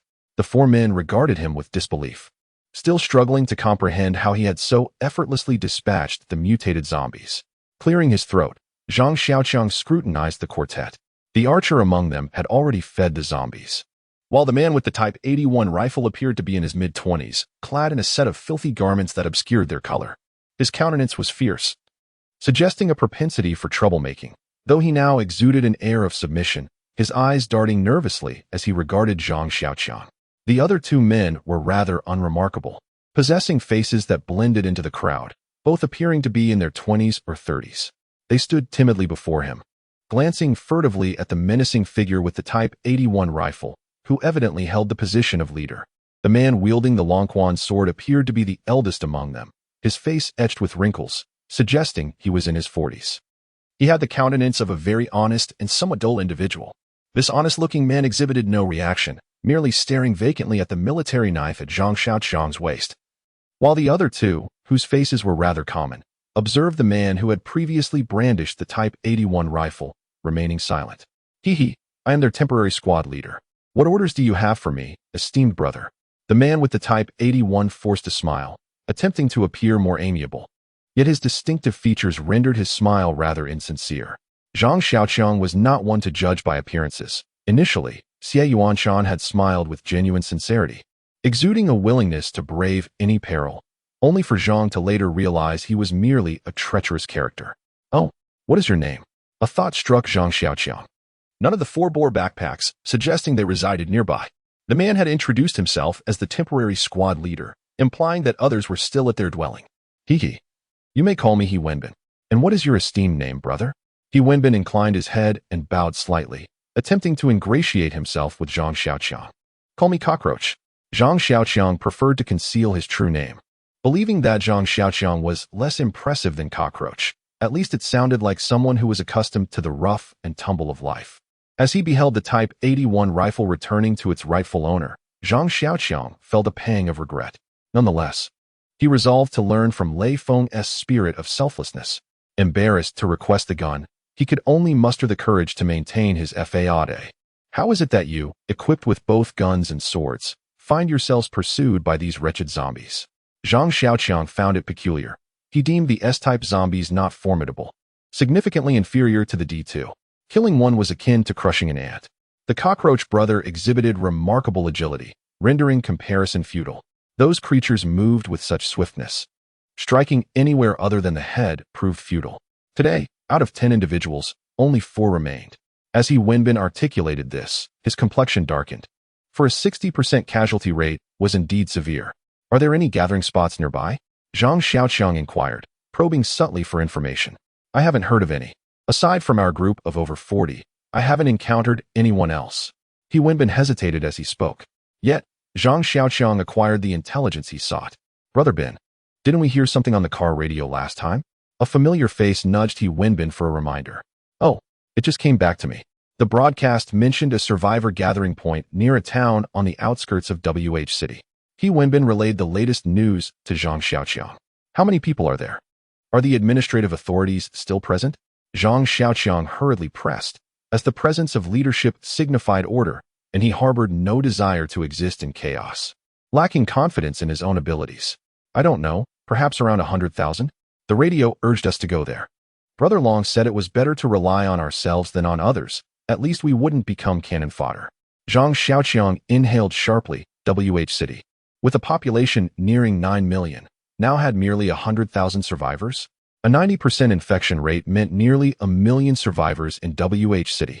Did that imply the actual survival probability was only 1%? Who is Brother Long? Zhang Xiaoqiang harbored a flicker of interest in this dragon brother. It was indeed remarkable for an individual to navigate the complexities of survival among 40 to 50 souls in a post-apocalyptic world. It was Dragon Brother who led them out from their confines. He Wenbin, now exceedingly loquacious, seemed to have grasped the gravity of the situation, acknowledging his inferiority. Zhang Xiaoqiang was aware of a labor reform farm nearby, where a relative of his remained, oblivious to his fate. Are you acquainted with Kai Kuanyong? Zhang Xiaoqiang inquired hopefully of He Wenbin, believing that finding a relative would be fortunate. I am not familiar. I am a serious offender under solitary confinement. He Wenbin replied after a moment of contemplation, unable to recall any relevant details. He then turned to the expressionless man and asked, Honest man, do you have any recollection? The man, whose demeanor exuded sincerity, was indeed known as Honest Man. After pondering for a moment, he replied, Inside, names are not permitted. We are typically referred to by our numbers. If one is not from the same room, they remain nameless and unknown. How many managed to escape at that time? Zhang Xiaoqiang clung to his last shred of hope. In the large cells where over 10 individuals were confined, chaos erupted first. I was a thief, stationed by the door. When I sensed trouble, I picked the lock and fled. I did not see anyone else escape from the other large cells. The government guards had transformed into monsters. I ran to the solitary cells and freed those who had yet to change, and together we managed to escape. Zhang Xiaoqiang felt disheartened as he surveyed the men before him and asked, Who among you is a local? A man with an unremarkable face cautiously spoke up, I am. What do you require of me? Is there an alternative route to WH besides traversing through J City? Zhang Xiaoqiang ultimately resolved to venture towards WH. Finding solace in the presence of a crowd, he drove eastward until reaching Shihu village, then headed north to Gujiaba, proceeding west along the road to circumvent the city center, a route often taken by coal-laden trucks. The individual with a common visage hesitated momentarily after his remark, seemingly harboring further thoughts. What concerns you? Zhang Xiaoqiang inquired, fully aware that his safety was at stake, and thus approached the matter with utmost caution. Previously, there had been announcements from WH, prompting many to drive there. However, a formidable presence emerged, resulting in a dire fate for those who ventured there. 8 out of 10 perished, while another succumbed to madness. The common-faced individual paused briefly before continuing his discourse. Once he finished speaking, he gazed expectantly at Zhang Xiaoqiang, who remained silent, merely shaking his head in response. He Wenbin observed Zhang Xiaoqiang's despondent demeanor and felt a stirring within. Brother Cockroach, why not take refuge with us for the time being? We can plan our journey to WH when the opportunity arises, he suggested cautiously, wary of inciting Zhang Xiaoqiang's ire.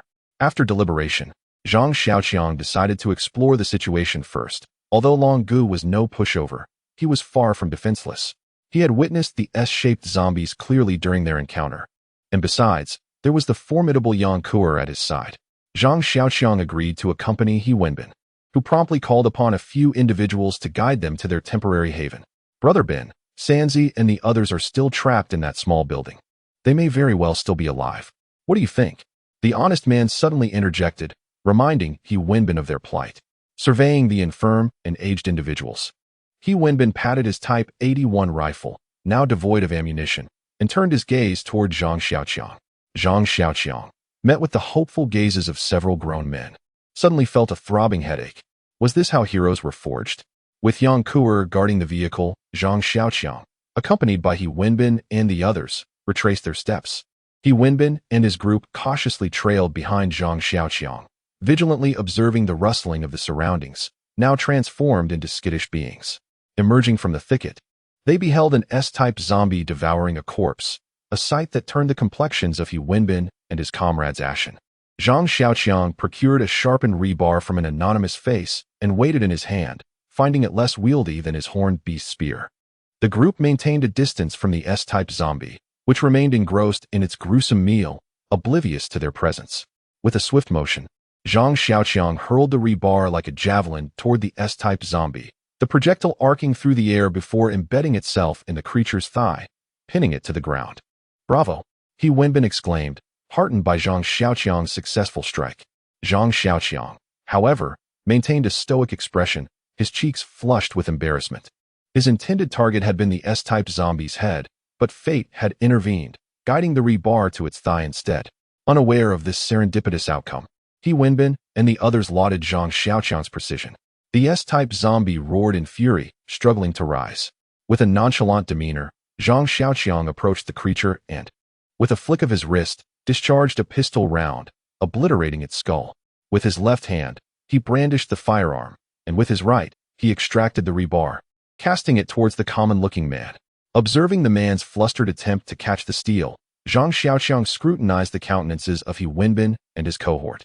Zhang Xiaoqiang's display of the pistol was intended to establish dominance, to make them aware of his possession of a firearm. Yet, He Wenbin and his companions exhibited no astonishment at Zhang Xiaoqiang's armament. They regarded Zhang Xiaoqiang's recourse to the gun as commonplace, some even surmising that he did so to avoid soiling his military knife. He Wenbin seized the honest man's Longquan sword, presenting it to Zhang Xiaoqiang. Exclaiming that each bullet expended was a bullet lost, he lamented the waste of ammunition on Zhang Xiaoqiang's part. Zhang Xiaoqiang, nonplussed, accepted the Longquan sword with nonchalance, only to discern its unusual nature. This Longquan sword was unlike the flimsy exercise implements wielded by elderly women. It possessed a considerable heft and exceptional weight. Zhang Xiaoqiang's strength now far surpassed his former otaku existence, especially after imbibing the second rainwater, his power augmenting daily. The rebar, once grasped, felt weightless, whereas the sword felt perfectly balanced. He Wenbin gestured towards the area near the hilt, indicating an inscription, and said there were inscriptions. Zhang Xiaoqiang examined the blade, its patterned steel resembling undulating waves, and noticed two small characters etched near the hilt. Jingwei. The blade's edge was unadorned, appearing as if it had never been sharpened. The sword's guard was a copper ingot shape, its brass exhibiting a muted hue, faintly tinged with verdigris. The hilt was of commonplace wood, yet its grain felt comfortably secure in his grasp. The sword in Zhang Xiaoqiang's hand lacked the visual allure of a stainless steel Longquan sword. As he gazed at He Wenbin, perplexity etched on his face. He Wenbin, noticing Zhang's confusion, hastily offered an explanation. Their excursion was in pursuit of supplies, during which they stumbled upon a hidden chamber within an old house, filled with a collection of calligraphy and ancient artifacts, presumably heirlooms of a bygone family. Initially, the artworks held no practical value for them, and they paid little heed. However, the honest man, accustomed to thievery, uncovered a concealed compartment that housed a wooden box containing this seemingly inconspicuous sword. This unremarkable blade turned out to be the most treasured artifact within the secret room, and the honest man, clutching it, managed to escape unscathed. Zhang Xiaoqiang regarded the honest man with a sense of indifference, contemplating whether to return the sword if he seemed reluctant to part with it, for he possessed the beast-horn spear, which he deemed far more valuable. The honest man, witnessing Zhang's inquiry, appeared visibly stirred, his expression softening from its usual rigidity. "Here, you take it. I have no use for it," he insisted. It seemed he relished the respect others accorded him. Thus, Zhang Xiaoqiang, with the sword in his left hand and the 5-4 in his right, proceeded towards the location where He Wenbin's companion was ensnared. Upon confronting the multitude of corpses before him, a chill ran down Zhang's spine. There were not merely dozens or hundreds, but rather thousands of them. Turning to He Wenbin, he found his companion equally pale and stricken with dread. How could this be? This is impossible. The honest man, witnessing the congregation of 1,000 zombies, turned ashen, his lips pale, and his eyes widened in disbelief, struggling to comprehend the surreal scene unfolding before him. This is the first time Zhang Xiaoqiang has encountered a horde of this magnitude during their escape. They had only seen a few hundred at most. It is often said that a multitude of 10,000 is boundless. Yet even a gathering of 1,000 is profoundly striking. They find themselves in the suburban area near City J, perched on a small hillside overlooking a cluster of old, traditional blue brick houses with large tiled roofs. The presence of several robust trees in front and behind the homes indicates that this quaint village has existed for quite some time. With small bridges, flowing water, blue bricks, and ancient trees, it would resemble a secluded paradise were it not for the residential complex being constructed nearby. The development is only halfway completed, the buildings still lacking roofs. With scaffolding densely erected, two figures stand atop the scaffolding, gazing down at the zombies below. Through binoculars, one can discern the despair etched across their faces, occasionally startled by an S-shaped zombie attempting to climb the scaffolding. Ironically, these creatures have forgotten the habits of their former human selves, tumbling down onto other zombies after only a few attempts at climbing. What do you think? Zhang Xiaoqiang turned to observe He Wenbin and his group. He briefly glanced at them before returning his attention to the surrounding environment. The two men were trapped in a building halfway up the hill, with zombies lurking below. Not far away, a medium-sized truck was parked, its open cargo area revealing sacks filled with rice. The straight-line distance from the top of the hill to where the two men were trapped was a mere 100 meters. Observing the horde 100 meters away, the legs of the four large men trembled, let alone those of the two trapped amidst the zombies. Is that truck yours? Zhang Xiaoqiang inquired, gesturing towards the vehicle. He Wenbin nodded, and the two indistinct faces replied, We usually drive it. We are familiar with the route. Where is the nearest gas station? Zhang Xiaoqiang contemplated employing a fiery strategy. The last zombie fell to the ground, and Zhang Xiaoqiang gazed at the Jingwei, sword in his hand with satisfaction. Severing bones was as effortless as slicing through tofu. He effortlessly cleaved the zombies in two.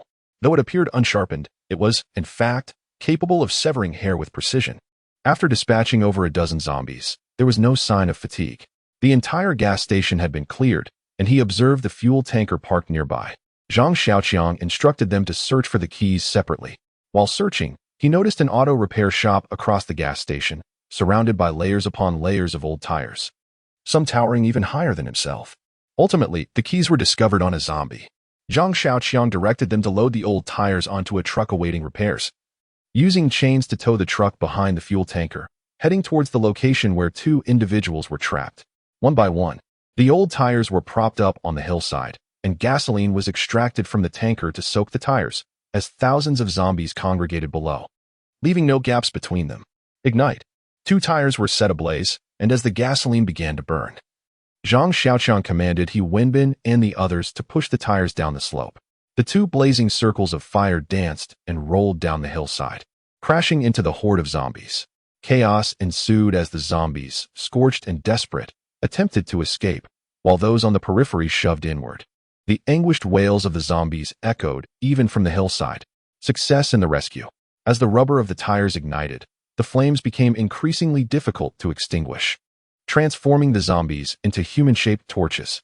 They stumbled about chaotically, spreading the fire to other unfortunate souls. Zhang Xiaoqiang stood atop the hillside, inhaling the acrid scent of roasting flesh wafting up from below, his stomach churning with unease. He shouted to the stunned He Wenbin to continue. Instantly, he and his companions were invigorated as if they had ingested a potent stimulant. They shed their shirts, exposing their bare skin, dousing the remaining tires in gasoline, their faces alight with exhilaration. The horde of zombies was thrown into utter disarray, countless flaming figures darting wildly, including both the D and S types. The panicked undead inadvertently ignited everything flammable in their vicinity, setting the hillside ablaze, with even some scaffolding catching fire. He Wenbin hesitated as he watched the scattering zombies below. Zhang Xiaoqiang did not urge him onward. He had already done enough to prove his loyalty. If it weren't for the overwhelming blend of scents below, the zombies would have retained their most significant advantage. Zhang Xiaoqiang would never descend. The burning rubber posed a far greater danger than the crude gas canisters he had previously fashioned. Let us do it. I shall act as instructed by Brother Cockroach, He Wenbin declared, adopting a self-sacrificial demeanor. He then nodded submissively, adding, Of course, I lack Brother Cockroach's remarkable skills, so I implore you to keep a watchful eye. The 100-meter distance was quickly traversed. Zhang Xiaoqiang maneuvered around the flaming tires, dispatching a few errant zombies. Standing resolutely amidst the chaos as he called out to He Wenbin to descend, assuring him he would be there to provide support. He Wenbin, overwhelmed by the presence of hundreds of zombies swirling around him, felt a wave of panic as he realized his trousers had become damp with fear. With a voice tinged with desperation, he shouted towards the scaffolding, "Sanzi, you, him, come down quickly. Are you still up there giving birth? Bingo? My goodness. I thought I had lost my bingo. Just come down, please. Don't run away. I promise to offer incense for you." Amidst the chaotic cries, the person on the scaffolding began to descend. Agile and swift, he reached the ground in the blink of an eye, only to find himself surrounded by aimless, headless figures reminiscent of zombies. His limbs weakened once more. Zhang Xiaoqiang struck down a zombie that had collided with him and inquired, "Isn't there still one up there?" Sanzi, eager to leave, replied hastily, "The guy is so frightened he's gone dumb, clinging to that iron pipe, and won't he let go. He doesn't seem to hear a word I say. No matter how I pull him, he remains unresponsive." Zhang Xiaoqiang nodded in silence and turned towards the mountain. He Wenbin, like a shadow, closely followed him, afraid to stray even a step. Upon reaching the hillside, the three remaining behind were equally exhilarated. Sanzi appeared quite young, not yet 20, yet his face bore the marks of a life lived with stories. Thank you, cockroach brother. You are like a father to me." As he spoke, he bowed, but before he could complete a third bow, Zhang Xiaoqiang halted him. "I'm not dead yet. No need for 3 bows." With a sharp slap to Sanzi's head, he Wenbin scolded, "I told you to study hard, and look at you, utterly uneducated." "Cockroach brother, who is this?" Sanzi inquired. "For individuals characterized as honest, commonplace, and a mistress, squeezed into a tanker truck, while he Wenbin trailed behind in a 3-wheeled vehicle. Zhang Xiaoqiang and Yang Kuer occupied the truck bed. Yang Kuer was engrossed in the original owner's diary on her laptop, while Zhang Xiaoqiang reclined against a blanket, indulging in a cigarette. It was truly a moment of comfort. Zhang Xiaoqiang felt a surge of joy in not having to drive. The cabin of the agricultural vehicle was quite jarring, and every time he disembarked, he felt as if his bones might shatter. As the saying goes, one does not appreciate the hardships of driving until one experiences it, nor does one recognize the joys of riding until seated. He Wenbin had accompanied Zhang Xiaoqiang through life and death, holding him in deep admiration, now eager to ingratiate himself. No matter the inquiry posed by Zhang Xiaoqiang, he Wenbin responded with unwavering diligence. "How did I manage to escape back then? Are there any survivors left from the armed police?" Zhang Xiaoqiang probed he Wenbin about their circumstances. Oh, what chaos it was back then.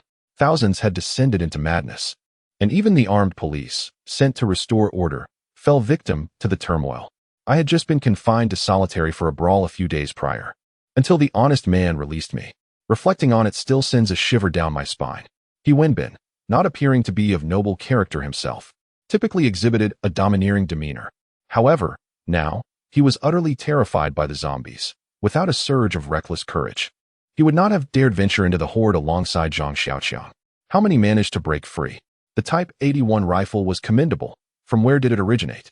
Zhang Xiaoqiang passed a cigarette from behind, and he Wenbin caught it deftly with one hand, letting it dangle from his lips without igniting it as he continued to steer the vehicle.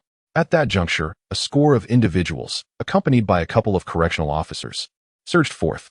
The firearms were scavenged from the ground, yet ammunition was scarce. Initially, they contemplated replenishing their supplies from the armory, but alas, the guard platoon stationed there had transformed into grotesque entities, resulting in the immediate demise of 6 souls.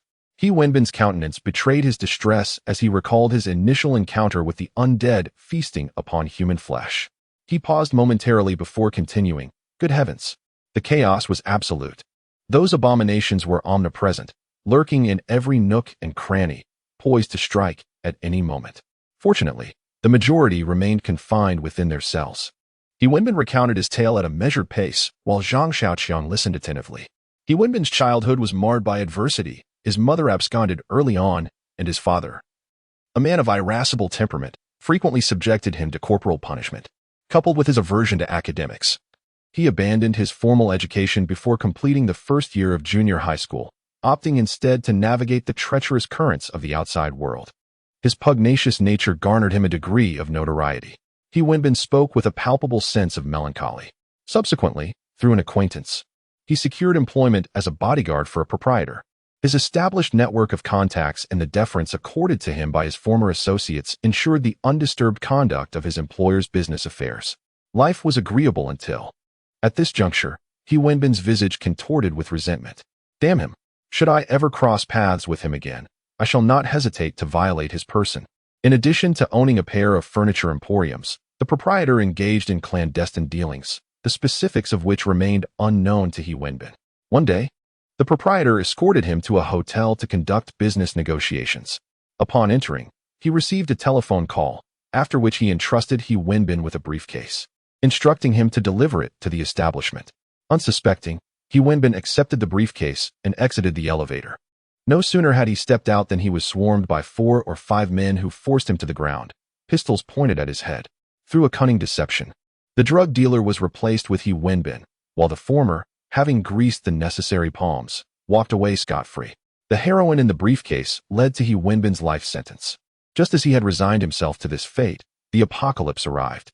Initially, a group of 30-odd inmates, mostly those who had kept to themselves, were released. They encountered 2 prison guards, seized a few Type 81 rifles, and charged towards the exit. Along the way, cell doors near the exit were forced open, and dozens of zombies scattered their ranks. Under cover of the zombie onslaught, they reached the main gate. Alas, the gate was electronically controlled and the walls were electrified, forcing them to retreat and search for the control room. After dispatching a few stray zombies, they exhausted their ammunition. A raid on the armory cost them 6 lives and yielded nothing. Finally, one of the more docile inmates broke open the iron door of the armed police duty room, and they managed to procure some ammunition. Only 20 or so remained after the escape. Once safe, some of the convicts wanted to kill the prison guards, but not all of them were bloodthirsty. Some had families who had paid for their comfort and had not suffered abuse. In the end, the survivors split into 2 factions. The 2 prison guards, along with 7 or 8 inmates with whom they had a good rapport, went their separate way. The remaining group, led by Brother Long, rescued other survivors and formed a small settlement. 59. Show no mercy. The tanker truck ahead gradually came to a halt, and He Wenbin followed suit, parking his vehicle. Before alighting, he cautioned Zhang Xiaoqiang, "Be wary of a man named Chen Yi." Before his incarceration, he was convicted of robbing and murdering an entire family of 8. A crime that earned him the death penalty. Zhang Xiaoqiang, wary of the ruthless dragon brother, found himself beneath his command, apprehensive of potential trouble from Cockroach Brother. He subtly nodded in acknowledgement of his awareness. He Wenbin pondered for a moment before adding, "If Brother E seeks confrontation, Cockroach Brother must not show any mercy." Zhang Xiaoqiang scrutinized He Wenbin carefully and was genuinely impressed by his resolve. Subsequently, he offered He Wenbin a pack of Huangala cigarettes as a gesture of gratitude. He Wenbin expressed his thanks repeatedly, cautiously concealing the cigarettes within his attire. The tanker truck halted before a medium-sized poultry farm, surrounded by towering 4-meter walls. The white lime-coated walls bore the inscription Jiang Fatty Poultry Farm in bold red paint. A rusty iron gate was secured tightly, while just a short distance away, heaps of refuse, predominantly chicken feathers and bones, lay scattered. Bang, bang, bang. Little San pounded on the iron gate, shouting, "Is anyone in there? Are you all dead?" After a considerable wait, a voice emerged, "Damn it, it's you." Never speaking a word of sense, a figure appeared, approaching the gate to unlock it. The individual, in his 30s, was dressed rather unkempt. Although He Wenbin's group sported somewhat soiled clothing, they appeared relatively tidy in contrast to the man, who wore an open black overcoat lacking buttons, clad in a gaudy, ostensibly feminine, woolen sweater and tattered jeans exposing crimson long johns beneath. He completed his ensemble with a pair of trainers marred by gruesome, clotted bloodstains. His unkempt hair was speckled with an indiscernible white substance. A dirty, modeled Type 81 assault rifle was slung across his back, bearing the neglect of its owner since its acquisition. "Back from your dalliance with the ladies, old mousy?" He Wenbin jested. "Heh, just finished my meal and was reclining upon her when Sanzi knocked." Old Mousy retorted, unfazed. "Damn, how can you even get aroused by that old hag? She's 40 if a day, resembling nothing so much as a sow, with blubber thick enough to measure in spans." "Disgusting." Sanzi critiqued Old Mousy's taste. Yang Kuer alighted from the tricycle, clutching a laptop. Old Mousy's eyes lit up at the sight of her, casting a furtive glance at He Wenbin before averting his gaze. "Where do you think you're looking? One more peep, and I'll gouge your eyes out," He Wenbin threatened, his countenance fierce. Old Mousy fell silent, drawing open the iron gate and awaiting them. The tanker and tricycle entered the chicken farm, halting before a small building. Old Mousy, a felon convicted of heinous crimes, including the defilement and murder of a minor, was generally shunned by the others. He Wenbin was explaining matters to Zhang Xiaoqiang. Upon hearing his words, Zhang Xiaoqiang felt a wave of discomfort wash over him. Such individuals are the nemesis of all homebodies. The mere thought of that adorable, delicate little girl being subjected to such horrors and then cruelly murdered was simply intolerable. A four-story villa stood in the midst of the chicken farm, appearing relatively new, having been constructed not long ago. Its dark green glass gleamed brightly, giving it an air of prominence amidst the farm, a true standout. To the west of the villa were several rows of red brick houses, which presumably served as the feeding and storage areas for the chickens. Men with haggard expressions and tattered clothing frequently passed in and out of the red brick buildings, but not a single woman was in sight. Why are there no women around here? Zhang Xiaoqiang wondered, curiosity piqued. Surely, in a post-apocalyptic world, women wouldn't be entirely absent? Could it be that Cockroach Brother is longing for women? They must all be inside the villa, not daring to come out. Yet, some are off-limits. Belonging to Long Gu and Yi Gu, the rest are fair game. He Wenbin, noticing Yang Kuer's eyes filled with an intense, unrelenting hatred directed at him, awkwardly fell silent. The iron gate of the villa swung open, revealing a tall, muscular man with a face full of bulk, his short hair standing upright. His eyes glinted with menace, as if he were perpetually ready to pounce. He Wenbin regarded him as a troublemaker, exuding the aura of a ruthless individual. Chen Yi, oblivious to the unfolding drama, observed the 5 men, 3 of them plus the 2 others, his expression darkening. He Wenbin, being straightforward, recounted the situation in detail, while the honest-looking onlooker nodded in affirmation.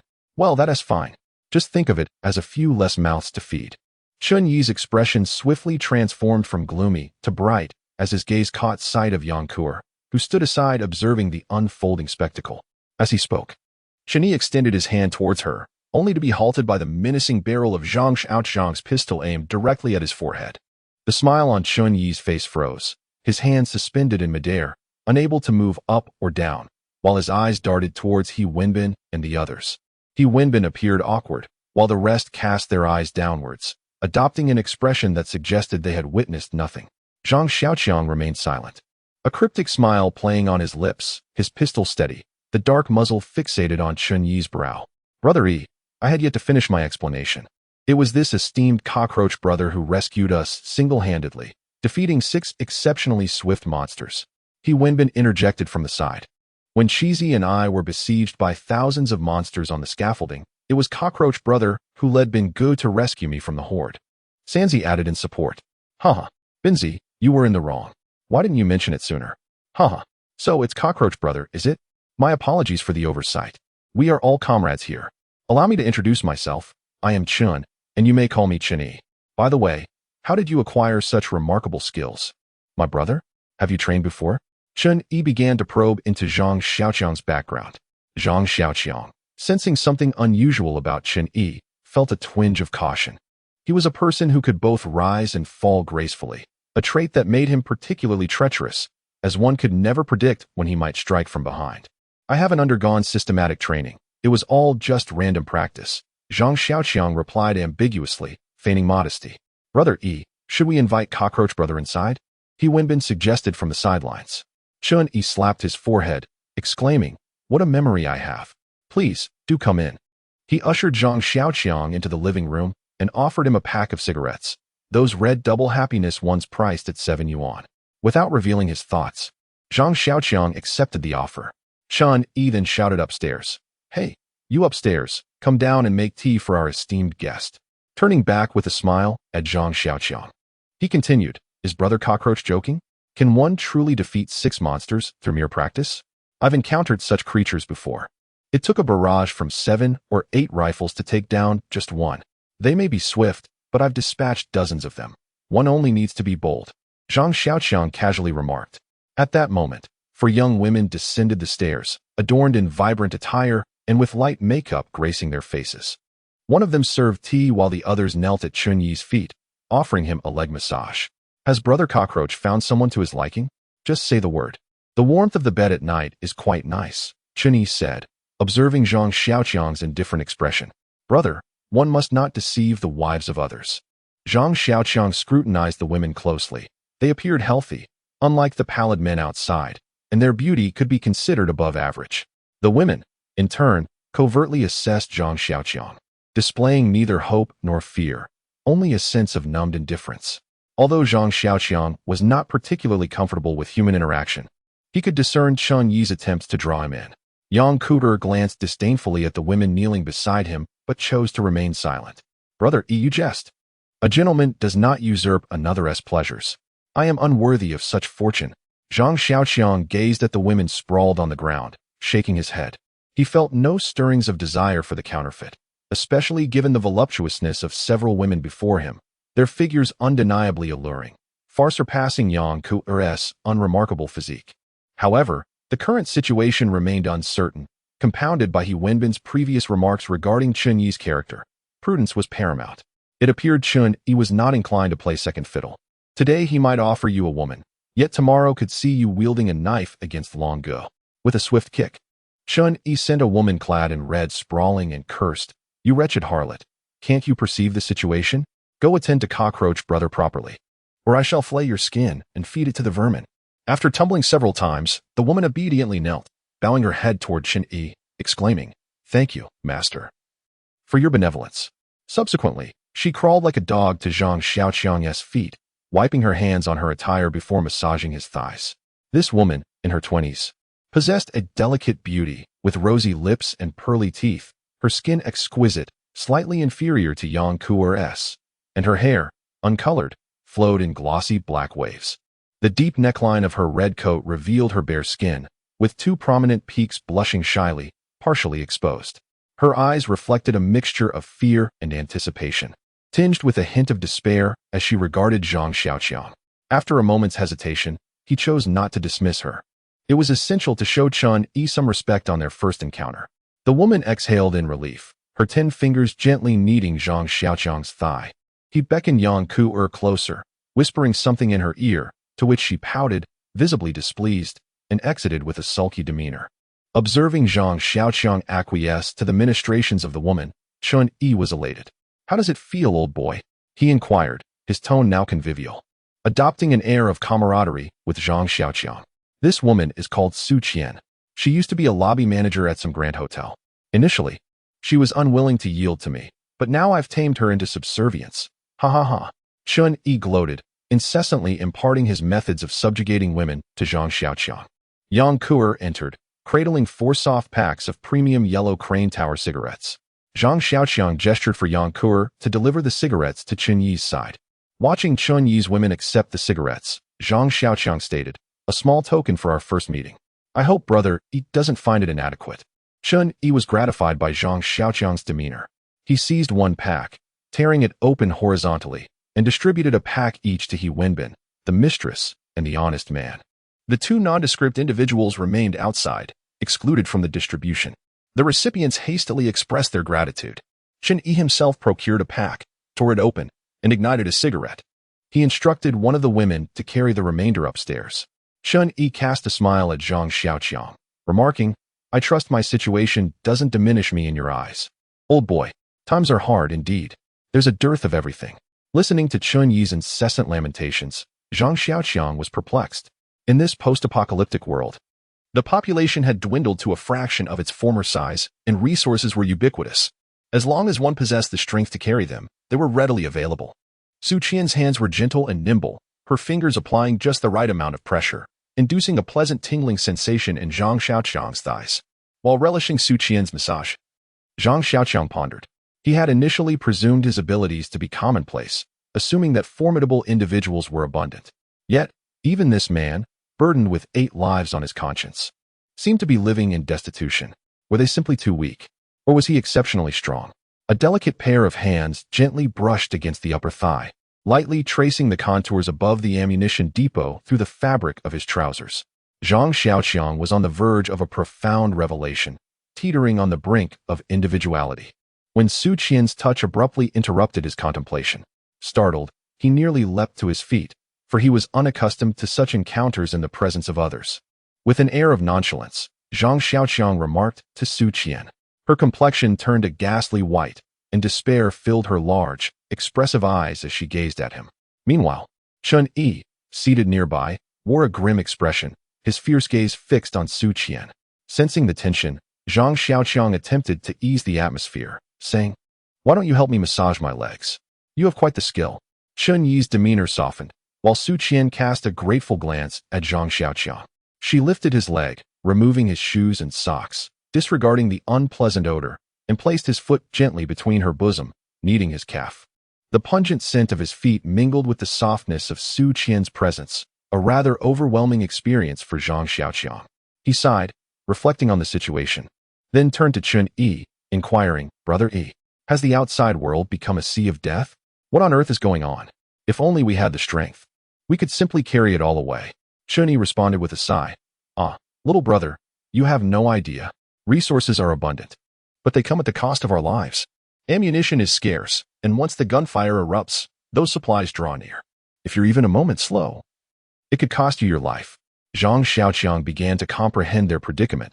They were not merely seizing supplies, but rather stealthily appropriating them.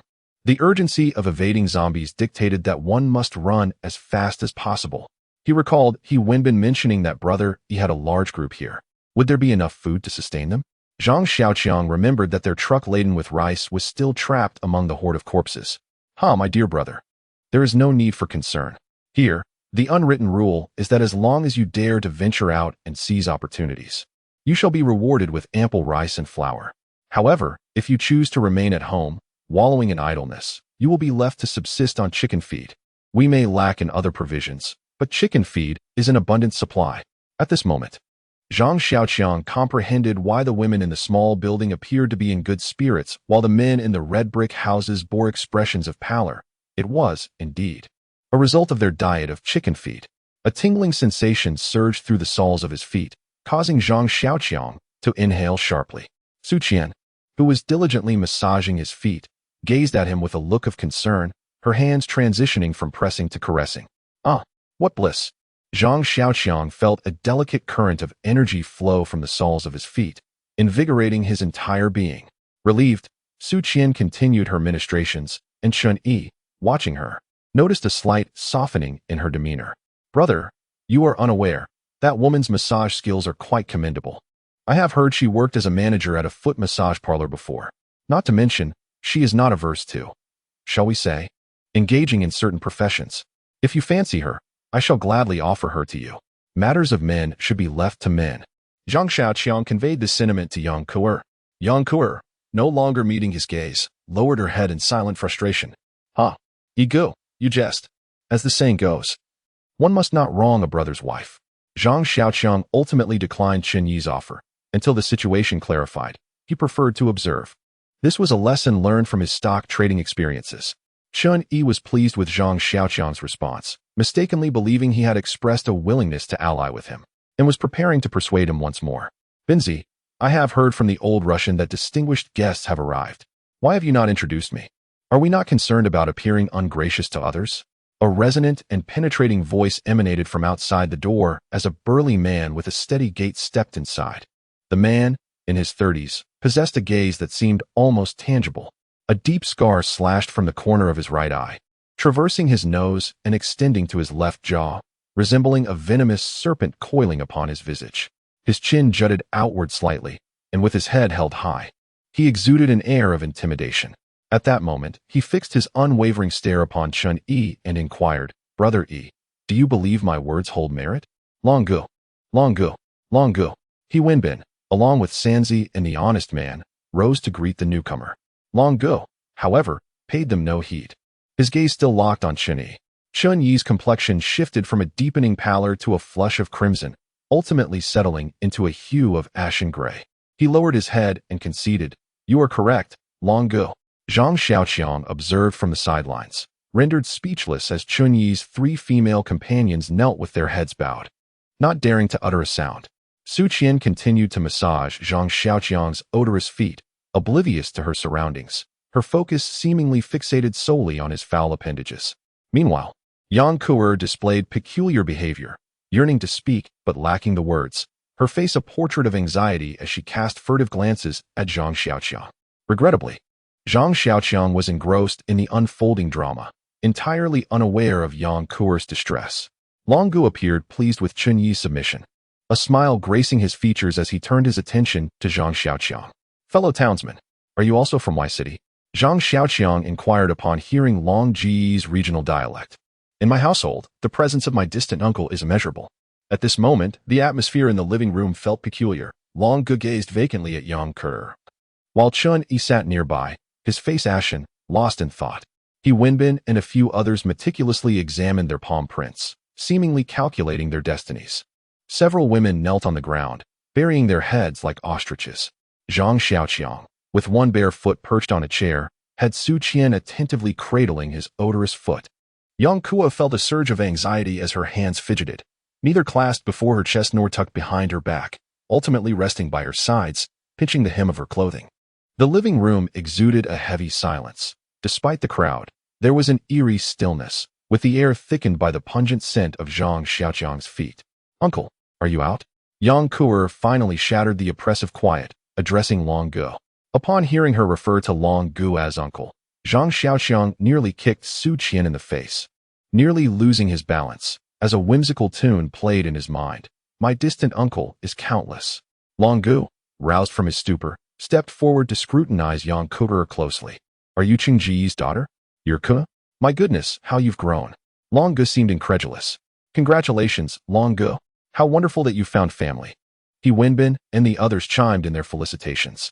"Uncle, I will soon be 15. You've been inside for 6 years. Yang Kuer reminded him from the side. "Oh, that explains it. The last time I saw you, you were begging your father for money to buy yogurt. When he refused, you threw a tantrum on the ground until I gave you 100 yuan to calm you down." It seems that Yang Kuer's penchant for throwing tantrums is a habit cultivated since childhood. Zhang Xiaoqiang begins to comprehend the reasons behind Yang Kuer's behavior. "How absurd. I was still in elementary school back then."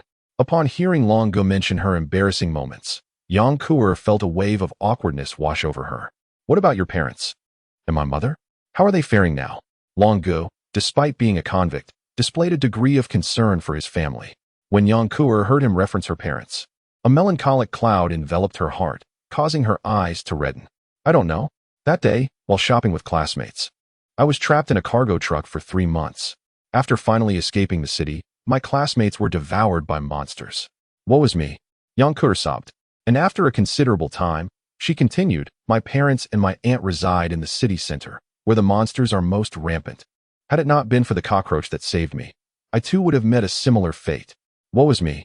The thought of her parents' uncertain fate, coupled with the encounter with family, unleashed a torrent of repressed sorrow within Yang Kuer, leading her to weep inconsolably. Listening to her anguished cries, Long Gu felt a deep sense of despondency, his eyes beginning to redden as well. He Wenbin and the others bowed their heads in sorrow, their own families equally shrouded in uncertainty. Even Chun Yi found himself lost in thoughts of his family, sitting in silence with his head cradled in his hands. The women beside him buried their heads, their expressions obscured, while droplets of water formed on the smooth floor tiles. Zhang Xiaoqiang felt the warmth of a few teardrops landing on his feet and turned to see Su Qian had ceased her massage, cradling his unkempt foot against her chest. Her gaze empty as tears streamed down her cheeks, falling onto his neglected foot. Bereaved of his parents at an early age, Zhang Xiaoqiang felt no profound grief. He steadfastly believed in his sister's safety, reasoning that if he, a sedentary individual lacking physical training, had survived, his far more capable sister should also be fine.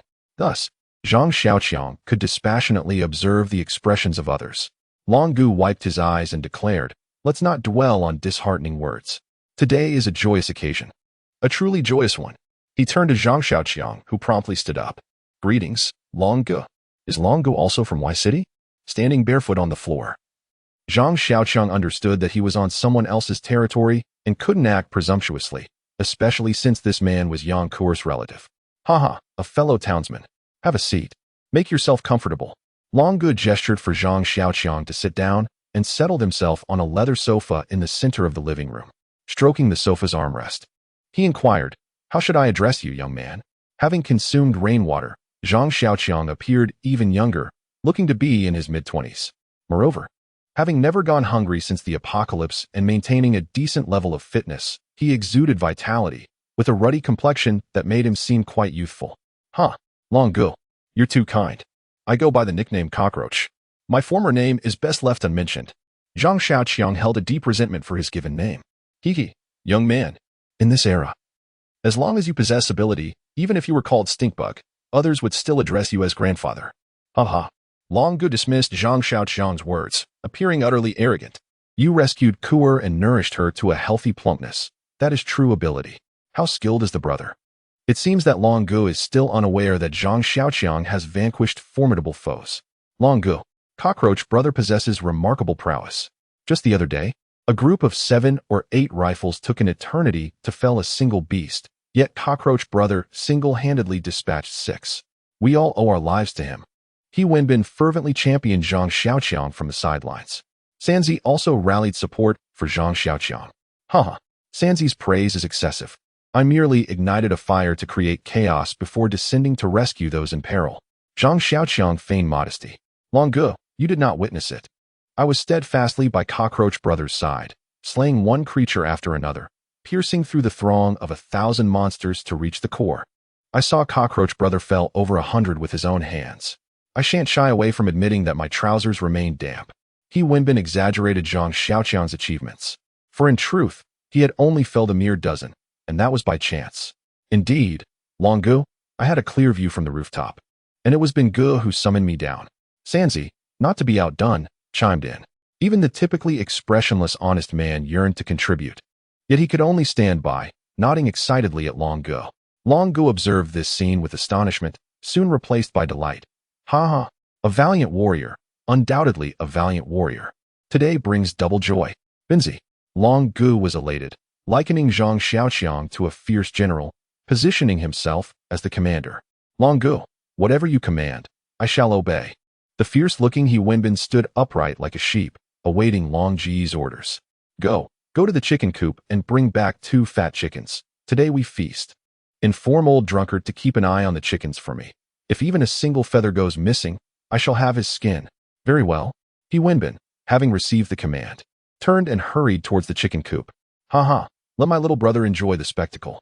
Initially, upon arriving here, a considerable number of those chickens had already perished from starvation. The gang below had been gorging themselves indiscriminately, and by the time Sanzi announced that the chickens could lay eggs, fewer than 100 remained. Fearing the extinction of the breed, I instructed someone to keep watch over them. Brother Long, concerned about Zhang Xiaoqiang perceiving him as stingy, offered explanations. Su Qian meticulously put on Zhang Xiaoqiang's left sock, laced up his shoes, and then began to massage his other foot, while Yang Kuer glared, muttering something under her breath. As Su Qian removed her own right sock, Chun Yi felt a stirring in his heart. With 4 women at his side, Brother Long surely had no fewer than 4 himself. Together, they amounted to 10 individuals. Adding himself and Yang Kuer, along with He Wenbin, they formed a group of 20. It was indeed a meager offering to share just 2 chickens among 20 people. Brother Long, newly arrived and with little of value, was left with several hundred pounds of rice and smoked meat, which he hoped Brother Long would not disdain. Zhang Xiaoqiang decided to temporarily settle here, preparing to relinquish his stockpile. Consuming smoked meat daily had turned his stomach, seeing it now made him nauseous. Yang Kuer refused to eat fatty meat, so it was better to treat it as a favor. Haha, my little brother is quite agreeable, to be honest. I'm yearning for meat now, having grown weary of daily rice paired with pickled vegetables, which is even less appealing than the fare in the dormitory. Brother Long was quite grateful, sending the honest man and Sanzi to fetch supplies from Zhang Xiaoqiang's tricycle, while Yang Kuer followed closely behind, keeping a watchful eye to ensure they did not disturb her concealed treasures. 3 women were driven upstairs by Chen Yi, yet he left Su Qian untouched, seemingly still holding on to hope as she continued to massage Zhang Xiaoqiang. Meanwhile, 3 men engaged in casual conversation in the living room, each lamenting the state of the current world. Yang Kuer entered, cradling a blue soft pack of Huangalu cigarettes, and handed one to Long Gu. Upon seeing Long Gu receive only 2 packs, Chen Yi felt somewhat relieved, his demeanor brightening as he began to speak more freely. Zhang Xiaoqiang's heart ached. Within a single day, he had given away 6 packs of cigarettes, particularly lamenting the loss of the 50 yuan per pack kind, while he had managed to procure only 2 for himself. Long Gu opened a pack of Huangalil, tossing a package to Qin Yi before lighting one for himself and taking a leisurely drag. Brother, you seem to be doing quite well. Alas, it's tough to make a living in these times, he remarked, then excused himself, claiming he needed some fresh air. Zhang Xiaoqiang was determined not to let Yang Kuo reveal his secret hideout, a place where Lei Feng had poured his blood and sweat. He had been contemplating how the cave served as his fallback plan. If he could not survive outside, he still had a refuge. Before long, He Wenbin came in to announce that dinner was ready, prompting the group to rise and head towards the dining room. The dining area was tastefully decorated, featuring a large round table with a glass turntable, surrounded by 12 high-backed wooden chairs. The walls were adorned with golden wallpaper and an array of paintings, albeit the original owner had displayed little taste. Chinese landscape paintings and Western oil paintings were haphazardly arranged together, while a purple bronze statue of Guangong stood on an altar against the wall. A vertical freezer stood to the left of the Guangong statue, while a wine cabinet occupied the right, both now completely bare. The dishes on the glass turntable were simple: a large pot of egg drop soup, a large bowl of smoked pork stir-fried with cabbage, a plate of kung pao chicken without peanuts, a plate of stir-fried dried pickled mustard greens, a plate of plain stir-fried potato slices, and a chicken and egg hot pot. Just as Zhang Xiaoqiang and the others sat down, two people entered. One was short, about 165 meters, with a stocky build and a full beard, resembling a dwarf from a game. He wore a leather jacket, his muscles straining against the seams, and he did not appear to be the friendly sort. The other man was his opposite, tall at over 1.8 meters and very thin. If not for his pupils, one might mistake him for a zombie. His receding hairline was slick with oil, and his ordinary features were marred by a sinister gaze that inspired dislike. "This one is called Pao Dang," said Long Gu, pointing to the shorter man. "Pao Dang has a fiery temper, can fight and take a beating. He once took down more than 10 men single-handedly and killed 5 of them." "Amazing." Pao Dang nodded silently, his eyes fixed on the cured meat on the table. Long Gu pointed to the taller man. "This one is called Tujio, and he also had a lot of lives in his hand when he was the boss of S City." Tujio remained silent, nodding as he surveyed the faces around the table, his mind likely occupied with his own calculations. "Damn, I've walked into a wolf's den," Zhang Xiaoqiang cursed inwardly, offering a smile of greeting. A total of 9 individuals occupied the table. Aside from Zhang Xiaoqiang and Yang Kuo, there were 3 others, including He Wenbin, along with Long Gu, Qin Yi, and 2 newcomers. Not a single woman was present. It seemed that not everyone was deemed worthy to dine at the table, as even that old Russian was absent. After Long Gu introduced Zhang Xiaoqiang and Yang Kuo to the 2 newcomers, he commanded the meal to commence. At that moment, 4 rather unremarkable women entered through the door, each bearing bowls of food and bottles of white liquor. These women appeared somewhat unwell, their gait slightly unsteady, and though their attire was somewhat disheveled, they were relatively clean. The 4 women busily served wine and food to everyone at the table. Long Gu listened as Tu Jiao and Pao Tang lamented.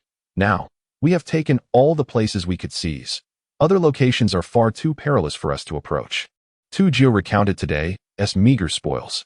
"Indeed, Long Gu, I led a group to raid a small grocery store, and after bringing in 2 individuals, we only managed to acquire a few cigarettes and bottles of liquor, along with a few boxes of instant noodles. It was quite a loss." Pao Tang added his own grievances.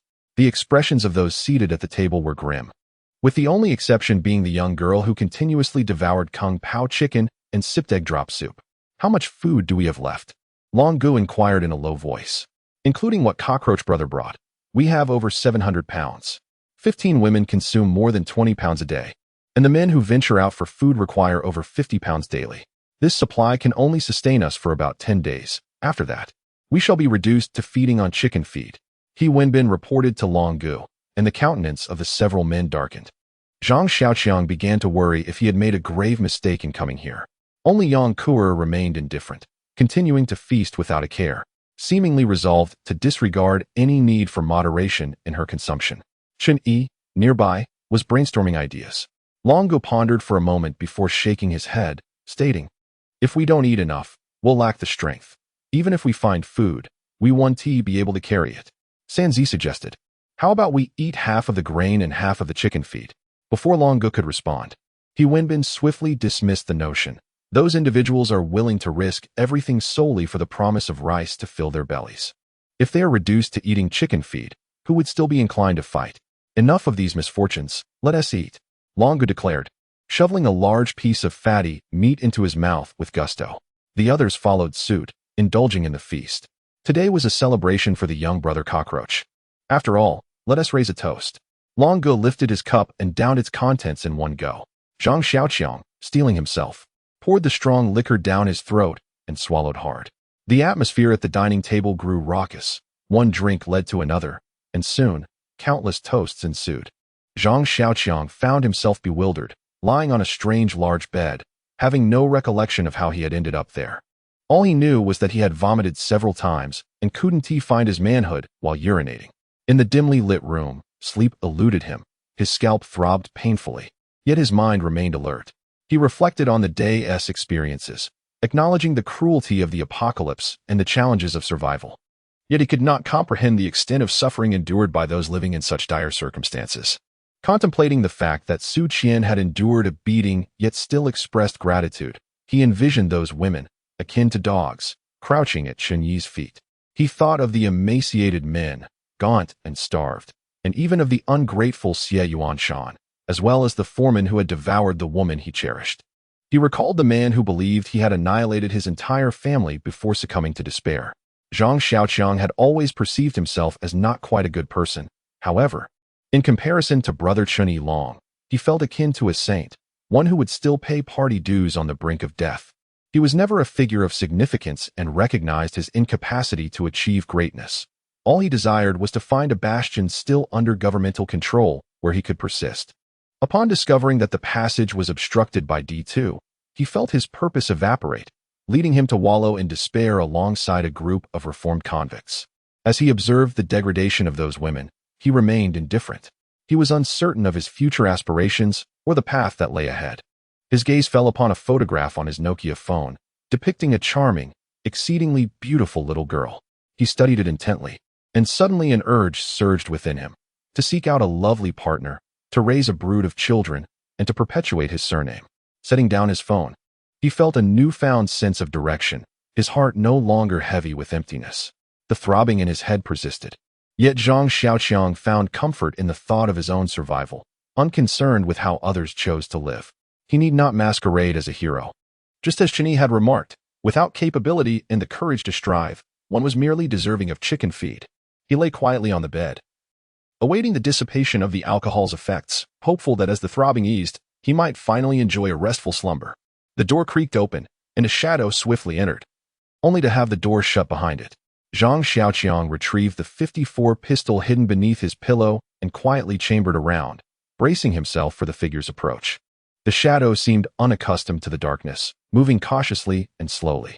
The room was enveloped in silence, save for the distant hum of a diesel generator. As he sat up gradually, Zhang aimed the pistol beneath the covers towards the silhouette, while his left hand fumbled for his Nokia phone, switching on the flashlight. He refrained from alarming the shadow, patiently biding his time, uncertain if the figure was Yang Kur or if they bore ill intentions. He remained on high alert until the figure reached the edge of the bed. The shadow paused at the corner, and Zhang heard a rustling sound, reminiscent of someone disrobing. Had he mistakenly entered the wrong room? Anxiety gripped him, and he dared not move, perplexed as to how he had arrived in this unfamiliar chamber. His last memory was of a faint whisper before everything went black as he tumbled to the ground. Upon awakening, he found himself sprawled on a pristine mattress, with his phone and pistol neatly placed beneath the pillow, while his clothes and military knife lay tidily on the nightstand. Seeing the pistol and knife reassured Zhang, allowing him to relax in this strange environment and drift into a peaceful slumber. Longu, being Yang Kur's cousin, alleviated his worries about her well-being. Moreover, the carefree girl was not without her means of self-defense. Had she employed a bit more cunning, perhaps Zhang would not have been her match. Of course, these words are superfluous, as Yang Kur's usual demeanor embodies the sentiment of, "That is your affair, it is of no concern to me." As long as there is sustenance, drink, and amusement to be had, Yang Kur is indifferent to the prospect of being led astray. Indeed, she might even emulate your descent into a pit, should she witness it. To dispense with further digressions upon the figure's divestiture of garments, Zhang Xiaoqiang detected a delicate, feminine fragrance. A tender, pliant hand caressed Zhang Xiaoqiang's hirsute thigh, gradually ascending until it encompassed his virile member. Subsequently, The Simmons mattress betrayed the presence of a woman ascending the bed, whereupon she inclined her head to delve beneath the covers. The instant the woman's grasp enveloped his manhood, Zhang Xiaoqiang experienced a sensation akin to a myriad of ants traversing his abdomen. With each caress of her slender hand, he nearly discharged his long-dormant arsenal. Zhang Xiaoqiang inhaled deeply, envisioning the woman as a corpulent figure of diminutive stature in an attempt to quell his arousal. As the adage dictates, circumspection is paramount when circumstances remain obscure, lest one inadvertently stumble into a snare. As the woman lowered her head towards Zhang Xiaoqiang's groin, an icy, metallic tube pressed against her forehead, arresting her movements and causing her to stiffen. Her hand ceased its ministrations. A beam of argent light then banished the darkness from the chamber, illuminating her countenance. The intense glare compelled her to shut her eyes, rendering her immobile as she awaited Zhang Xiaoqiang's next action. Zhang Xiaoqiang, brandishing a Type 54 pistol, pressed the muzzle against the woman's forehead and activated the flashlight on his Nokia mobile phone. Dazed, the current Zhang Xiaoqiang wore an expression of bewilderment. Could even one who had gazed upon countless actresses be taken aback? Before him stood a woman, entirely bare, her eyes closed, motionless as if awaiting her fate. Her lustrous, jet-black hair fell gracefully to her shoulders, shimmering under the bright light with a mysterious blue halo. Her flawless, delicate visage bore no trace of imperfection, and her elegantly arched eyebrows appeared untouched by any artifice, seemingly a gift from nature itself. A subtle flush adorned her eyelids, not the product of cosmetics, but rather a gentle blush seeping from beneath her skin, evoking the charm of a maiden from the picturesque water towns of Jiangnan. Her nose was high and proud, yet not coarse, reminiscent of a masterpiece sculpted by the great artists of ancient Greece. Her lips, slightly fuller, accentuated her facial contours, rendering her all the more alluring. She leaned over, positioning herself between Zhang Xiaoqiang's legs, obscuring the view of her form below the neck, with only the smooth skin visible above the covers, suggesting a delightful symmetry of flesh and bone. Who are you? In this unfamiliar setting, Zhang Xiaoqiang remained vigilant, wary of what lay behind this woman who had so boldly presented herself. While she was undeniably beautiful, he had cultivated a patience over 7 years of monkhood, having matured beyond the age of reckoning with mere physical desire. I am here to serve you at the behest of long ago. My name is Yuani. Her voice, cool and melodious, resonated with a gentle timbre, her standard Mandarin evoking the essence of a young girl reciting poetry, gradually acclimating to the illumination of the flashlight.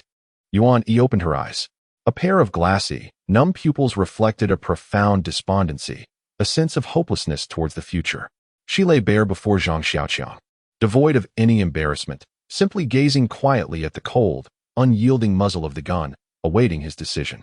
Zhang Xiaoqiang found himself deeply moved, particularly by the unique, ethereal aura that enveloped Yuan, reminiscent of a solitary plum blossom defiantly blooming amidst the snow. Her exquisite visage resembled that of a celestial being untouched by the mundane. And what thrilled him most was the stark contrast of this seemingly unworldly fairy engaging in the very activities that one would associate with a courtesan, nearly provoking an eruption of emotions within him. Alas, Zhang Xiaoqiang's attention was diverted by the standoff between Long Gu and Chen Yi. Although Long Gu was Yang Kuer's uncle and a fellow townsman, and despite his own aversion to Chen Yi, Zhang Xiaoqiang refrained from meddling in their enmity. The events surrounding Xie Yuanshan had imparted a crucial lesson.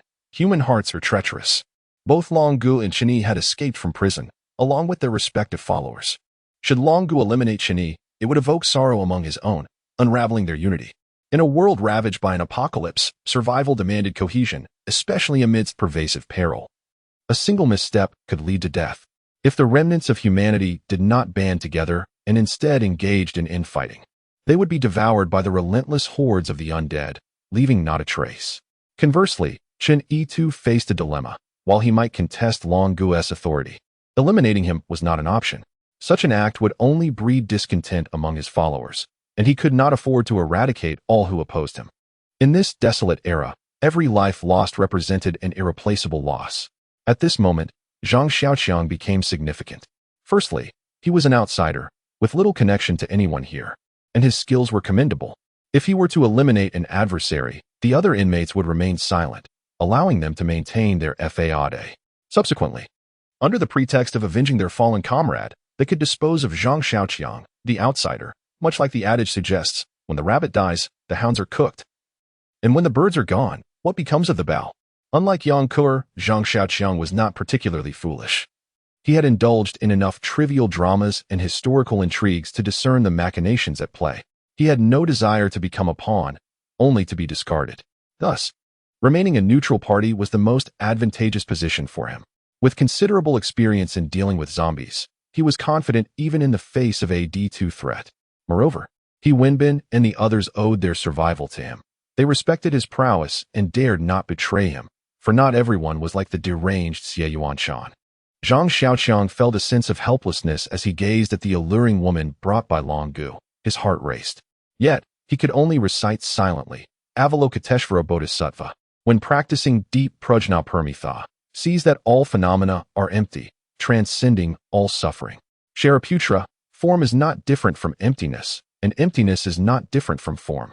Form is precisely emptiness, and emptiness is precisely form. Sensation, perception, volition, and consciousness are likewise. He feigned virtue, wearing a faade akin to Lu Xianghui's expression, gazing at the light, while simultaneously feeling the weight of Yuan Yi leaning upon him. "Kill me then," Yuan Yi said coldly, her gaze fixed on Zhang Xiaoqiang. "If you're worried about staining the sheets, you can do it outside. Long Gu won't hold it against you." Zhang Xiaoqiang's expression began to pale. Anger surged within him. Ever since Xie Yuanshan had threatened Yang Kuer with a crossbow, he had vowed never to allow anyone to intimidate him again. Yet here was this woman, daring to threaten him. "Get lost. Go as far away as you can. I never want to see you again," he shouted at Yuan Yi, his disdain for her desperate ploy to coerce him palpable. Even under duress, he refused to comply.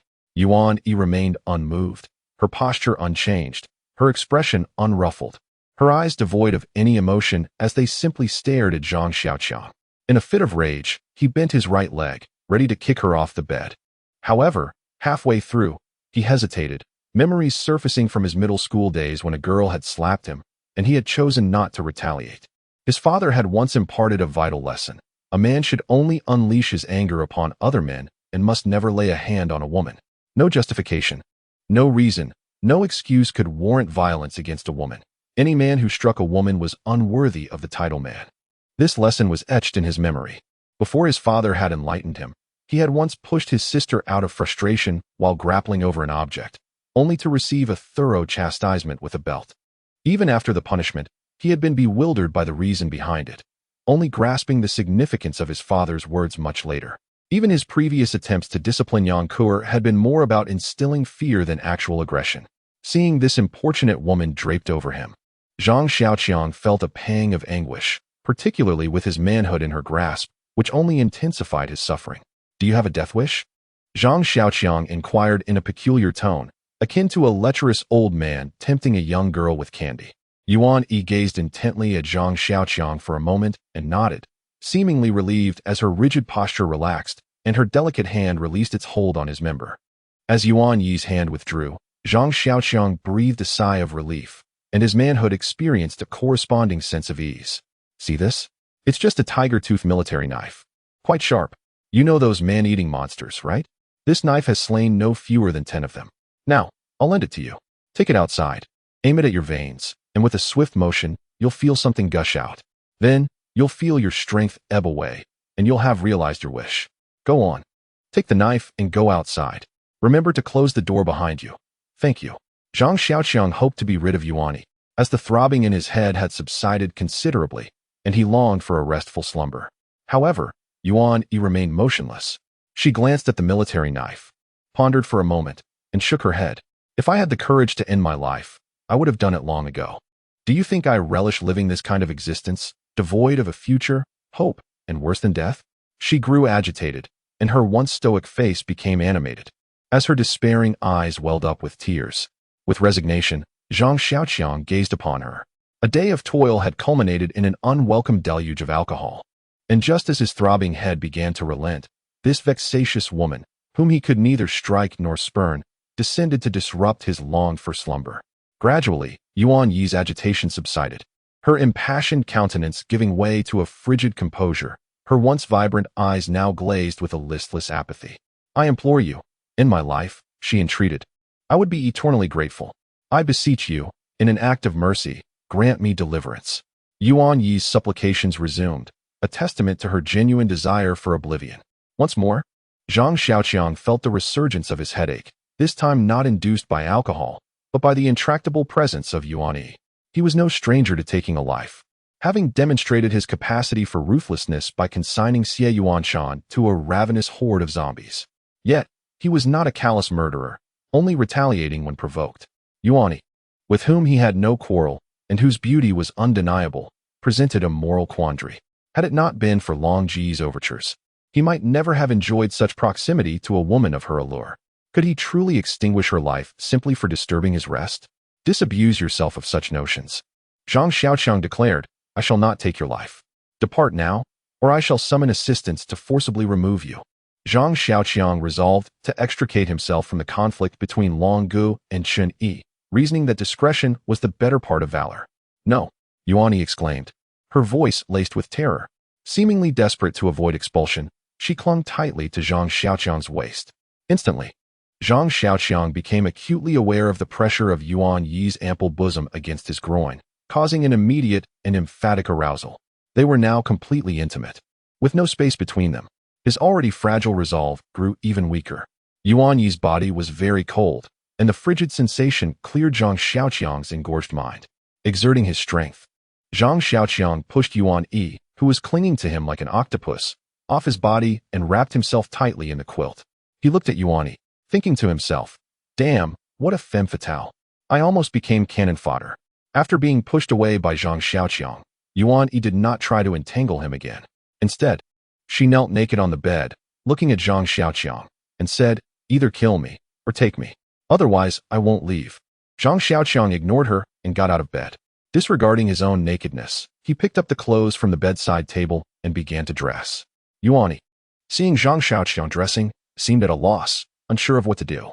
Her aloof demeanor was shattered once more, and she clutched the corner of the quilt tightly, biting her lower lip almost to the point of drawing blood. Zhang Xiaoqiang, now fully dressed, headed towards the door. "If you want to shamelessly stay here, then stay here. I won't cater to you. I'll go sleep outside. That's how I've been doing it these days anyway." Seeing Zhang Xiaoqiang dressed and heading towards the door, Yuan Yi reacted like a frightened cat, leaping off the bed and running barefoot to Zhang Xiaoqiang, kneeling down in front of him, grabbing his legs, and refusing to let go. Zhang Xiaoqiang attempted to pry open her hands, yet Yuan Yi's grip was as tenacious as a turtle's beak, refusing to yield. Despite his utmost efforts, he was unable to shift her hands, and his frustration grew insurmountable. Today, he encountered a woman even more obstinate than Yang Kuer. The mere thought of Yang Kuer potentially becoming as relentless as this woman sent a chill coursing through his heart. Observing Yuan Yi, who had buried her head between her legs, Zhang Xiaoqiang felt a wave of despondency wash over him. He suddenly found zombies to be rather endearing. Far more so than Yuan Yi. He would rather engage with D2 once more than become entangled with Yuan Yi. Are women truly more perilous than zombies?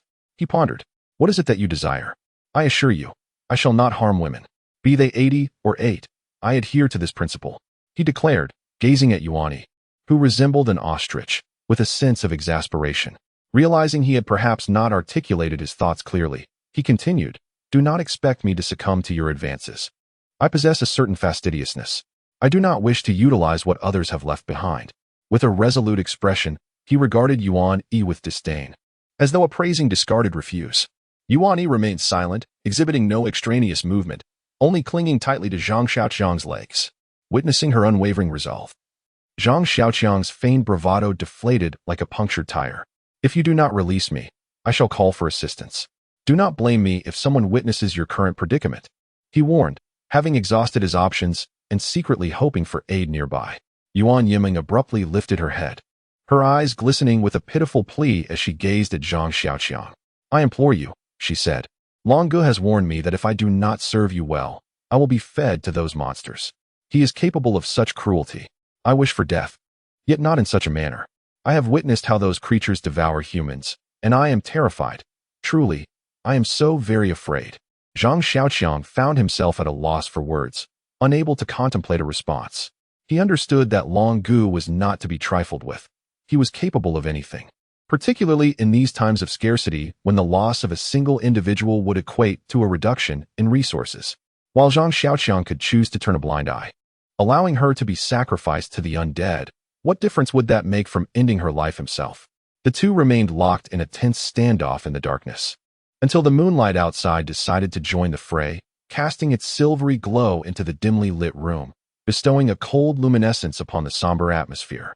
The night air was brisk, and Yuan Yi, devoid of any clothing, shivered slightly in response to the chill.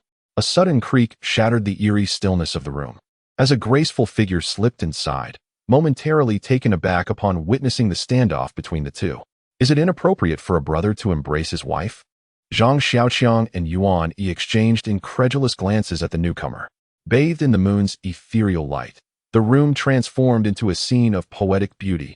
Yuan Yi, kneeling and clutching Zhang Xiaoqiang's legs, resembled a jade statue of exquisite femininity, her smooth, delicate skin exuding an air of elegance and mystery.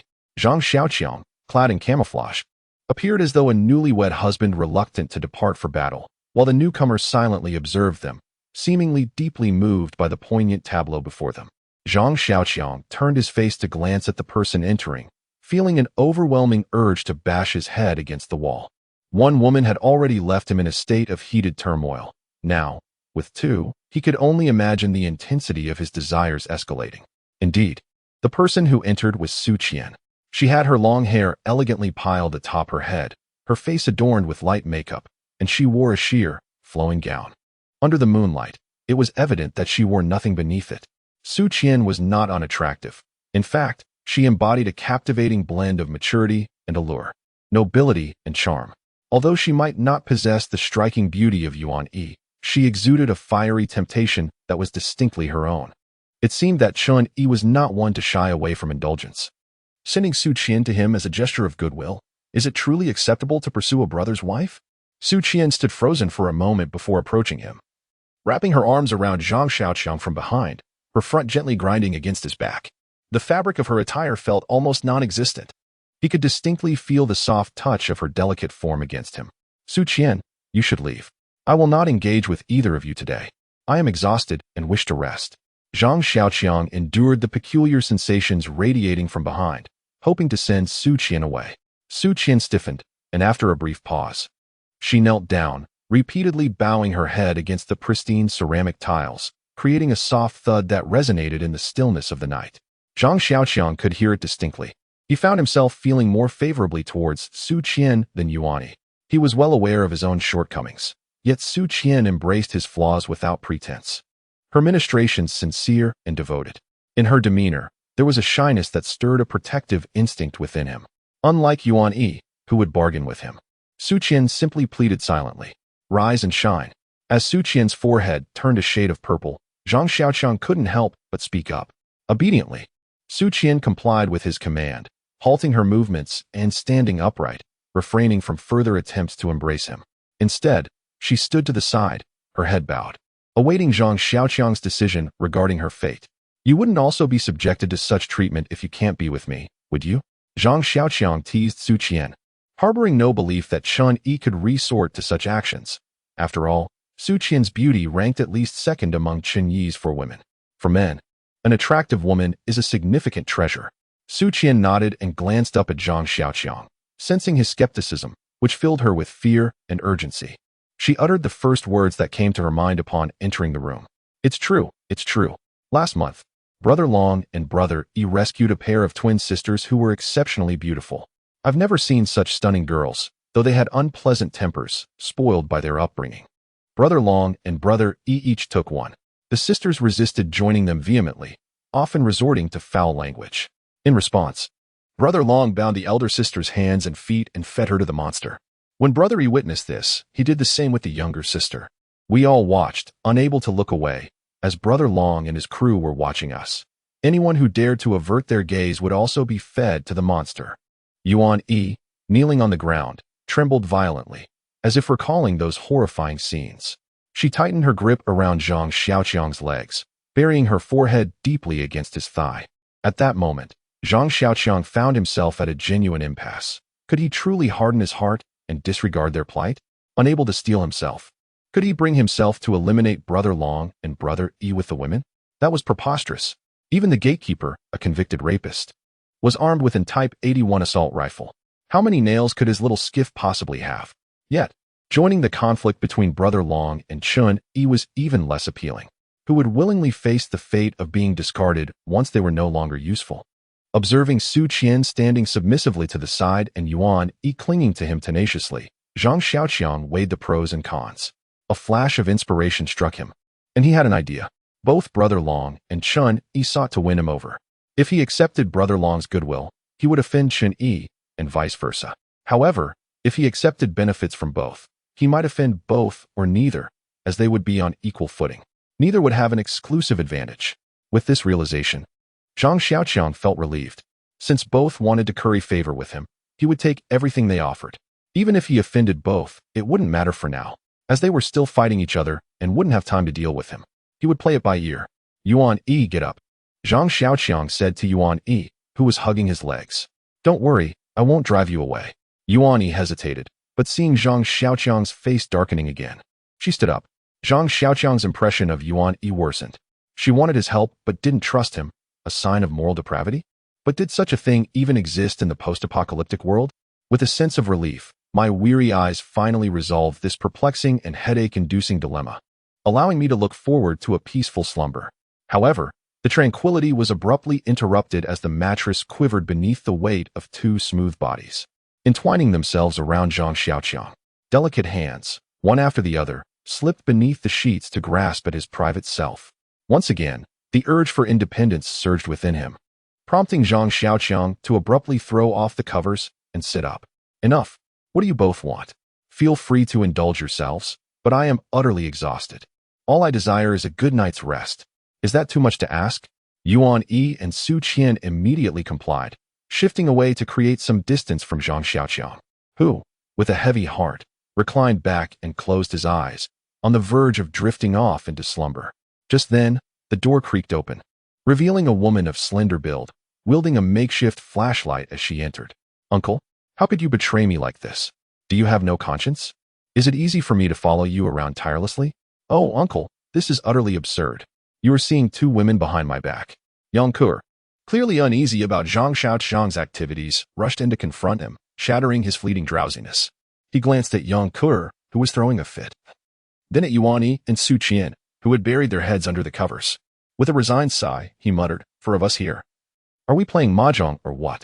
On this splendid sunny day, the morning sunlight streamed through the window, casting a warm glow upon the plush mattress. A beam of light fell perfectly upon Zhang Xiaoqiang's eyelids, the heat coaxing him from slumber. After a brief moment of confusion, he opened his eyes fully.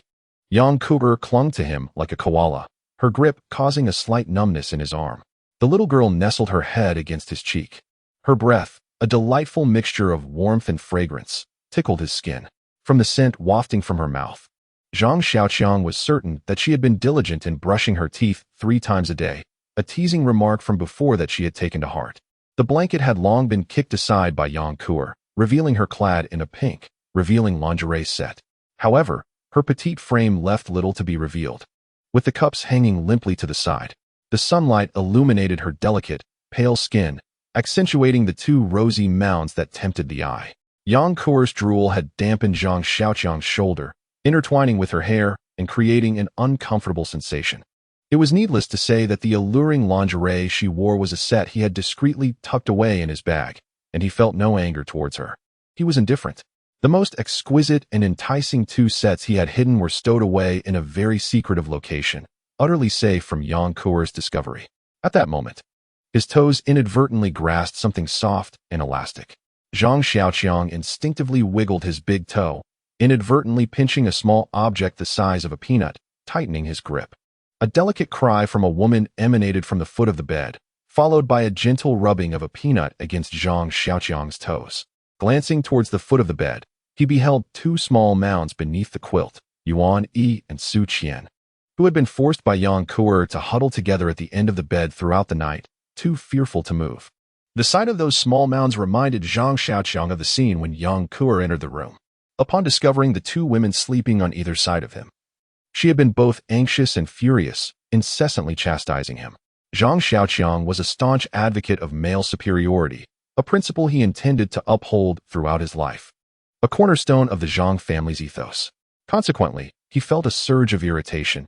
He remained silent, merely observing Yang Kuer with a cold, piercing gaze. Intimidated by his stare, Yang Kuer ceased her tirade, lowering her head, her hands behind her back, tracing circles on the floor with her toes. You need not concern yourself with my affairs, understand? Zhang Xiaoqiang warned her in a chilling tone. Yang Kuer nodded in acknowledgement but avoided his gaze, her demeanor reflecting defiance. Your matters will also fall under my jurisdiction from now on. Is that clear? A sense of satisfaction welled within him.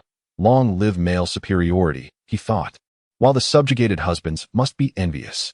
At the sound of his declaration, Yang Kuer looked up in astonishment, her eyes twinkling with mirth, nodding repeatedly.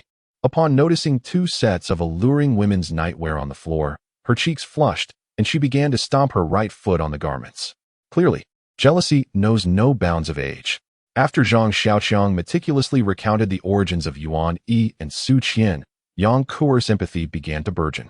Though it was exclusively reserved for the women, as she cared little for the lives of the men.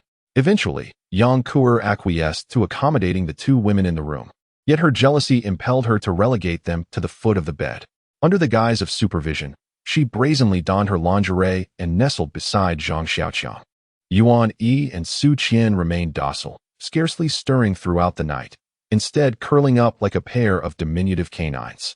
The peanut-sized object on his toe ceased its motion, whereupon the small bundle on the right side of the bed stirred gently. Zhang Xiaoqiang's toe was then enveloped in a warm, moist cavity, followed by the nimble exploration of a small tongue that roamed through the crevices of his toes. This sensation was novel and pleasurable, causing his recently subdued manhood to reawaken, creating a small bulge in the blanket at his waist. The scenario seemed familiar. Zhang Xiaoqiang recalled a similar scene featuring the actress Shiratori Sakura. It appeared that Yuan Yi, whom he vaguely remembered lying to his right, was the source of this act. He marveled at how someone with such a serene demeanor could exhibit such passionate behavior. Zhang Xiaoqiang initially harbored a rather unfavorable impression of her, particularly due to her incessant displays of a strong, domineering persona. Being inherently introverted, he found himself particularly indifferent to such assertive women. In contrast, the submissive demeanor of Su Shi was far more appealing to him. Although Su Shi lacked the beauty and grace of Yuan Yi, Zhang Xiaoqiang found her presence more pleasing. Perhaps this inclination also reflected a latent sense of male superiority within him. Yuan Yi's behavior was, in essence, a blatant affront to dignity. Had Su Shi acted similarly, Zhang Xiaoqiang might have felt compelled to intervene and request her to cease. As for Yuan Yi, Zhang Xiaoqiang reveled in the services rendered by Yuan Yi. After enjoying the relief of his left foot, he extended his right foot without a hint of remorse, contemplating whether Yuan Yi's audacity might serve him well. He pondered. Had he washed his feet yesterday? Uncertain of the answer, he smirked at the thought of the consequences if he had not. Suddenly, Yang Kuer stirred, her eyes fluttering open to behold Zhang Xiaoqiang in close proximity, lost in thought. With an exclamation of surprise, she called out, and upon hearing her shriek, Yuan Yi ceased her ministrations, merely cradling Zhang Xiaoqiang's feet against her chest in silence. Yang Kuer stammered, You, how did you end up in my bed? She then began to inspect her attire, and upon discovering that her delicate form was exposed, she hastily dove beneath the covers. Muffled sounds emanating from within. Oh no, I've been seen. How utterly mortifying. As she spoke, her legs flailed chaotically. At her feet lay Su Shi, whose small bundle was being repeatedly jostled by Yang Kuer's kicks. Su Shi remained silent, motionless, enduring Yang Kuer's relentless assault in silence. Zhang Xiaoqiang, unable to bear the sight any longer, addressed Yang Kuer, Stop yelling. Think carefully about what you did last night. Yang Kuer paused momentarily, her head emerging with a hint of embarrassment. I just can't recall at the moment. Besides, it's only natural for my husband to see. Having said that, she threw herself into Zhang Xiaoqiang's embrace, burying her head against his chest, her petite nose sniffing around. Zhang Xiaoqiang, bewildered by the sight of Yang Kuer clinging to him, wondered about the state of Su Shi, who had been so thoroughly kicked about. Yang Kuer lifted her head, her crescent-shaped eyes fixated on Zhang Xiaoqiang as she inquired, Is this what they call masculinity? Why does it smell just like my father's? All this smoke. At this moment, Zhang Xiaoqiang was certain he hadn't tea-showered the previous day. He pondered how Yuan Yi could tolerate it. Was it possible that Long Gu also detested bathing? Just then, Yuan Yi at his feet began to stir, her tiny tongue flicking around the top of his foot, yet Zhang Xiaoqiang found himself too preoccupied to engage in playful banter. "Time to get up," he declared, giving Yang Kuer a playful pat on her backside and nudging Yuan Yi with his foot, signaling for her to get dressed. Simultaneously, Yuan Yi and Su Qian threw back their covers, revealing two voluptuous and shapely women emerging from the bedclothes, devoid of any attire. Their alabaster breasts swayed and bounced with their movements, the crimson areolas appearing fresh and enticing. Su Qian's were of the pert, conical variety, standing proudly erect, while Yuan Yi's were hemispherical, full, and firm, promising a delightful tactile experience. "Ah!" Yang Kuer exclaimed, startled, leaping up to cover Zhang Xiaoqiang's eyes, repeatedly chanting, "Don't look. Don't look. You two are shameless, not wearing anything." Zhang Xiaoqiang promptly pried Yang Kuer's hands away, averting his gaze from Yuan Yi and Su Qian to face Yang Kuer. "Have you forgotten what I told you yesterday? Regardless of whether I seek other women, or what kind of women I seek, it is my own affair. If you disapprove, you may simply avert your eyes." Zhang Xiaoqiang's admonition proved effective. Yang Kuer, barely 15, whose previous dalliances were akin to child's play, was easily subdued by Zhang Xiaoqiang's domineering nature. "But I was the first to be with you. You've seen everything of me. You must take responsibility," Yang Kuer murmured softly, eyes downcast at her lingerie. "I know. As long as you are obedient, I will not abandon you." Zhang Xiaoqiang waved his hand dismissively. "Moreover, I want special privileges." Yang Kuer, emboldened by Zhang Xiaoqiang's acquiescence, began to bargain. "Privileges?" Zhang Xiaoqiang scrutinized Yang Kuer and nodded, eliciting a look of delight from her. "Privileges can be granted, but only upon your complete maturation," Zhang Xiaoqiang added. Yang Kuer lowered her gaze to her underdeveloped chest, crestfallen. Subsequently, Yuan Yi and Su Qian, fully clothed, stood by awaiting Zhang Xiaoqiang's directives. Upon beholding them, Zhang Xiaoqiang's eyes nearly bulged from their sockets. Su Qian remained in her diaphanous negligee, its transparency accentuated by the daylight, the rosy areolas subtly protruding against the sheer fabric, offering tantalizing glimpses of her nether regions. Yuan Yi was more modestly attired, a mere strip of black fabric, an inch in breadth, encircling her chest, barely concealing her nipples, while a pair of denim shorts, reaching only to the base of her thighs, showcased her long, slender, alabaster legs. Zhang Xiaoqiang's gaze roamed over the two women. His current abode was on the ground floor, implying that the room's exit led into the living room. Given the previous day's activity, the house seemed to be frequented by numerous individuals. The prospect of the women venturing out in such attire, potentially exposing themselves to the gazes of the men in the living room, was disconcerting. Such a display would be disrespectful to Long Gu and Yi Gu. He needed to devise a means to properly cover them. Zhang Xiaoqiang rummaged through the room in search of a wardrobe, hoping the former occupant had left behind some garments. Upon opening it, he found it bare, save for his own backpack. A glimmer of inspiration sparked in his eyes. Within Zhang Xiaoqiang's rucksack lay provisions for a hasty departure: cigarettes, bottled water, an assortment of victuals, and a change of attire. Several sets of camouflage fatigues were included, suitable for their donning. Zhang Xiaoqiang unzipped the rucksack, emptying its miscellaneous contents one by one. Atop the pile were the comestibles, contained within a medium-sized transparent plastic bag, revealing an array of cooked, smoked pig's ears and tails, alongside thinly sliced streaky bacon. Zhang Xiaoqiang retrieved these, placing them upon a nearby desk before resuming his excavation. Beneath lay roasted wheat and baked flatbreads, staple foods easily preserved and unlikely to spoil swiftly. As Zhang Xiaoqiang delved deeper, the sound of saliva being gulped echoed in the air. Raising his gaze, he beheld Yuan Yi fixated upon the plastic bag atop the desk, her eyes glued to the smoked pork, her throat working incessantly. Nearby, Su Qian dared not stare directly, yet surreptitiously glanced from the corner of her eye, her rate of deglutition matching that of Yuan Yi. Zhang Xiaoqiang watched with amusement. Although the apocalypse had descended, Zhang Xiaoqiang had not lacked for meat. Even when he encountered Yang Kuer, she had beseeched him for meat. Subsequently, the issue of obtaining meat was resolved by dispatching mutated beasts. Later, he procured over 10,000 caddies of smoked meat, to the point where even Yang Kuer grew weary of fatty cuts. Now, The sight of two delicate beauties salivating over pork head meat presented a stark contrast that nearly caused Zhang Xiaoqiang to erupt in laughter. How long has it been since you last tasted meat? Zhang Xiaoqiang paused, inquiring. Observing the pork head meat with a wistful gaze and watering mouth, Yuan Yi remained silent. Hesitantly, Su Qian addressed Zhang Xiaoqiang. Just the month before last, we could occasionally have some chicken heads, feet, and giblets. But it's been quite a while since we've had any. We usually eat plain rice with pickled vegetables, which is enough to fill us up. The sisters living behind the building often don't get enough to eat, she added softly, her eyes still fixed on the pork head meat, which suddenly seemed like a rare treasure.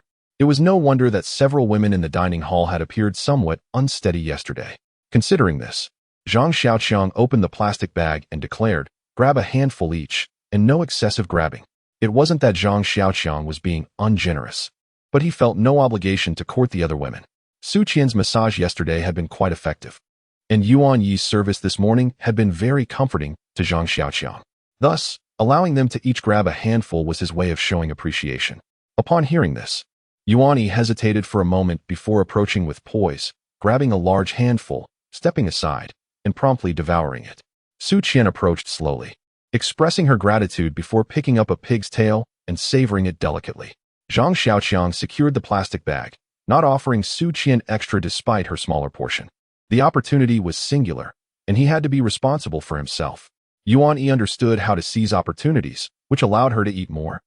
An unavoidable survival principle in the apocalypse. Zhang Xiaoqiang was certain that Yuan Yi's approach was correct, yet he felt a growing aversion towards her. This inexplicable feeling could perhaps be attributed to her overbearing demeanor coupled with her lack of power, or perhaps it was due to her persistent clinging to him yesterday.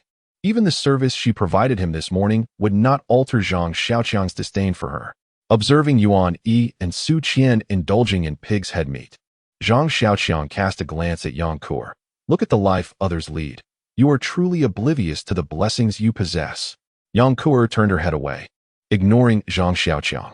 As Zhang Xiaoqiang and his companions exited, they traversed a narrow passageway leading to the living room, where Long Gu and Chun Yi were seated, sipping tea and smoking, attended by a woman they had encountered at the restaurant the previous day. Upon spotting Yuan Yi, who walked behind Zhang Xiaoqiang, Long Gu erupted in laughter. "Ha!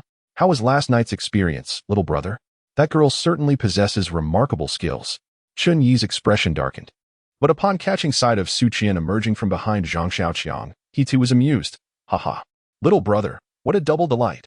You certainly know how to handle yourself." As they beheld Yuan Yi and Su Qian following Zhang Xiaoqiang, Long Gu and Chun Yi exchanged glances, with provocation evident in Chun Yi's gaze, while Long Gu maintained an air of indifference. Suddenly, Yang Kuo sprang out from behind Yuan Yi and Su Qian, greeted Long Gu and Chun Yi cheerfully, and skipped out the door, seemingly unaware of her destination. The appearance of Yang Kuo left Long Gu and Chun Yi speechless, while Zhang Xiaoqiang sighed. "This is like yellow mud stuck in the pants. It may not be excrement, but it certainly resembles it." After breakfast, Zhang Xiaoqiang and Long Gu engaged in casual conversation while smoking in the living room. Before long, Yuan Yi and Su Qian arrived together, each carrying a piece of luggage. And upon reaching the living room, they directed their gazes towards Long Gu and Chun Yi.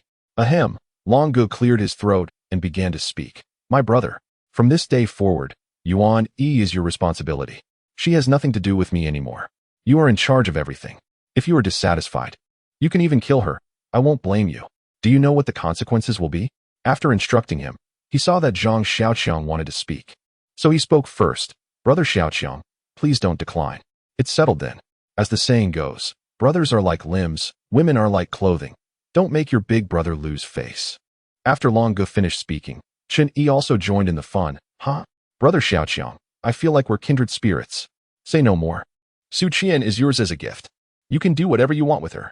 After speaking, he also began to warn Su Qian, "You must know your place. Don't have any wild ideas. If you displease Brother Xiaoqiang, you'll suffer." Zhang Xiaoqiang looked at the two great beauties standing in front of him and felt a headache. Su Qian was fine. She had always been very well behaved. But Yuan Yi? He looked at Yuan Yi and grew more and more disgusted. His face was also a bit abnormal. He wanted to tell Long Gu that he didn't like Yuan Yi. Zhang Xiaoqiang was preparing to return Yuan Yi to Long Gu. He knew that Long Gu valued his reputation, but he really disliked Yuan Yi, especially her constant display of dominance. If it were before the apocalypse, it would be normal. And Zhang Xiaoqiang would definitely think, I can't afford to offend her, so I'll just avoid her. But now, in the post-apocalyptic world, she was just a dish. Yet she still acted high and mighty, which made Zhang Xiaoqiang even more displeased, especially since he was a chauvinist. Seemingly aware of Zhang Xiaoqiang's antipathy, Yuan Yi grew anxious at the prospect of being rejected. With tears streaming down her face, she gazed at Zhang Xiaoqiang, her expression one of fervent entreaty. Her lips, pierced by her own teeth, welled with beads of blood, yet she remained oblivious. Witnessing her despair, Zhang Xiaoqiang wavered. Though he harbored animosity towards her, he was not inclined to condemn her to death. Yuan Yi opened her mouth as if to speak, but ultimately remained silent. So proud, even when begging for help. Zhang Xiaoqiang's anger flared. He rose to his feet, prepared to return her to Long Go. With such a liability, the days ahead seemed unbearable. Even Yang Kur, with her incessant headaches, was more amenable. Barely having stood, he caught sight of Su Qian, who regarded him with a pleading gaze. Now, Zhang Xiaoqiang was at a loss. He may have been indifferent to Yuan Yi, but he held Su Qian in high regard. Having worked as a hotel manager, Su Qian possessed a keen sense of observation. Zhang Xiaoqiang's otaku tendencies and chauvinistic nature were captivated by her feminine charm. Observing Zhang Xiaoqiang's stance, Long Gu raised an eyebrow and inquired, Is there an issue, brother? Haha. I appreciate your kindness, gentlemen. I simply wish to explore the surroundings, having only recently arrived. Zhang Xiaoqiang disregarded Yuan Yi, but he was favorably disposed towards Su Qian. Oh. It seems brother wishes to familiarize himself with the environment. Long Gu was magnanimous, generally accommodating Zhang Xiaoqiang's requests. Brother, shall I escort you? Chun Yi was equally eager to assist. Why linger here? Don't you know Brother Zhang's room? Why aren't you moving? Such an oblivious creature. As Su Qian walked toward Zhang Xiaoqiang's room, Yuan Yi remained foolishly standing there, leaving Long Gu feeling quite embarrassed. Zhang Xiaoqiang wholeheartedly agreed with Long Gu's assessment of Yuan Yi, pondering, could it be that Long Gu also disapproves of Yuan Yi? Is that why he sent her my way? Just as he was about to step out, Long Gu called out to Zhang Xiaoqiang. Now that 2 women have arrived in your room, according to our rules, the women in your space are your responsibility. You must provide for their every need. If you find yourself unable to care for them, you can send them to the back house to be looked after by Binzi and the others. But be aware that they will have to share them. Understood, Long Gu, Zhang Xiaoqiang replied with a nod. This was the way of survival in the apocalypse. One could only eat as much as one could afford. Even Long Gu and Chun Yi had to venture out in search of supplies, let alone a newcomer like Zhang Xiaoqiang. As he stepped outside, a series of anguished screams echoed from a distance, shattering the tranquility of the chicken farm. Chun Yi furrowed his brow, glancing at the crowd gathered by the chicken coop before turning to Zhang Xiaoqiang and saying, Shall we go take a look? Approaching the scene, an overwhelming stench of poultry filled the air. A group of gaunt men stood around, numbly observing a vacant space in the center where He Wenbin wielded a steel rebar spear, mercilessly striking a young man, hardly 20, clad in nothing but shorts. The young man's bare chest and back bore the marks of brutal welts from the steel spear as he clutched his head, emitting cries of despair. 3 and 2 nondescript individuals, whom he had encountered the previous day, stood by with weapons, maintaining order. A man, seemingly past his prime, knelt on the ground, kowtowing to He Wenbin, ceaselessly pleading, Please, cease this violence. It will lead to someone's demise. Inflict the punishment on me. I shall bear the burden of my son's transgressions. I beseech you, Brother Bin. Near the chicken coop, a man in his 40s sat, distinguished by a prominent, bulbous nose reddened by alcohol. His sparse hair barely covered his scalp. He was clad in a moss-green woolen military overcoat, adorned with chicken feathers, and wore cotton shoes soiled with chicken excrement. An Type 81 assault rifle leaned against the side, while he intermittently took swigs from an unlabeled bottle of white liquor, observing the spectacle. Brother Cockroach. He Bin and his entourage greeted the 2 men. Noticing his unease, they pointed a gun at him, causing him to crumble in fear, divulging everything. He Wenbin recounted the events, causing Chun Yi to frown. Strike him with force. He seeks to reap without sowing? Such a thing is not permissible. Chun Yi exclaimed, angered by the fact that the young man sought to pilfer resources during a time of scarcity. Obeying the command, He Wenbin resumed his assault. Father, save me. I am in agony. The young man writhed on the ground, screaming in anguish. He Wenbin, unyielding, continued his brutal beating until fatigue overtook him. 3 stepped forward, taking the steel bar and continuing the assault. Zhang Xiaoqiang observed in silence, muttering to himself, "Observe closely, for this is the apocalypse. In a realm devoid of human rights, law, emotion, and power, an individual may be struck down for the mere theft of an egg. Zhang Xiaoqiang, do you wish to share in such a fate?" The father of a young man incessantly bowed his head, the ground stained with blood, while the onlookers remained utterly unmoved, gazing at the bloodied earth. Zhang Xiaoqiang reflected, "This is the consequence of impotence." He silently pondered that without strength, one should refrain from arrogance. If one desires to indulge in an egg, one must be prepared for the ultimate punishment. Suddenly, he recalled the 2 formidable dogs. Under their watchful gaze, he felt utterly powerless, awaiting his demise. He remembered the D2 that had burst forth from the internet CF, leaving him trapped atop a vehicle, resigned to the whims of fate. He envisioned himself sprawled across the back of a mutated beast as it carried him through the inky darkness of night, oblivious to the nature of his destiny. A chill of cold sweat coursed through him. His survival thus far was not a testament to strength, but rather to sheer luck.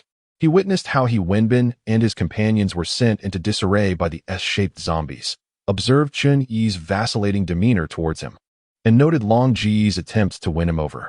This led him to a sense of hubris, as if he believed that the world's heroes were merely so, and that he could don his underwear over his trousers, as if it were a badge of honor. Zhang Xiaoqiang found it profoundly ironic. He had once uttered the phrase regarding Yang Kuer, the Zhongshan wolf, once emboldened, becomes reckless. Yet now, was he not just a self-satisfied Zhongshan wolf, convinced of his own ascendancy?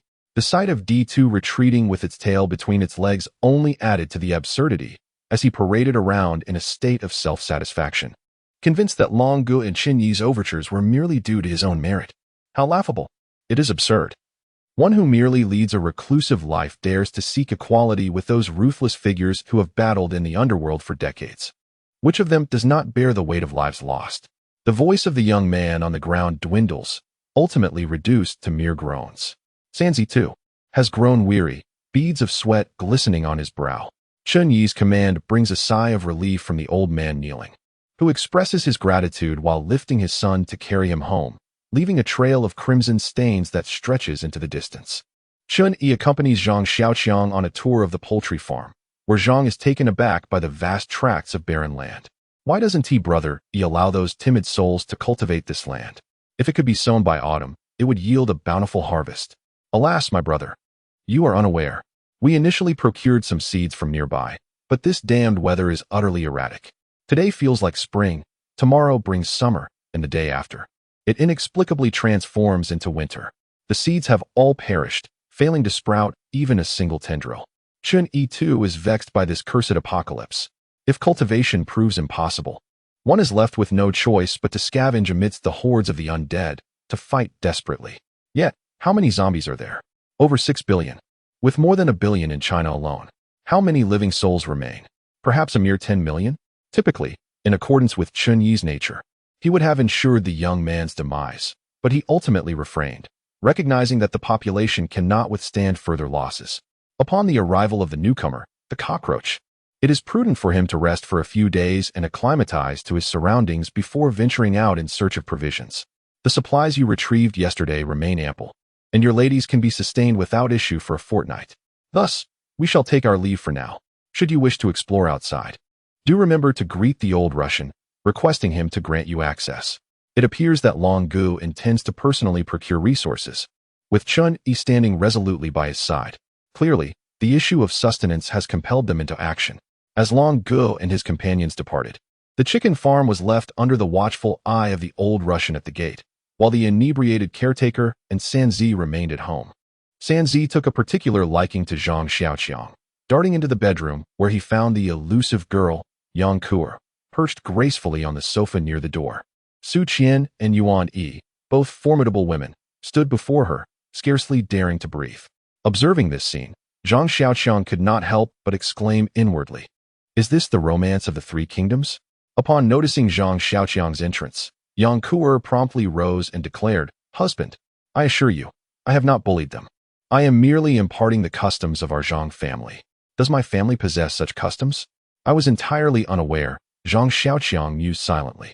Nevertheless, he recognized Yang Kuer as his staunch ally, one who would rally to his cause in times of need. Please step outside. I have matters to discuss with them, he instructed, ushering Yang Kuer away. Earlier that morning, he had asserted his authority over her, and reluctantly, she made her exit, the sound of the closing door echoing loudly, dislodging dust from the ceiling above. The genesis of Yuan Yi. No sooner had Yang Kuer closed the door than Su Qian knelt at Zhang Xiaoqiang's legs, massaging them as she had the day before. Zhang Xiaoqiang paid her no mind. The weak have their means of survival. Should he insist on equality for her? Would she expect food to simply fall from the sky? As Zhang Xiaoqiang luxuriated in Su Qian's massage like an old patriarch, he scrutinized Yuan Yi, who stood before him, visibly uneasy. Do you know? I loathe you, Zhang Xiaoqiang declared, his gaze fixed on Yuan Yi, his face adorned with an amused smile.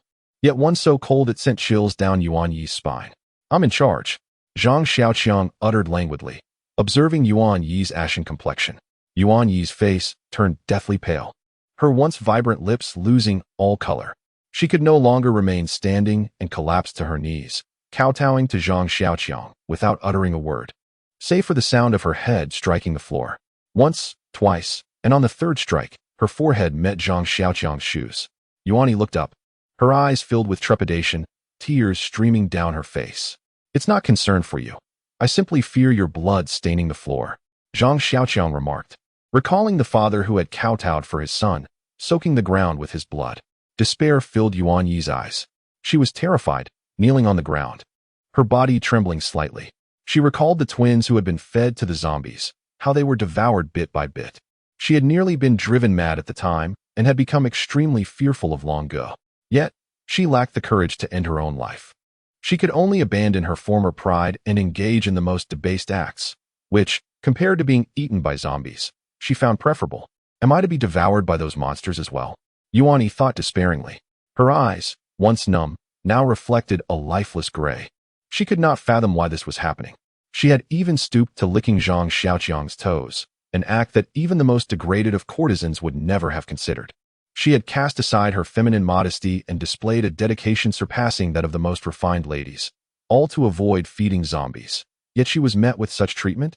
She recognized that Zhang Xiaoqiang spoke the truth. Since this morning, he had been cold and even contemptuous toward her. She was bewildered, unsure of what she had done wrong. She had exerted every effort, harboring resentment toward Zhang Xiaoqiang for his disdain. She loathed Su Qian, questioning what made that wretched woman superior to her. Was she not as beautiful? Was she not older? Did her education surpass hers? Was her family background not as favorable? Yuan Yi perceived Zhang Xiaoqiang as merely a cat, while she was but a mouse beneath its paw, the cat toying with her, relishing the despair she felt before her demise. Su Qian remained focused, kneeling on the ground, evenly applying pressure as she massaged Zhang Xiaoqiang's legs. He regarded Yuan Yi with a cold gaze, observing the shifts in her expression, sorrow, rage, and ultimately, despair, as she bowed her forehead to the floor, awaiting Zhang Xiaoqiang to determine her fate. Zhang Xiaoqiang savored the ever-changing expressions on Yuan Yi's face, constantly reminding himself, look closely. Zhang Xiaoqiang, this is the fate of the weak. Do you wish to kneel before her, pleading for the kindness of others to spare you? The young man who had just attempted to steal eggs received a harsh lesson, profoundly impacting Zhang Xiaoqiang.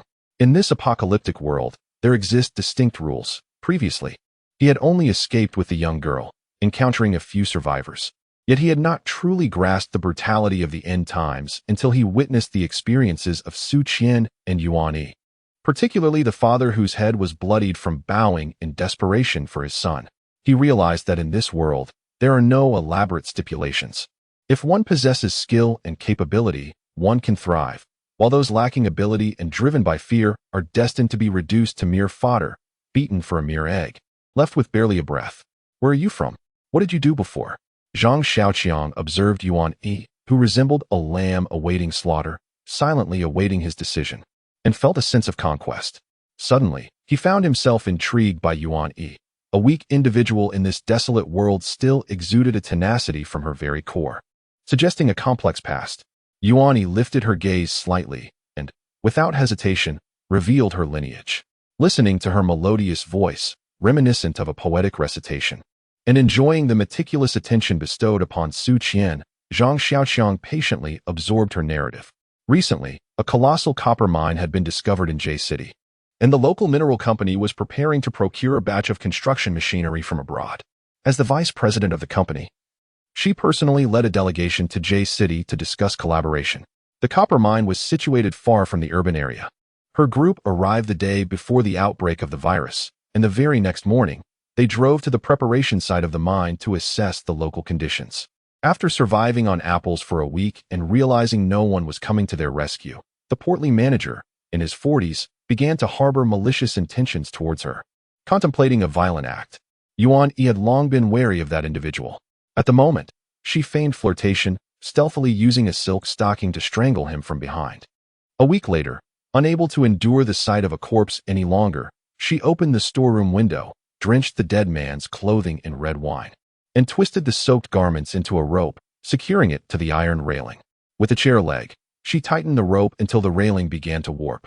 When the gap was wide enough for a person to pass through, she risked being devoured and made her escape.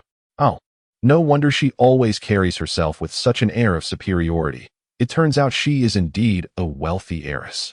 Zhang Xiaoqiang found it somewhat amusing. Even reduced to a mere plaything, she still attempted to maintain an air of arrogance. That she had survived until now was a testament to her ancestors' blessings. Yuan Yi shook her head in confusion. Thank you, master. Su Qian raised her head to flash a sweet smile at Zhang Xiaoqiang, expressing her gratitude before lowering her gaze to continue her service. Yuan Yi cast a grateful glance at Su Qian, her resentment dissipating.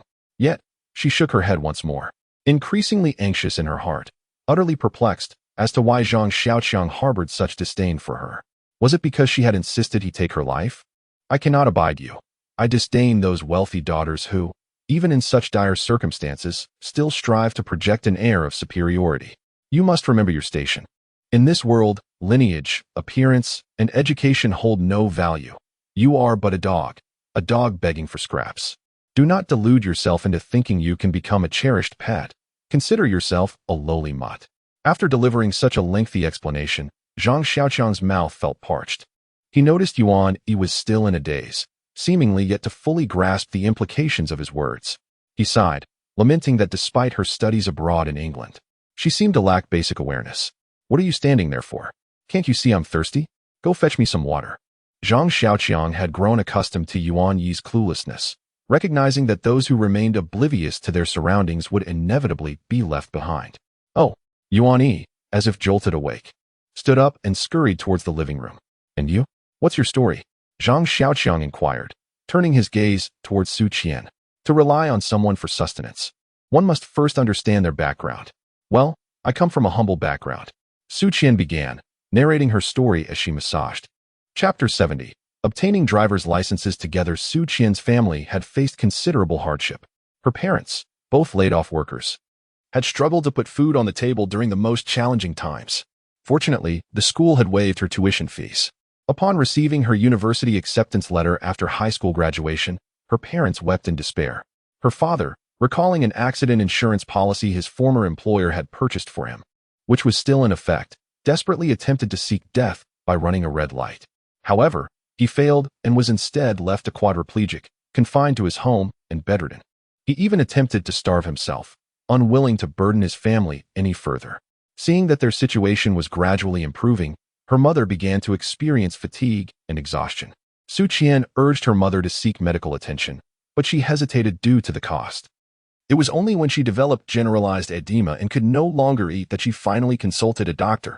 Upon examination, the diagnosis of end-stage uremia struck Su Qian like a bolt from the blue. She admitted her mother to the hospital and summoned her aunt from the countryside, compensating her with 800 yuan per month to provide care. Su Qian then resigned from her position and sought employment at a foot massage parlor. As a team leader, her salary was a mere 1,600 yuan per month, and even as a supervisor, it barely exceeded 2,000 yuan. The basic wage at the foot massage parlor was 2,000 yuan, with customer tips often matching or exceeding that amount, potentially yielding nearly 5,000 yuan per month. Engaging in more intimate services could significantly augment her earnings. As the hospital bills mounted and her mother's condition deteriorated, she made the agonizing decision to sell her virginity to a 60-year-old coal magnate for 8,000 yuan. Subsequently, She juggled her days between caring for her father and her nights working as a prostitute. In the close-knit city of J, rumors of her profession gradually reached her father's ears. He feigned ignorance until, after her mother succumbed to her illness, he tragically crawled from his bed into the kitchen and ended his life with a cleaver. At this juncture, Su Qian was overwhelmed with tears. Yuani, who had been listening intently with a teacup in hand, was utterly stunned. I have contemplated death, she sobbed. I possess the courage to commit suicide. But my father compels me to persevere, even if it means living like an animal. Zhang Xiaoqiang turned to Yuan Yi, who promptly offered him the teacup. Gazing at Yuan Yi and the weeping Su Qian kneeling on the ground, Zhang Xiaoqiang lamented once more. This godforsaken apocalypse. Are you aware of your current identity? Zhang Xiaoqiang took a sip of water and glanced sideways at Yuan Yi.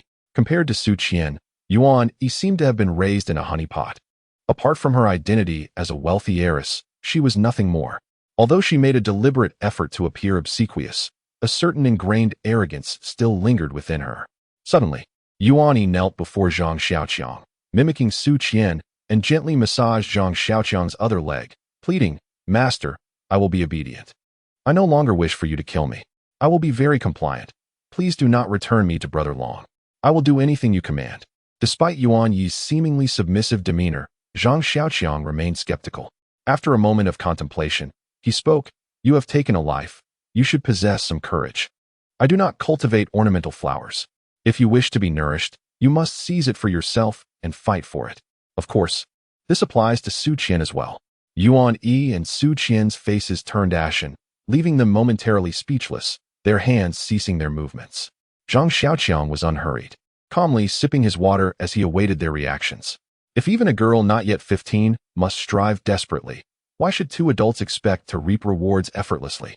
Of course, he did not genuinely intend for them to fight. Rather, it was a means to acclimate to the atmosphere and strengthen their resolve. In the future, they could serve as additional allies. Drawing a comparison between Yang Kuer and Xie Yuanshan, Zhang Xiaoqiang harbored a distrust of men. Even those he had saved, like Hu Wenbin, were not to be relied upon. If he were to venture out in search of supplies, he would prefer to take along a few women. After all, Yang Kuer possessed significant strength and could serve as a human crane. Su Qian was the first to nod, gazing at Zhang Xiaoqiang with unwavering determination, sensing that this was an opportunity to shed her status as a mere plaything. Yuan Yi also nodded, though a trace of concern lingered in her expression. If I am surrounded by those monsters, you must kill me before they devour me. She gazed at Zhang Xiaoqiang, her eyes pleading. It appeared somewhat foolish. Yet Zhang Xiaoqiang found charm in Yang Kuer's innocence. He adored women devoid of guile, those who devoted themselves wholeheartedly to him. Regrettably, he felt no attraction towards Yang Kuer's lackluster figure. Who among you can drive? Zhang Xiaoqiang recalled the numerous vehicles he had encountered along the way. Yet he was incapable of operating any of them. He had merely ambled along on a tricycle. Particularly on the highway, the abundance of cars, most with their keys still inside, filled him with sorrow. What splendid off-road vehicles they were. What excellent means of escape. I can too. Yuan Yi and Su Qian responded in succession. Observing the two women kneeling at his feet, Zhang Xiaoqiang felt a wave of frustration wash over him, realizing he was outmatched even by them. Yang Kuer, Zhang Xiaoqiang called out loudly. With a thud, the door swung open, and Yang Kuer rushed in, inquiring, What is the matter? Is there something I can handle for you? Upon noticing Zhang Xiaoqiang's gaze fixed upon her, she shyly protested, I wasn't eavesdropping, truly. I just arrived. Zhang Xiaoqiang, disinterested in her excuses, instructed Yuan Yi and Su Qian to rise. He approached the door and said to Yang Kuer, Come. Let us go together to obtain our driver's licenses. Zhang Xiaoqiang selected a Beijing Jeep and asked Su Qian to drive, while Yang Kuer, being cautious, chose a Land Rover and requested Yuan Yi to teach her how to drive. The chicken farm is neither too large nor too small, allowing two vehicles to maneuver quite comfortably. Yang Kuo has quickly adapted, now displaying a commendable proficiency, though she still struggles with turning and reversing. It seems that in just a few days, she will be fully competent. Zhang Xiaoqiang, seated in the driver's seat, grips the seemingly weighty steering wheel, uncertain whether to press the accelerator or brake with his foot, while his right hand flails about with a contraption resembling a toilet plunger. Observing Sanzi, who is frantically fleeing while shouting for help, he reflects, It's not that I was unwilling to learn before. Rather, I simply lack the talent. after a day filled with exertion. Even mealtime was merely a brief respite before the chaos resumed. By the end, Zhang Xiaoqiang found himself walking on foot, his hands instinctively raised as if still gripping the steering wheel. Through diligent practice, he finally discerned the difference between the accelerator and brake, as well as the maneuvers required for turning left and right. However, he remained utterly baffled by the mysterious shifting mechanism. Gazing at the mangled remains of the bumper before him, his spirits lifted. After all, do not the affluent in films always have chauffeurs? And here he is, blessed with two available ones. Exhausted from the day's lessons, a fatigue born of prolonged tension, Zhang Xiaoqiang reclined in the living room, sipping tea as Su Qian massaged his shoulders from behind. He found satisfaction in his current circumstances, a safe haven, the company of two beautiful women attending to him, and the luxury of electricity to peruse the computer and indulge in games at night. So long as he remained vigilant, he considered himself well settled. Meanwhile, Chen Yi chastised him. Why didn't you get started earlier? You never prepare when it's easy. Who will come to your aid when it truly matters? At that moment, Long Gu entered with a grim expression, followed closely by Chen Yi and others. Upon entering the living room, Dragon Brother's gaze immediately fell upon Zhang Xiaoqiang, who greeted him. Dragon Brother offered a wan smile in return. Following him into the house, Chen Yi and He Wenbin wore similarly grim expressions. While Cannon's forehead was swathed in bandages, his face contorted with resentment. What's amiss, Dragon Brother? Zhang Xiaoqiang inquired, his curiosity piqued. Given their entire crew of over 20 burly men had been dispatched that morning, what could have possibly presented such an insurmountable challenge, save for an encounter with AD2? Alas, brother, Dragon Brother sighed. It seems that when fortune turns against you, a cascade of misfortunes ensues. Earlier that day, Dragon Brother and Chen Yi had led their men in a convoy of 4 or 5 off-road vehicles and a heavy-duty truck to the grain acquisition center located in Pingshan Town, some 30 miles away. This center, formerly under the jurisdiction of the armed forces, had been repurposed as a granary, where local farmers would bring their harvests for sale. Situated on the outskirts of town, the area typically saw minimal foot traffic, and with the peak harvest season long past, it was considered relatively safe. Dragon Brother had conceived a plan to procure some of the granary's surplus grain. Upon arrival, they found the area surrounding the acquisition center devoid of zombies. A scouting party confirmed that the granary itself was also free of any lurking threats. Lulled into a false sense of security, the group drove their vehicles directly to the granary, smashed open the padlock, and flung open the doors. The guards, their attention focused solely on the exterior of the acquisition center, failed to notice the dozens of zombies that came pouring out of a small courtyard. By the time the horde was upon them, it was too late. The group found themselves trapped within the acquisition center. Without hesitation, Dragon Brother ordered a retreat, and they charged towards the entrance in their vehicles. Cannon, leading the charge in the first vehicle, was tasked with breaking through the throng of the undead. Regrettably, on this occasion, a few Type D zombies obstructed the front entrance, and the vehicle's velocity decelerated after colliding with several ordinary zombies, resulting in the overturning of the car by the Type D zombies. The driver was instantly crushed beneath the vehicle, and the gunner, in his haste to dismount, sustained a fractured skull. The zombies, detecting the scent of blood, were frenzied and collectively pounced upon the deceased driver, while some advanced toward the gunner. The gunner scrambled onto the heavy truck, and the convoy was besieged by a multitude of zombies. The scenario unfolded as follows. An SUV lay overturned at the main entrance, and the subsequent SUVs lacked the capacity to breach the obstruction, while the heavy trucks, possessing the requisite force, were confined to the rear. The preceding car effectively barricaded the road, and the occupants of the vehicles hesitated to disembark and attempt to reach the heavy trucks. Thus, a group of over 20 grown men were besieged by several dozen zombies. Ammunition was scarce, and Long refrained from ordering gunfire. Witnessing the obstruction, Long grew agitated, seized a subordinate, inflicted several lacerations, and cast him before the granary's main entrance. The man writhed and shrieked in agony on the ground, until the remaining zombies were lured to the rear of the convoy. The occupants of the cars seized the opportunity to clamber onto the heavy trucks, and Long and his men maneuvered the heavy trucks to force their way through the obstructing cars, thereby escaping the perilous situation. Fortunately, their fortune had not entirely deserted them, as they had not encountered any of the swift creatures, or else even the heavy trucks would have been vulnerable, as they could have scaled them. Long was still elated at not encountering any Type S zombies. Zhang Xiaoqiang listened in astonishment. A group of several dozen grown men besieged by several dozen zombies, abandoning all the SUVs and suffering 2 fatalities? And Long was rejoicing at not encountering any Type S zombies? Zhang Xiaoqiang felt apprehensive about the safety of the chicken farm. For if they were to encounter AD2, would it not result in a complete rout? While the poultry farm presents a temporary refuge, it is by no means a permanent sanctuary. Dragon remarked, the grain acquisition center harbors living souls. These entities are drawn to the courtyard by the presence of the living. Zhang Xiaoqiang, realizing this, cautioned Dragon. Indeed, I am aware. Dragon responded. In the past, we encountered similar situations, but only a handful of them would surround individuals. Our men, numbering in the dozens, would swiftly resolve the issue. However, this time, even with dozens of us, we were forced to flee. Dragon lamented his situation. Why did you choose to hide in the granary of all places?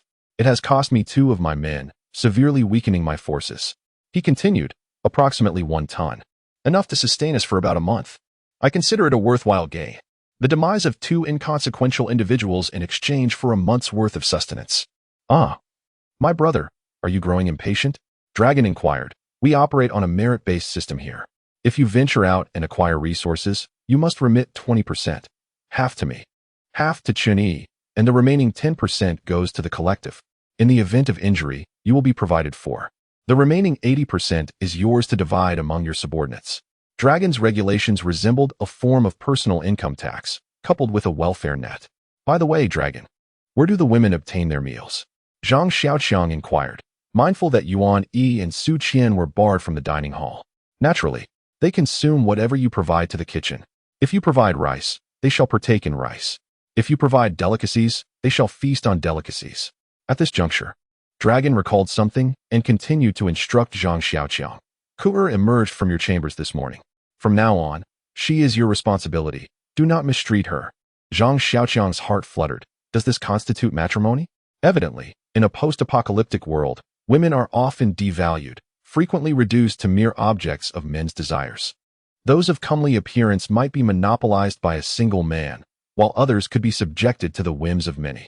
It is exceedingly challenging for a woman to distinguish herself in such dire circumstances. The once powerful career women and assertive girlfriends of the past would likely face even more harrowing fates. Yang Ku'er reclined on the bed, engrossed in a simple game on her laptop, clad in a cotton nightgown adorned with tiny stars, her bare legs kicking playfully in the air. Yuan Yi and Su Qian stood attentively by, catering to her every need with water and snacks. Zhang Xiaoqiang, who had been anticipating a delightful evening in the company of both women, realized his plans were thwarted by Yang Ku'er's presence. She watched him with suspicion, as if he were a thief, never allowing him to be alone with the 2 beauties. Now, assuming the air of a mistress, she had commandeered his bed, dashing any hopes he had for the night. Why not retire to your own chamber? Zhang Xiaoqiang inquired of Yang Ku'er. With feigned reluctance, Yang Ku'er stirred, replying disingenuously. I'll simply rest here, I assure you. I shall be quite discreet. Feel free to proceed as you wish. I'll merely steal a glance or 2. Steal glances at what? Starting tomorrow morning, all 3 of you will commence training, with Yang Ku'er's regimen tripled. Zhang Xiaoqiang declared, casting a glance at the women before him. Yang Ku'er, having gained strength, had grown indolent, neglecting her daily exercises. Zhang Xiaoqiang, himself remiss in his own training, had felt unqualified to reprimand her. Now, however, he was resolved to improve and fortify himself. With Yuan Yi and Su Qian now under his charge, he was determined to enhance their chances of survival as much as possible. Certainly, the bottle of rainwater hidden in the backpack is not meant for them. It is a cherished possession of his own. Even Yang Ku'er remains unaware that her increased strength is attributed to the rainwater. It is not that Zhang Xiaoqiang is miserly. Rather, he refuses to reveal it until he is confident in the character of Yuan Yi and Su Qian. He would not share it with Yuan Yi, whom he despises, nor even with Su Qian, whom he favors. Every survivor in this apocalyptic world possesses their own cunning, and a moment's carelessness could lead to one being devoured, leaving no trace behind. Yang Ku'er, clutching her notebook, pouted as she made her way outside, followed by Yuan Yi and Su Qian, who had received their orders. Zhang Xiaoqiang, observing the now desolate room, settled onto the sofa, extracting a cigarette from its pack and lighting it. As he watched the wisps of smoke ascend, he contemplated his future plans. Whether he liked it or not, Yuan Yi and Su Qian had effectively become his possessions. Yang Kuer had been formally entrusted to him by Long Gu, no longer having to bear the burden of ensuring everyone else's survival alone. He harbored disdain for Yuan Yi, yet what choice did he have? Should he merely stand by and watch her feed the zombies? Su Qian, though a delicate woman, possessed a depth of cunning. And then there were Long Gu and his associates. Discussing their chaotic affairs was unnecessary. Together, they formed a formidable presence, each more fierce and ruthless than the last. Yet, they trembled in fear at the sight of mere ordinary zombies. How dare they still call themselves men? Not even a little girl could be compared to them. Was it Kuter who sent you here? Yuan Yi nodded, continuing to wring out the towel before gently placing it on Zhang Xiaoqiang's face, relishing the sensation of having a beautiful person wash his face. He pondered internally. Could it be that Yang Kuter has discerned my disdain for Yuan Yi? Is that why she feels at ease allowing Yuan Yi into my room? Where did she learn this?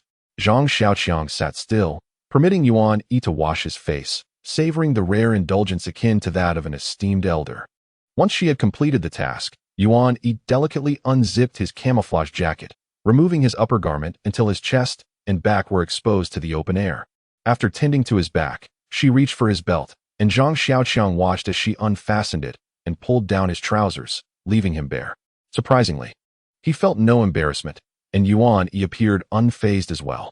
As Zhang Xiaoqiang gazed at Yuan Yi, his emotions were a curious mix, neither dislike nor affection, but rather a profound sadness filled his heart. Yuan Yi was meticulous in her efforts, leaving no corner or crevice unattended. Ultimately, Zhang Xiaoqiang stood up, having been thoroughly attended to on both front and back. Once his body was dried, Yuan Yi disposed of the water and filled a basin with warm water to wash Zhang Xiaoqiang's feet. As she removed his socks, the unpleasant odor wafted through the air. Yet Yuan Yi did not flinch, placing his foul foot into the basin. Are you trying to scald me? Have you no sense? Zhang Xiaoqiang exclaimed, bewildered about how to proceed. His mood, already dismal, soured further as Yuan Yi, perhaps inexperienced in foot washing, inadvertently scalded his sensitive feet, leaving them red and painful. Overwhelmed with trepidation, Yuan Yi prostrated herself, kowtowing incessantly. Observing her subservient posture, Zhang Xiaoqiang felt a sense of distaste, as if he were a callous landlord and she a humble servant girl. Forget it, he muttered, I'll just have to be more cautious. Upon hearing these words, Yuan Yi lifted her head in astonishment, seemingly incredulous that Zhang Xiaoqiang would so easily release her. Noticing the return of a malevolent glint in his eyes, she quickly lowered her gaze once more. Embracing Zhang Xiaoqiang's feet, Yuan Yi began to gently caress them, her tongue tracing their contours in a soothing rhythm. Zhang Xiaoqiang felt a considerable abatement in the burning sensation, and he leaned back against the sofa, closing his eyes in contentment. As Yuan Yi's tongue danced across his skin, a wicked thought crossed his mind. Could she have a foot fetish? After tending to Zhang Xiaoqiang's feet, Yuan Yi looked up at him, her eyes silently inquiring if there were any further requests. Zhang Xiaoqiang crooked his finger, beckoning her closer. Yuan Yi approached and knelt at his feet, gazing up at him with reverence. Zhang Xiaoqiang, in his nakedness, sat upon the sofa, raising his right hand to stroke her lustrous hair. Its texture was exquisite, untouched by the damaging effects of perms or dyes. His fingers followed the silken strands down to her cheek, where he gently traced the contours of her flawless complexion. Her skin was impeccably smooth, offering no resistance to his touch, like the cool, supple surface of jade. Yuan Yi remained motionless until Zhang Xiaoqiang lifted her chin. Gazing into her ethereal eyes, he whispered, "You are beautiful, ranking among the top 3 women I have ever seen. Yet, I find myself disliking you, even despising you." Upon hearing these words, Yuan Yi was seized by a fresh wave of fear, her body trembling uncontrollably. However, she dared not flinch, lest she incur Zhang Xiaoqiang's displeasure. "You are a woman. You are a weaker being, and the weak must possess the awareness of their position, devoid of any chaotic thoughts. Do you understand?" Zhang Xiaoqiang's voice was gentle, yet beneath that softness lay a palpable intent to kill. This was a warning to her, a caution to refrain from becoming a hindrance in the days to come. Otherwise, he would not hesitate to abandon her. Despite her constant display of humility and her willingness to engage in the most degrading tasks, she had spent several years studying abroad. Influenced by foreign ideologies that occasionally surfaced in her demeanor, Yuan Yi felt an increasing dread, her teeth slightly chattering, her body trembling more severely with each passing moment. You are a weaker being.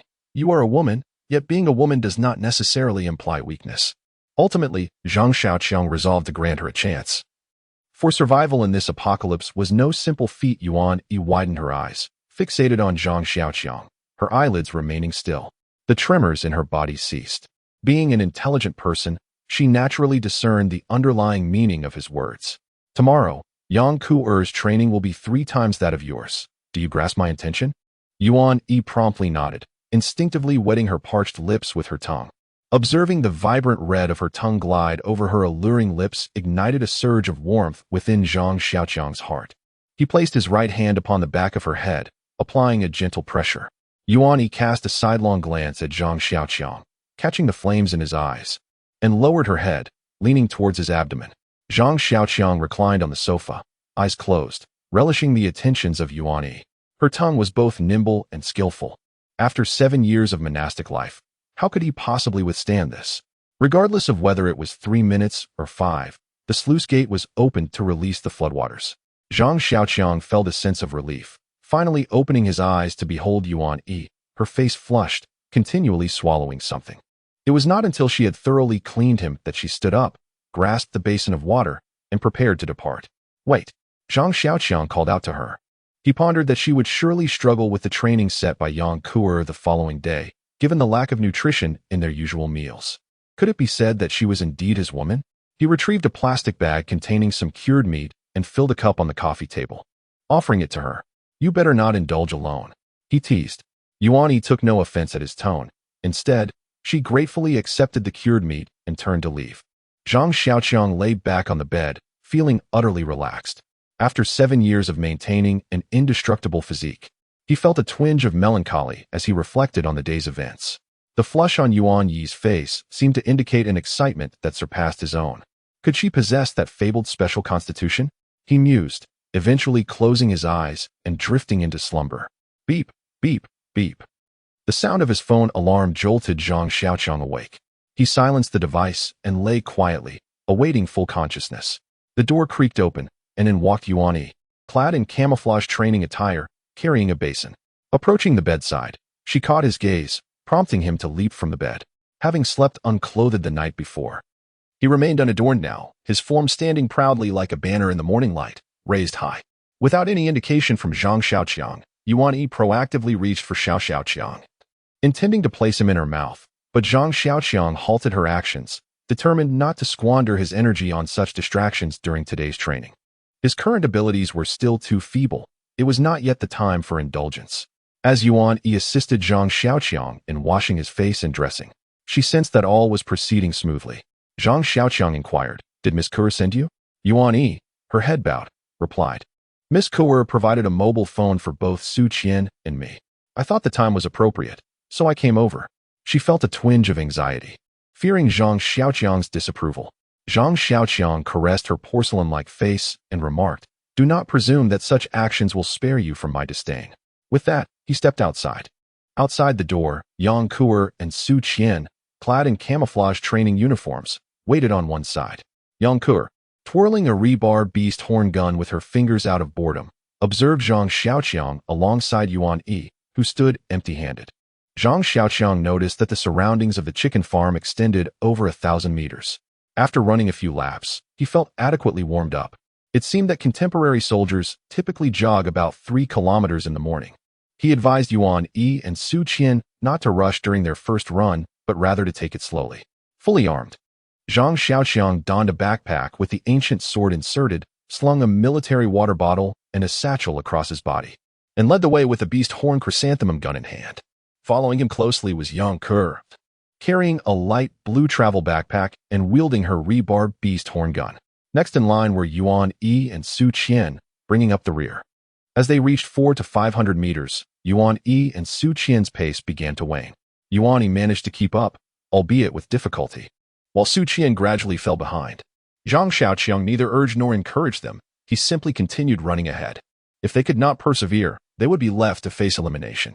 Yang Kuer, with an air of ease, trailed behind, her stamina surpassing even that of Zhang Xiaoqiang. The weight of the beast horn gun and backpack felt inconsequential to her, allowing her the leisure to frequently survey the 2 women lagging behind. Su Qian's situation was markedly different. Coming from a humble background, she had seldom experienced the luxury of good nourishment, which stunted her growth and left her with a frail constitution. After entering the workforce, she devoted herself wholeheartedly to her tasks, leaving little time for physical training. Now, she found herself grappling with a sense of overwhelming fatigue, yet her ingrained stubbornness, cultivated from childhood, propelled her to keep running.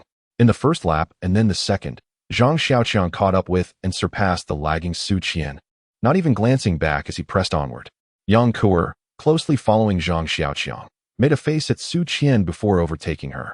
By the third lap, Yuan Yi also passed Su Qian, offering her an encouraging glance as she continued her stride. Su Qian trudged on, her throat aflame with discomfort, devoid of saliva, as if smoke were rising from her very core. Her chest heaved audibly, like a bellows, while her legs felt as if they were encumbered with lead. Each step was a monumental challenge, testing her resolve. Gritting her teeth, Su Qian silently pushed forward, her mind a blank canvas, indifferent to everything around her, devoid of thought or concern.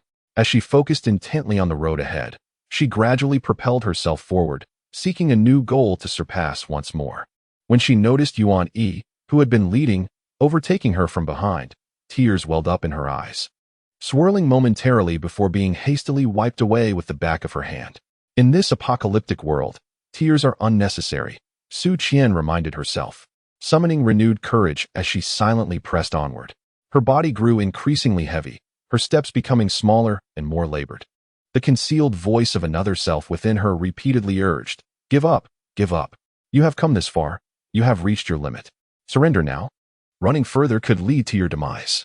For a fleeting moment, she wavered, her pace beginning to falter, and the thought of surrender crossed her mind for the first time. Yet, unbidden, the image of the beautiful, innocent twins flashed through her mind, being devoured bit by a monstrous entity. They were so young, merely 16, still naive. Mere darlings spoiled by their parents. After exchanging a few harsh words with Long Gu and Chen Yi, they were fed to the beast, their anguished cries echoing for over 10 minutes before their demise. As the haunting sound of their despair reverberated in her ears, Su Qian instinctively quickened her pace. Before long, the weight of her body became unbearable, as though a mountain pressed upon her, reducing her small run to a near walk. The devil within her began to tempt her once more. "Give up. It's truly beyond your capacity. You are a woman, and you possess charm. With a little allure, you could captivate Zhang Xiaoqiang. What could you not achieve afterward?" At this moment, young Su Qian was reminded of Yuan Yi, who was not only more beautiful than herself, but also hailed from a distinguished family, possessed great knowledge, and exuded an undeniable charm. However, due to Zhang Xiaoqiang's disdain for ruthless individuals, she feared he would cast her to the monsters. The mere thought of those flesh-eating creatures sent a shiver down her spine, urging her to quicken her pace.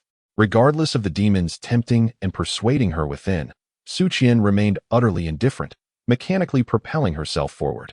She was oblivious to how long she would run or the distance yet to be covered. Her steps were automatic, her mind fixated on a singular thought. Even if it meant running to the death, her head would remain steadfastly directed ahead. Her body grew heavier, her condition deteriorated, while waves of dizziness flooded her mind, blurring her vision. She was unaware as Zhang Xiaoqiang and Yang Kuer surpassed her from behind once more. Her habitual movement had rendered her body beyond her control. The fact that she had endured this far was a miracle for Su Qian. Yet she remained ignorant of where this miracle would conclude. She felt as if the path beneath her feet was the longest she would ever traverse, an interminable stretch with an uncertain end. Her thoughts were a chaotic swirl. One moment she envisioned her classmates celebrating with their university acceptance letters while she stood aside, weeping. The next, she recalled the coal magnate in his 60s pressing against her, her mind calculating how much more was needed for her mother's surgical expenses. She then thought of her father lying in a pool of blood alongside a blood-stained farewell letter. Additionally, the derisive sneers and contempt from her neighbors echoed in her ears.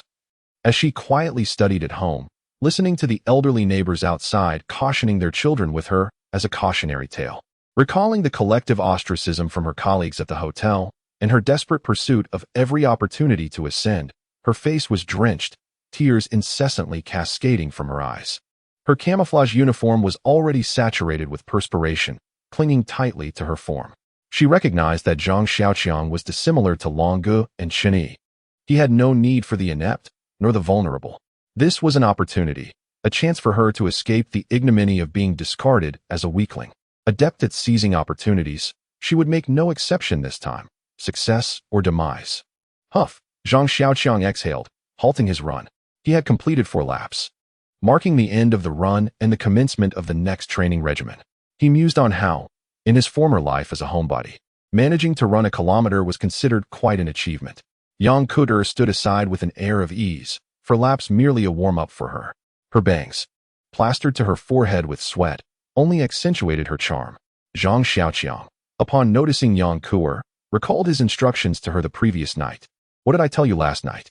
Your task is a threefold quantity, meaning, for every step I take, you take 3, for every 4 laps I run. You run 12. Ah, you're bullying me. Why? Just because you think I'm a damsel, you take advantage? I won't do it. I demand rights. I demand fairness. Yang Kuder erupted, throwing a tantrum, resolute in her refusal. No rights to be claimed? Who was it that wanted to challenge the D2 last time, only to be defeated instantly? Zhang Xiaoqiang's words extinguished Yang Kuder's small flame at once. With a crestfallen expression, Yang Kuder clutched her beast horn gun and resumed her arduous run. Yang Kuder dashed off for a brief moment, and Yuan Yi, panting heavily, hurried to her side. Her face was flushed, beads of sweat cascading down, saturating her front and back. She cast a glance at Zhang Xiaoqiang before resolutely pursuing the retreating figure of Yang Kuder. It appeared that her life abroad had been quite healthy, endowing her with remarkable physical fitness, even surpassing that of the former Zhang Xiaoqiang. Meanwhile, Su Qian was still slowly making her way over from a distance, her pace languid. Thus far, she had completed only a little over 2 laps. Zhang Xiaoqiang refrained from urging her on, for he did not concern himself with the speed of one's run. As long as one possessed the determination to persist and not succumb to defeat, it signified hope, hope to grow stronger in this apocalyptic world. No one could rescue oneself. Survival relied solely on one's own efforts. Zhang Xiaoqiang crouched on the ground, wielding a beast-horned spear, performing frog jumps repeatedly, gradually finding his rhythm. He had forgotten about the women running laps, lost in his own exertions. What performance are you putting on? How many laps has it been? How many times have you surpassed Su Qian? Yuan Yi gasped for breath, her arms flailing, devoid of the energy to glance around. Her gaze was fixated solely on the increasingly distant Yang Kuder. In her time abroad, her routine had been meticulously structured, with daily runs and frequent participation in various sports. Yet compared to Yang Kuder, she felt woefully inadequate. Her mind began to throb, and oxygen grew scarce. She had no choice but to quicken her breath. Striving to match Yang Kuder's pace, unwilling to be left behind like Su Qian. The accolades from my father, the tender care from my mother, and the assiduous attentions from the handsome men at the firm seemed like eons ago, as if several epochs had elapsed. Once, I was a celebrated woman, regarding no man as my equal, believing myself to be the epicenter of the world. Beauty, figure, erudition, and lineage were all impeccable, and I was immersed in a life of luxury. I had envisioned myself as a formidable force in the business world, steering the company to unprecedented heights. I would find an extraordinary, refined, and considerate man to be my husband, and together we would bring forth a beautiful and endearing child.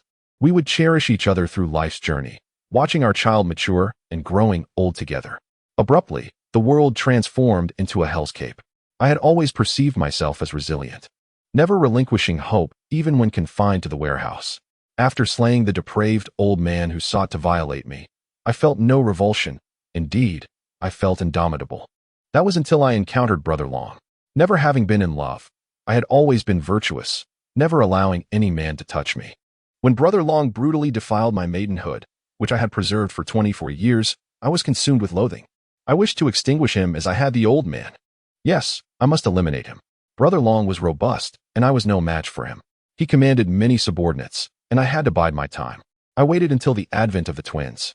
What adorable and exquisite sisters they were, like angels forsaken by God on earth.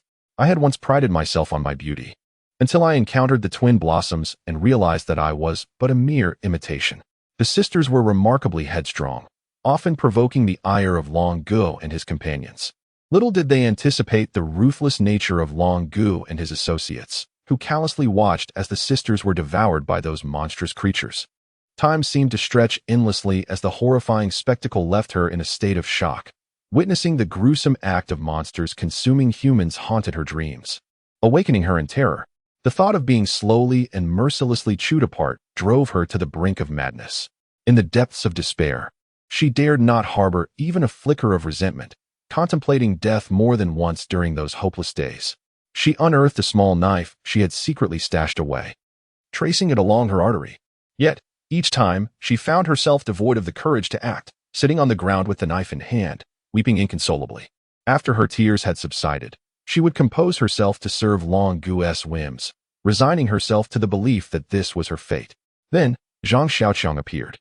He was unlike Long Gu and his crew. He did not desire her for himself and offered her a chance to escape. Fearful of Long Ji's threats and the horrifying prospect of being consumed by those beasts, she clung to him desperately, like a shameless woman, even wishing to provoke him to the point of killing her.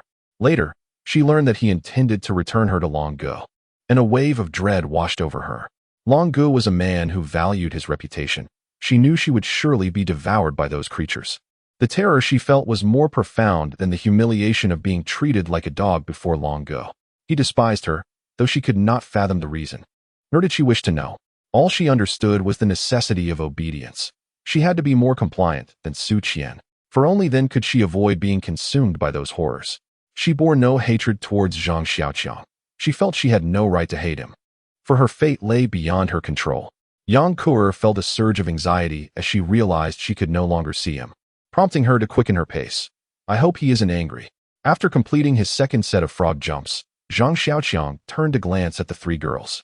Yang Kuer moved steadily and unhurriedly, while Yuan Yi trailed behind at a distance, demonstrating commendable performance and decent quality. She could practice with the apparatus tomorrow. As for Su Qian, where was she?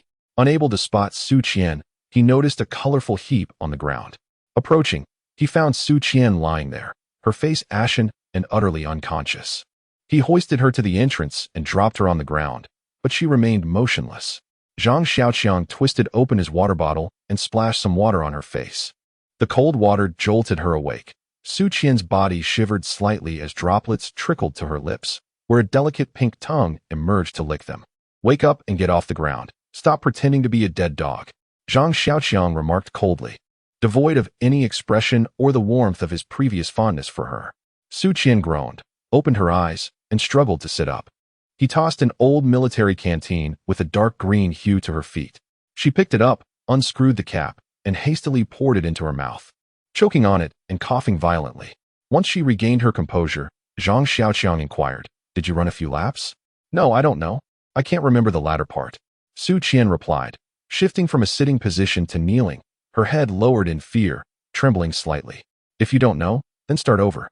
This time, you must learn your lesson," Zhang Xiaoqiang stated indifferently, regardless of her thoughts. His word was final. "Yes, master." Having genuflected, Su Qian staggered away into the distance. "Huh, I've finished running," Yang Kuer exclaimed as she reached Zhang Xiaoqiang's side, now drenched not only on her forehead but entirely, her back soaked with perspiration. "Begin frog jump exercises," Zhang Xiaoqiang instructed without further ado, commencing his own set. He beckoned Yang Kuer to bring Su Qian over, allowing them a brief respite and providing each with a flatbread for breakfast. The women here were typically rationed to 2 meals a day, with no provision for breakfast. Given Yuan Yi and Su Qian's strenuous morning exertions, Zhang Xiaoqiang, not being one for parsimony, naturally supplemented their fare. Once they had eaten, Zhang Xiaoqiang resumed their frog jump training, reasoning that in the event of encountering formidable adversaries in the future, they should at least be able to outrun them. As they were in the midst of their exercises, Long Gu and Chun Yi emerged, taken aback by the sight of Zhang Xiaoqiang training the women. "Brother, what exactly are you up to?" Long Gu inquired, puzzled. "Haha, Brother Long, I'm new here and short on manpower, so I thought I'd make do with these 2 wenches for the time being," Zhang Xiaoqiang replied, eager to conceal his intentions of departing and offering the pretext of foraging for provisions. "Brother, don't be like that. Why stand on ceremony with us? We're all family here," Long Gu admonished, Chun Yi nodding in agreement. "I'm not familiar with the situation here and wanted to start small to get a feel for things before embarking on any major operations that would require Brother Long and Brother Yi's assistance," Zhang Xiaoqiang said, opting to placate them with flattering words. "Haha, you're too kind, but it's good to familiarize yourself first. Just let me know if there's anything you need." Beaming with elation, Chen Yi contemplated the limited manpower at his disposal. Allocating individuals to Zhang Xiaoqiang's faction would inevitably diminish his own ranks. Those faint-hearted souls were prone to scattering like startled birds upon venturing outside, potentially destabilizing the entire group. Otherwise, he wouldn't have so readily conceded to those fellows. After a brief exchange with Chen Yi, Long Gu and his subordinates embarked on a quest for supplies, casting nary a glance toward Yuan Yi and Su Qian. Zhang Xiaoqiang and Yang Kuer persisted in their training regimen until the midday hour, at which point they decreed a respite for luncheon. Yuan Yi and Su Qian, acutely aware of their disheveled appearance, their hair in disarray, their faces smeared with grime and sweat, resembling a pair of floral-faced felines, could only manage a swaying gait rather than a proper walk. Even ascending the stairs proved to be an arduous task. In stark contrast, Yang Kuer remained unfazed, seemingly yearning for further exertion. Having finished a cigarette and quenched his thirst, Zhang Xiaoqiang pondered his next move. WH City was out of the question, and J City could not be a permanent abode. Whither should he venture? He wondered about the state of the capital, the epicenter of centralized control and the most meticulously prepared for emergency contingencies. Presumably, there remained a contingent of troops capable of effectively maintaining order, ensuring that people were not treated as chattel and women as mere breeding stock. Could a journey to BJ be feasible? Zhang Xiaoqiang chuckled at the notion. Realizing the absurdity of contemplating a trek across several provinces to BJ when he couldn't even reach HW, a mere few hundred kilometers away. Devoid of a map, he might inadvertently find himself crossing international borders. The door creaked open, and Yuan Yi entered, clad in a white floral-patterned nightgown, carrying a basin of water. The sight of the basin evoked a sensation of clamminess upon Zhang Xiaoqiang's skin. The morning's rigorous training had left his clothes drenched in perspiration, and the opportunity to cleanse himself was a welcome prospect. Zhang Xiaoqiang rose to his feet, not allowing Yuan Yi to assist him, and promptly shed his garments, feeling an immediate sense of relief. Previously, circumstances had constrained him, but now that conditions had improved, he resolved not to deprive himself any longer. This time, he took it upon himself to hastily cleanse his body, feeling satisfied with his efforts. He handed the towel to Yuan Yi, who stood by, somewhat at a loss, while he changed into fresh attire and reclined on the bed. As Yuan Yi prepared to exit with the basin of water, he called out to her, "Please bring my lunch to me later. I intend to rest for a while." Yesterday, Zhang Xiaoqiang had dined with Yang Kuer, and there was no need to venture to the dining hall. Moreover, it was customary for Long Gu and the others to place their meals in the kitchen where they could be delivered to their rooms, unless there was a communal feast or a discussion to be had. Zhang Xiaoqiang had encountered the chef yesterday. He had formerly worked as a second cook in a grand hotel, possessing commendable culinary skills. He was the only person here who could enjoy a hearty meal without exerting himself excessively, affirming the adage, "Once a chef, one shall not go hungry," as a profound truth. Halfway through his slumber, he sensed someone entering the room. Upon opening his eyes, he beheld Yuan Yi standing at the foot of his bed with a lunch tray. The meal was delightful. The chef had prepared a claypot rice dish infused with cured meats for Zhang Xiaoqiang. He could scarcely recall the last time he had savored such a dish, and now, amidst this post-apocalyptic world, it stirred a sense of nostalgia within him. After finishing the claypot rice and taking a sip of water, Zhang Xiaoqiang inquired, "Where's Kuer? She usually watches over me like a hawk, yet today she has not made an appearance." "Miss Kuer has gone to sleep without having her meal." Claiming she did not rest well this morning, Yuan Yi replied. Zhang Xiaoqiang then reclined once more on the bed, inviting Yuan Yi to sit at the head of the bed and massage his temples. Inhaling the delicate fragrance emanating from Yuan Yi, his mind began to stir once more. Devoid of a specific objective, he resolved to remain there temporarily, at least until Yuan Yi and Su Qian possessed the ability to safeguard themselves. As for their sentiments, were they truly paramount? Thus far, at least on the surface, Long Gu and Chen Yi had acquitted themselves admirably, regardless of their potential for ruthlessness. They had treated him with a modicum of respect, bestowing upon him both female companionship and respite. He, in turn, could not afford to be ungrateful. He would assist them in amassing provisions and supplies. Their ultimate fate would then be of no consequence to him. The granary? Zhang Xiaoqiang pondered it briefly before shaking his head. If Long Gu and his 20-odd men had failed to secure it, how could he and a handful of women hope to succeed? That would be a blatant affront to their pride. However, the vicinity had already been thoroughly scoured by Long Gu and his men, and venturing further would lead him into the city. The thought of the hundreds of thousands of zombies awaiting him there swiftly extinguished his ludicrous notion. A sense of vexation welled up within him. The constant fragrance emanating from Yuan Yi only exacerbated his unease. He rolled over onto his stomach, embracing a pillow as his mind spiraled into further conjecture. Where should he embark on his career of plunder? Finding his prone position uncomfortable, he attempted to turn over. As his right hand moved, it inadvertently landed upon Yuan Yi's thigh. Through her nightgown, he caressed her thigh, savoring the smoothness beneath his fingers. Zhang Xiaoqiang's thoughts drifted back to Yuan Yi's confinement in the mineral company's preparation office, where he recalled the presence of red wine and vegetable oil. A sudden impulse seized him. He raised his head to gaze at Yuan Yi, only to find her face flushed with crimson. The sensation in his hand seemed amiss. He realized that, in his distracted state, he had mistaken her thigh for cotton and had been pinching it with considerable force, causing her leg to spasm in pain. Observing the crimson blush upon her face, Zhang Xiaoqiang felt a peculiar sensation. Could she genuinely possess that unique constitution? He inquired, "Where exactly is this preparatory office you escaped from located?" Zhang Xiaoqiang considered it worth exploring. "It's near a small town by the mines, called Gai Town." Ah, Zhang Xiaoqiang found it intriguing. Instead of releasing her hand, he increased his grip. A flush of amorousness washed over Yuan Yi's face, and she couldn't help but cry out. "How many zombies are there? How close is the preparatory office to the town?" Zhang Xiaoqiang continued his interrogation. "There are several dozen monsters, all former employees of the preparatory office. The office is about a 5-minute drive from the town." Zhang Xiaoqiang paused, lost in thought. 5 minutes? That places it at least several miles away. Ruling out the possibility of encountering thousands of zombies at once. With Yang Kure's assistance, I should be able to handle it.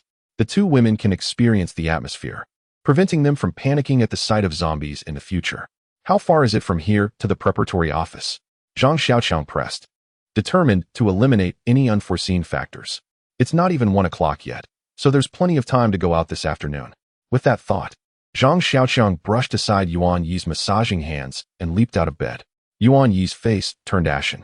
She knew her time to confront the zombies directly had come, but she hadn't anticipated it arriving so swiftly.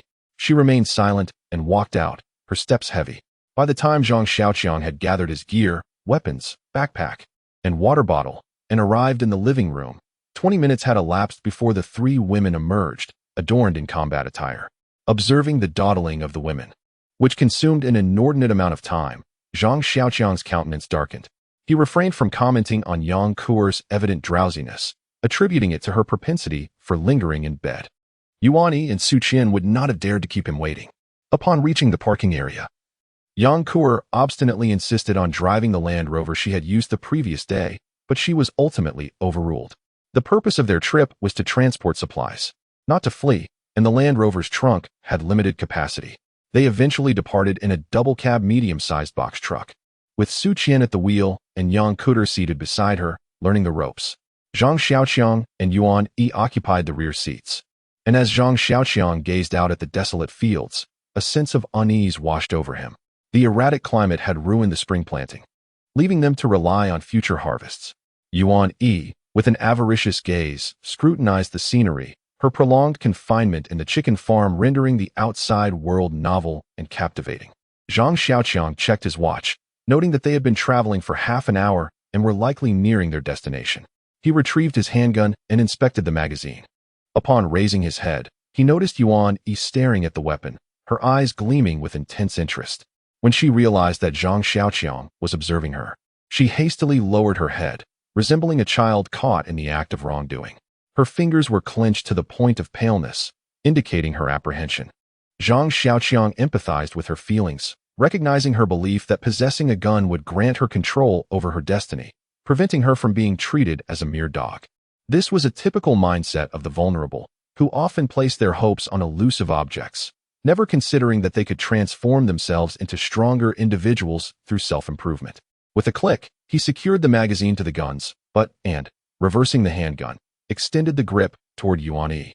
Yuan Yi stared at the proffered weapon, hesitant to accept it. "Take it," Zhang Xiaoqiang commanded, his voice resonating with authority as he observed Yuan Yi's timidity. "Please, do not abandon me." Yuan Yi trembled involuntarily as she grasped the handgun. Clumsily, she gazed at Zhang Xiaoqiang, her hands quaking violently. Holding it felt wrong, but relinquishing it felt equally impossible. Without waiting for her to regain her composure, Zhang Xiaoqiang seized her hand that clutched the gun, positioning it against his own head, and looked deeply into her eyes, commanding, "Pull the trigger." Yuan Yi was engulfed by fear, an overwhelming dread that made her feel as though she were grasping not a firearm, but a searing ember. Her entire body quaked, yearning to release the gun, yet Zhang Xiaoqiang held her hand firmly, rendering her efforts futile. In the front seat, Su Qian, who was driving, exhibited her own unease, glancing at the rearview mirror from time to time. Yang Kuber merely cast a fleeting glance behind her before nonchalantly returning her attention to Su Qian's driving. "Fire! Haven't you always desired this?" Zhang Xiaoqiang continued to bellow, disregarding Yuan Yi's pale visage and evident terror. Tears welled in Yuan Yi's large eyes, cascading down her cheeks. In a sudden burst of strength, she wrenched her hand free, causing the handgun to tumble onto the seat. With a resounding slap, Zhang Xiaoqiang finally broke his father's rule and struck Yuan Yi. She held her face, marked by the imprint of his hand, too frightened to move, only able to stifle her sobs. Zhang Xiaoqiang felt a deep disappointment. He recognized Yuan Yi's yearning for the gun and understood the psyche of the weak. Thus, he had granted her a chance, by urging her to pull the trigger. He sought to ascertain whether she possessed the courage to resist. Should she dare to fire, it would signify that she still harbored a spark of bravery, the fortitude to confront tyranny, and the will to struggle in a world turned asunder. Much like when Zhang Xiaoqiang handed Yang Kuber a hammer to dispatch a zombie. The act of slaying the undead is not the ultimate goal. Rather, the essence lies in possessing the courage to confront one's fears. Yang Kuber accomplished this feat. While Yuan Yi faltered, Zhang Xiaoqiang picked up his pistol, looking down upon Yuan Yi, deeming her inferior even to a mere girl of under 15. How could she dare to fantasize about controlling her own fate? She projected an image of a strong woman, yet at her core lay a coward. Beyond leveraging her femininity for mere survival, what else could she achieve? In his exasperation, Zhang Xiaoqiang struck her, instantly regretting it, questioning if this was how his illustrious reputation would be tarnished. "You are a weakling," he declared, gazing at the sobbing Yuan Yi. "You have always believed yourself to be strong, looking down upon others, which reveals the odious arrogance within you." Zhang Xiaoqiang continued his scornful remarks, while Yuan Yi remained silent, her sobs diminishing as she absorbed his critique. "Beneath your haughty exterior lies your cowardice. You are even less capable than a 14-year-old girl, who, in the face of her greatest fears, could wield a hammer to vanquish a zombie. Ask yourself, could you do the same?" Yang Kuber felt discontent at being used as a comparison by Zhang Xiaoqiang. "You may be a woman, you may lack strength, and you may lack skill, but you must never lack courage. Without courage, you have no right to exist in this apocalyptic world." Zhang Xiaoqiang's words prompted Yuan Yi to burst into tears. Her first heartfelt weeping in this apocalyptic world. She recognized the truth in his statement. She lacked courage. She had once contemplated eliminating long ago, yet hesitation always gripped her whenever she laid eyes on him. It was only upon witnessing the monsters devouring human beings that she found an excuse for her own despair. Thoughts of self-destruction haunted her, but each time she attempted to take that final step, fear held her back. Now, as Zhang Xiaoqiang completely unveiled her vulnerabilities, she comprehended her own cowardice. "Master, please do not abandon me. I shall be obedient, truly. Even if you treat me like a dog, I would willingly accept it. Please do not forsake me," she cried, tears streaming down her face, terrified of the uncertain fate that loomed ahead. Zhang Xiaoqiang felt a surge of annoyance. He contemplated relinquishing Yuan Yi. A person devoid of courage would only serve as a hindrance. The journey ahead spanned thousands of miles, fraught with unknown challenges. And who could tell when this timid soul might falter? Observing the indecision etched upon Zhang Xiaoqiang's face, Yuan Yi's fear intensified, compelling her to throw herself at him. Desperately unbuckling his belt while fervently pleading, "Master, do not abandon me. I can do anything, truly anything." Smack!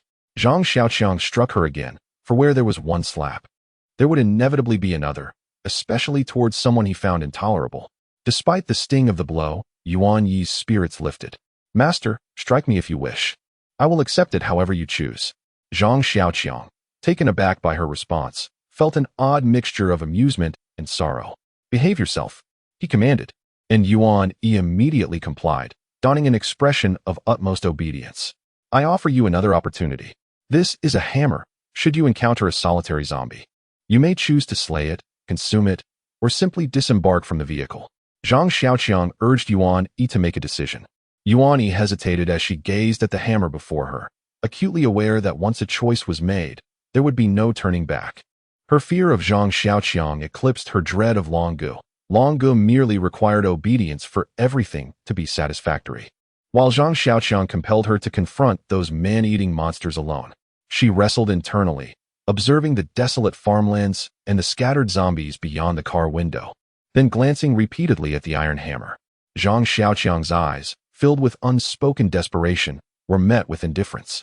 With a lightening of her hand, she accepted the hammer. Zhang Xiaoqiang, retrieving his pistol and racking the slide, addressed her. I will put you down before the zombies can devour you. Yuan Yi exhaled in relief, her face resolute as she glared at the zombies outside the window. The vehicle gradually came to a halt, and Zhang Xiaoqiang disembarked with a pair of binoculars. Ahead lay a fork in the road. To the right, a vast expanse of land unfolded, sparsely populated with buildings, a parking lot housing several cars, 2 buses, and 2 construction vehicles. There stood a 4-story main building alongside 2 rows of blue-painted prefabricated houses. Not far off, 2 smaller structures were mid-construction, scaffolding still clinging to their frames, while dozens of wandering zombies roamed the construction site. At the main building of the reserve, the presence of zombies was scarce. Merely a few scattered here and there, while the parking lot harbored a dozen or so, evidently attracted by Yuan Yi during her escape. Outside, there were no sightings of Type D or Type S zombies. Zhang Xiaoqiang, of course, would not be complacent, combined with the construction site. There were undoubtedly over 100 zombies in total, with at least 3 to 4 lurking in the shadows. He urged Yuan Yi to descend to the vehicle, while Yang Kuer, clutching her beast-horned gun, leaped down, followed closely by Su Qian. Their mission was to clear out the parking lot, ensuring that at least 1 zombie remained. Upon receiving Zhang Xiaoqiang's directive, Yang Kuer nonchalantly tied her ponytail, turning to confront the zombies with an air of assuredness. Observing her solitary advance towards the dozen or so zombies, Yuan Yi and Su Qian were both astonished and terrified. They understood that even a group of robust men might struggle against those zombies. How could Yang Kuer, not yet 15, dare to face them alone? Was it Zhang Xiaoqiang's command that emboldened her, seemingly without a hint of concern? Did he not feel a sense of shame, considering he was outdone by a mere child? With an air of ease, Zhang Xiaoqiang regarded the 2 women, whose legs trembled and faces drained of color. Su Qian, however, looked at Yang Kuer's retreating figure with resolute determination, clenching her fists as if to bolster her own courage. In contrast, Yuan Yi, wielding a hammer that felt as heavy as 1,000 pounds, found her concealed cowardice laid bare by Zhang Xiaoqiang. Her pride and dignity were thoroughly dismantled. Watching Yang Kuer's unwavering stride, Yuan Yi felt no concern. Instead, an icy dread pervaded her entire being, for she could scarcely face a single zombie, let alone a dozen. Zhang Xiaoqiang's words hold merit. Indeed, he finds himself surrounded by women of little worth. Is it true that he is even inferior to a mere girl? How laughable it seems now, the knowledge of business management he acquired abroad. Yang Kuer, in her fury over Zhang Xiaoqiang's pursuit of women, unleashes her wrath entirely upon the zombies. She strides forward with determination, confronting a zombie head-on, and with a single blow, she strikes it down, like a baseball player wielding her bat. The beastly head of the zombie becomes her ball. A resounding crack followed by a thud resonates as the zombie's skull is cleaved in 2, its head soaring from the crown down to the upper lip before rolling onto the ground, leaving behind only a chin and a row of lower teeth, the rest a hollow void. The dark blood and yellow brain matter within the zombie's head splatter in every direction, yet with a swift bend and twist, Yang Kuer evades the mess. Untouched by a single drop, the headless zombie collapses to the ground, and Yuan Yi, unable to hold onto her hammer, lets it fall as well. Su Qian, her face pale and trembling as if struck by a chill, bears witness. Is this the extent of your courage? Having dispatched the first zombie, Yang Kuer continues her advance towards the remaining foes. She has always behaved with decorum and obedience, aside from occasional bouts of jealousy. Overall, she is quite demure. Yuan Yi and Su Qian have consistently shown her deference, as she was among the first to align herself with Zhang Xiaoqiang and is a relative of Long Gu. Yet, deep within, they regard her with disdain, believing that by catering to Zhang Xiaoqiang, they can secure a better position than Yang Kuer. Observing Yang Kuer's frenzied display, he felt a chill run through him. Indeed, Yang Kuer was exhibiting a manic fervor consistent with her established style. She dispatched the zombies with the alacrity of clearing minor adversaries in a game, resolving each encounter with a swiftness that left no adversary intact. Her exhilarated cries punctuated the air, and no zombie in her path escaped complete dismemberment. But then, a resounding thud echoed through the air. Zhang Xiaoqiang, witnessing Yang Kuer's ecstatic slaughter, realized his words had been disregarded. As the last zombie teetered on the brink of annihilation, Zhang Xiaoqiang's attempt to halt her came too late. Yang Kuer, gazing at the incapacitated corpses, felt a lingering dissatisfaction and turned her gaze toward the scores of zombies on the construction site. Gripping her weapon, she prepared for another exhilarating foray, eager to revel in the thrill. This is far more stimulating than any computer game. I absolutely adore this sensation. Suddenly, a sharp slap landed on her posterior, causing her to leap up, clutching the affected area. Do you even listen? Zhang Xiaoqiang stood beside Yang Kuer, scolding her. Yang Kuer, crestfallen, listened to Zhang Xiaoqiang's reprimand, her toe tracing circles in the dirt. Yuan Yi, witnessing Zhang Xiaoqiang's ability to subdue Yang Kuer, felt an increased sense of awe and trepidation. If even the formidable Yang Kuer could be brought to heel, then she had no room for argument. For the moment, disregarding the zombies on the construction site, Zhang Xiaoqiang cleared a few in front of the main building and instructed Yuan Yi to lead the way to the storeroom, with Yang Kuer and Su Qian trailing behind. Yuan Yi, trembling with trepidation, walked ahead, closely followed by Zhang Xiaoqiang, who wielded the exquisite Jingwei sword instead of the beast horn gun, knowing that in the narrow confines of the corridor, the sword was far more effective. Suddenly, a startled scream escaped Yuan Yi's lips, causing her to collapse onto the ground, clutching Zhang Xiaoqiang's leg in fright, muttering under her breath about her unreliability in critical moments. Zhang Xiaoqiang, grumbling, kicked her aside and advanced with his sword, swiftly severing the head of the recently revealed zombie. Out of the horde, a small, emaciated zombie surged forward with alarming speed, its glistening black claws reaching for him. With a swift upward motion, Zhang Xiaoqiang swung his sword, severing the creature's arms, which fell to the ground. The S-shaped zombie, undeterred, lunged at him with its mouth agape. In a split second, the 5.4 pistol in Zhang Xiaoqiang's left hand fired as he aimed for its head, seizing the moment when its arms were incapacitated. As Zhang Xiaoqiang dealt with the S-shaped zombie, the remaining ordinary zombies lunged at him, their claws swiping menacingly. Faced with the sight of over a dozen flailing claws, Zhang Xiaoqiang felt a surge of anxiety, realizing he could not possibly dispatch them all in one stroke. Get down, came Yang Kuer's urgent shout from behind. Without a moment's hesitation, Zhang Xiaoqiang knelt and rolled backwards, pressing himself against the ground just as a massive shadow swept overhead, accompanied by a gust of wind. Originally, Yang Kuer sensed something amiss and intended to assist. However, the corridor was too narrow for her to wield the beast horn spear. In her haste, she noticed a security door beside her marked finance room. Gripping the handle firmly, she exerted force and dislodged the door. She bore the door like a colossal shield, charging towards the zombies.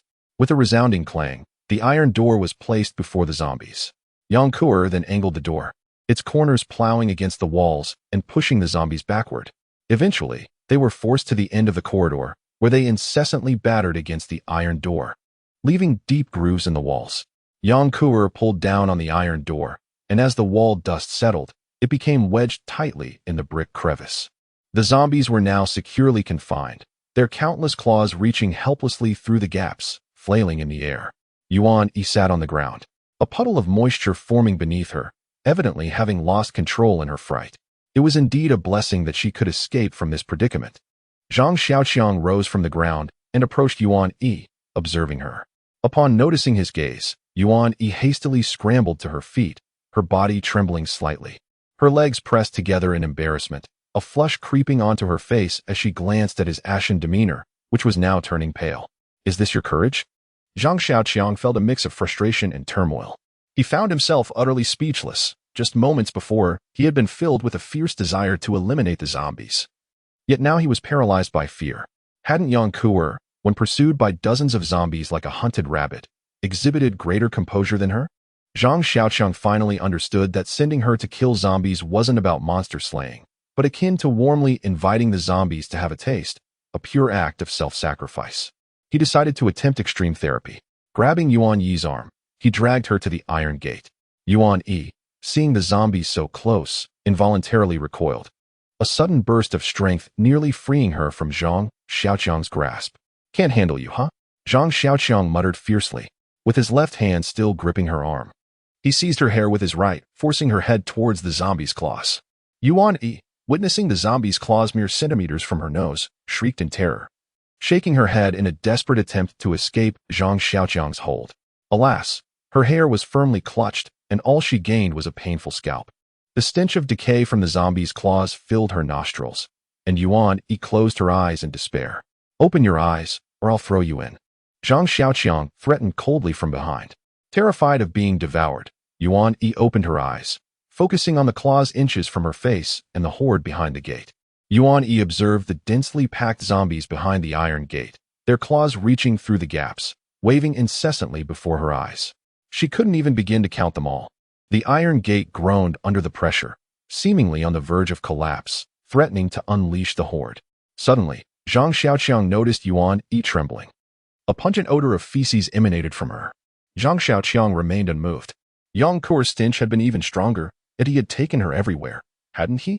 In the span of 5 to 10 minutes, Zhang Xiaoqiang noticed that Yuan Yi remained utterly still, were it not for the warmth emanating from her hand. He might have thought she had been frightened to death. Upon closer inspection, Zhang Xiaoqiang found himself puzzled. Yuan Yi no longer exhibited fear or trembled. Instead, she gazed intently at the zombies before her. The extreme had indeed turned into its opposite. Having witnessed so much, she had grown accustomed to the sight. As the zombies failed to capture her, her apprehension dissipated. With the nightmare creatures looming before her, Yuan Yi's breath quickened, and her complexion began to flush. Her eyes sparkled with a seductive glimmer, and her legs rubbed together restlessly. Zhang Xiaoqiang was taken aback to see Yuan Yi becoming increasingly exhilarated. He had never encountered a woman who would react in such a manner in the presence of zombies. Indeed, the female psyche was a profound enigma. He released her, and Yuan Yi remained motionless, not even flinching away from the claws that hovered mere centimeters from her cheek. With wide, unblinking eyes, she meticulously scrutinized the zombies, missing not a single detail. To her, they appeared as precious antiquities. Upon gently patting her shoulder, Yuan Yi snapped back to reality. As she beheld Zhang Xiaoqiang, the flush on her face quickly faded, returning to a pallor. Her hand sank as an unusual long spear was presented to her. The spearhead was adorned with a golden, spiral-patterned beast horn, possessing a texture that seemed neither gold nor jade. A faint luminescence glided along the patterns, imbuing it with an air of mysterious elegance. Clutching the beast horn spear, Yuan Yi regarded Zhang Xiaoqiang with confusion, uncertain of the significance behind his gift of the spear. Standing there, the moment the zombies within are eradicated, you shall depart. Should you fail to accomplish this before we advance, then remain here shall be your fate. Zhang Xiaoqiang intended for her to acclimate to the art of slaughter. Only by fortifying her inner strength could she muster the courage to confront the tribulations that lay ahead. Slaughter was the swiftest means to this end, and now she was to engage in the task of slaying frogs. If she could not even manage that, he would not hesitate to forsake her. This is your final opportunity. If, before Zhang Xiaoqiang could finish his sentence, Yuan Yi lunged forward with her firearm, the barrel piercing the gap to enter a zombie's mouth. The beast horn spear penetrated like it was thrust into tofu, effortlessly emerging from the back of its skull.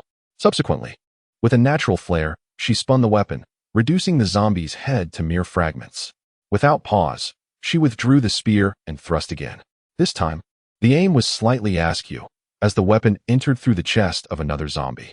Once again, she rotated the spear, creating a gaping hole the size of a bowl in the creature's body, allowing those outside to discern the scene behind the zombie. Despite the gaping wound in its chest, the zombie remained undeterred, its ferocity only intensified as it violently slammed against the iron gate. Yuan Yi's flushed complexion extended down to her neck, her eyes sparkling.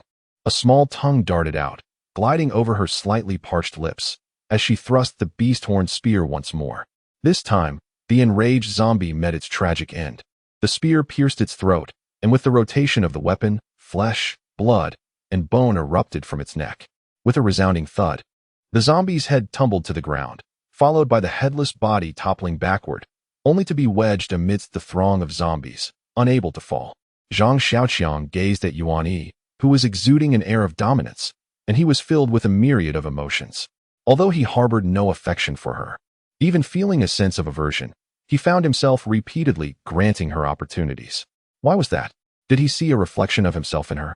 Yuan Yi, though reluctant to end her own life, was nonetheless consumed by thoughts of suicide. Had he not once felt the same? Trapped within the confines of his home, stripped of all hope, he awoke each day to find only despair and torment awaiting him. He had once wielded a kitchen knife against his own veins, yet could not bring himself to act, for he too was plagued by cowardice, a true coward at heart. It was only when he took a perilous risk for a handful of cabbages that he began to transform from a coward into a true man. The moment he vanquished his first zombie, he found the courage to face the apocalypse. It was on the rooftop of his own building, charging at 3 zombies, that he discovered the potential to become a formidable force. Seeing Yuan Yi in her current state reminded him of his former self. By comparing his present self to his past, he found himself granting Yuan Yi yet another chance. This was not an act of benevolence, nor was it a preferential treatment due to her beauty. It was a sense of responsibility that came from her association with him.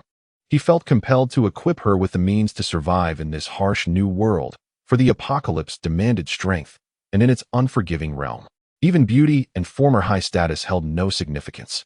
At this moment, Yuan Yi exhibited peculiar behavior. Her initial panic and fear had morphed into an overwhelming excitement. Her breathing became rapid, her face flushed as if she had consumed potent liquor, and her eyes widened in exhilaration, radiating with an intensity that was unmistakable. She was so consumed by the thrill of the kill that she unconsciously advanced further and further, her gaze fixed solely on the zombies ahead, oblivious to those lurking beside her. A zombie, cornered against the wall, lunged at her arm with a claw, perilously close to inflicting a wound. Engrossed in her excitement, she remained blissfully unaware of the impending danger. In a flash, Zhang Xiaoqiang, quick on his feet, delivered a powerful kick to Yuan Yi's thigh. Caught completely off guard, she was sent sprawling to the ground, colliding with the wall.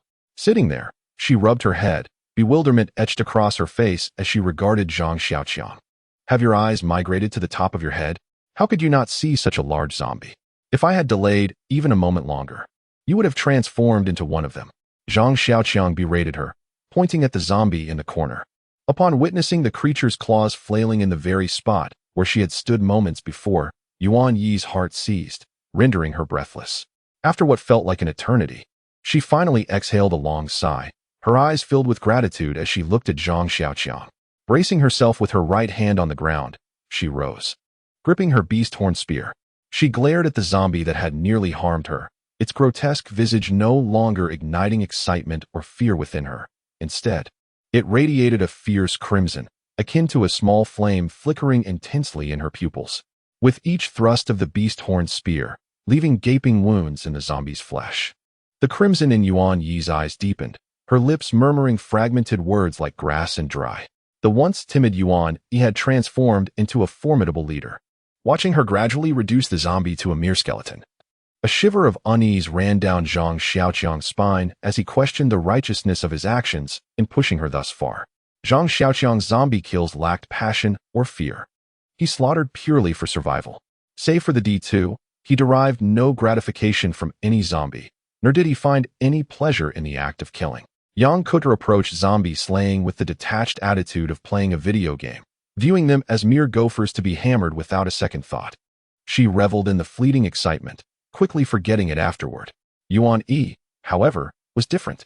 She reveled in the pure enjoyment of the slaughter. To her, zombies were no longer the man-eating monsters of her nightmares, but rather intricate toys before her. Watching them fall, their flesh and bones flying, filled her with elation. Her body trembled, not with fear, but with a thrill that resonated deep within her soul. This sensation was indescribably exquisite, and she felt an intense sense of fulfillment, even wishing that the zombies would never cease, so that she could continue her killing spree indefinitely.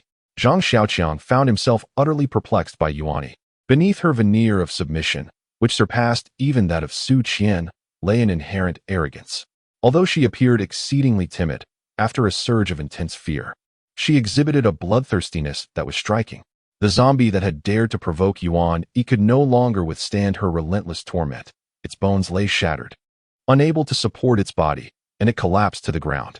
Yuan Yi, with an insatiable hunger, licked her lips, scrutinizing the remaining zombies as if selecting merchandise, contemplating her next target. "Hurry up. Do not squander time," came Zhang Xiaoqiang's urgent warning from behind.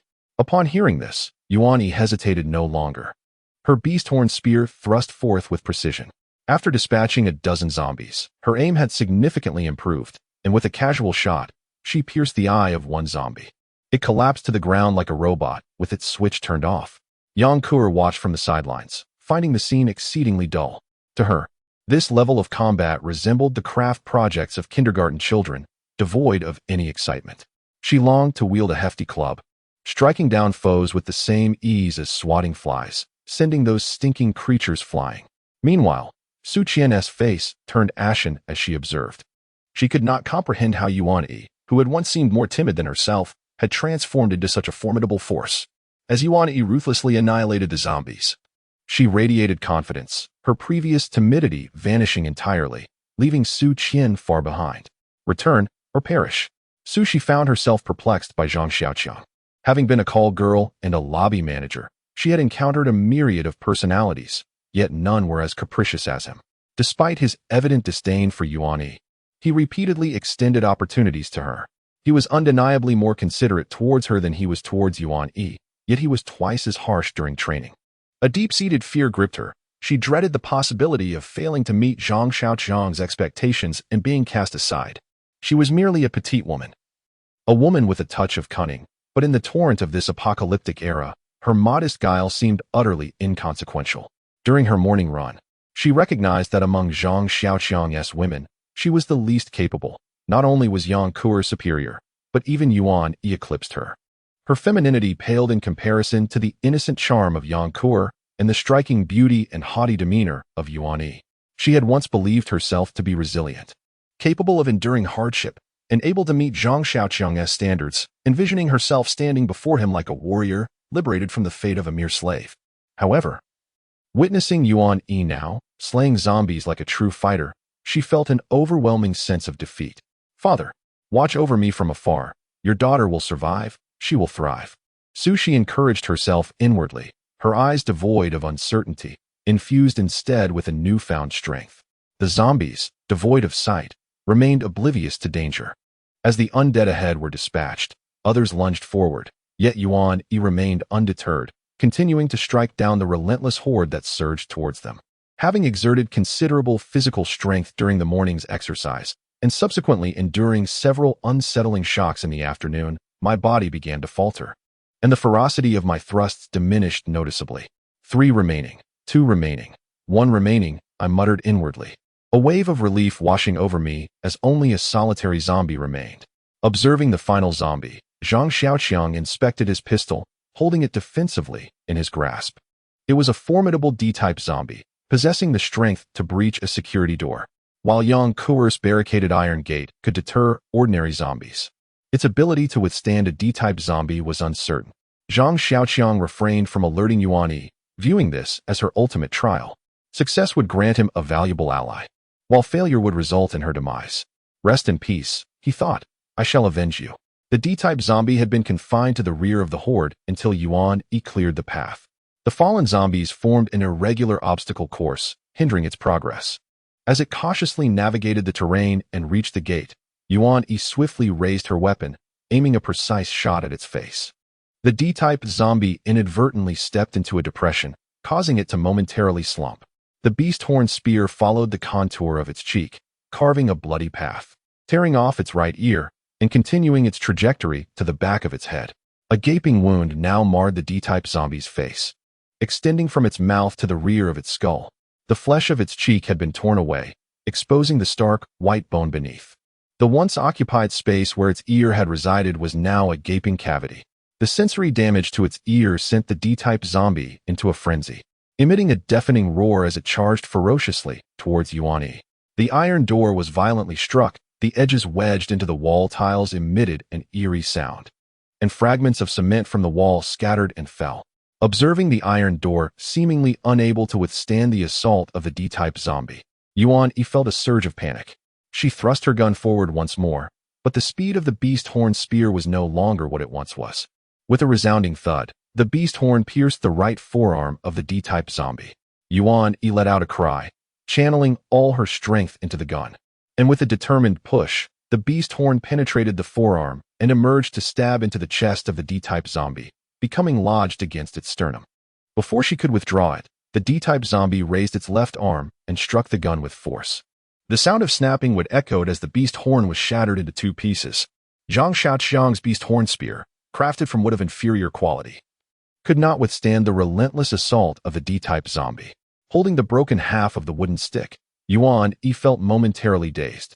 As she witnessed the D-type zombie resume its relentless battering against the door, she turned to flee to safety. In disbelief, she gazed at Zhang Xiaoqiang, tears welling up and swirling in her eyes as he aimed his pistol at her forehead. Overwhelmed with fear, she glanced at Zhang Xiaoqiang's grim expression, then back at the D-type zombie relentlessly attacking the iron door. Finally, in despair, she looked at the broken wooden stick in her hand. Gritting her teeth, she shot Zhang Xiaoqiang a fierce glare, raised her hand, and forcefully slammed the wooden stick to the ground. With a swift motion, she unzipped her camouflage training jacket, shedding the upper garment to reveal a fitted sports tank top underneath, before bending down to retrieve the hammer lying on the ground. Before she could rise, a resounding crash echoed as the iron gate was violently thrust open, colliding with the left wall before collapsing onto the ground. A robust figure emerged. With a hammer clutched in her right hand, Yuan-Yi stooped low, directing a provocative shriek at the D-type zombie, reminiscent of a gladiator's taunts in the ancient Roman arena. The zombie, oblivious to Yuan-Yi's derision, staggered with its right claw impaled to its chest by a section of a beast's horn spear. The impairment slowed its gait to that of an ordinary zombie.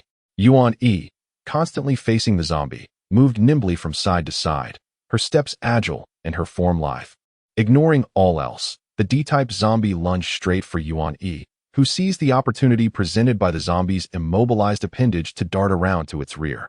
Thrice the hammer struck the back of the D-type's head, yet Yuan-Yi's strength proved insufficient. The blows were no more than a mosquito's bite to the creature. The zombie, now catching Zhang Xiaoqiang's scent, turned its aggression towards him. Amused by the zombie's suicidal charge, Zhang Xiaoqiang had envisioned a TTE, but the zombie, unappreciative, sought to intrude. Enraged, the D-type zombie lashed out at Yuan-Yi, who recoiled just enough to evade the swipe that grazed her eyelid. As Yuan-Yi regained her composure, the D-type zombie righted itself, hobbling after her, claws outstretched, prompting Yuan-Yi to retreat further. As Yuan-Yi retreated, she failed to pay attention to the ground behind her. Suddenly, she stumbled over a fallen iron gate and fell to the ground. A zombie pursued her, swiping at her with its claws. She rolled incessantly on the ground until she collided with the corner of a wall, coming to a halt. Her fair, delicate skin was now marred with dust and remnants of cement. Dusty and disheveled, Yuan-Yi rose to her feet to confront the zombie once more. The D-type zombie's repeated assaults proved futile, culminating in a furious roar as it lunged at her again. With a clang, Yuan-Yi discarded her hammer onto the ground. Now unarmed, staring defiantly at the formidable D-type zombie charging towards her. Zhang Xiaoqiang, witnessing this scene, was bewildered. Wasn't she performing exceptionally well? Yuan-Yi had long earned his acknowledgement, even though she had yet to vanquish the D-type zombie. This was not a fault of hers. Had she been faced with a common zombie, she would have likely triumphed already. Zhang Xiaoqiang had refrained from calling her back, curious to see the limits of her abilities. At that moment, her performance had surpassed that of Yang Kuo and even her former self. Holding his pistol, he prepared to shoot should Yuan-Yi falter. While he harbored disdain for her, he was not a petty man. If Yuan-Yi met his expectations, he would accept her. Yet, before she could exhaust her strength, she chose to discard her weapon. Had she surrendered? Was she resigned to welcoming impending death? Zhang Xiaoqiang felt a pang of regret. In contrast to Yang Kuo, Su Qian was different. Upon seeing Yuan-Yi seated on the ground, she instinctively covered her mouth, fearing that her gasp might disturb Yuan-Yi. As Yuan-Yi rolled on the ground, Su Qian pressed her hand against her heart, anxious that her own heartbeat might become too overwhelming. As Yuan-Yi discarded her weapon and tilted her head to gaze at the approaching D-type zombie, she instinctively covered her eyes with her hands.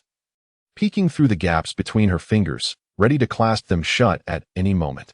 Zhang Xiaoqiang watched in astonishment as the zombie reached Yuan Yi, making no unnecessary movements before delivering a powerful swipe. He witnessed Yuan Yi slightly shift her body, and in an instant, the robust form of the D-type zombie was sent soaring through the air, crashing to the ground with a resounding thud that stirred a cloud of dust. Zhang Xiaoqiang was left dumbfounded, and before he could react, an agile figure leaped into the air, swiftly landing upon the zombie. With a decisive snap, the D-type zombie lay motionless. As the dust gradually settled, Yuan Yi, clad in a snug sports tank top, stood triumphantly atop the D-type zombie, her right foot pressing firmly against its throat. The zombie lay with its head tilted, utterly still, its severely deformed neck a clear indication that its cervical vertebrae had been shattered. Had there been a slow-motion replay, one would have seen Yuan Yi. In the moment the zombie lunged at her, deftly leaned into its embrace, swiftly grasping its right claw before executing a powerful throw that sent the creature crashing to the ground. In one fluid motion, she then leaped and crushed the zombie's neck vertebrae beneath her foot, achieving a resounding and unequivocal victory. Yang Kuer was equally astonished. She glanced from the fallen D-type zombie to Yuan Yi, who was now stepping down from the creature, her mind racing as she struggled to comprehend how the zombie had been sent flying in an instant. She stood aside, observing Yuan Yi with a complex expression.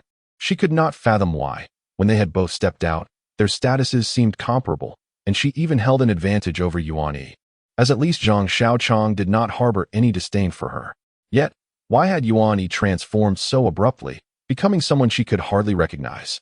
It is often said that one should regard another with fresh eyes after 3 days apart. Yet how could Yuan Yi, who was right before her, change so drastically in an instant? When Yuan Yi attacked the zombies behind the door, Sushi found it difficult to accept. How could Yuan Yi surpass her so significantly? As Yuan Yi engaged in a life-and-death struggle with a Type D zombie, Sushi began to ponder her own calculations. When Yuan Yi faced the Type D zombie unarmed, Sushi, though outwardly averse to watching, secretly relished the situation. Now, as Yuan Yi stood like a valiant warrior, vanquishing the formidable zombie, why did Sushi feel a pang of envy in her heart? Yuan Yi approached Zhang Xiaoqiang with her head held high and chest out, her gaze aflame with determination. This was the first time she looked directly at Zhang Xiaoqiang, and the first time she regarded him with a defiant stare. Yuan Yi's expression was calm, devoid of the elation that typically follows a victory, nor was there any fear after narrowly escaping danger. She stood tall, seemingly unafraid. Zhang Xiaoqiang remained silent, making no movement, his expression serene as he locked eyes with Yuan Yi. For the first time, he did not regard her with disdain, but rather observed her with a sense of equanimity. Zhang Xiaoqiang suddenly realized that Yuan Yi was not short. Her height exceeded 170 centimeters, significantly surpassing his own 168 centimeters. Previously, Yuan Yi always appeared to be timid and submissive, her body seemingly shrinking in on itself, rendering her height less noticeable. However, now, with her head held high and chest out, her stature became apparent, and Zhang Xiaoqiang felt as though Yuan Yi was looking down upon him. A moment of enlightenment struck him. What had fueled his disdain for Yuan Yi all along? It was not the trivial reasons he had concocted. The true reason was singular. Zhang Xiaoqiang harbored a profound aversion to being scrutinized by a woman taller than himself. Although Yuan Yi had never regarded him with such condescension nor deliberately showcased her height, the sensitivity of a recluse rendered him acutely aware of her stature, akin to an instinctive awareness of disturbances during his nights spent camping in the wilderness. Though the sensation was not overwhelming, it subtly stirred feelings of distaste for Yuan Yi within him, a manifestation of a traditional male's discomfort with a woman surpassing him in height. Did he consider rebellion? Zhang Xiaoqiang pondered, straightening himself to meet Yuan Yi's gaze. How many times had he faced life and death? Would he fear this petite woman? His expression hardened, his eyes reflecting a sense of lifelessness rather than hostility, a culmination of resentment built from numerous narrow escapes and victories over adversaries. Come here, he commanded, but 1 minute. 2 minutes, 3 minutes passed without a response, as Yang Kuer, filled with anticipation, stood with a displeased expression. She had initially believed she could seize this opportunity to teach that audacious woman a lesson. However, to her disappointment, the adversary proved to be nothing more than a mere facade, collapsing before she could even act. How utterly dull. Meanwhile, Su Qian, with her head bowed, trembled slightly, plagued by questions. Why? Why? Why was that wretched Yuan Yi able to stand defiantly before him? Was this what it felt like to possess power? Stand up.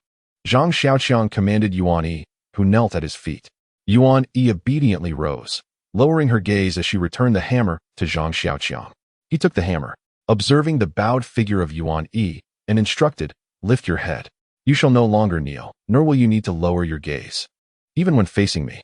From this moment forth, you shall reclaim your stature as one who walks upright, not as a dog that crawls on its belly." Yang Kuer, standing aside, turned her face away, pouting and displaying her discontent with 2 noticeable bulges on her cheeks. Suddenly, the heavy iron door of the storeroom swung open, releasing an indescribable stench. The foul odor of decay wafted in, yet it was still bearable. Upon entering, they were greeted by the sight of a lifeless body sprawled on the floor, the upper half completely bare, while the lower half was clad in oversized trousers, partially slid down. To her astonishment, the undergarments featured prints of Japanese adult film stars, revealing that this gentleman was indeed a man of carnal indulgences. The storeroom was modest in size, merely a few dozen square meters, its sides lined with rows of cardboard boxes, while the floor was littered with empty and half-empty water bottles, wine bottles, and discarded apples, nibbled and abandoned. Unboxing a cardboard container revealed a neat arrangement of sizable red Fuji apples, seemingly well-preserved with minimal spoilage. Proceeding a short distance, a differently packaged carton was opened to expose 24 bottles of mineral water. Upon seeing the water, Zhang Xiaoqiang summoned Su Qian, issuing a few instructions. Su Qian promptly turned and departed. Subsequently, Zhang Xiaoqiang enlisted Yang Kuer to commence transporting the apples outside. Despite her apparent reluctance, Yang Kuer begrudgingly gathered 3 cartons and headed out. "You come here," Zhang Xiaoqiang directed at Yuan Yi, who was standing by awaiting orders. Yuan Yi presented a disheveled appearance, emanating a foul odor of excrement and urine, with grime and dirt smeared across her face, hands, and tank top, resembling a destitute beggar. Before Zhang Xiaoqiang, she reverted to her former submissive demeanor, though a flicker of frenzied agitation glimmered deep within her pupils. Yuan Yi remained silent, approaching Zhang Xiaoqiang and fixing her gaze upon him, devoid of speech or movement. Her eyes, now lacking their prior numbness and despair, possessed a certain depth, defying Zhang Xiaoqiang's ability to discern her thoughts. "Remove your clothes," Zhang Xiaoqiang stated matter-of-factly, as if requesting a trivial favor. Upon hearing this, Yuan Yi's expression tightened, and she clenched her fist resolutely. Taking a deep breath, she grasped the hem of her tank top and pulled it upwards, liberating her torso. Yuan Yi then thrust forward her alabaster breasts, awaiting his next action. Without further hesitation, Yuan Yi swiftly divested herself of the remaining garments, relinquishing even her undergarments. She stood before Zhang Xiaoqiang, her form unadorned, chest proudly uplifted, betraying no hint of coyness, save for a subtle derision in her gaze. Her mind perhaps harboring the sentiment that all men are cut from the same cloth. Zhang Xiaoqiang scrutinized Yuan Yi with meticulous attention. Yet Yuan Yi remained unfazed by his gaze. She stood in tranquil anticipation of Zhang Xiaoqiang's next action as he extended his right hand toward her. Icy mineral water cascaded over Yuan Yi's head, coursing down her physique, traversing the alabaster, voluptuous hemispheres of her breasts, gliding over her taut, delicate abdomen, meandering through her intimate domain, and proceeding along her shapely, ivory-like thighs, down to her calves, across the insteps of her feet, and ultimately spilling onto the ground. The frigid water induced an involuntary shiver in Yuan Yi, yet she dared not stir, allowing Zhang Xiaoqiang to continue pouring the cool liquid over her head. She even entertained the notion that she had once again been reduced to a mere plaything, subject to the capricious whims of a man. "Incapable of bathing yourself? Expecting me to assist you?" Zhang Xiaoqiang's frigid words shattered Yuan Yi's reverie, jolting her back to reality. She abruptly roused herself and began to vigorously rub and scrub her body, expunging the remnants of the supplies that had previously adhered to her skin. Yang Kuer voiced a few grievances before hoisting the 3 cases of apples once more and departing, her footsteps resonating heavily upon the puddles, scattering the accumulated water in all directions, as if seeking to vent her discontent. After 12 bottles of mineral water had cleansed Yuan Yi thoroughly, Zhang Xiaoqiang accepted the garments from Su Qian's hands and tossed them to Yuan Yi, gesturing for her to don them. Observing the absence of any resistance from Zhang Xiaoqiang, she realized her desires were modest. Indifferent to Zhang Xiaoqiang's perceptions of her, a state she had once feigned but now genuinely embraced, she merely sought a modicum of respect. Her confrontations with Zhang Xiaoqiang were not acts of rebellion. Rather, they were pleas for treatment akin to that afforded to Yang Kuo. Though cognizant of her inferiority to Yang Kuo, she yearned to retain some semblance of dignity, however slight. When Zhang Xiaoqiang instructed her to disrobe, she presumed he desired her, intending to take advantage of her in her most vulnerable state. She feared her standing in Zhang Xiaoqiang's eyes remained unchanged, perceiving herself as a shameless cur. Having conceded defeat in their previous altercations, she felt unqualified to negotiate with Zhang Xiaoqiang. Thus, she submitted outwardly, though her heart harbored ulterior motives.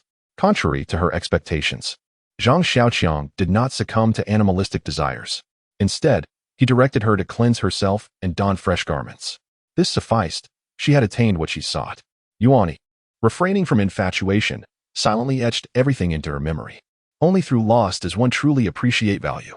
In the post-apocalyptic world, preserving one's self-respect is an arduous task.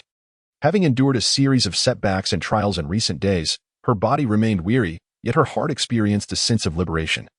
A profound ease originating from the depths of her soul. It was at this moment that she truly recognized Zhang Xiaoqiang as her man, a man worthy of her devotion. The sense of male dominance is truly delightful.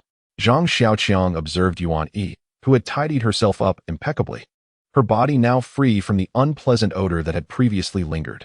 He nodded in satisfaction and drew the wuxi pistol from his waist, presenting it to Yuan Yi. Take it. You are now deserving of it. At that moment, Yang Kuo happened to enter, making her third trip. Hearing the familiar phrase, she felt a surge of discontent. This was the very line Zhang Xiaoqiang had uttered when she had vanquished her first monster, and now he directed it towards Yuan Yi. Did Zhang Xiaoqiang harbor feelings for Yuan Yi? No, she resolved to keep a watchful eye on her. She had yet to savor the experience, and she could not allow this vixen to seize the opportunity first. Yuan Yi clutched the pistol to her chest, her heart aflutter with excitement. For the first time since the apocalypse began, she felt a profound joy. Zhang Xiaoqiang's insistence that she bathe and change her clothes had already greatly satisfied her, and now he was entrusting her with a pistol. The sight of it filled her with an indescribable happiness. This weapon seemed so precious to her, especially in this desolate world where a single firearm could attract several women more beautiful than herself. Grateful beyond words, Yuan Yi silently vowed, "Though I acknowledge you, it does not mean I hold no disdain for you. Do not inquire as to why. I myself am uncertain. What are you standing there for? Hurry and move the supplies." Zhang Xiaoqiang chided Yuan Yi, who was lost in thought while clutching the pistol, urging her to assist in transporting the materials. Zhang Xiaoqiang professed ignorance regarding his disdain for Yuan Yi, yet deep down, he was acutely aware of the singular reason. Yuan Yi's height eclipsed his own.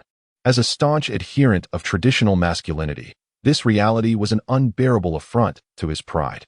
Yuan Yi swiftly tucked her handgun into her pocket and lifted a crate of apples, making her way outside. Despite Zhang Xiaoqiang reiterating his aversion towards her, it bore no effect on Yuan Yi. Although fatigued, she carried the cumbersome package with a briskness in her stride, exuding a certain buoyancy. The disciple shall bear the labor, Zhang Xiaoqiang mused, opting to shirk his duties. He hummed a cheerful tune while grabbing an apple, unwashed, and bit into it with abandon. His gaze fell upon a box of red wine. Curiosity compelled him to pry it open. The label presented a foreign brand, which left him perplexed. As he lifted a bottle, its label was entirely in English, a language to which he was immune. He was only familiar with a select few terms, S, E, X, and S, E, X, Y, gleaned from his past internet explorations, and he couldn't even recall whether his high school English teacher was male or female.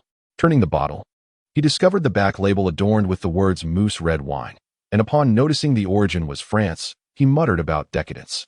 With a decisive crack at the neck of the bottle, he poured a mouthful into his mouth, wondering how it compared to Great Wall wine. Lacking any refined palate, he was unable to discern the difference between imported and domestic wines. He discarded the bottle onto the ground, allowing the crimson liquid to seep out, and ambled toward the door, unperturbed by the waste, for there were still hundreds of bottles left. Extracting the half-bullhorn spear from the D-type zombie, Zhang Xiaoqiang rose to find himself facing a heavily secured rosewood door, devoid of any markings, resembling the storeroom closely. Observing the door that bore an uncanny similarity to the storeroom, A thought flickered in Zhang Xiaoqiang's mind. He deftly prodded the lock with the spear's tip, and, with a forceful kick, the rosewood door emitted a painful groan as it swung open. Inside, the atmosphere was somewhat dim, revealing countless cardboard boxes that filled the space to capacity. Zhang Xiaoqiang casually opened one of the boxes, discovering 4 smaller boxes neatly arranged inside, 2 red and 2 green, all of identical dimensions. Activating the flashlight on his Nokia phone, he discerned the inscriptions on the boxes. The red one bore the label XX Cured Meats, while the green one was marked XX Mountain Delicacies. Upon tearing open the red box, he found several vacuum-sealed plastic packages containing cured meats, sausages, and assorted smoked pork offal. The green box was filled with an assortment of dried goods, including wood ear mushrooms, shiitake mushrooms, and dried bamboo shoots. Zhang Xiaoqiang felt a surge of excitement at the sight of the numerous large boxes. Mountain delicacies could serve as vegetables, and the cured meats, which would not spoil quickly, could be savored at leisure. Continuing deeper into the space, he encountered a section filled with tightly packed woven bags. The bags were adorned with exquisite prints, prominently featuring the words Thai jasmine rice, each one a substantial 25-kilogram package. In the innermost corner lay a collection of various supplies, including dozens of sets of light blue work uniforms, crafted from dense and robust fabric, superior in quality to the camouflage training attire worn by Zhang Xiaoqiang. There were also bottles of floral-scented body spray and high-top leather shoes for both men and women, the authentic military kind, sturdy and reliable. Zhang Xiaoqiang promptly removed his somewhat worn sneakers and donned a pair of military boots, finding them remarkably comfortable after taking a few steps, his movements becoming more agile. He decided to divide the supplies into 2 vehicles. One would carry fewer preserved mountain delicacies and more perishable apples. A small portion of rice could be included, along with some cooking oil, while the rest would be concealed. With determination, Zhang Xiaoqiang set out. Outside, Yang Kuer and the others were waiting. Yuan Yi and Su Qian were exhausted, while Yang Kuer called for a break.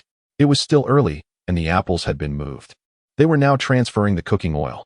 Observing that they had not been idle, Zhang Xiaoqiang generously tossed them a bag of soft candy as a reward. Yang Kuer joyfully tore open the packaging and eagerly indulged in a piece, while Yuan Yi confidently took a handful and stepped aside to enjoy them. Su Qian, feeling a bit shy, noticed some candies that had fallen to the ground when Yang Kuer opened the bag and discreetly picked them up to eat in solitude. Once we've rested, let's move everything from the 2 warehouses outside. For now, there's no need to load the vehicles, Zhang Xiaoqiang said with an air of ease. Yang Kuer glanced at him and exclaimed about the hard work ahead, but then added, "Inside, there are your favorite sausages, not to mention the fragrant rice." Once more, Zhang Xiaoqiang, akin to a whimsical character, enticed Yang Kuer with a treat, and she was immediately captivated, her gaze fixated on the delectable offering. Meanwhile, Yuan Yi and Su Qian were disregarded by Zhang Xiaoqiang. Yang Kuer, who was not weary to begin with, merely sought an opportunity to shirk her duties, but now, invigorated, she resumed her efforts. Yuan Yi and Su Qian followed suit, continuing to transport items, unfazed by Zhang Xiaoqiang's idle supervision. At present, Zhang Xiaoqiang resembled the dominant male in a pride of lions, where the females hunt and rear the young while the male basks in the spoils. This sensation filled Zhang Xiaoqiang with a sense of self-importance, reveling in the gratification of masculine dominance. Zhang Xiaoqiang ceased attending to the women's endeavors and leisurely ascended to the 2nd floor, rummaging through the office in search of worthwhile items. Regrettably, aside from some documents and promotional materials, there was little of value to be found. The 3rd floor mirrored the 2nd, with the offices yielding no significant gains. Upon forcing open a locked room, he discovered it meticulously stocked with large cardboard boxes containing computer monitors and cases. Zhang Xiaoqiang was at a loss, as he already possessed a laptop and had no need for these items. Ascending to the 4th floor, he entered a conference room, which was desolate and devoid of any content save for tables and chairs. Traversing the conference room, he arrived at a reception room, lavishly adorned with genuine leather sofas, woolen carpets, and redwood furniture. However, these items held no appeal for Zhang Xiaoqiang, as it seemed there was nothing of value to be salvaged. The reception room was adjoined by another chamber, its opulent mahogany door firmly locked. Inside, something clawed at the door, and Zhang Xiaoqiang, relying on his experience, deduced that a zombie was trapped within. He contemplated turning away, feeling that it would be a grave loss to have ascended from the 1st floor to the 4th without any reward. What if there were treasures behind the door? That would indeed be a greater misfortune. With a swift motion, he thrust a beast's horn into the lock, twisting it until all the lock's components were wrenched free. Following that, he delivered a powerful kick to the door, which swung open violently, sending an entity sprawling to the floor. Typically, once a human transforms into a zombie, discerning gender through appearance becomes exceedingly difficult. The only indicators are the absence of two deflated balloons on the torso or the attire itself. The fallen zombie wore a vibrantly colored women's overcoat, adorned with a light purple silk scarf around its neck, tight flesh-toned woolen pants below, and knee-high, brown high-heeled leather boots. Before the zombie could rise, Zhang Xiaoqiang decisively crushed its cervical vertebra with his foot, rendering it motionless on the ground. As he surveyed the lavish office, it was evident that the owner held a prestigious status. The exquisite furniture and seating were impressive enough, but the painting on the wall, fishing alone in the cold river snow, was a masterwork, and the artist's name was one even a reclusive individual like Zhang Xiaoqiang had heard of. Tucked away in a corner stood a liquor cabinet, brimming with an array of distinguished wines. While Zhang Xiaoqiang couldn't decipher the foreign labels, he noted a substantial collection of domestic spirits. Absent were the commercially available brands. Instead, several antiquated, clear glass bottles bore labels that were either illegible or fragmented, revealing production dates predating 1970 upon closer inspection. A few dark, unassuming earthenware jugs occupied the most prominent space. Without hesitation, Zhang Xiaoqiang flung open the cabinet and began extracting its contents, inwardly exclaiming, "Mine, all mine. Even if I don't drink it, I'll keep it." In the bedroom adjacent to the office, he discovered a suitcase, which he promptly filled with the prized liquors. Zhang Xiaoqiang then resumed his treasure hunt. The bedroom was sparsely furnished, offering little of interest. Though some clothing items were designer brands, they were of no use to Zhang Xiaoqiang. After all, who would wear designer clothes when running for their life in the apocalypse? Beneath the pillow, he found an assortment of blue pills, kidney tonics, and a surplus of ultra-thin condoms, suggesting that the office's occupant was a man of lascivious pursuits. The zombified individual may have been his personal secretary. Upon discovering a pair of underpants emblazoned with images of various Japanese adult film actresses, Zhang Xiaoqiang realized that the office's owner was the same man who had perished in the warehouse.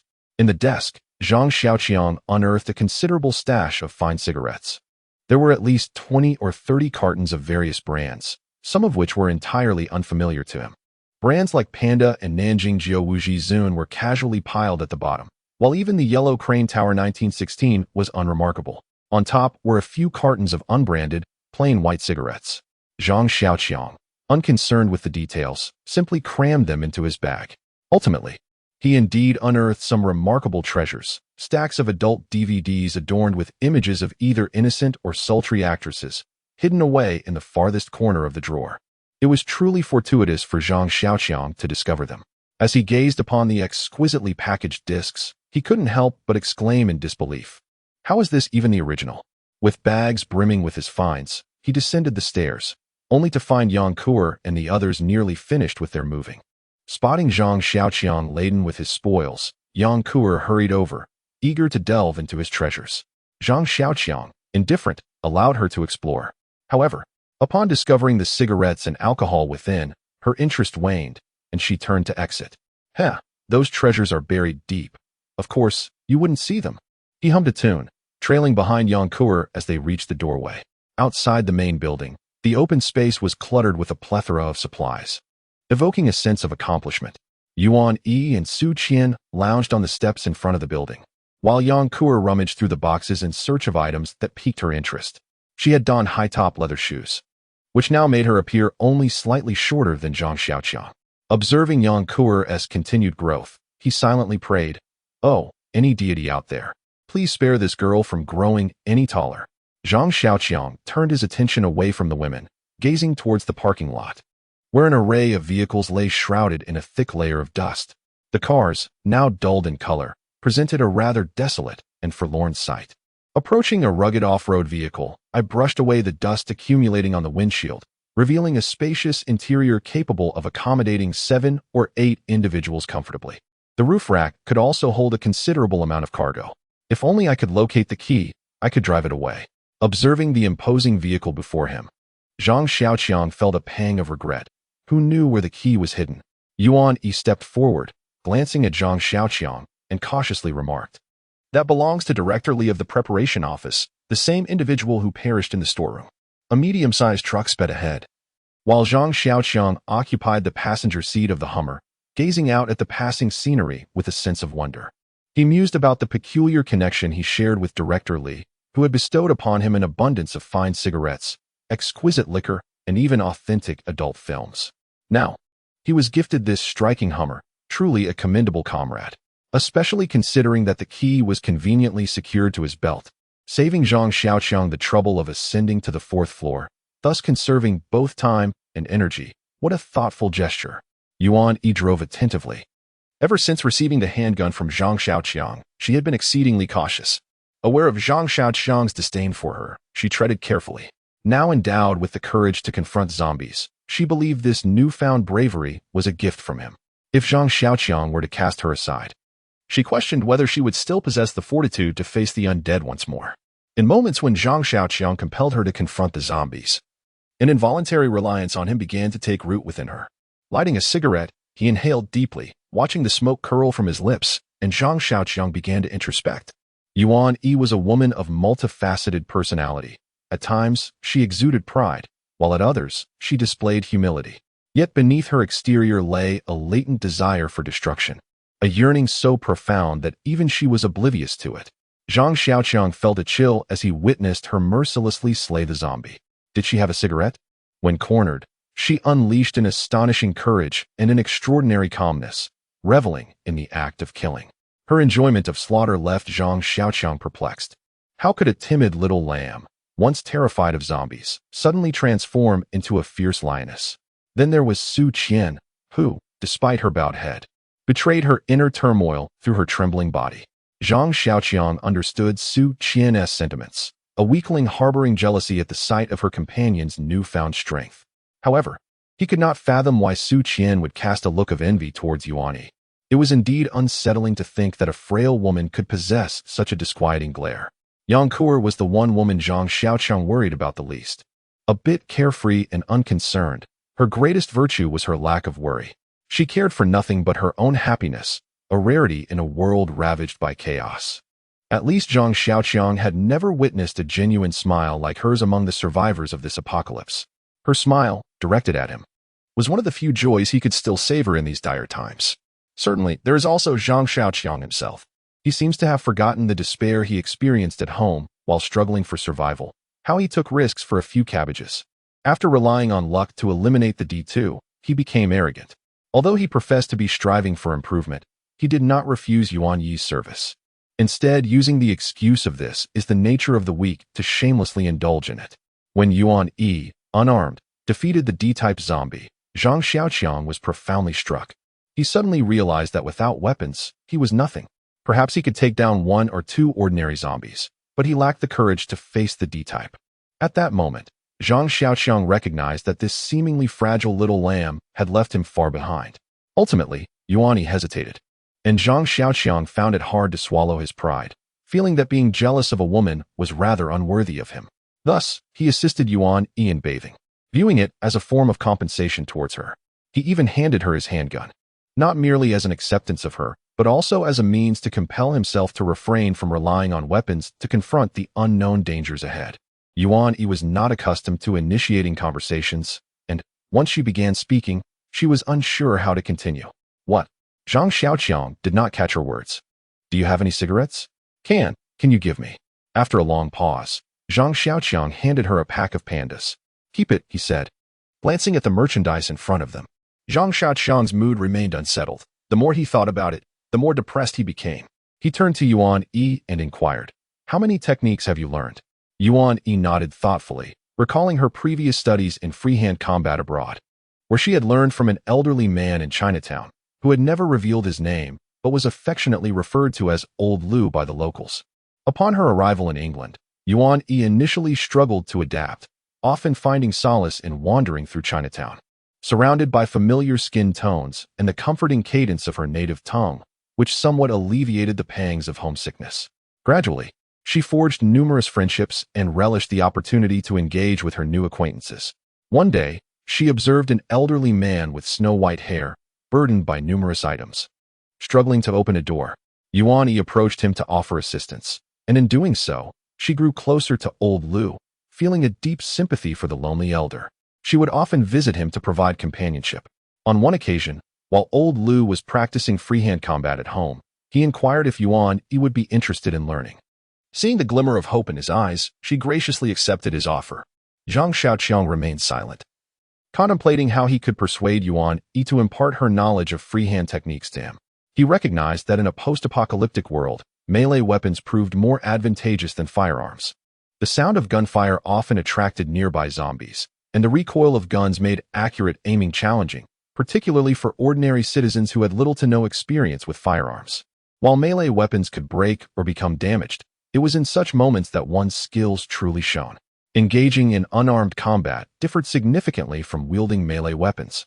It required not merely mastery of the weapon, but also keen judgment and composure in assessing one's opponent, as one inherently becomes a weapon in such scenarios. Recklessness in confrontation could easily lead to mutual destruction.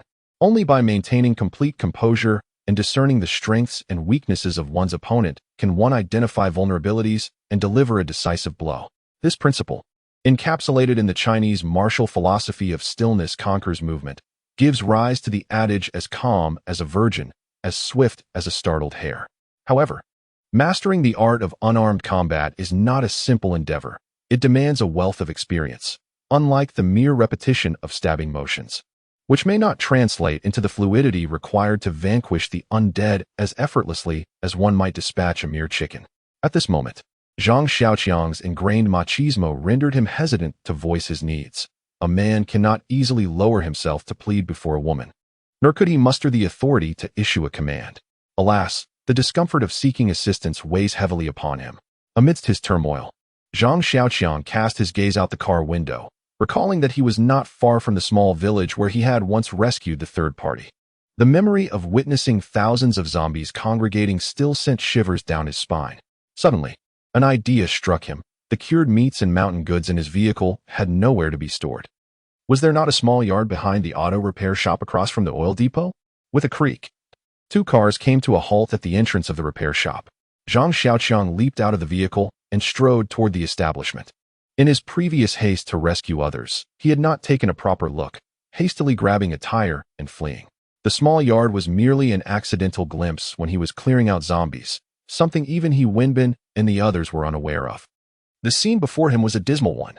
Discarded tires were piled high like mountains, both in front of the shop and behind it, creating an overwhelming sea of rubber. Even the roof of the repair shop had succumbed to the accumulation, layers upon layers of tires threatening to cascade down at any moment, instilling a sense of dread in every passerby, as if they were all precariously walking beneath a potential avalanche. On either side of the repair shop, piles of tires lay scattered across the vacant land. A narrow path to the left wound around a wall made of tires, revealing a road wide enough for a central cargo truck. This road was obstructed by tires, concealing a world beyond from the gaze of outsiders. The narrow path continued, flanked by more tires, extending to the entrance of a small courtyard.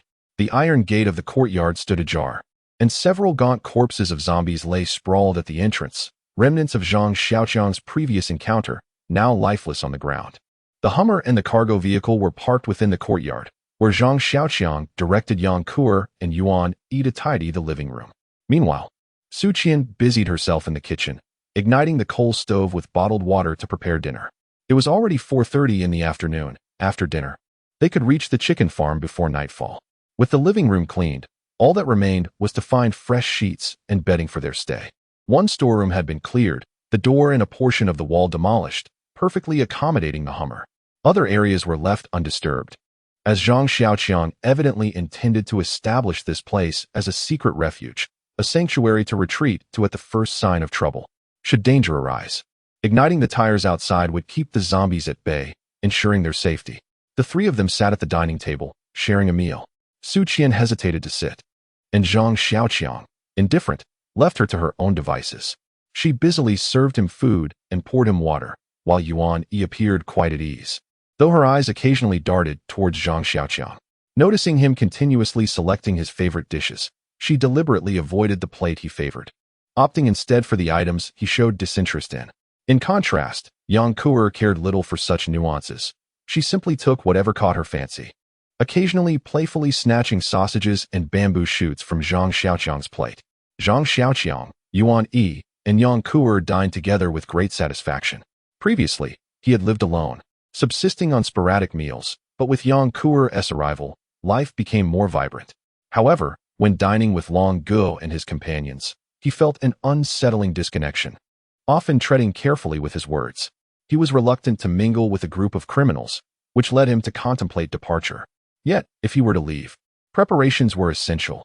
At the very least, Yuan Yi and Su Qian needed to enhance their physical capabilities, for the outside world was fraught with hardship and peril, where a moment's carelessness could lead to ruin. Zhang Xiaoqiang had already assembled a miniature team and felt a sense of responsibility towards them. With a firm kick, he struck the heavy iron door, calling out several times to no avail. Growing increasingly irritated, particularly towards the old Russian, he pondered whether he should devise a plan to neutralize him before departing.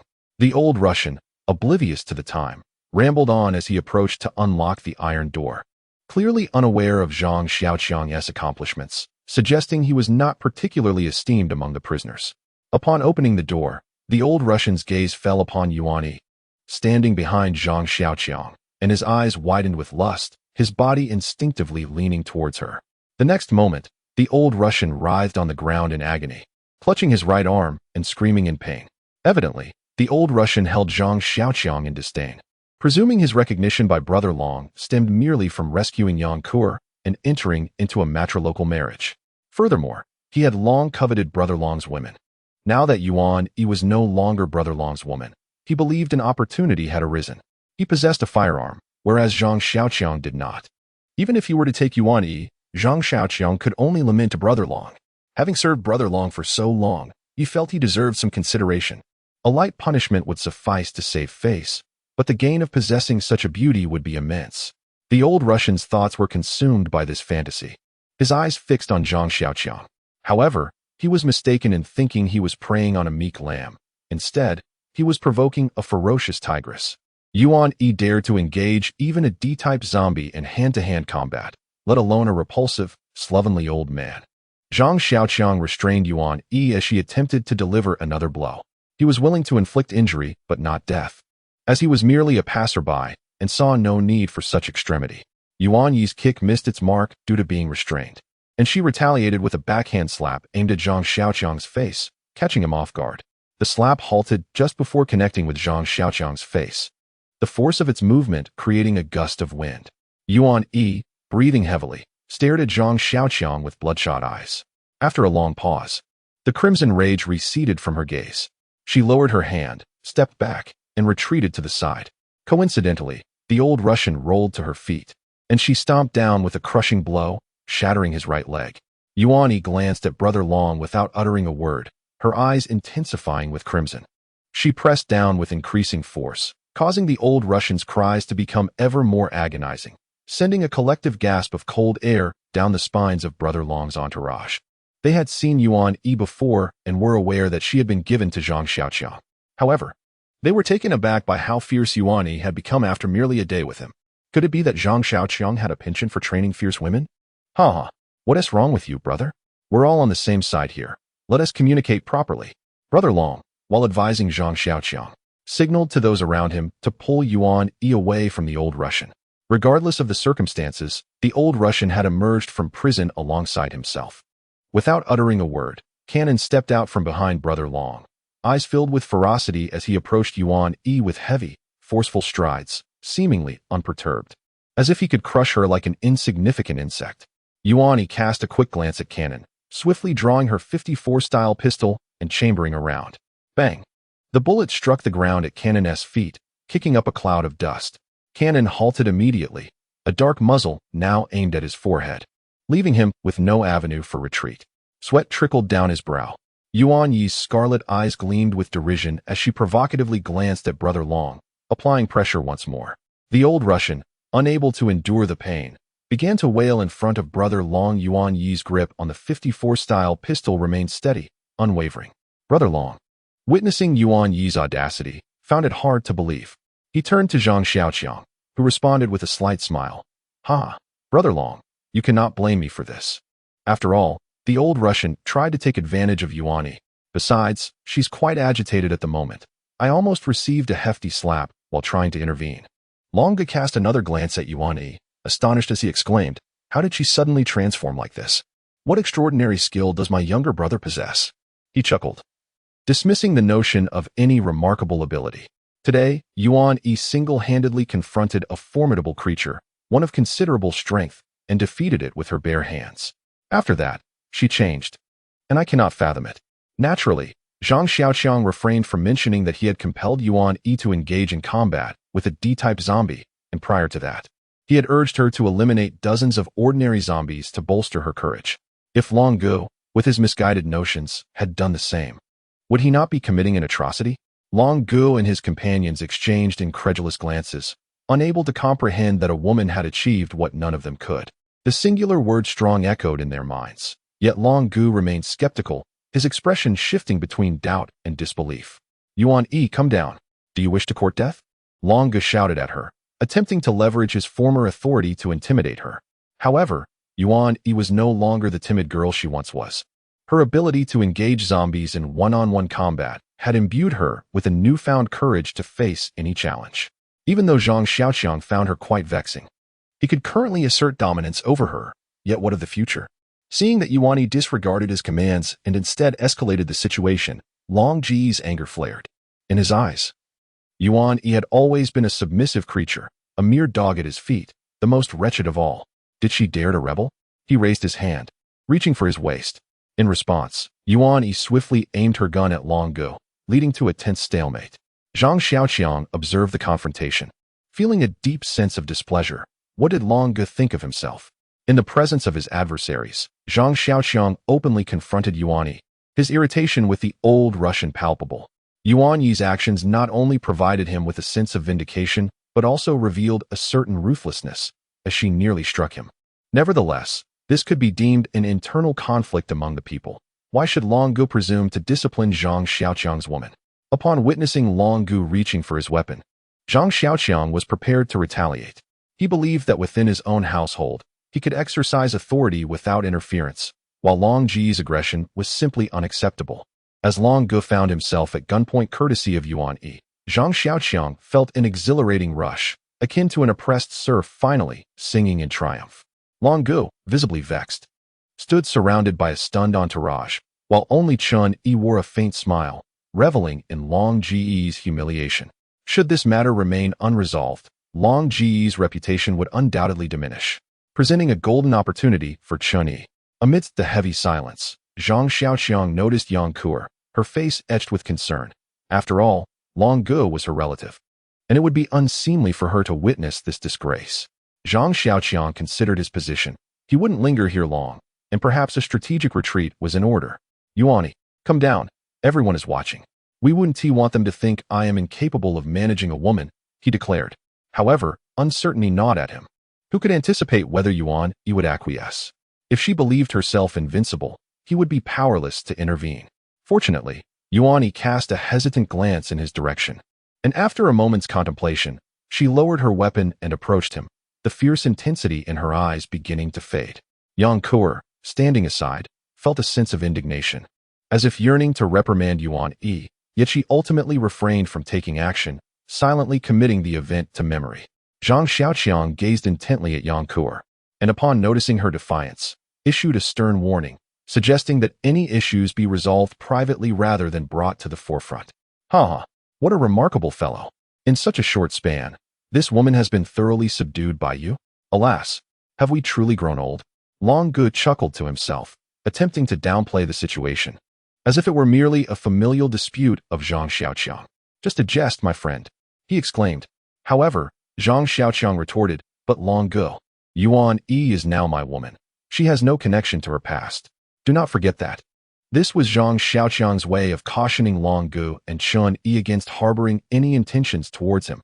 Should it come to a disagreement, they could part ways without hesitation. "Ha! Well said, my brother. One ought to manage their own affairs, wouldn't you agree, Long Ge?" Seizing the rare opportunity to counter Long Ge, Chun Yi joined in solidarity with Zhang Xiaoqiang, appearing to align himself with him. Long Ji's expression grew grim as he turned to the crowd behind him, commanding, Why are you not moving this useless fellow inside? Two men emerged, one lifting from the front and the other from the back, as they carried the old Russian through the large iron gate. As Long Gu turned to leave, he was called back by Zhang Xiaoqiang. Long Gu, I have made some gains today. May I ask how much I should offer you? As the car door swung open, a bounty of fragrant rice and cooking oil filled the compartment, with apples, jostled during the journey, scattered all around. The onlookers felt a surge of envy, their own monotonous diet of rice and pickled vegetables leaving them restless. How could they not feel a pang of jealousy upon seeing the apples? Ha! My dear brother has struck it rich. Where did you find all this? It's been ages since I've indulged in fruits, and seeing them makes my mouth water. Chun Yi jested from the side, his eyes sparkling with delight, yet he remained still, for the rules here dictated that all offerings must be submitted, while everything else is for oneself to procure. Brother Long and Brother Yi were generous, and the younger brothers were not lacking in spirit either. 2,000 jin of fragrant rice, 80 boxes of apples, 40 barrels of cooking oil, along with some red wine and mountain goods, all presented to you as a gesture of reciprocity. Zhang Xiaoqiang waved his hand grandly, bestowing these supplies upon Brother Long and Chun Yi, while secretly keeping the majority for himself. This was merely a form of ransom for Yuan Yi and Su Qian. Brother Long and Chun Yi's faces lit up with smiles. They understood Zhang Xiaoqiang's intent. Yuan Yi and Su Qian were now officially purchased by him, symbolizing the settling of debts and a clean slate between them. Brother Long wore a broad smile, yet a closer inspection would reveal the absence of genuine amusement in his eyes. Chun Yi, however, was unconcerned, as he knew Zhang Xiaoqiang's departure was imminent. This murky pond could not accommodate him any longer. Furthermore, today, he had publicly humiliated Brother Long by maiming the old Russian. Most of the people here had been offended. It was a classic case of the rabbit dies, the fox grieves. Yuan Yi had crippled the old Russian, while Brother Long's authority had been disregarded by Zhang Xiaoqiang. The pent-up frustration within Zhang Xiaoqiang was now fully ignited. He felt no fault lay with Yuan Yi. What was the old Russian thinking, plotting against those around him? Had he not realized how vibrant the flowers were? Did he believe himself to be invincible? Yuan Yi was pleased, and so was Zhang Xiaoqiang. Whether Brother Long felt satisfaction was of no concern to him. Upon entering the bedroom, Zhang Xiaoqiang instructed Yuan Yi and Su Qian to leave, but chose to retain Yang Kuer. Do you share a close relationship with Long Gu? Zhang Xiaoqiang inquired, taking a drag from his cigarette. Not really. I've hardly seen him. We only meet during the new year. What is the matter? Yang Kuer was perplexed by Zhang Xiaoqiang's sudden question. If Long Gu were to attempt to harm me, whose side would you take? Zhang Xiaoqiang finally articulated his true intention. How could that be? I thought you two were quite close, Yang Kuer responded, her youth rendering her somewhat naive to the intricacies of such relationships. Had it been Su Qian and Yuan Yi, they would have discerned the underlying tension between Zhang Xiaoqiang and Long Gu. I'll ask again. If Long Gu were to kill me, whose side would you take? Zhang Xiaoqiang gazed at Yang Kuer with a serious expression. If Yang Kuer were to side with her relatives, he would leave with Yuan Yi. Despite his aversion towards her, her conduct had been commendable, far surpassing that of He Wenbin and others. Furthermore, she had remained obedient thus far, which provided him with a modicum of assurance. Additionally, her driving skills were an asset. As for Su Qian, she was not to be considered for the moment. Her cunning nature required more time for him to ascertain her true character. Yang Kuer sensed something amiss. Her delicate face paled slightly, and her breathing became a tad hurried. Gazing at the serious Zhang Xiaoqiang, she blurted out, "Of course I would support you. You are my husband. After all, I am bound to you for life." After a brief pause, she continued, "Moreover, my parents are not fond of my little cousin. My aunt was once so exasperated with him that she ended up in the hospital." Zhang Xiaoqiang, upon hearing Yang Kuer's declaration, felt a wave of relief wash over his face.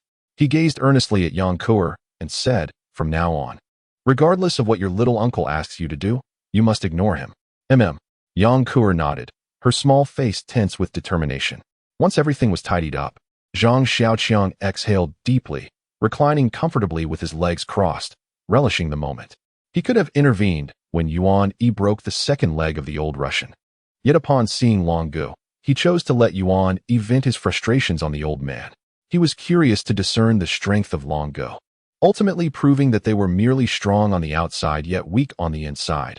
Aside from a few Type 81 rifles, they possessed nothing of significance. Who says that a homebody lacks cunning? After all, He had spent many years navigating the complexities of society, witnessing the underhanded tactics and betrayals that abound. Had he truly endured so many hardships in vain? Contemplating his future path, Zhang Xiaoqiang began to feel a headache brewing. He had never had the chance to travel the nation and was oblivious to the circumstances in various regions. He knew that Tibet must be vast and sparsely populated. Hadn't he seen that large expanse on the map? However, he was adept at flying planes yet unfamiliar with trains. How could he reach his destination?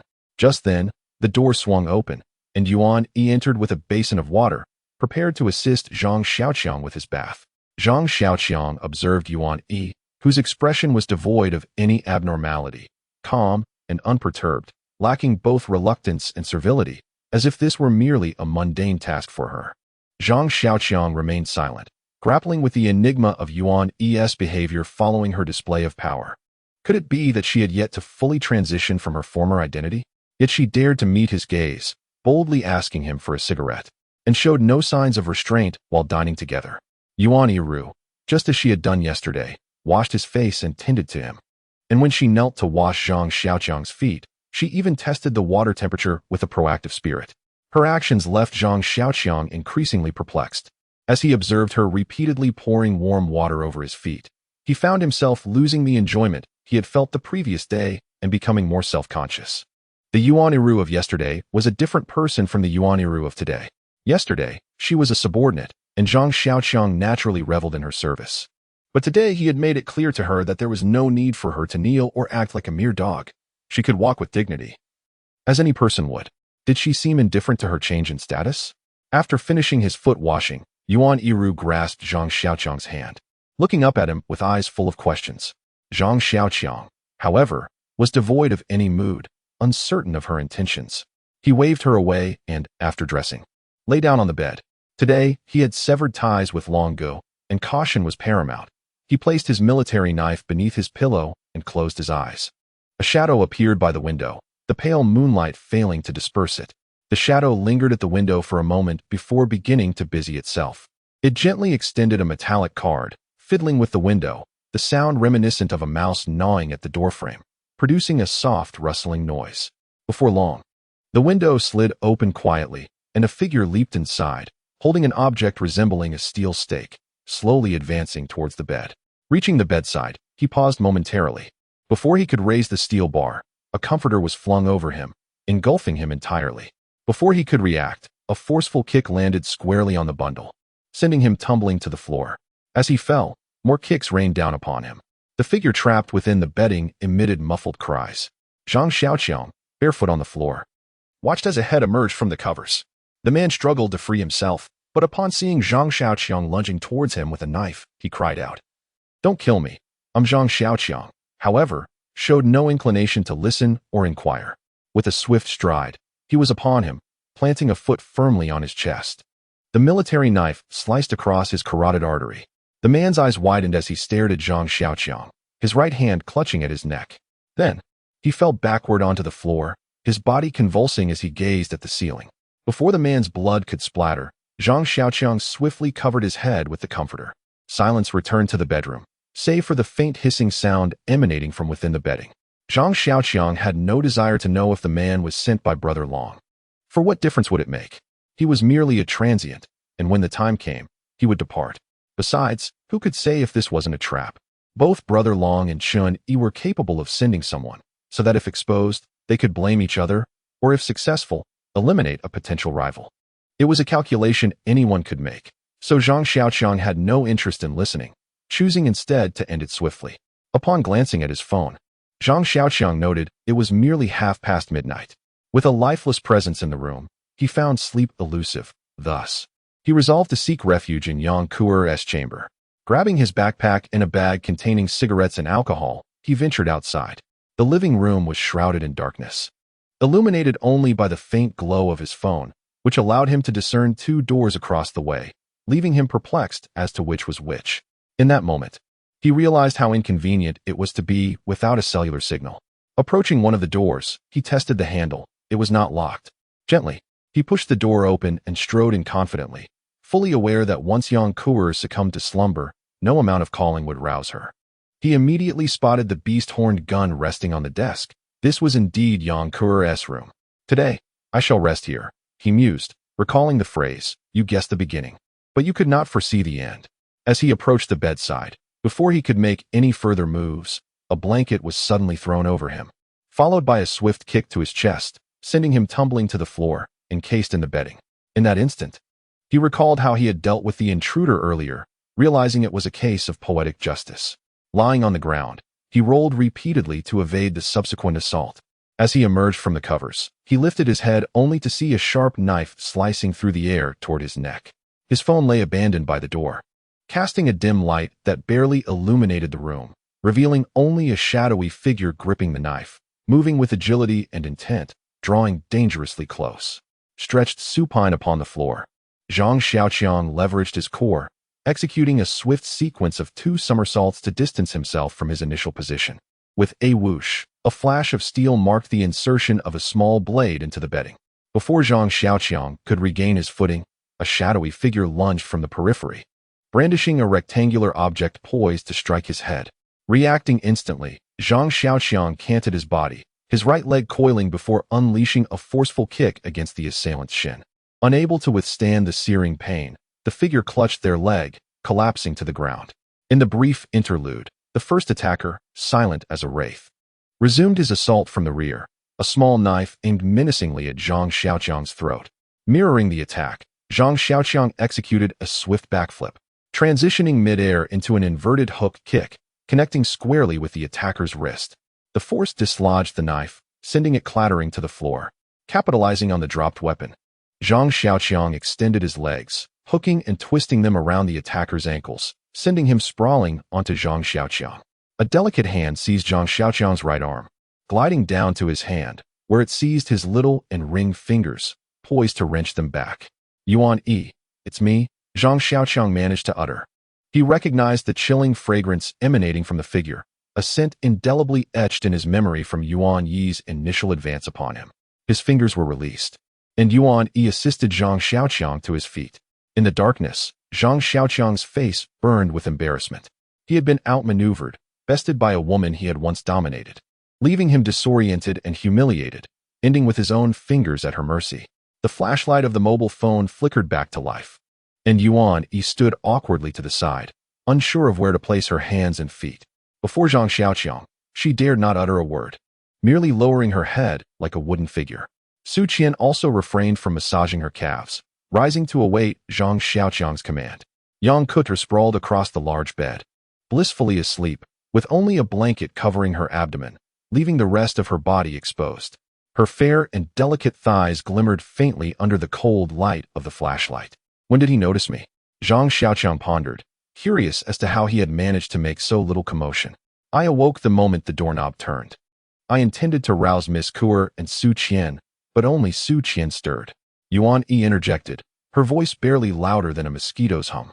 Is it surprising that you could wake her? D2 couldn't even rouse her. Zhang Xiaoqiang felt a sense of relief that Yang Kuer remained undisturbed. Given her formidable presence, he would undoubtedly have suffered some broken bones. I have a corpse in my room. I shall sleep here tonight, Zhang Xiaoqiang declared as he undressed. It wasn't until he climbed into bed that Yuan Yi and Su Qian comprehended the gravity of his words. After all, Zhang Xiaoqiang's tone was so nonchalant, as if he were merely speaking of a mouse in the house. The notion of a corpse in the room seemed almost ordinary. Zhang Xiaoqiang lay quietly, ignoring Yuan Yi and the others, fatigue from the morning's training weighing heavily upon him. His eyelids felt heavy, and all he desired was a peaceful slumber. Nothing else mattered at this moment, only the need for sleep. As if something had burrowed into his embrace, Zhang Xiaoqiang paid it little mind, secure in the knowledge that Yuan Yi served as a human tripwire, obviating the need for his own vigilant watch. This sensation was unprecedented in Zhang Xiaoqiang's 3 decades of life, an ineffable feeling of comfort and contentment. In his dream, he was entangled in a passionate embrace with a celebrated actress from the land of the rising sun. At the climax of their encounter, she seized his manhood, her nimble tongue dancing upon it, sending shivers of delight through him. Abruptly jolted awake, Zhang Xiaoqiang realized that someone was indeed engaging in oral ministrations upon his nether regions, driving him to the brink of ecstasy. Yang Kuer, nestled in his arms like a contented piglet, emitted soft snores. He felt as though he were cradling a slumbering swine. Glancing at his phone, he noted that it was already 6:20. Covering Yang Kuer's mouth and nose, he waited until the lack of air stirred her from her slumber. Her dark eyes, gleaming in the light of the phone, met his gaze. "Husband, you've finally come to me of your own accord?" she exclaimed, nuzzling his body as if to imprint his scent upon her memory. Zhang Xiaoqiang playfully swatted her posterior and urged, "Get up, it's time for training." Yuan Yi and Su Qian were already awake. As they emerged from their bedding, Zhang Xiaoqiang noticed Su Qian casting a flattering glance in his direction, with traces of something lingering at the corners of her mouth. Yuan Yi shot Su Qian a frigid look, wordlessly donning her attire in preparation for their departure. The group reconvened at their makeshift training ground from the previous day, where they made cursory adjustments to their clothing and equipment before commencing their morning run. Today is different from yesterday. Aside from Zhang Xiaoqiang and Yang Kuer maintaining the same pace, Yuan Yi and Su Qian have fallen behind. The after effects of yesterday have begun to manifest today, with a pervasive soreness and numbness in the muscles. To fully adapt will require observing the body's condition over the next few days. Zhang Xiaoqiang, witnessing this, did not rush them. He himself had traversed this path. He understood that perseverance would gradually enhance their physical fitness.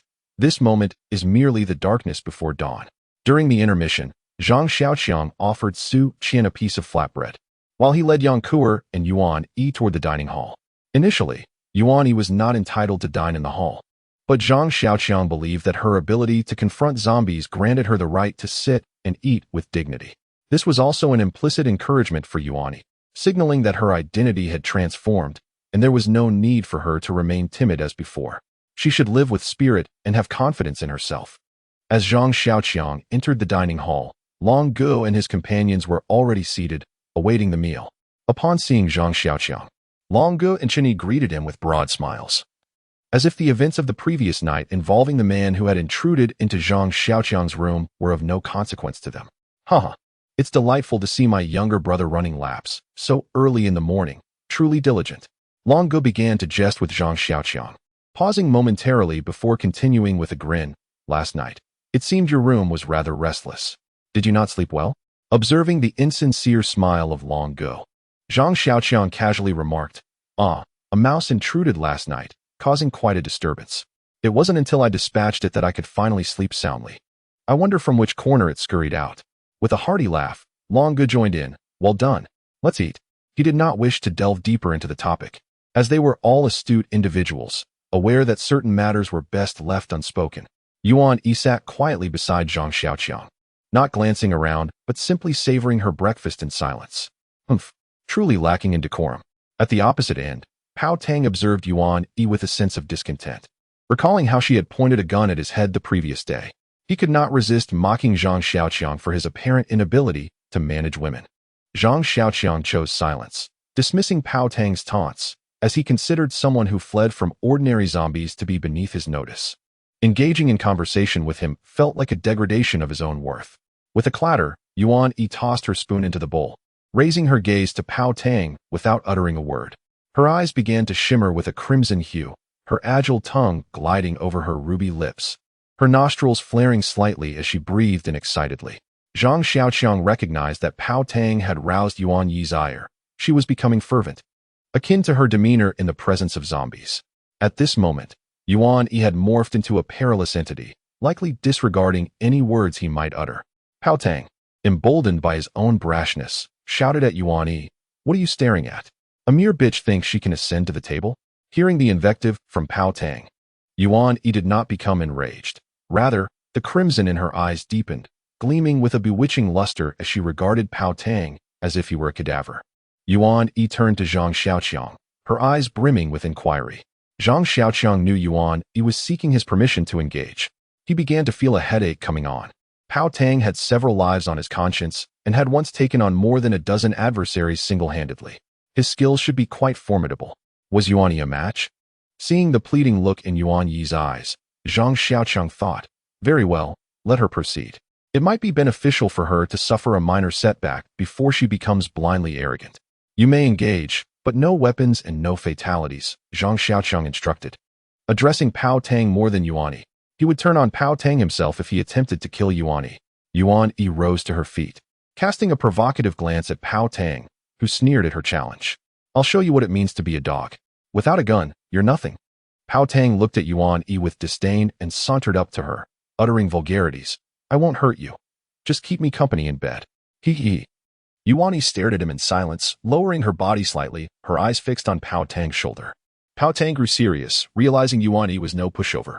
Everyone had lost their appetite and focused their attention on Pao Tang and Yuan Yi. Yang Kuber sat cross-legged on a chair, watching the scene with excitement, twirling a soup spoon in her hand. The confrontation between the cannon and Yuan Yi did not last long. With a sudden surge of power, the cannon launched a fist towards Yuan Yi's chest with remarkable speed, leaving Zhang Xiaoqiang astonished as he witnessed the fist approach Yuan Yi in an instant. Alarmed, Zhang Xiaoqiang swiftly disengaged the safety latch of his military knife, poised to intervene at any moment. The cannon was not the sort of mediocre opponent one could dismiss lightly. There was no rush. With a flick of his right arm, he broke free, causing Yuan Yi, whose strength was insufficient, to stumble slightly under the cannon's immense force. Seizing the opportunity, the cannon delivered a left hook aimed at Yuan Yi, who had no time to evade the impending strike. In a flash, he accelerated towards the cannon, dropping to his knees and sliding beneath the cannon's legs just before the punch landed. With a swift motion, he transitioned from kneeling to squatting, executing a sweeping kick that struck the cannon's rear heel, causing him to stumble forward for several paces. As the cannon turned around, Yuan Yi regained his footing, and a look of seriousness crossed the cannon's face. He recognized that Yuan Yi possessed considerable skill and a sharp instinct for combat. Their earlier exchange had ended in a stalemate. For a few seconds, they faced each other, then the cannon advanced, lifting his right leg for a powerful horizontal sweep, the force of which created a whistling sound as it cut through the air. Yuan Yi ducked low, allowing the cannon's leg to sweep over her head. Without a moment's hesitation, she accelerated and collided with the cannon's side, striking him at the waist before he could regain his balance. His right foot still airborne and his center of gravity yet to be established, Yuan Yi was abruptly struck in the lower back by the cannon's barrel, causing him to stagger sideways and collide with the LCD television mounted on the wall. The impact left a substantial dent in the screen, creating a gaping hole. In a fit of fury, the cannon's barrel seized the edges of the screen and wrenched it free, swiftly turning to hurl it at Yuan Yi, positioned just behind him. Yuan Yi was poised to retaliate fiercely, but upon witnessing the screen being torn away, he instinctively prepared to evade the impending projectile. The screen whizzed past, narrowly missing Yuan Yi's back, and crashed onto the windowsill across the room. Before the screen even hit the ground, the cannon's barrel, with bloodshot eyes, lunged toward Yuan Yi. Observing the cannon's reckless attempt to strike Yuan Yi with the screen, Zhang Xiaoqiang felt a surge of discontent. Aside from Long Gu and Shen Yi, who maintained stoic expressions, He Wenbin and the others exhibited their disbelief, while the young girl, Yang Kuer, crouched on her chair, berating the cannon for its shamelessness. The cannon's barrel rampaged like a mad bull, indiscriminately demolishing everything in its vicinity. With each ferocious blow of its fists and kicks, glass tables, wall art, and furniture were reduced to mere fragments. In that moment, it resembled a tempest of human fury, wreaking havoc upon its surroundings. Yuan Yi, agile and nimble, maneuvered around the cannon's onslaught, deftly evading its attacks while maintaining a gaze of icy calm, meticulously surveying for any vulnerabilities to exploit for a decisive strike. As the cannon raised its right hand, transforming its fist into a claw aimed at Yuan Yi's face, Yuan Yi remained unfazed, halting his movement to tilt his head aside and deftly evade the assault. Suddenly, the right claw veered, seizing Yuan Yi's collar and pulling him forward, while the left fist surged towards Yuan Yi's face. Stop! Zhang Xiaoqiang witnessed Yuan Yi being ensnared by the collar, and with a flick of his finger, the military knife was in his grasp. He leaned slightly forward, preparing to hurl a throwing knife. He disregarded everything. Despite his dissatisfaction with Yuan Yi, she was still one of his own. In uncertain times, it was wiser to surround oneself with a few women, at least away from him. Their circumstances would not be worse than the present. After all, women were less likely to harbor murderous desires driven by chaotic whims. Yuan Yi, with her collar in a vice grip, displayed no signs of fear. From the outset, she maintained an air of calmness, unperturbed even in the direst of situations. As she was yanked forward, she instinctively leaned back, propelling her feet against the chest of her assailant, tearing her camouflage attire from the collar to her right waist. As her clothing was shredded, Yuan Yi fell onto the floor behind her, a sharp pain constricting her chest, nearly robbing her of breath. The assailant reaped no advantage either, as he stumbled back several paces, landing on the sofa, rubbing the imprint of her foot on his chest as he regained his composure. Both individuals rose almost simultaneously. The assailant glared fiercely at Yuan Yi, his hand incessantly kneading his chest, where her kick had landed squarely. Yuan Yi, equally disheveled, had one sleeve torn away, leaving only threads still attached to her garment, while a large gash exposed her midriff, subtly revealing her tank top beneath. With a resounding rip, the camouflage jacket's zipper was undone. Just as the day before, Yuan Yi removed her top, facing the cannon barrel in only a vest. Zhang Xiaoqiang felt a pang of disadvantage at the sight of Yuan Yi's smooth, creamy skin and the hemispherical swell that strained against her vest. Exposed to the gazes of everyone present, a sourness welled up within him. The woman he loathed was provoking a sensation akin to jealousy. Even if he harbored no affection for Yuan Yi, she was, in a sense, his woman. Why should she be on display for others? The cannon barrel was incensed, beyond measure. He felt humiliated. A man who considered himself a formidable figure, one who had been on the precipice of execution, was now stalemated with a woman who, until recently, had been a mere slave, a contemptible cur. He imagined the onlookers were ridiculing him. He yearned to kill, to tear the odious woman before him into shreds. He craved to drench himself in her blood, to extinguish the flames of fury that engulfed his heart.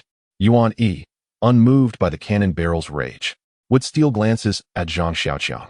Each time she caught his eye, her resolve would intensify. As long as Zhang Xiaoqiang watched her, she felt invincible.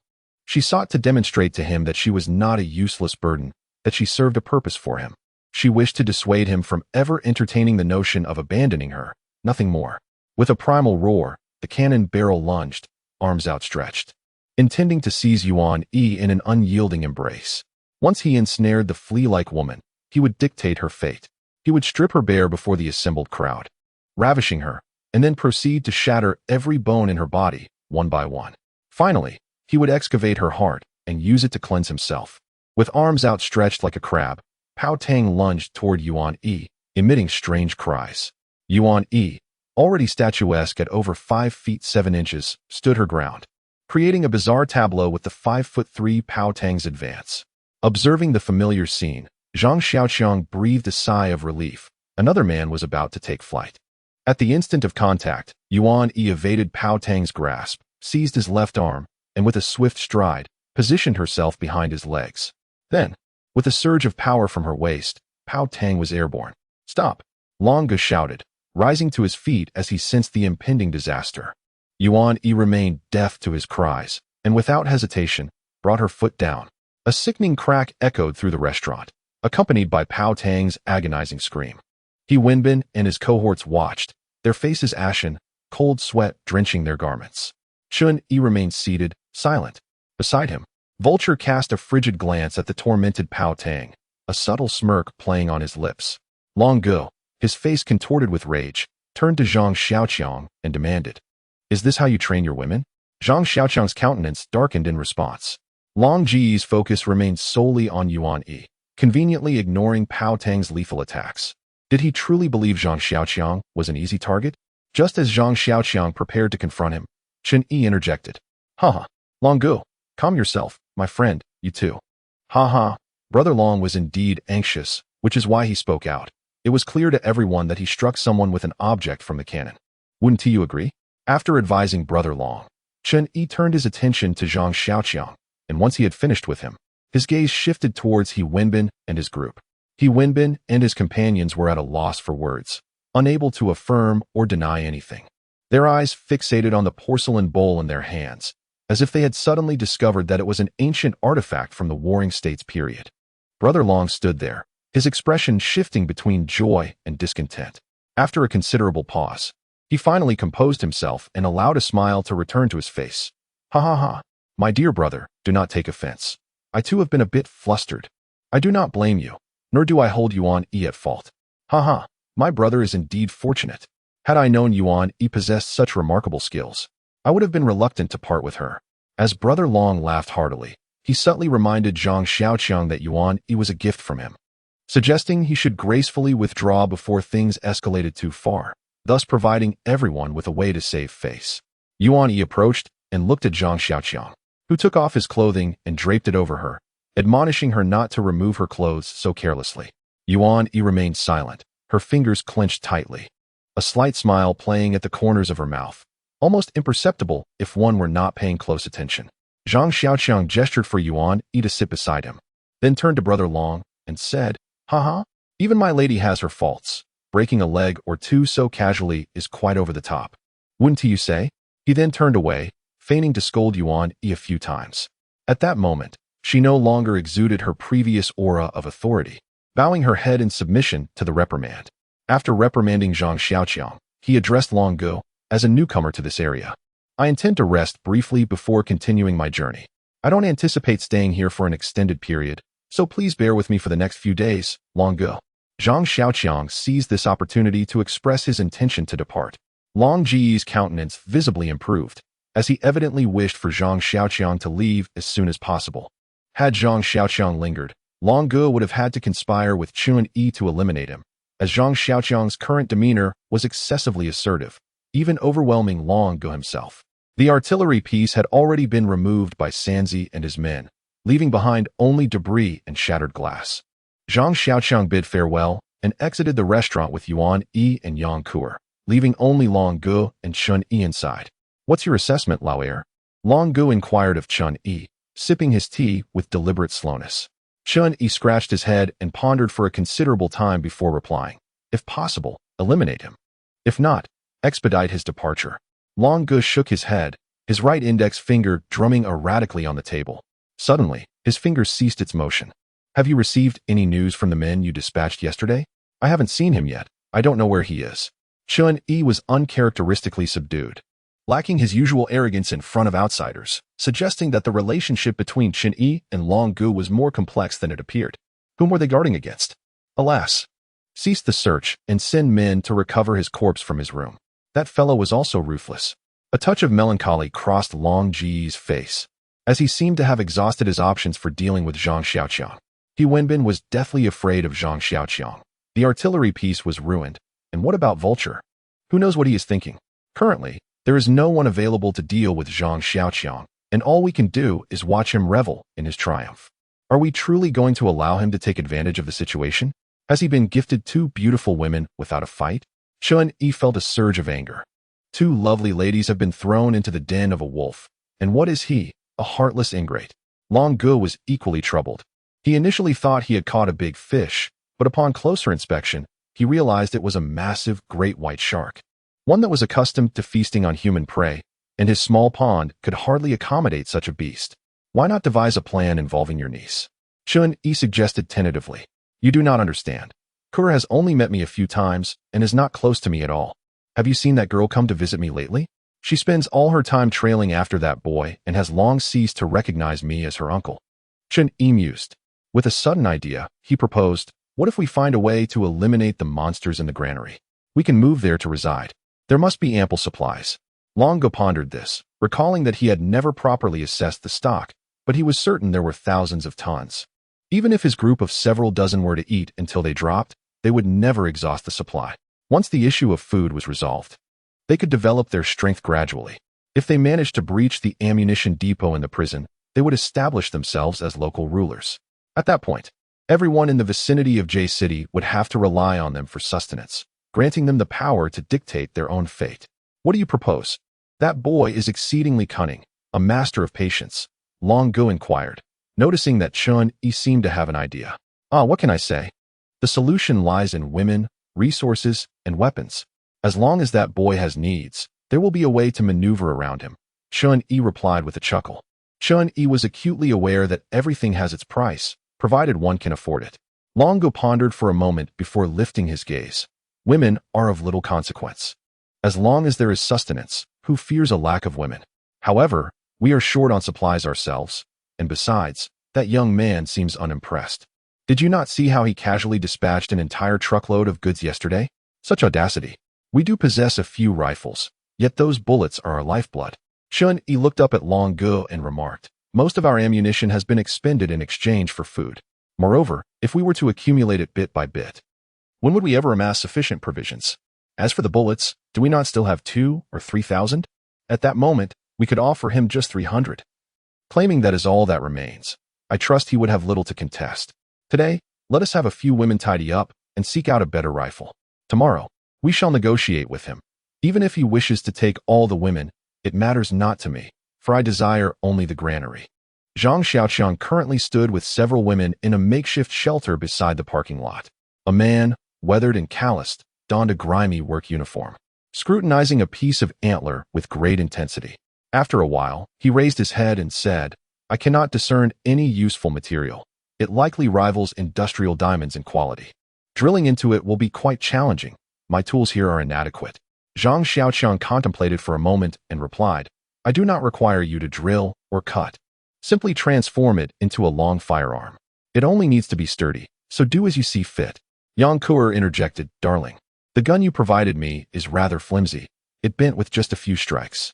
Look, Yang Kuer's rebar beast horn spear had become somewhat bent, likely due to her vigorous strikes that caused her to lose control of her strength.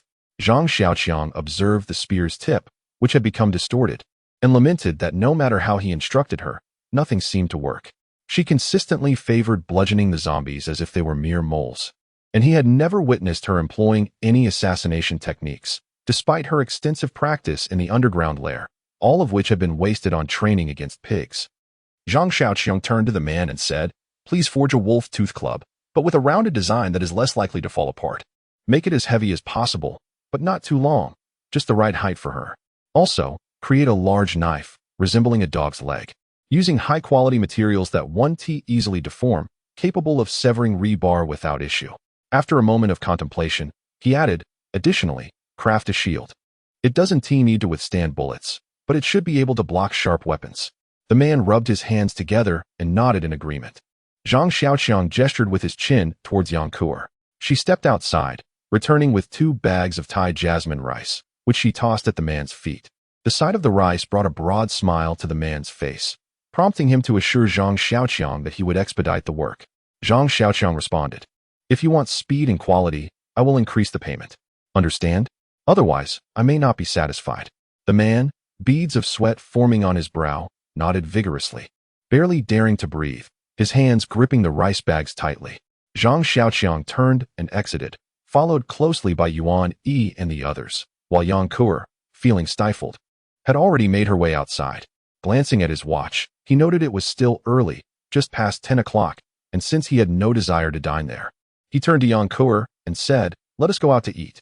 Zhang Xiaoqiang wandered aimlessly until he stumbled upon a modest vegetable garden, which had long been devoid of any greenery.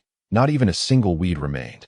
The entire patch lay bare, resembling a piece of dark brown leather sprawled across the vacant land. As he stood amidst the desolation, a wave of suffocating despair washed over him. In the wake of the apocalypse, even the plants had ceased to flourish. If this dire situation persisted for a few more years, the remnants of humanity would soon face starvation, ultimately compelled to venture into the zombie-infested urban sprawl in search of moldy, spoiled sustenance. At that juncture, how much longer could humankind endure? Suddenly, Zhang Xiaoqiang's foot struck something concealed beneath the soil. He kicked aside the dirt, revealing a square metal plate embedded with a large iron ring. A secret base? A flicker of excitement surged within him. Had he stumbled upon a treasure? He tugged at the iron ring, unveiling a dark, gaping hole before him. A wooden ladder leaned against the entrance.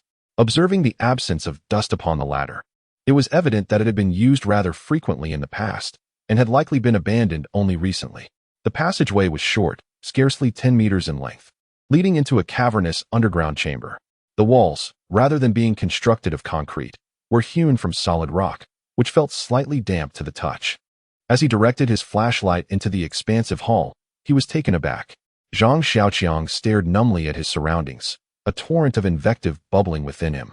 Yet he found no words to express his rage. A sudden urge to unleash his fury overtook him, compelling him to obliterate everything in sight, to incinerate this place and all it contained until nothing remained. Upon entering the clandestine chamber, he discerned a multitude of mechanical devices and workbenches. Fortuitously, he discovered a diesel generator nestled in a corner. With the generator's activation, the surrounding lights illuminated, and the indicators on the machinery flickered to life. Consequently, he beheld countless pirated discs on the workbench, each adorned with alluring women in provocative poses, alongside a plethora of games and movies stacked in disarray. A single disc would have been cherished, 10 would have been a delight, but the sight of thousands evoked a sense of exasperation. In a post-apocalyptic world, entertainment held little value. Occasional leisure was acceptable, but constant indulgence courted disaster. Wow, so many! Yang Kuder exclaimed, diving into the pile of discs, indiscriminately selecting actresses, games, and movies, with a preference for the former. What are you doing here? Zhang Xiaoqiang questioned, indifferent to her actions as long as she refrained from pilfering his belongings. Yang Kuder emerged from the pile, announcing, dinner's ready. As Zhang Xiaoqiang sat at the table, he observed Yuan Yi's soot-covered face, pondering whether she intended to abandon her violent tendencies for domesticity. Meanwhile, Su Qian seemed eager to speak with Zhang Xiaoqiang. Noticing her hesitation, Zhang Xiaoqiang nodded, inviting her to proceed. I was wondering if I could also start slaying monsters. Su Qian stammered, her gaze averted, as if fearing his disapproval. Zhang Xiaoqiang pondered for a moment and nodded. The strength of ordinary zombies was indeed far inferior to that of an average person, as long as one exercised caution. There would be no significant problems. Yang Kuer was not as formidable as the current Su Qian, yet she managed to eliminate a zombie. Moreover, in a post-apocalyptic world, survival does not solely rely on brute strength, but rather on courage and wisdom. One's physical power cannot dismantle a bus barehanded, but D2 can. You must understand that we shall not extend any assistance to you. Even if you were to be devoured by those zombies, I would remain indifferent. Yang Kuer and Yuan Yi have endured similar trials, and you shall not receive any special treatment. Zhang Xiaoqiang addressed Su Qian, affirming that he would not regret the path he had chosen. If Su Qian did not wish to be a slave, she must possess the fortitude to face the possibility of being consumed by zombies. Of course, Zhang Xiaoqiang would never allow her to meet such a fate. Should she sustain even a minor injury, he would eliminate her swiftly, granting her an early release from suffering. After Su Qian expressed her thoughts, the atmosphere in the room grew heavy. Yang Kuer picked at her food with a pair of chopsticks, selecting the leaner sausages for her bowl, discarding the fatty portions into Zhang Xiaoqiang's. To her, Su Qian's fate was of no concern. Yuan Yi consistently focused on the dish before her, perpetually bowing her head while eating. Upon hearing Su Qian's request, she paused momentarily before resuming her meal, as if she and Su Qian now inhabited entirely different worlds. Despite Su Qian having once pleaded for her, for the first time, Su Qian met Zhang Xiaoqiang's gaze openly, her eyes brimming with determination, her chest held high. In her eyes, this was an opportunity, a chance to escape the shackles of her servitude. Zhang Xiaoqiang was no paragon of virtue. Should he perceive her as inferior, he would likely discard her. In a world teeming with the undead, abandonment equated to a death sentence, whether by being devoured or succumbing to starvation. Su Qian's former existence had been wretched. She trusted no one and preferred to seize control of her own fate. To her, men were perpetually unreliable. Although Zhang Xiaoqiang exhibited slightly better conduct than Chen Yi, he did not demean himself as Chen did. What did it matter? She found herself compelled to grovel before him, fearful of inciting his wrath, and she had to tread carefully, dreading any provocation. She had always been shrewd. Among Chen Yi's various women, though not the most favored, she suffered the least. Even when Chen Yi suggested giving her to Zhang Xiaoqiang, she feigned compliance, allowing him to dictate her fate. In Zhang Xiaoqiang's presence, she adopted a demure demeanor, aware that men preferred submissive women over those who exhibited strength. Her strategy bore fruit as she garnered Zhang Xiaoqiang's favor, convinced that she could outshine Yuan Yi. However, everything changed when Yuan Yi eliminated the new D-level zombie, earning Zhang Xiaoqiang's unequivocal approval. He explicitly declared that Yuan Yi need not kneel and could stand proudly as an equal. This revelation stirred something within Su Qian. It was her deepest desire. Her current life felt more degrading than her days as a mistress. She had never considered herself inferior to anyone, not even to Yuan Yi, if their roles were reversed. She believed she would excel beyond her counterpart. Having issued his directives to Su Qian, Zhang Xiaoqiang commenced his meal. As he shoveled grains into his mouth, his thoughts drifted to the clandestine cellar, a former hub for pirated disc production, now under his dominion. The space was considerable, equipped with electricity, and with the addition of some provisions, it could serve as a secluded sanctuary. Reinforcing the iron exit plate would ensure a secure existence within. Ample water reserves were essential, as the location lacked a water source. Ideally, a set of electric cooking appliances would also be necessary. Since the advent of the apocalypse, Zhang Xiaoqiang had behaved like a squirrel preparing for winter. He harbored no illusions about the future and was solely focused on amassing resources, devoid of lofty aspirations. He was a traditional Chinese man who believed that even if his cave held enough supplies to last a lifetime, it would still not suffice. He envisioned his descendants and felt compelled to stockpile as much as possible for the generations to come, uncertain of what the future held. Prompted by these thoughts, Zhang Xiaoqiang, with Su Qian tidying up, enlisted Yang Kuer and Yuan Yi to transport various supplies into the cellar. Yuan Yi dutifully complied with Zhang Xiaoqiang's instructions. However, Yang Kuer, the human crane, protested. In her view, the items were perfectly safe on the ground, and she saw no reason to carry them incessantly like a camel, especially given the inconvenience of moving up and down. Why this? She demanded. What's wrong with leaving them outside? You're exploiting child labor. With that, Yang Kuer threw a bottle of mineral water onto the ground and began to sulk. Zhang Xiaoqiang observed Yang Kuer as she began to throw a tantrum once more. He contemplated reprimanding her, but upon noticing her crouched position, puffing her cheeks while surreptitiously glancing at him, he hesitated. When Yang Kuer caught his gaze, she defiantly turned her head, presenting the crown of her head towards him. Observing the substantial amount of supplies that had been nearly depleted, Zhang Xiaoqiang felt a twinge of sympathy for Yang Kuer, realizing that the lion's share of the work fell upon her shoulders, while he and Yuan Yi merely contributed in a minor capacity. Taking a deep breath, he found himself at a loss. How could he persuade her? Kuer, do you not understand that leaving the supplies outside may lead to spoilage? He addressed her with gentle firmness. So what? When the time comes, we can just raid. As long as we don't encounter a boss, what is there that we cannot seize? Yang Kuer evidently viewed the zombies as mere custodians of her personal warehouse, believing that a future confrontation would pose no significant challenge. Kuer, while you assert that we are formidable and can seize at will, what shall we do if all the supplies spoil and become moldy? Zhang Xiaoqiang endeavored to reason with her. Oh dear, do you ever tire of this?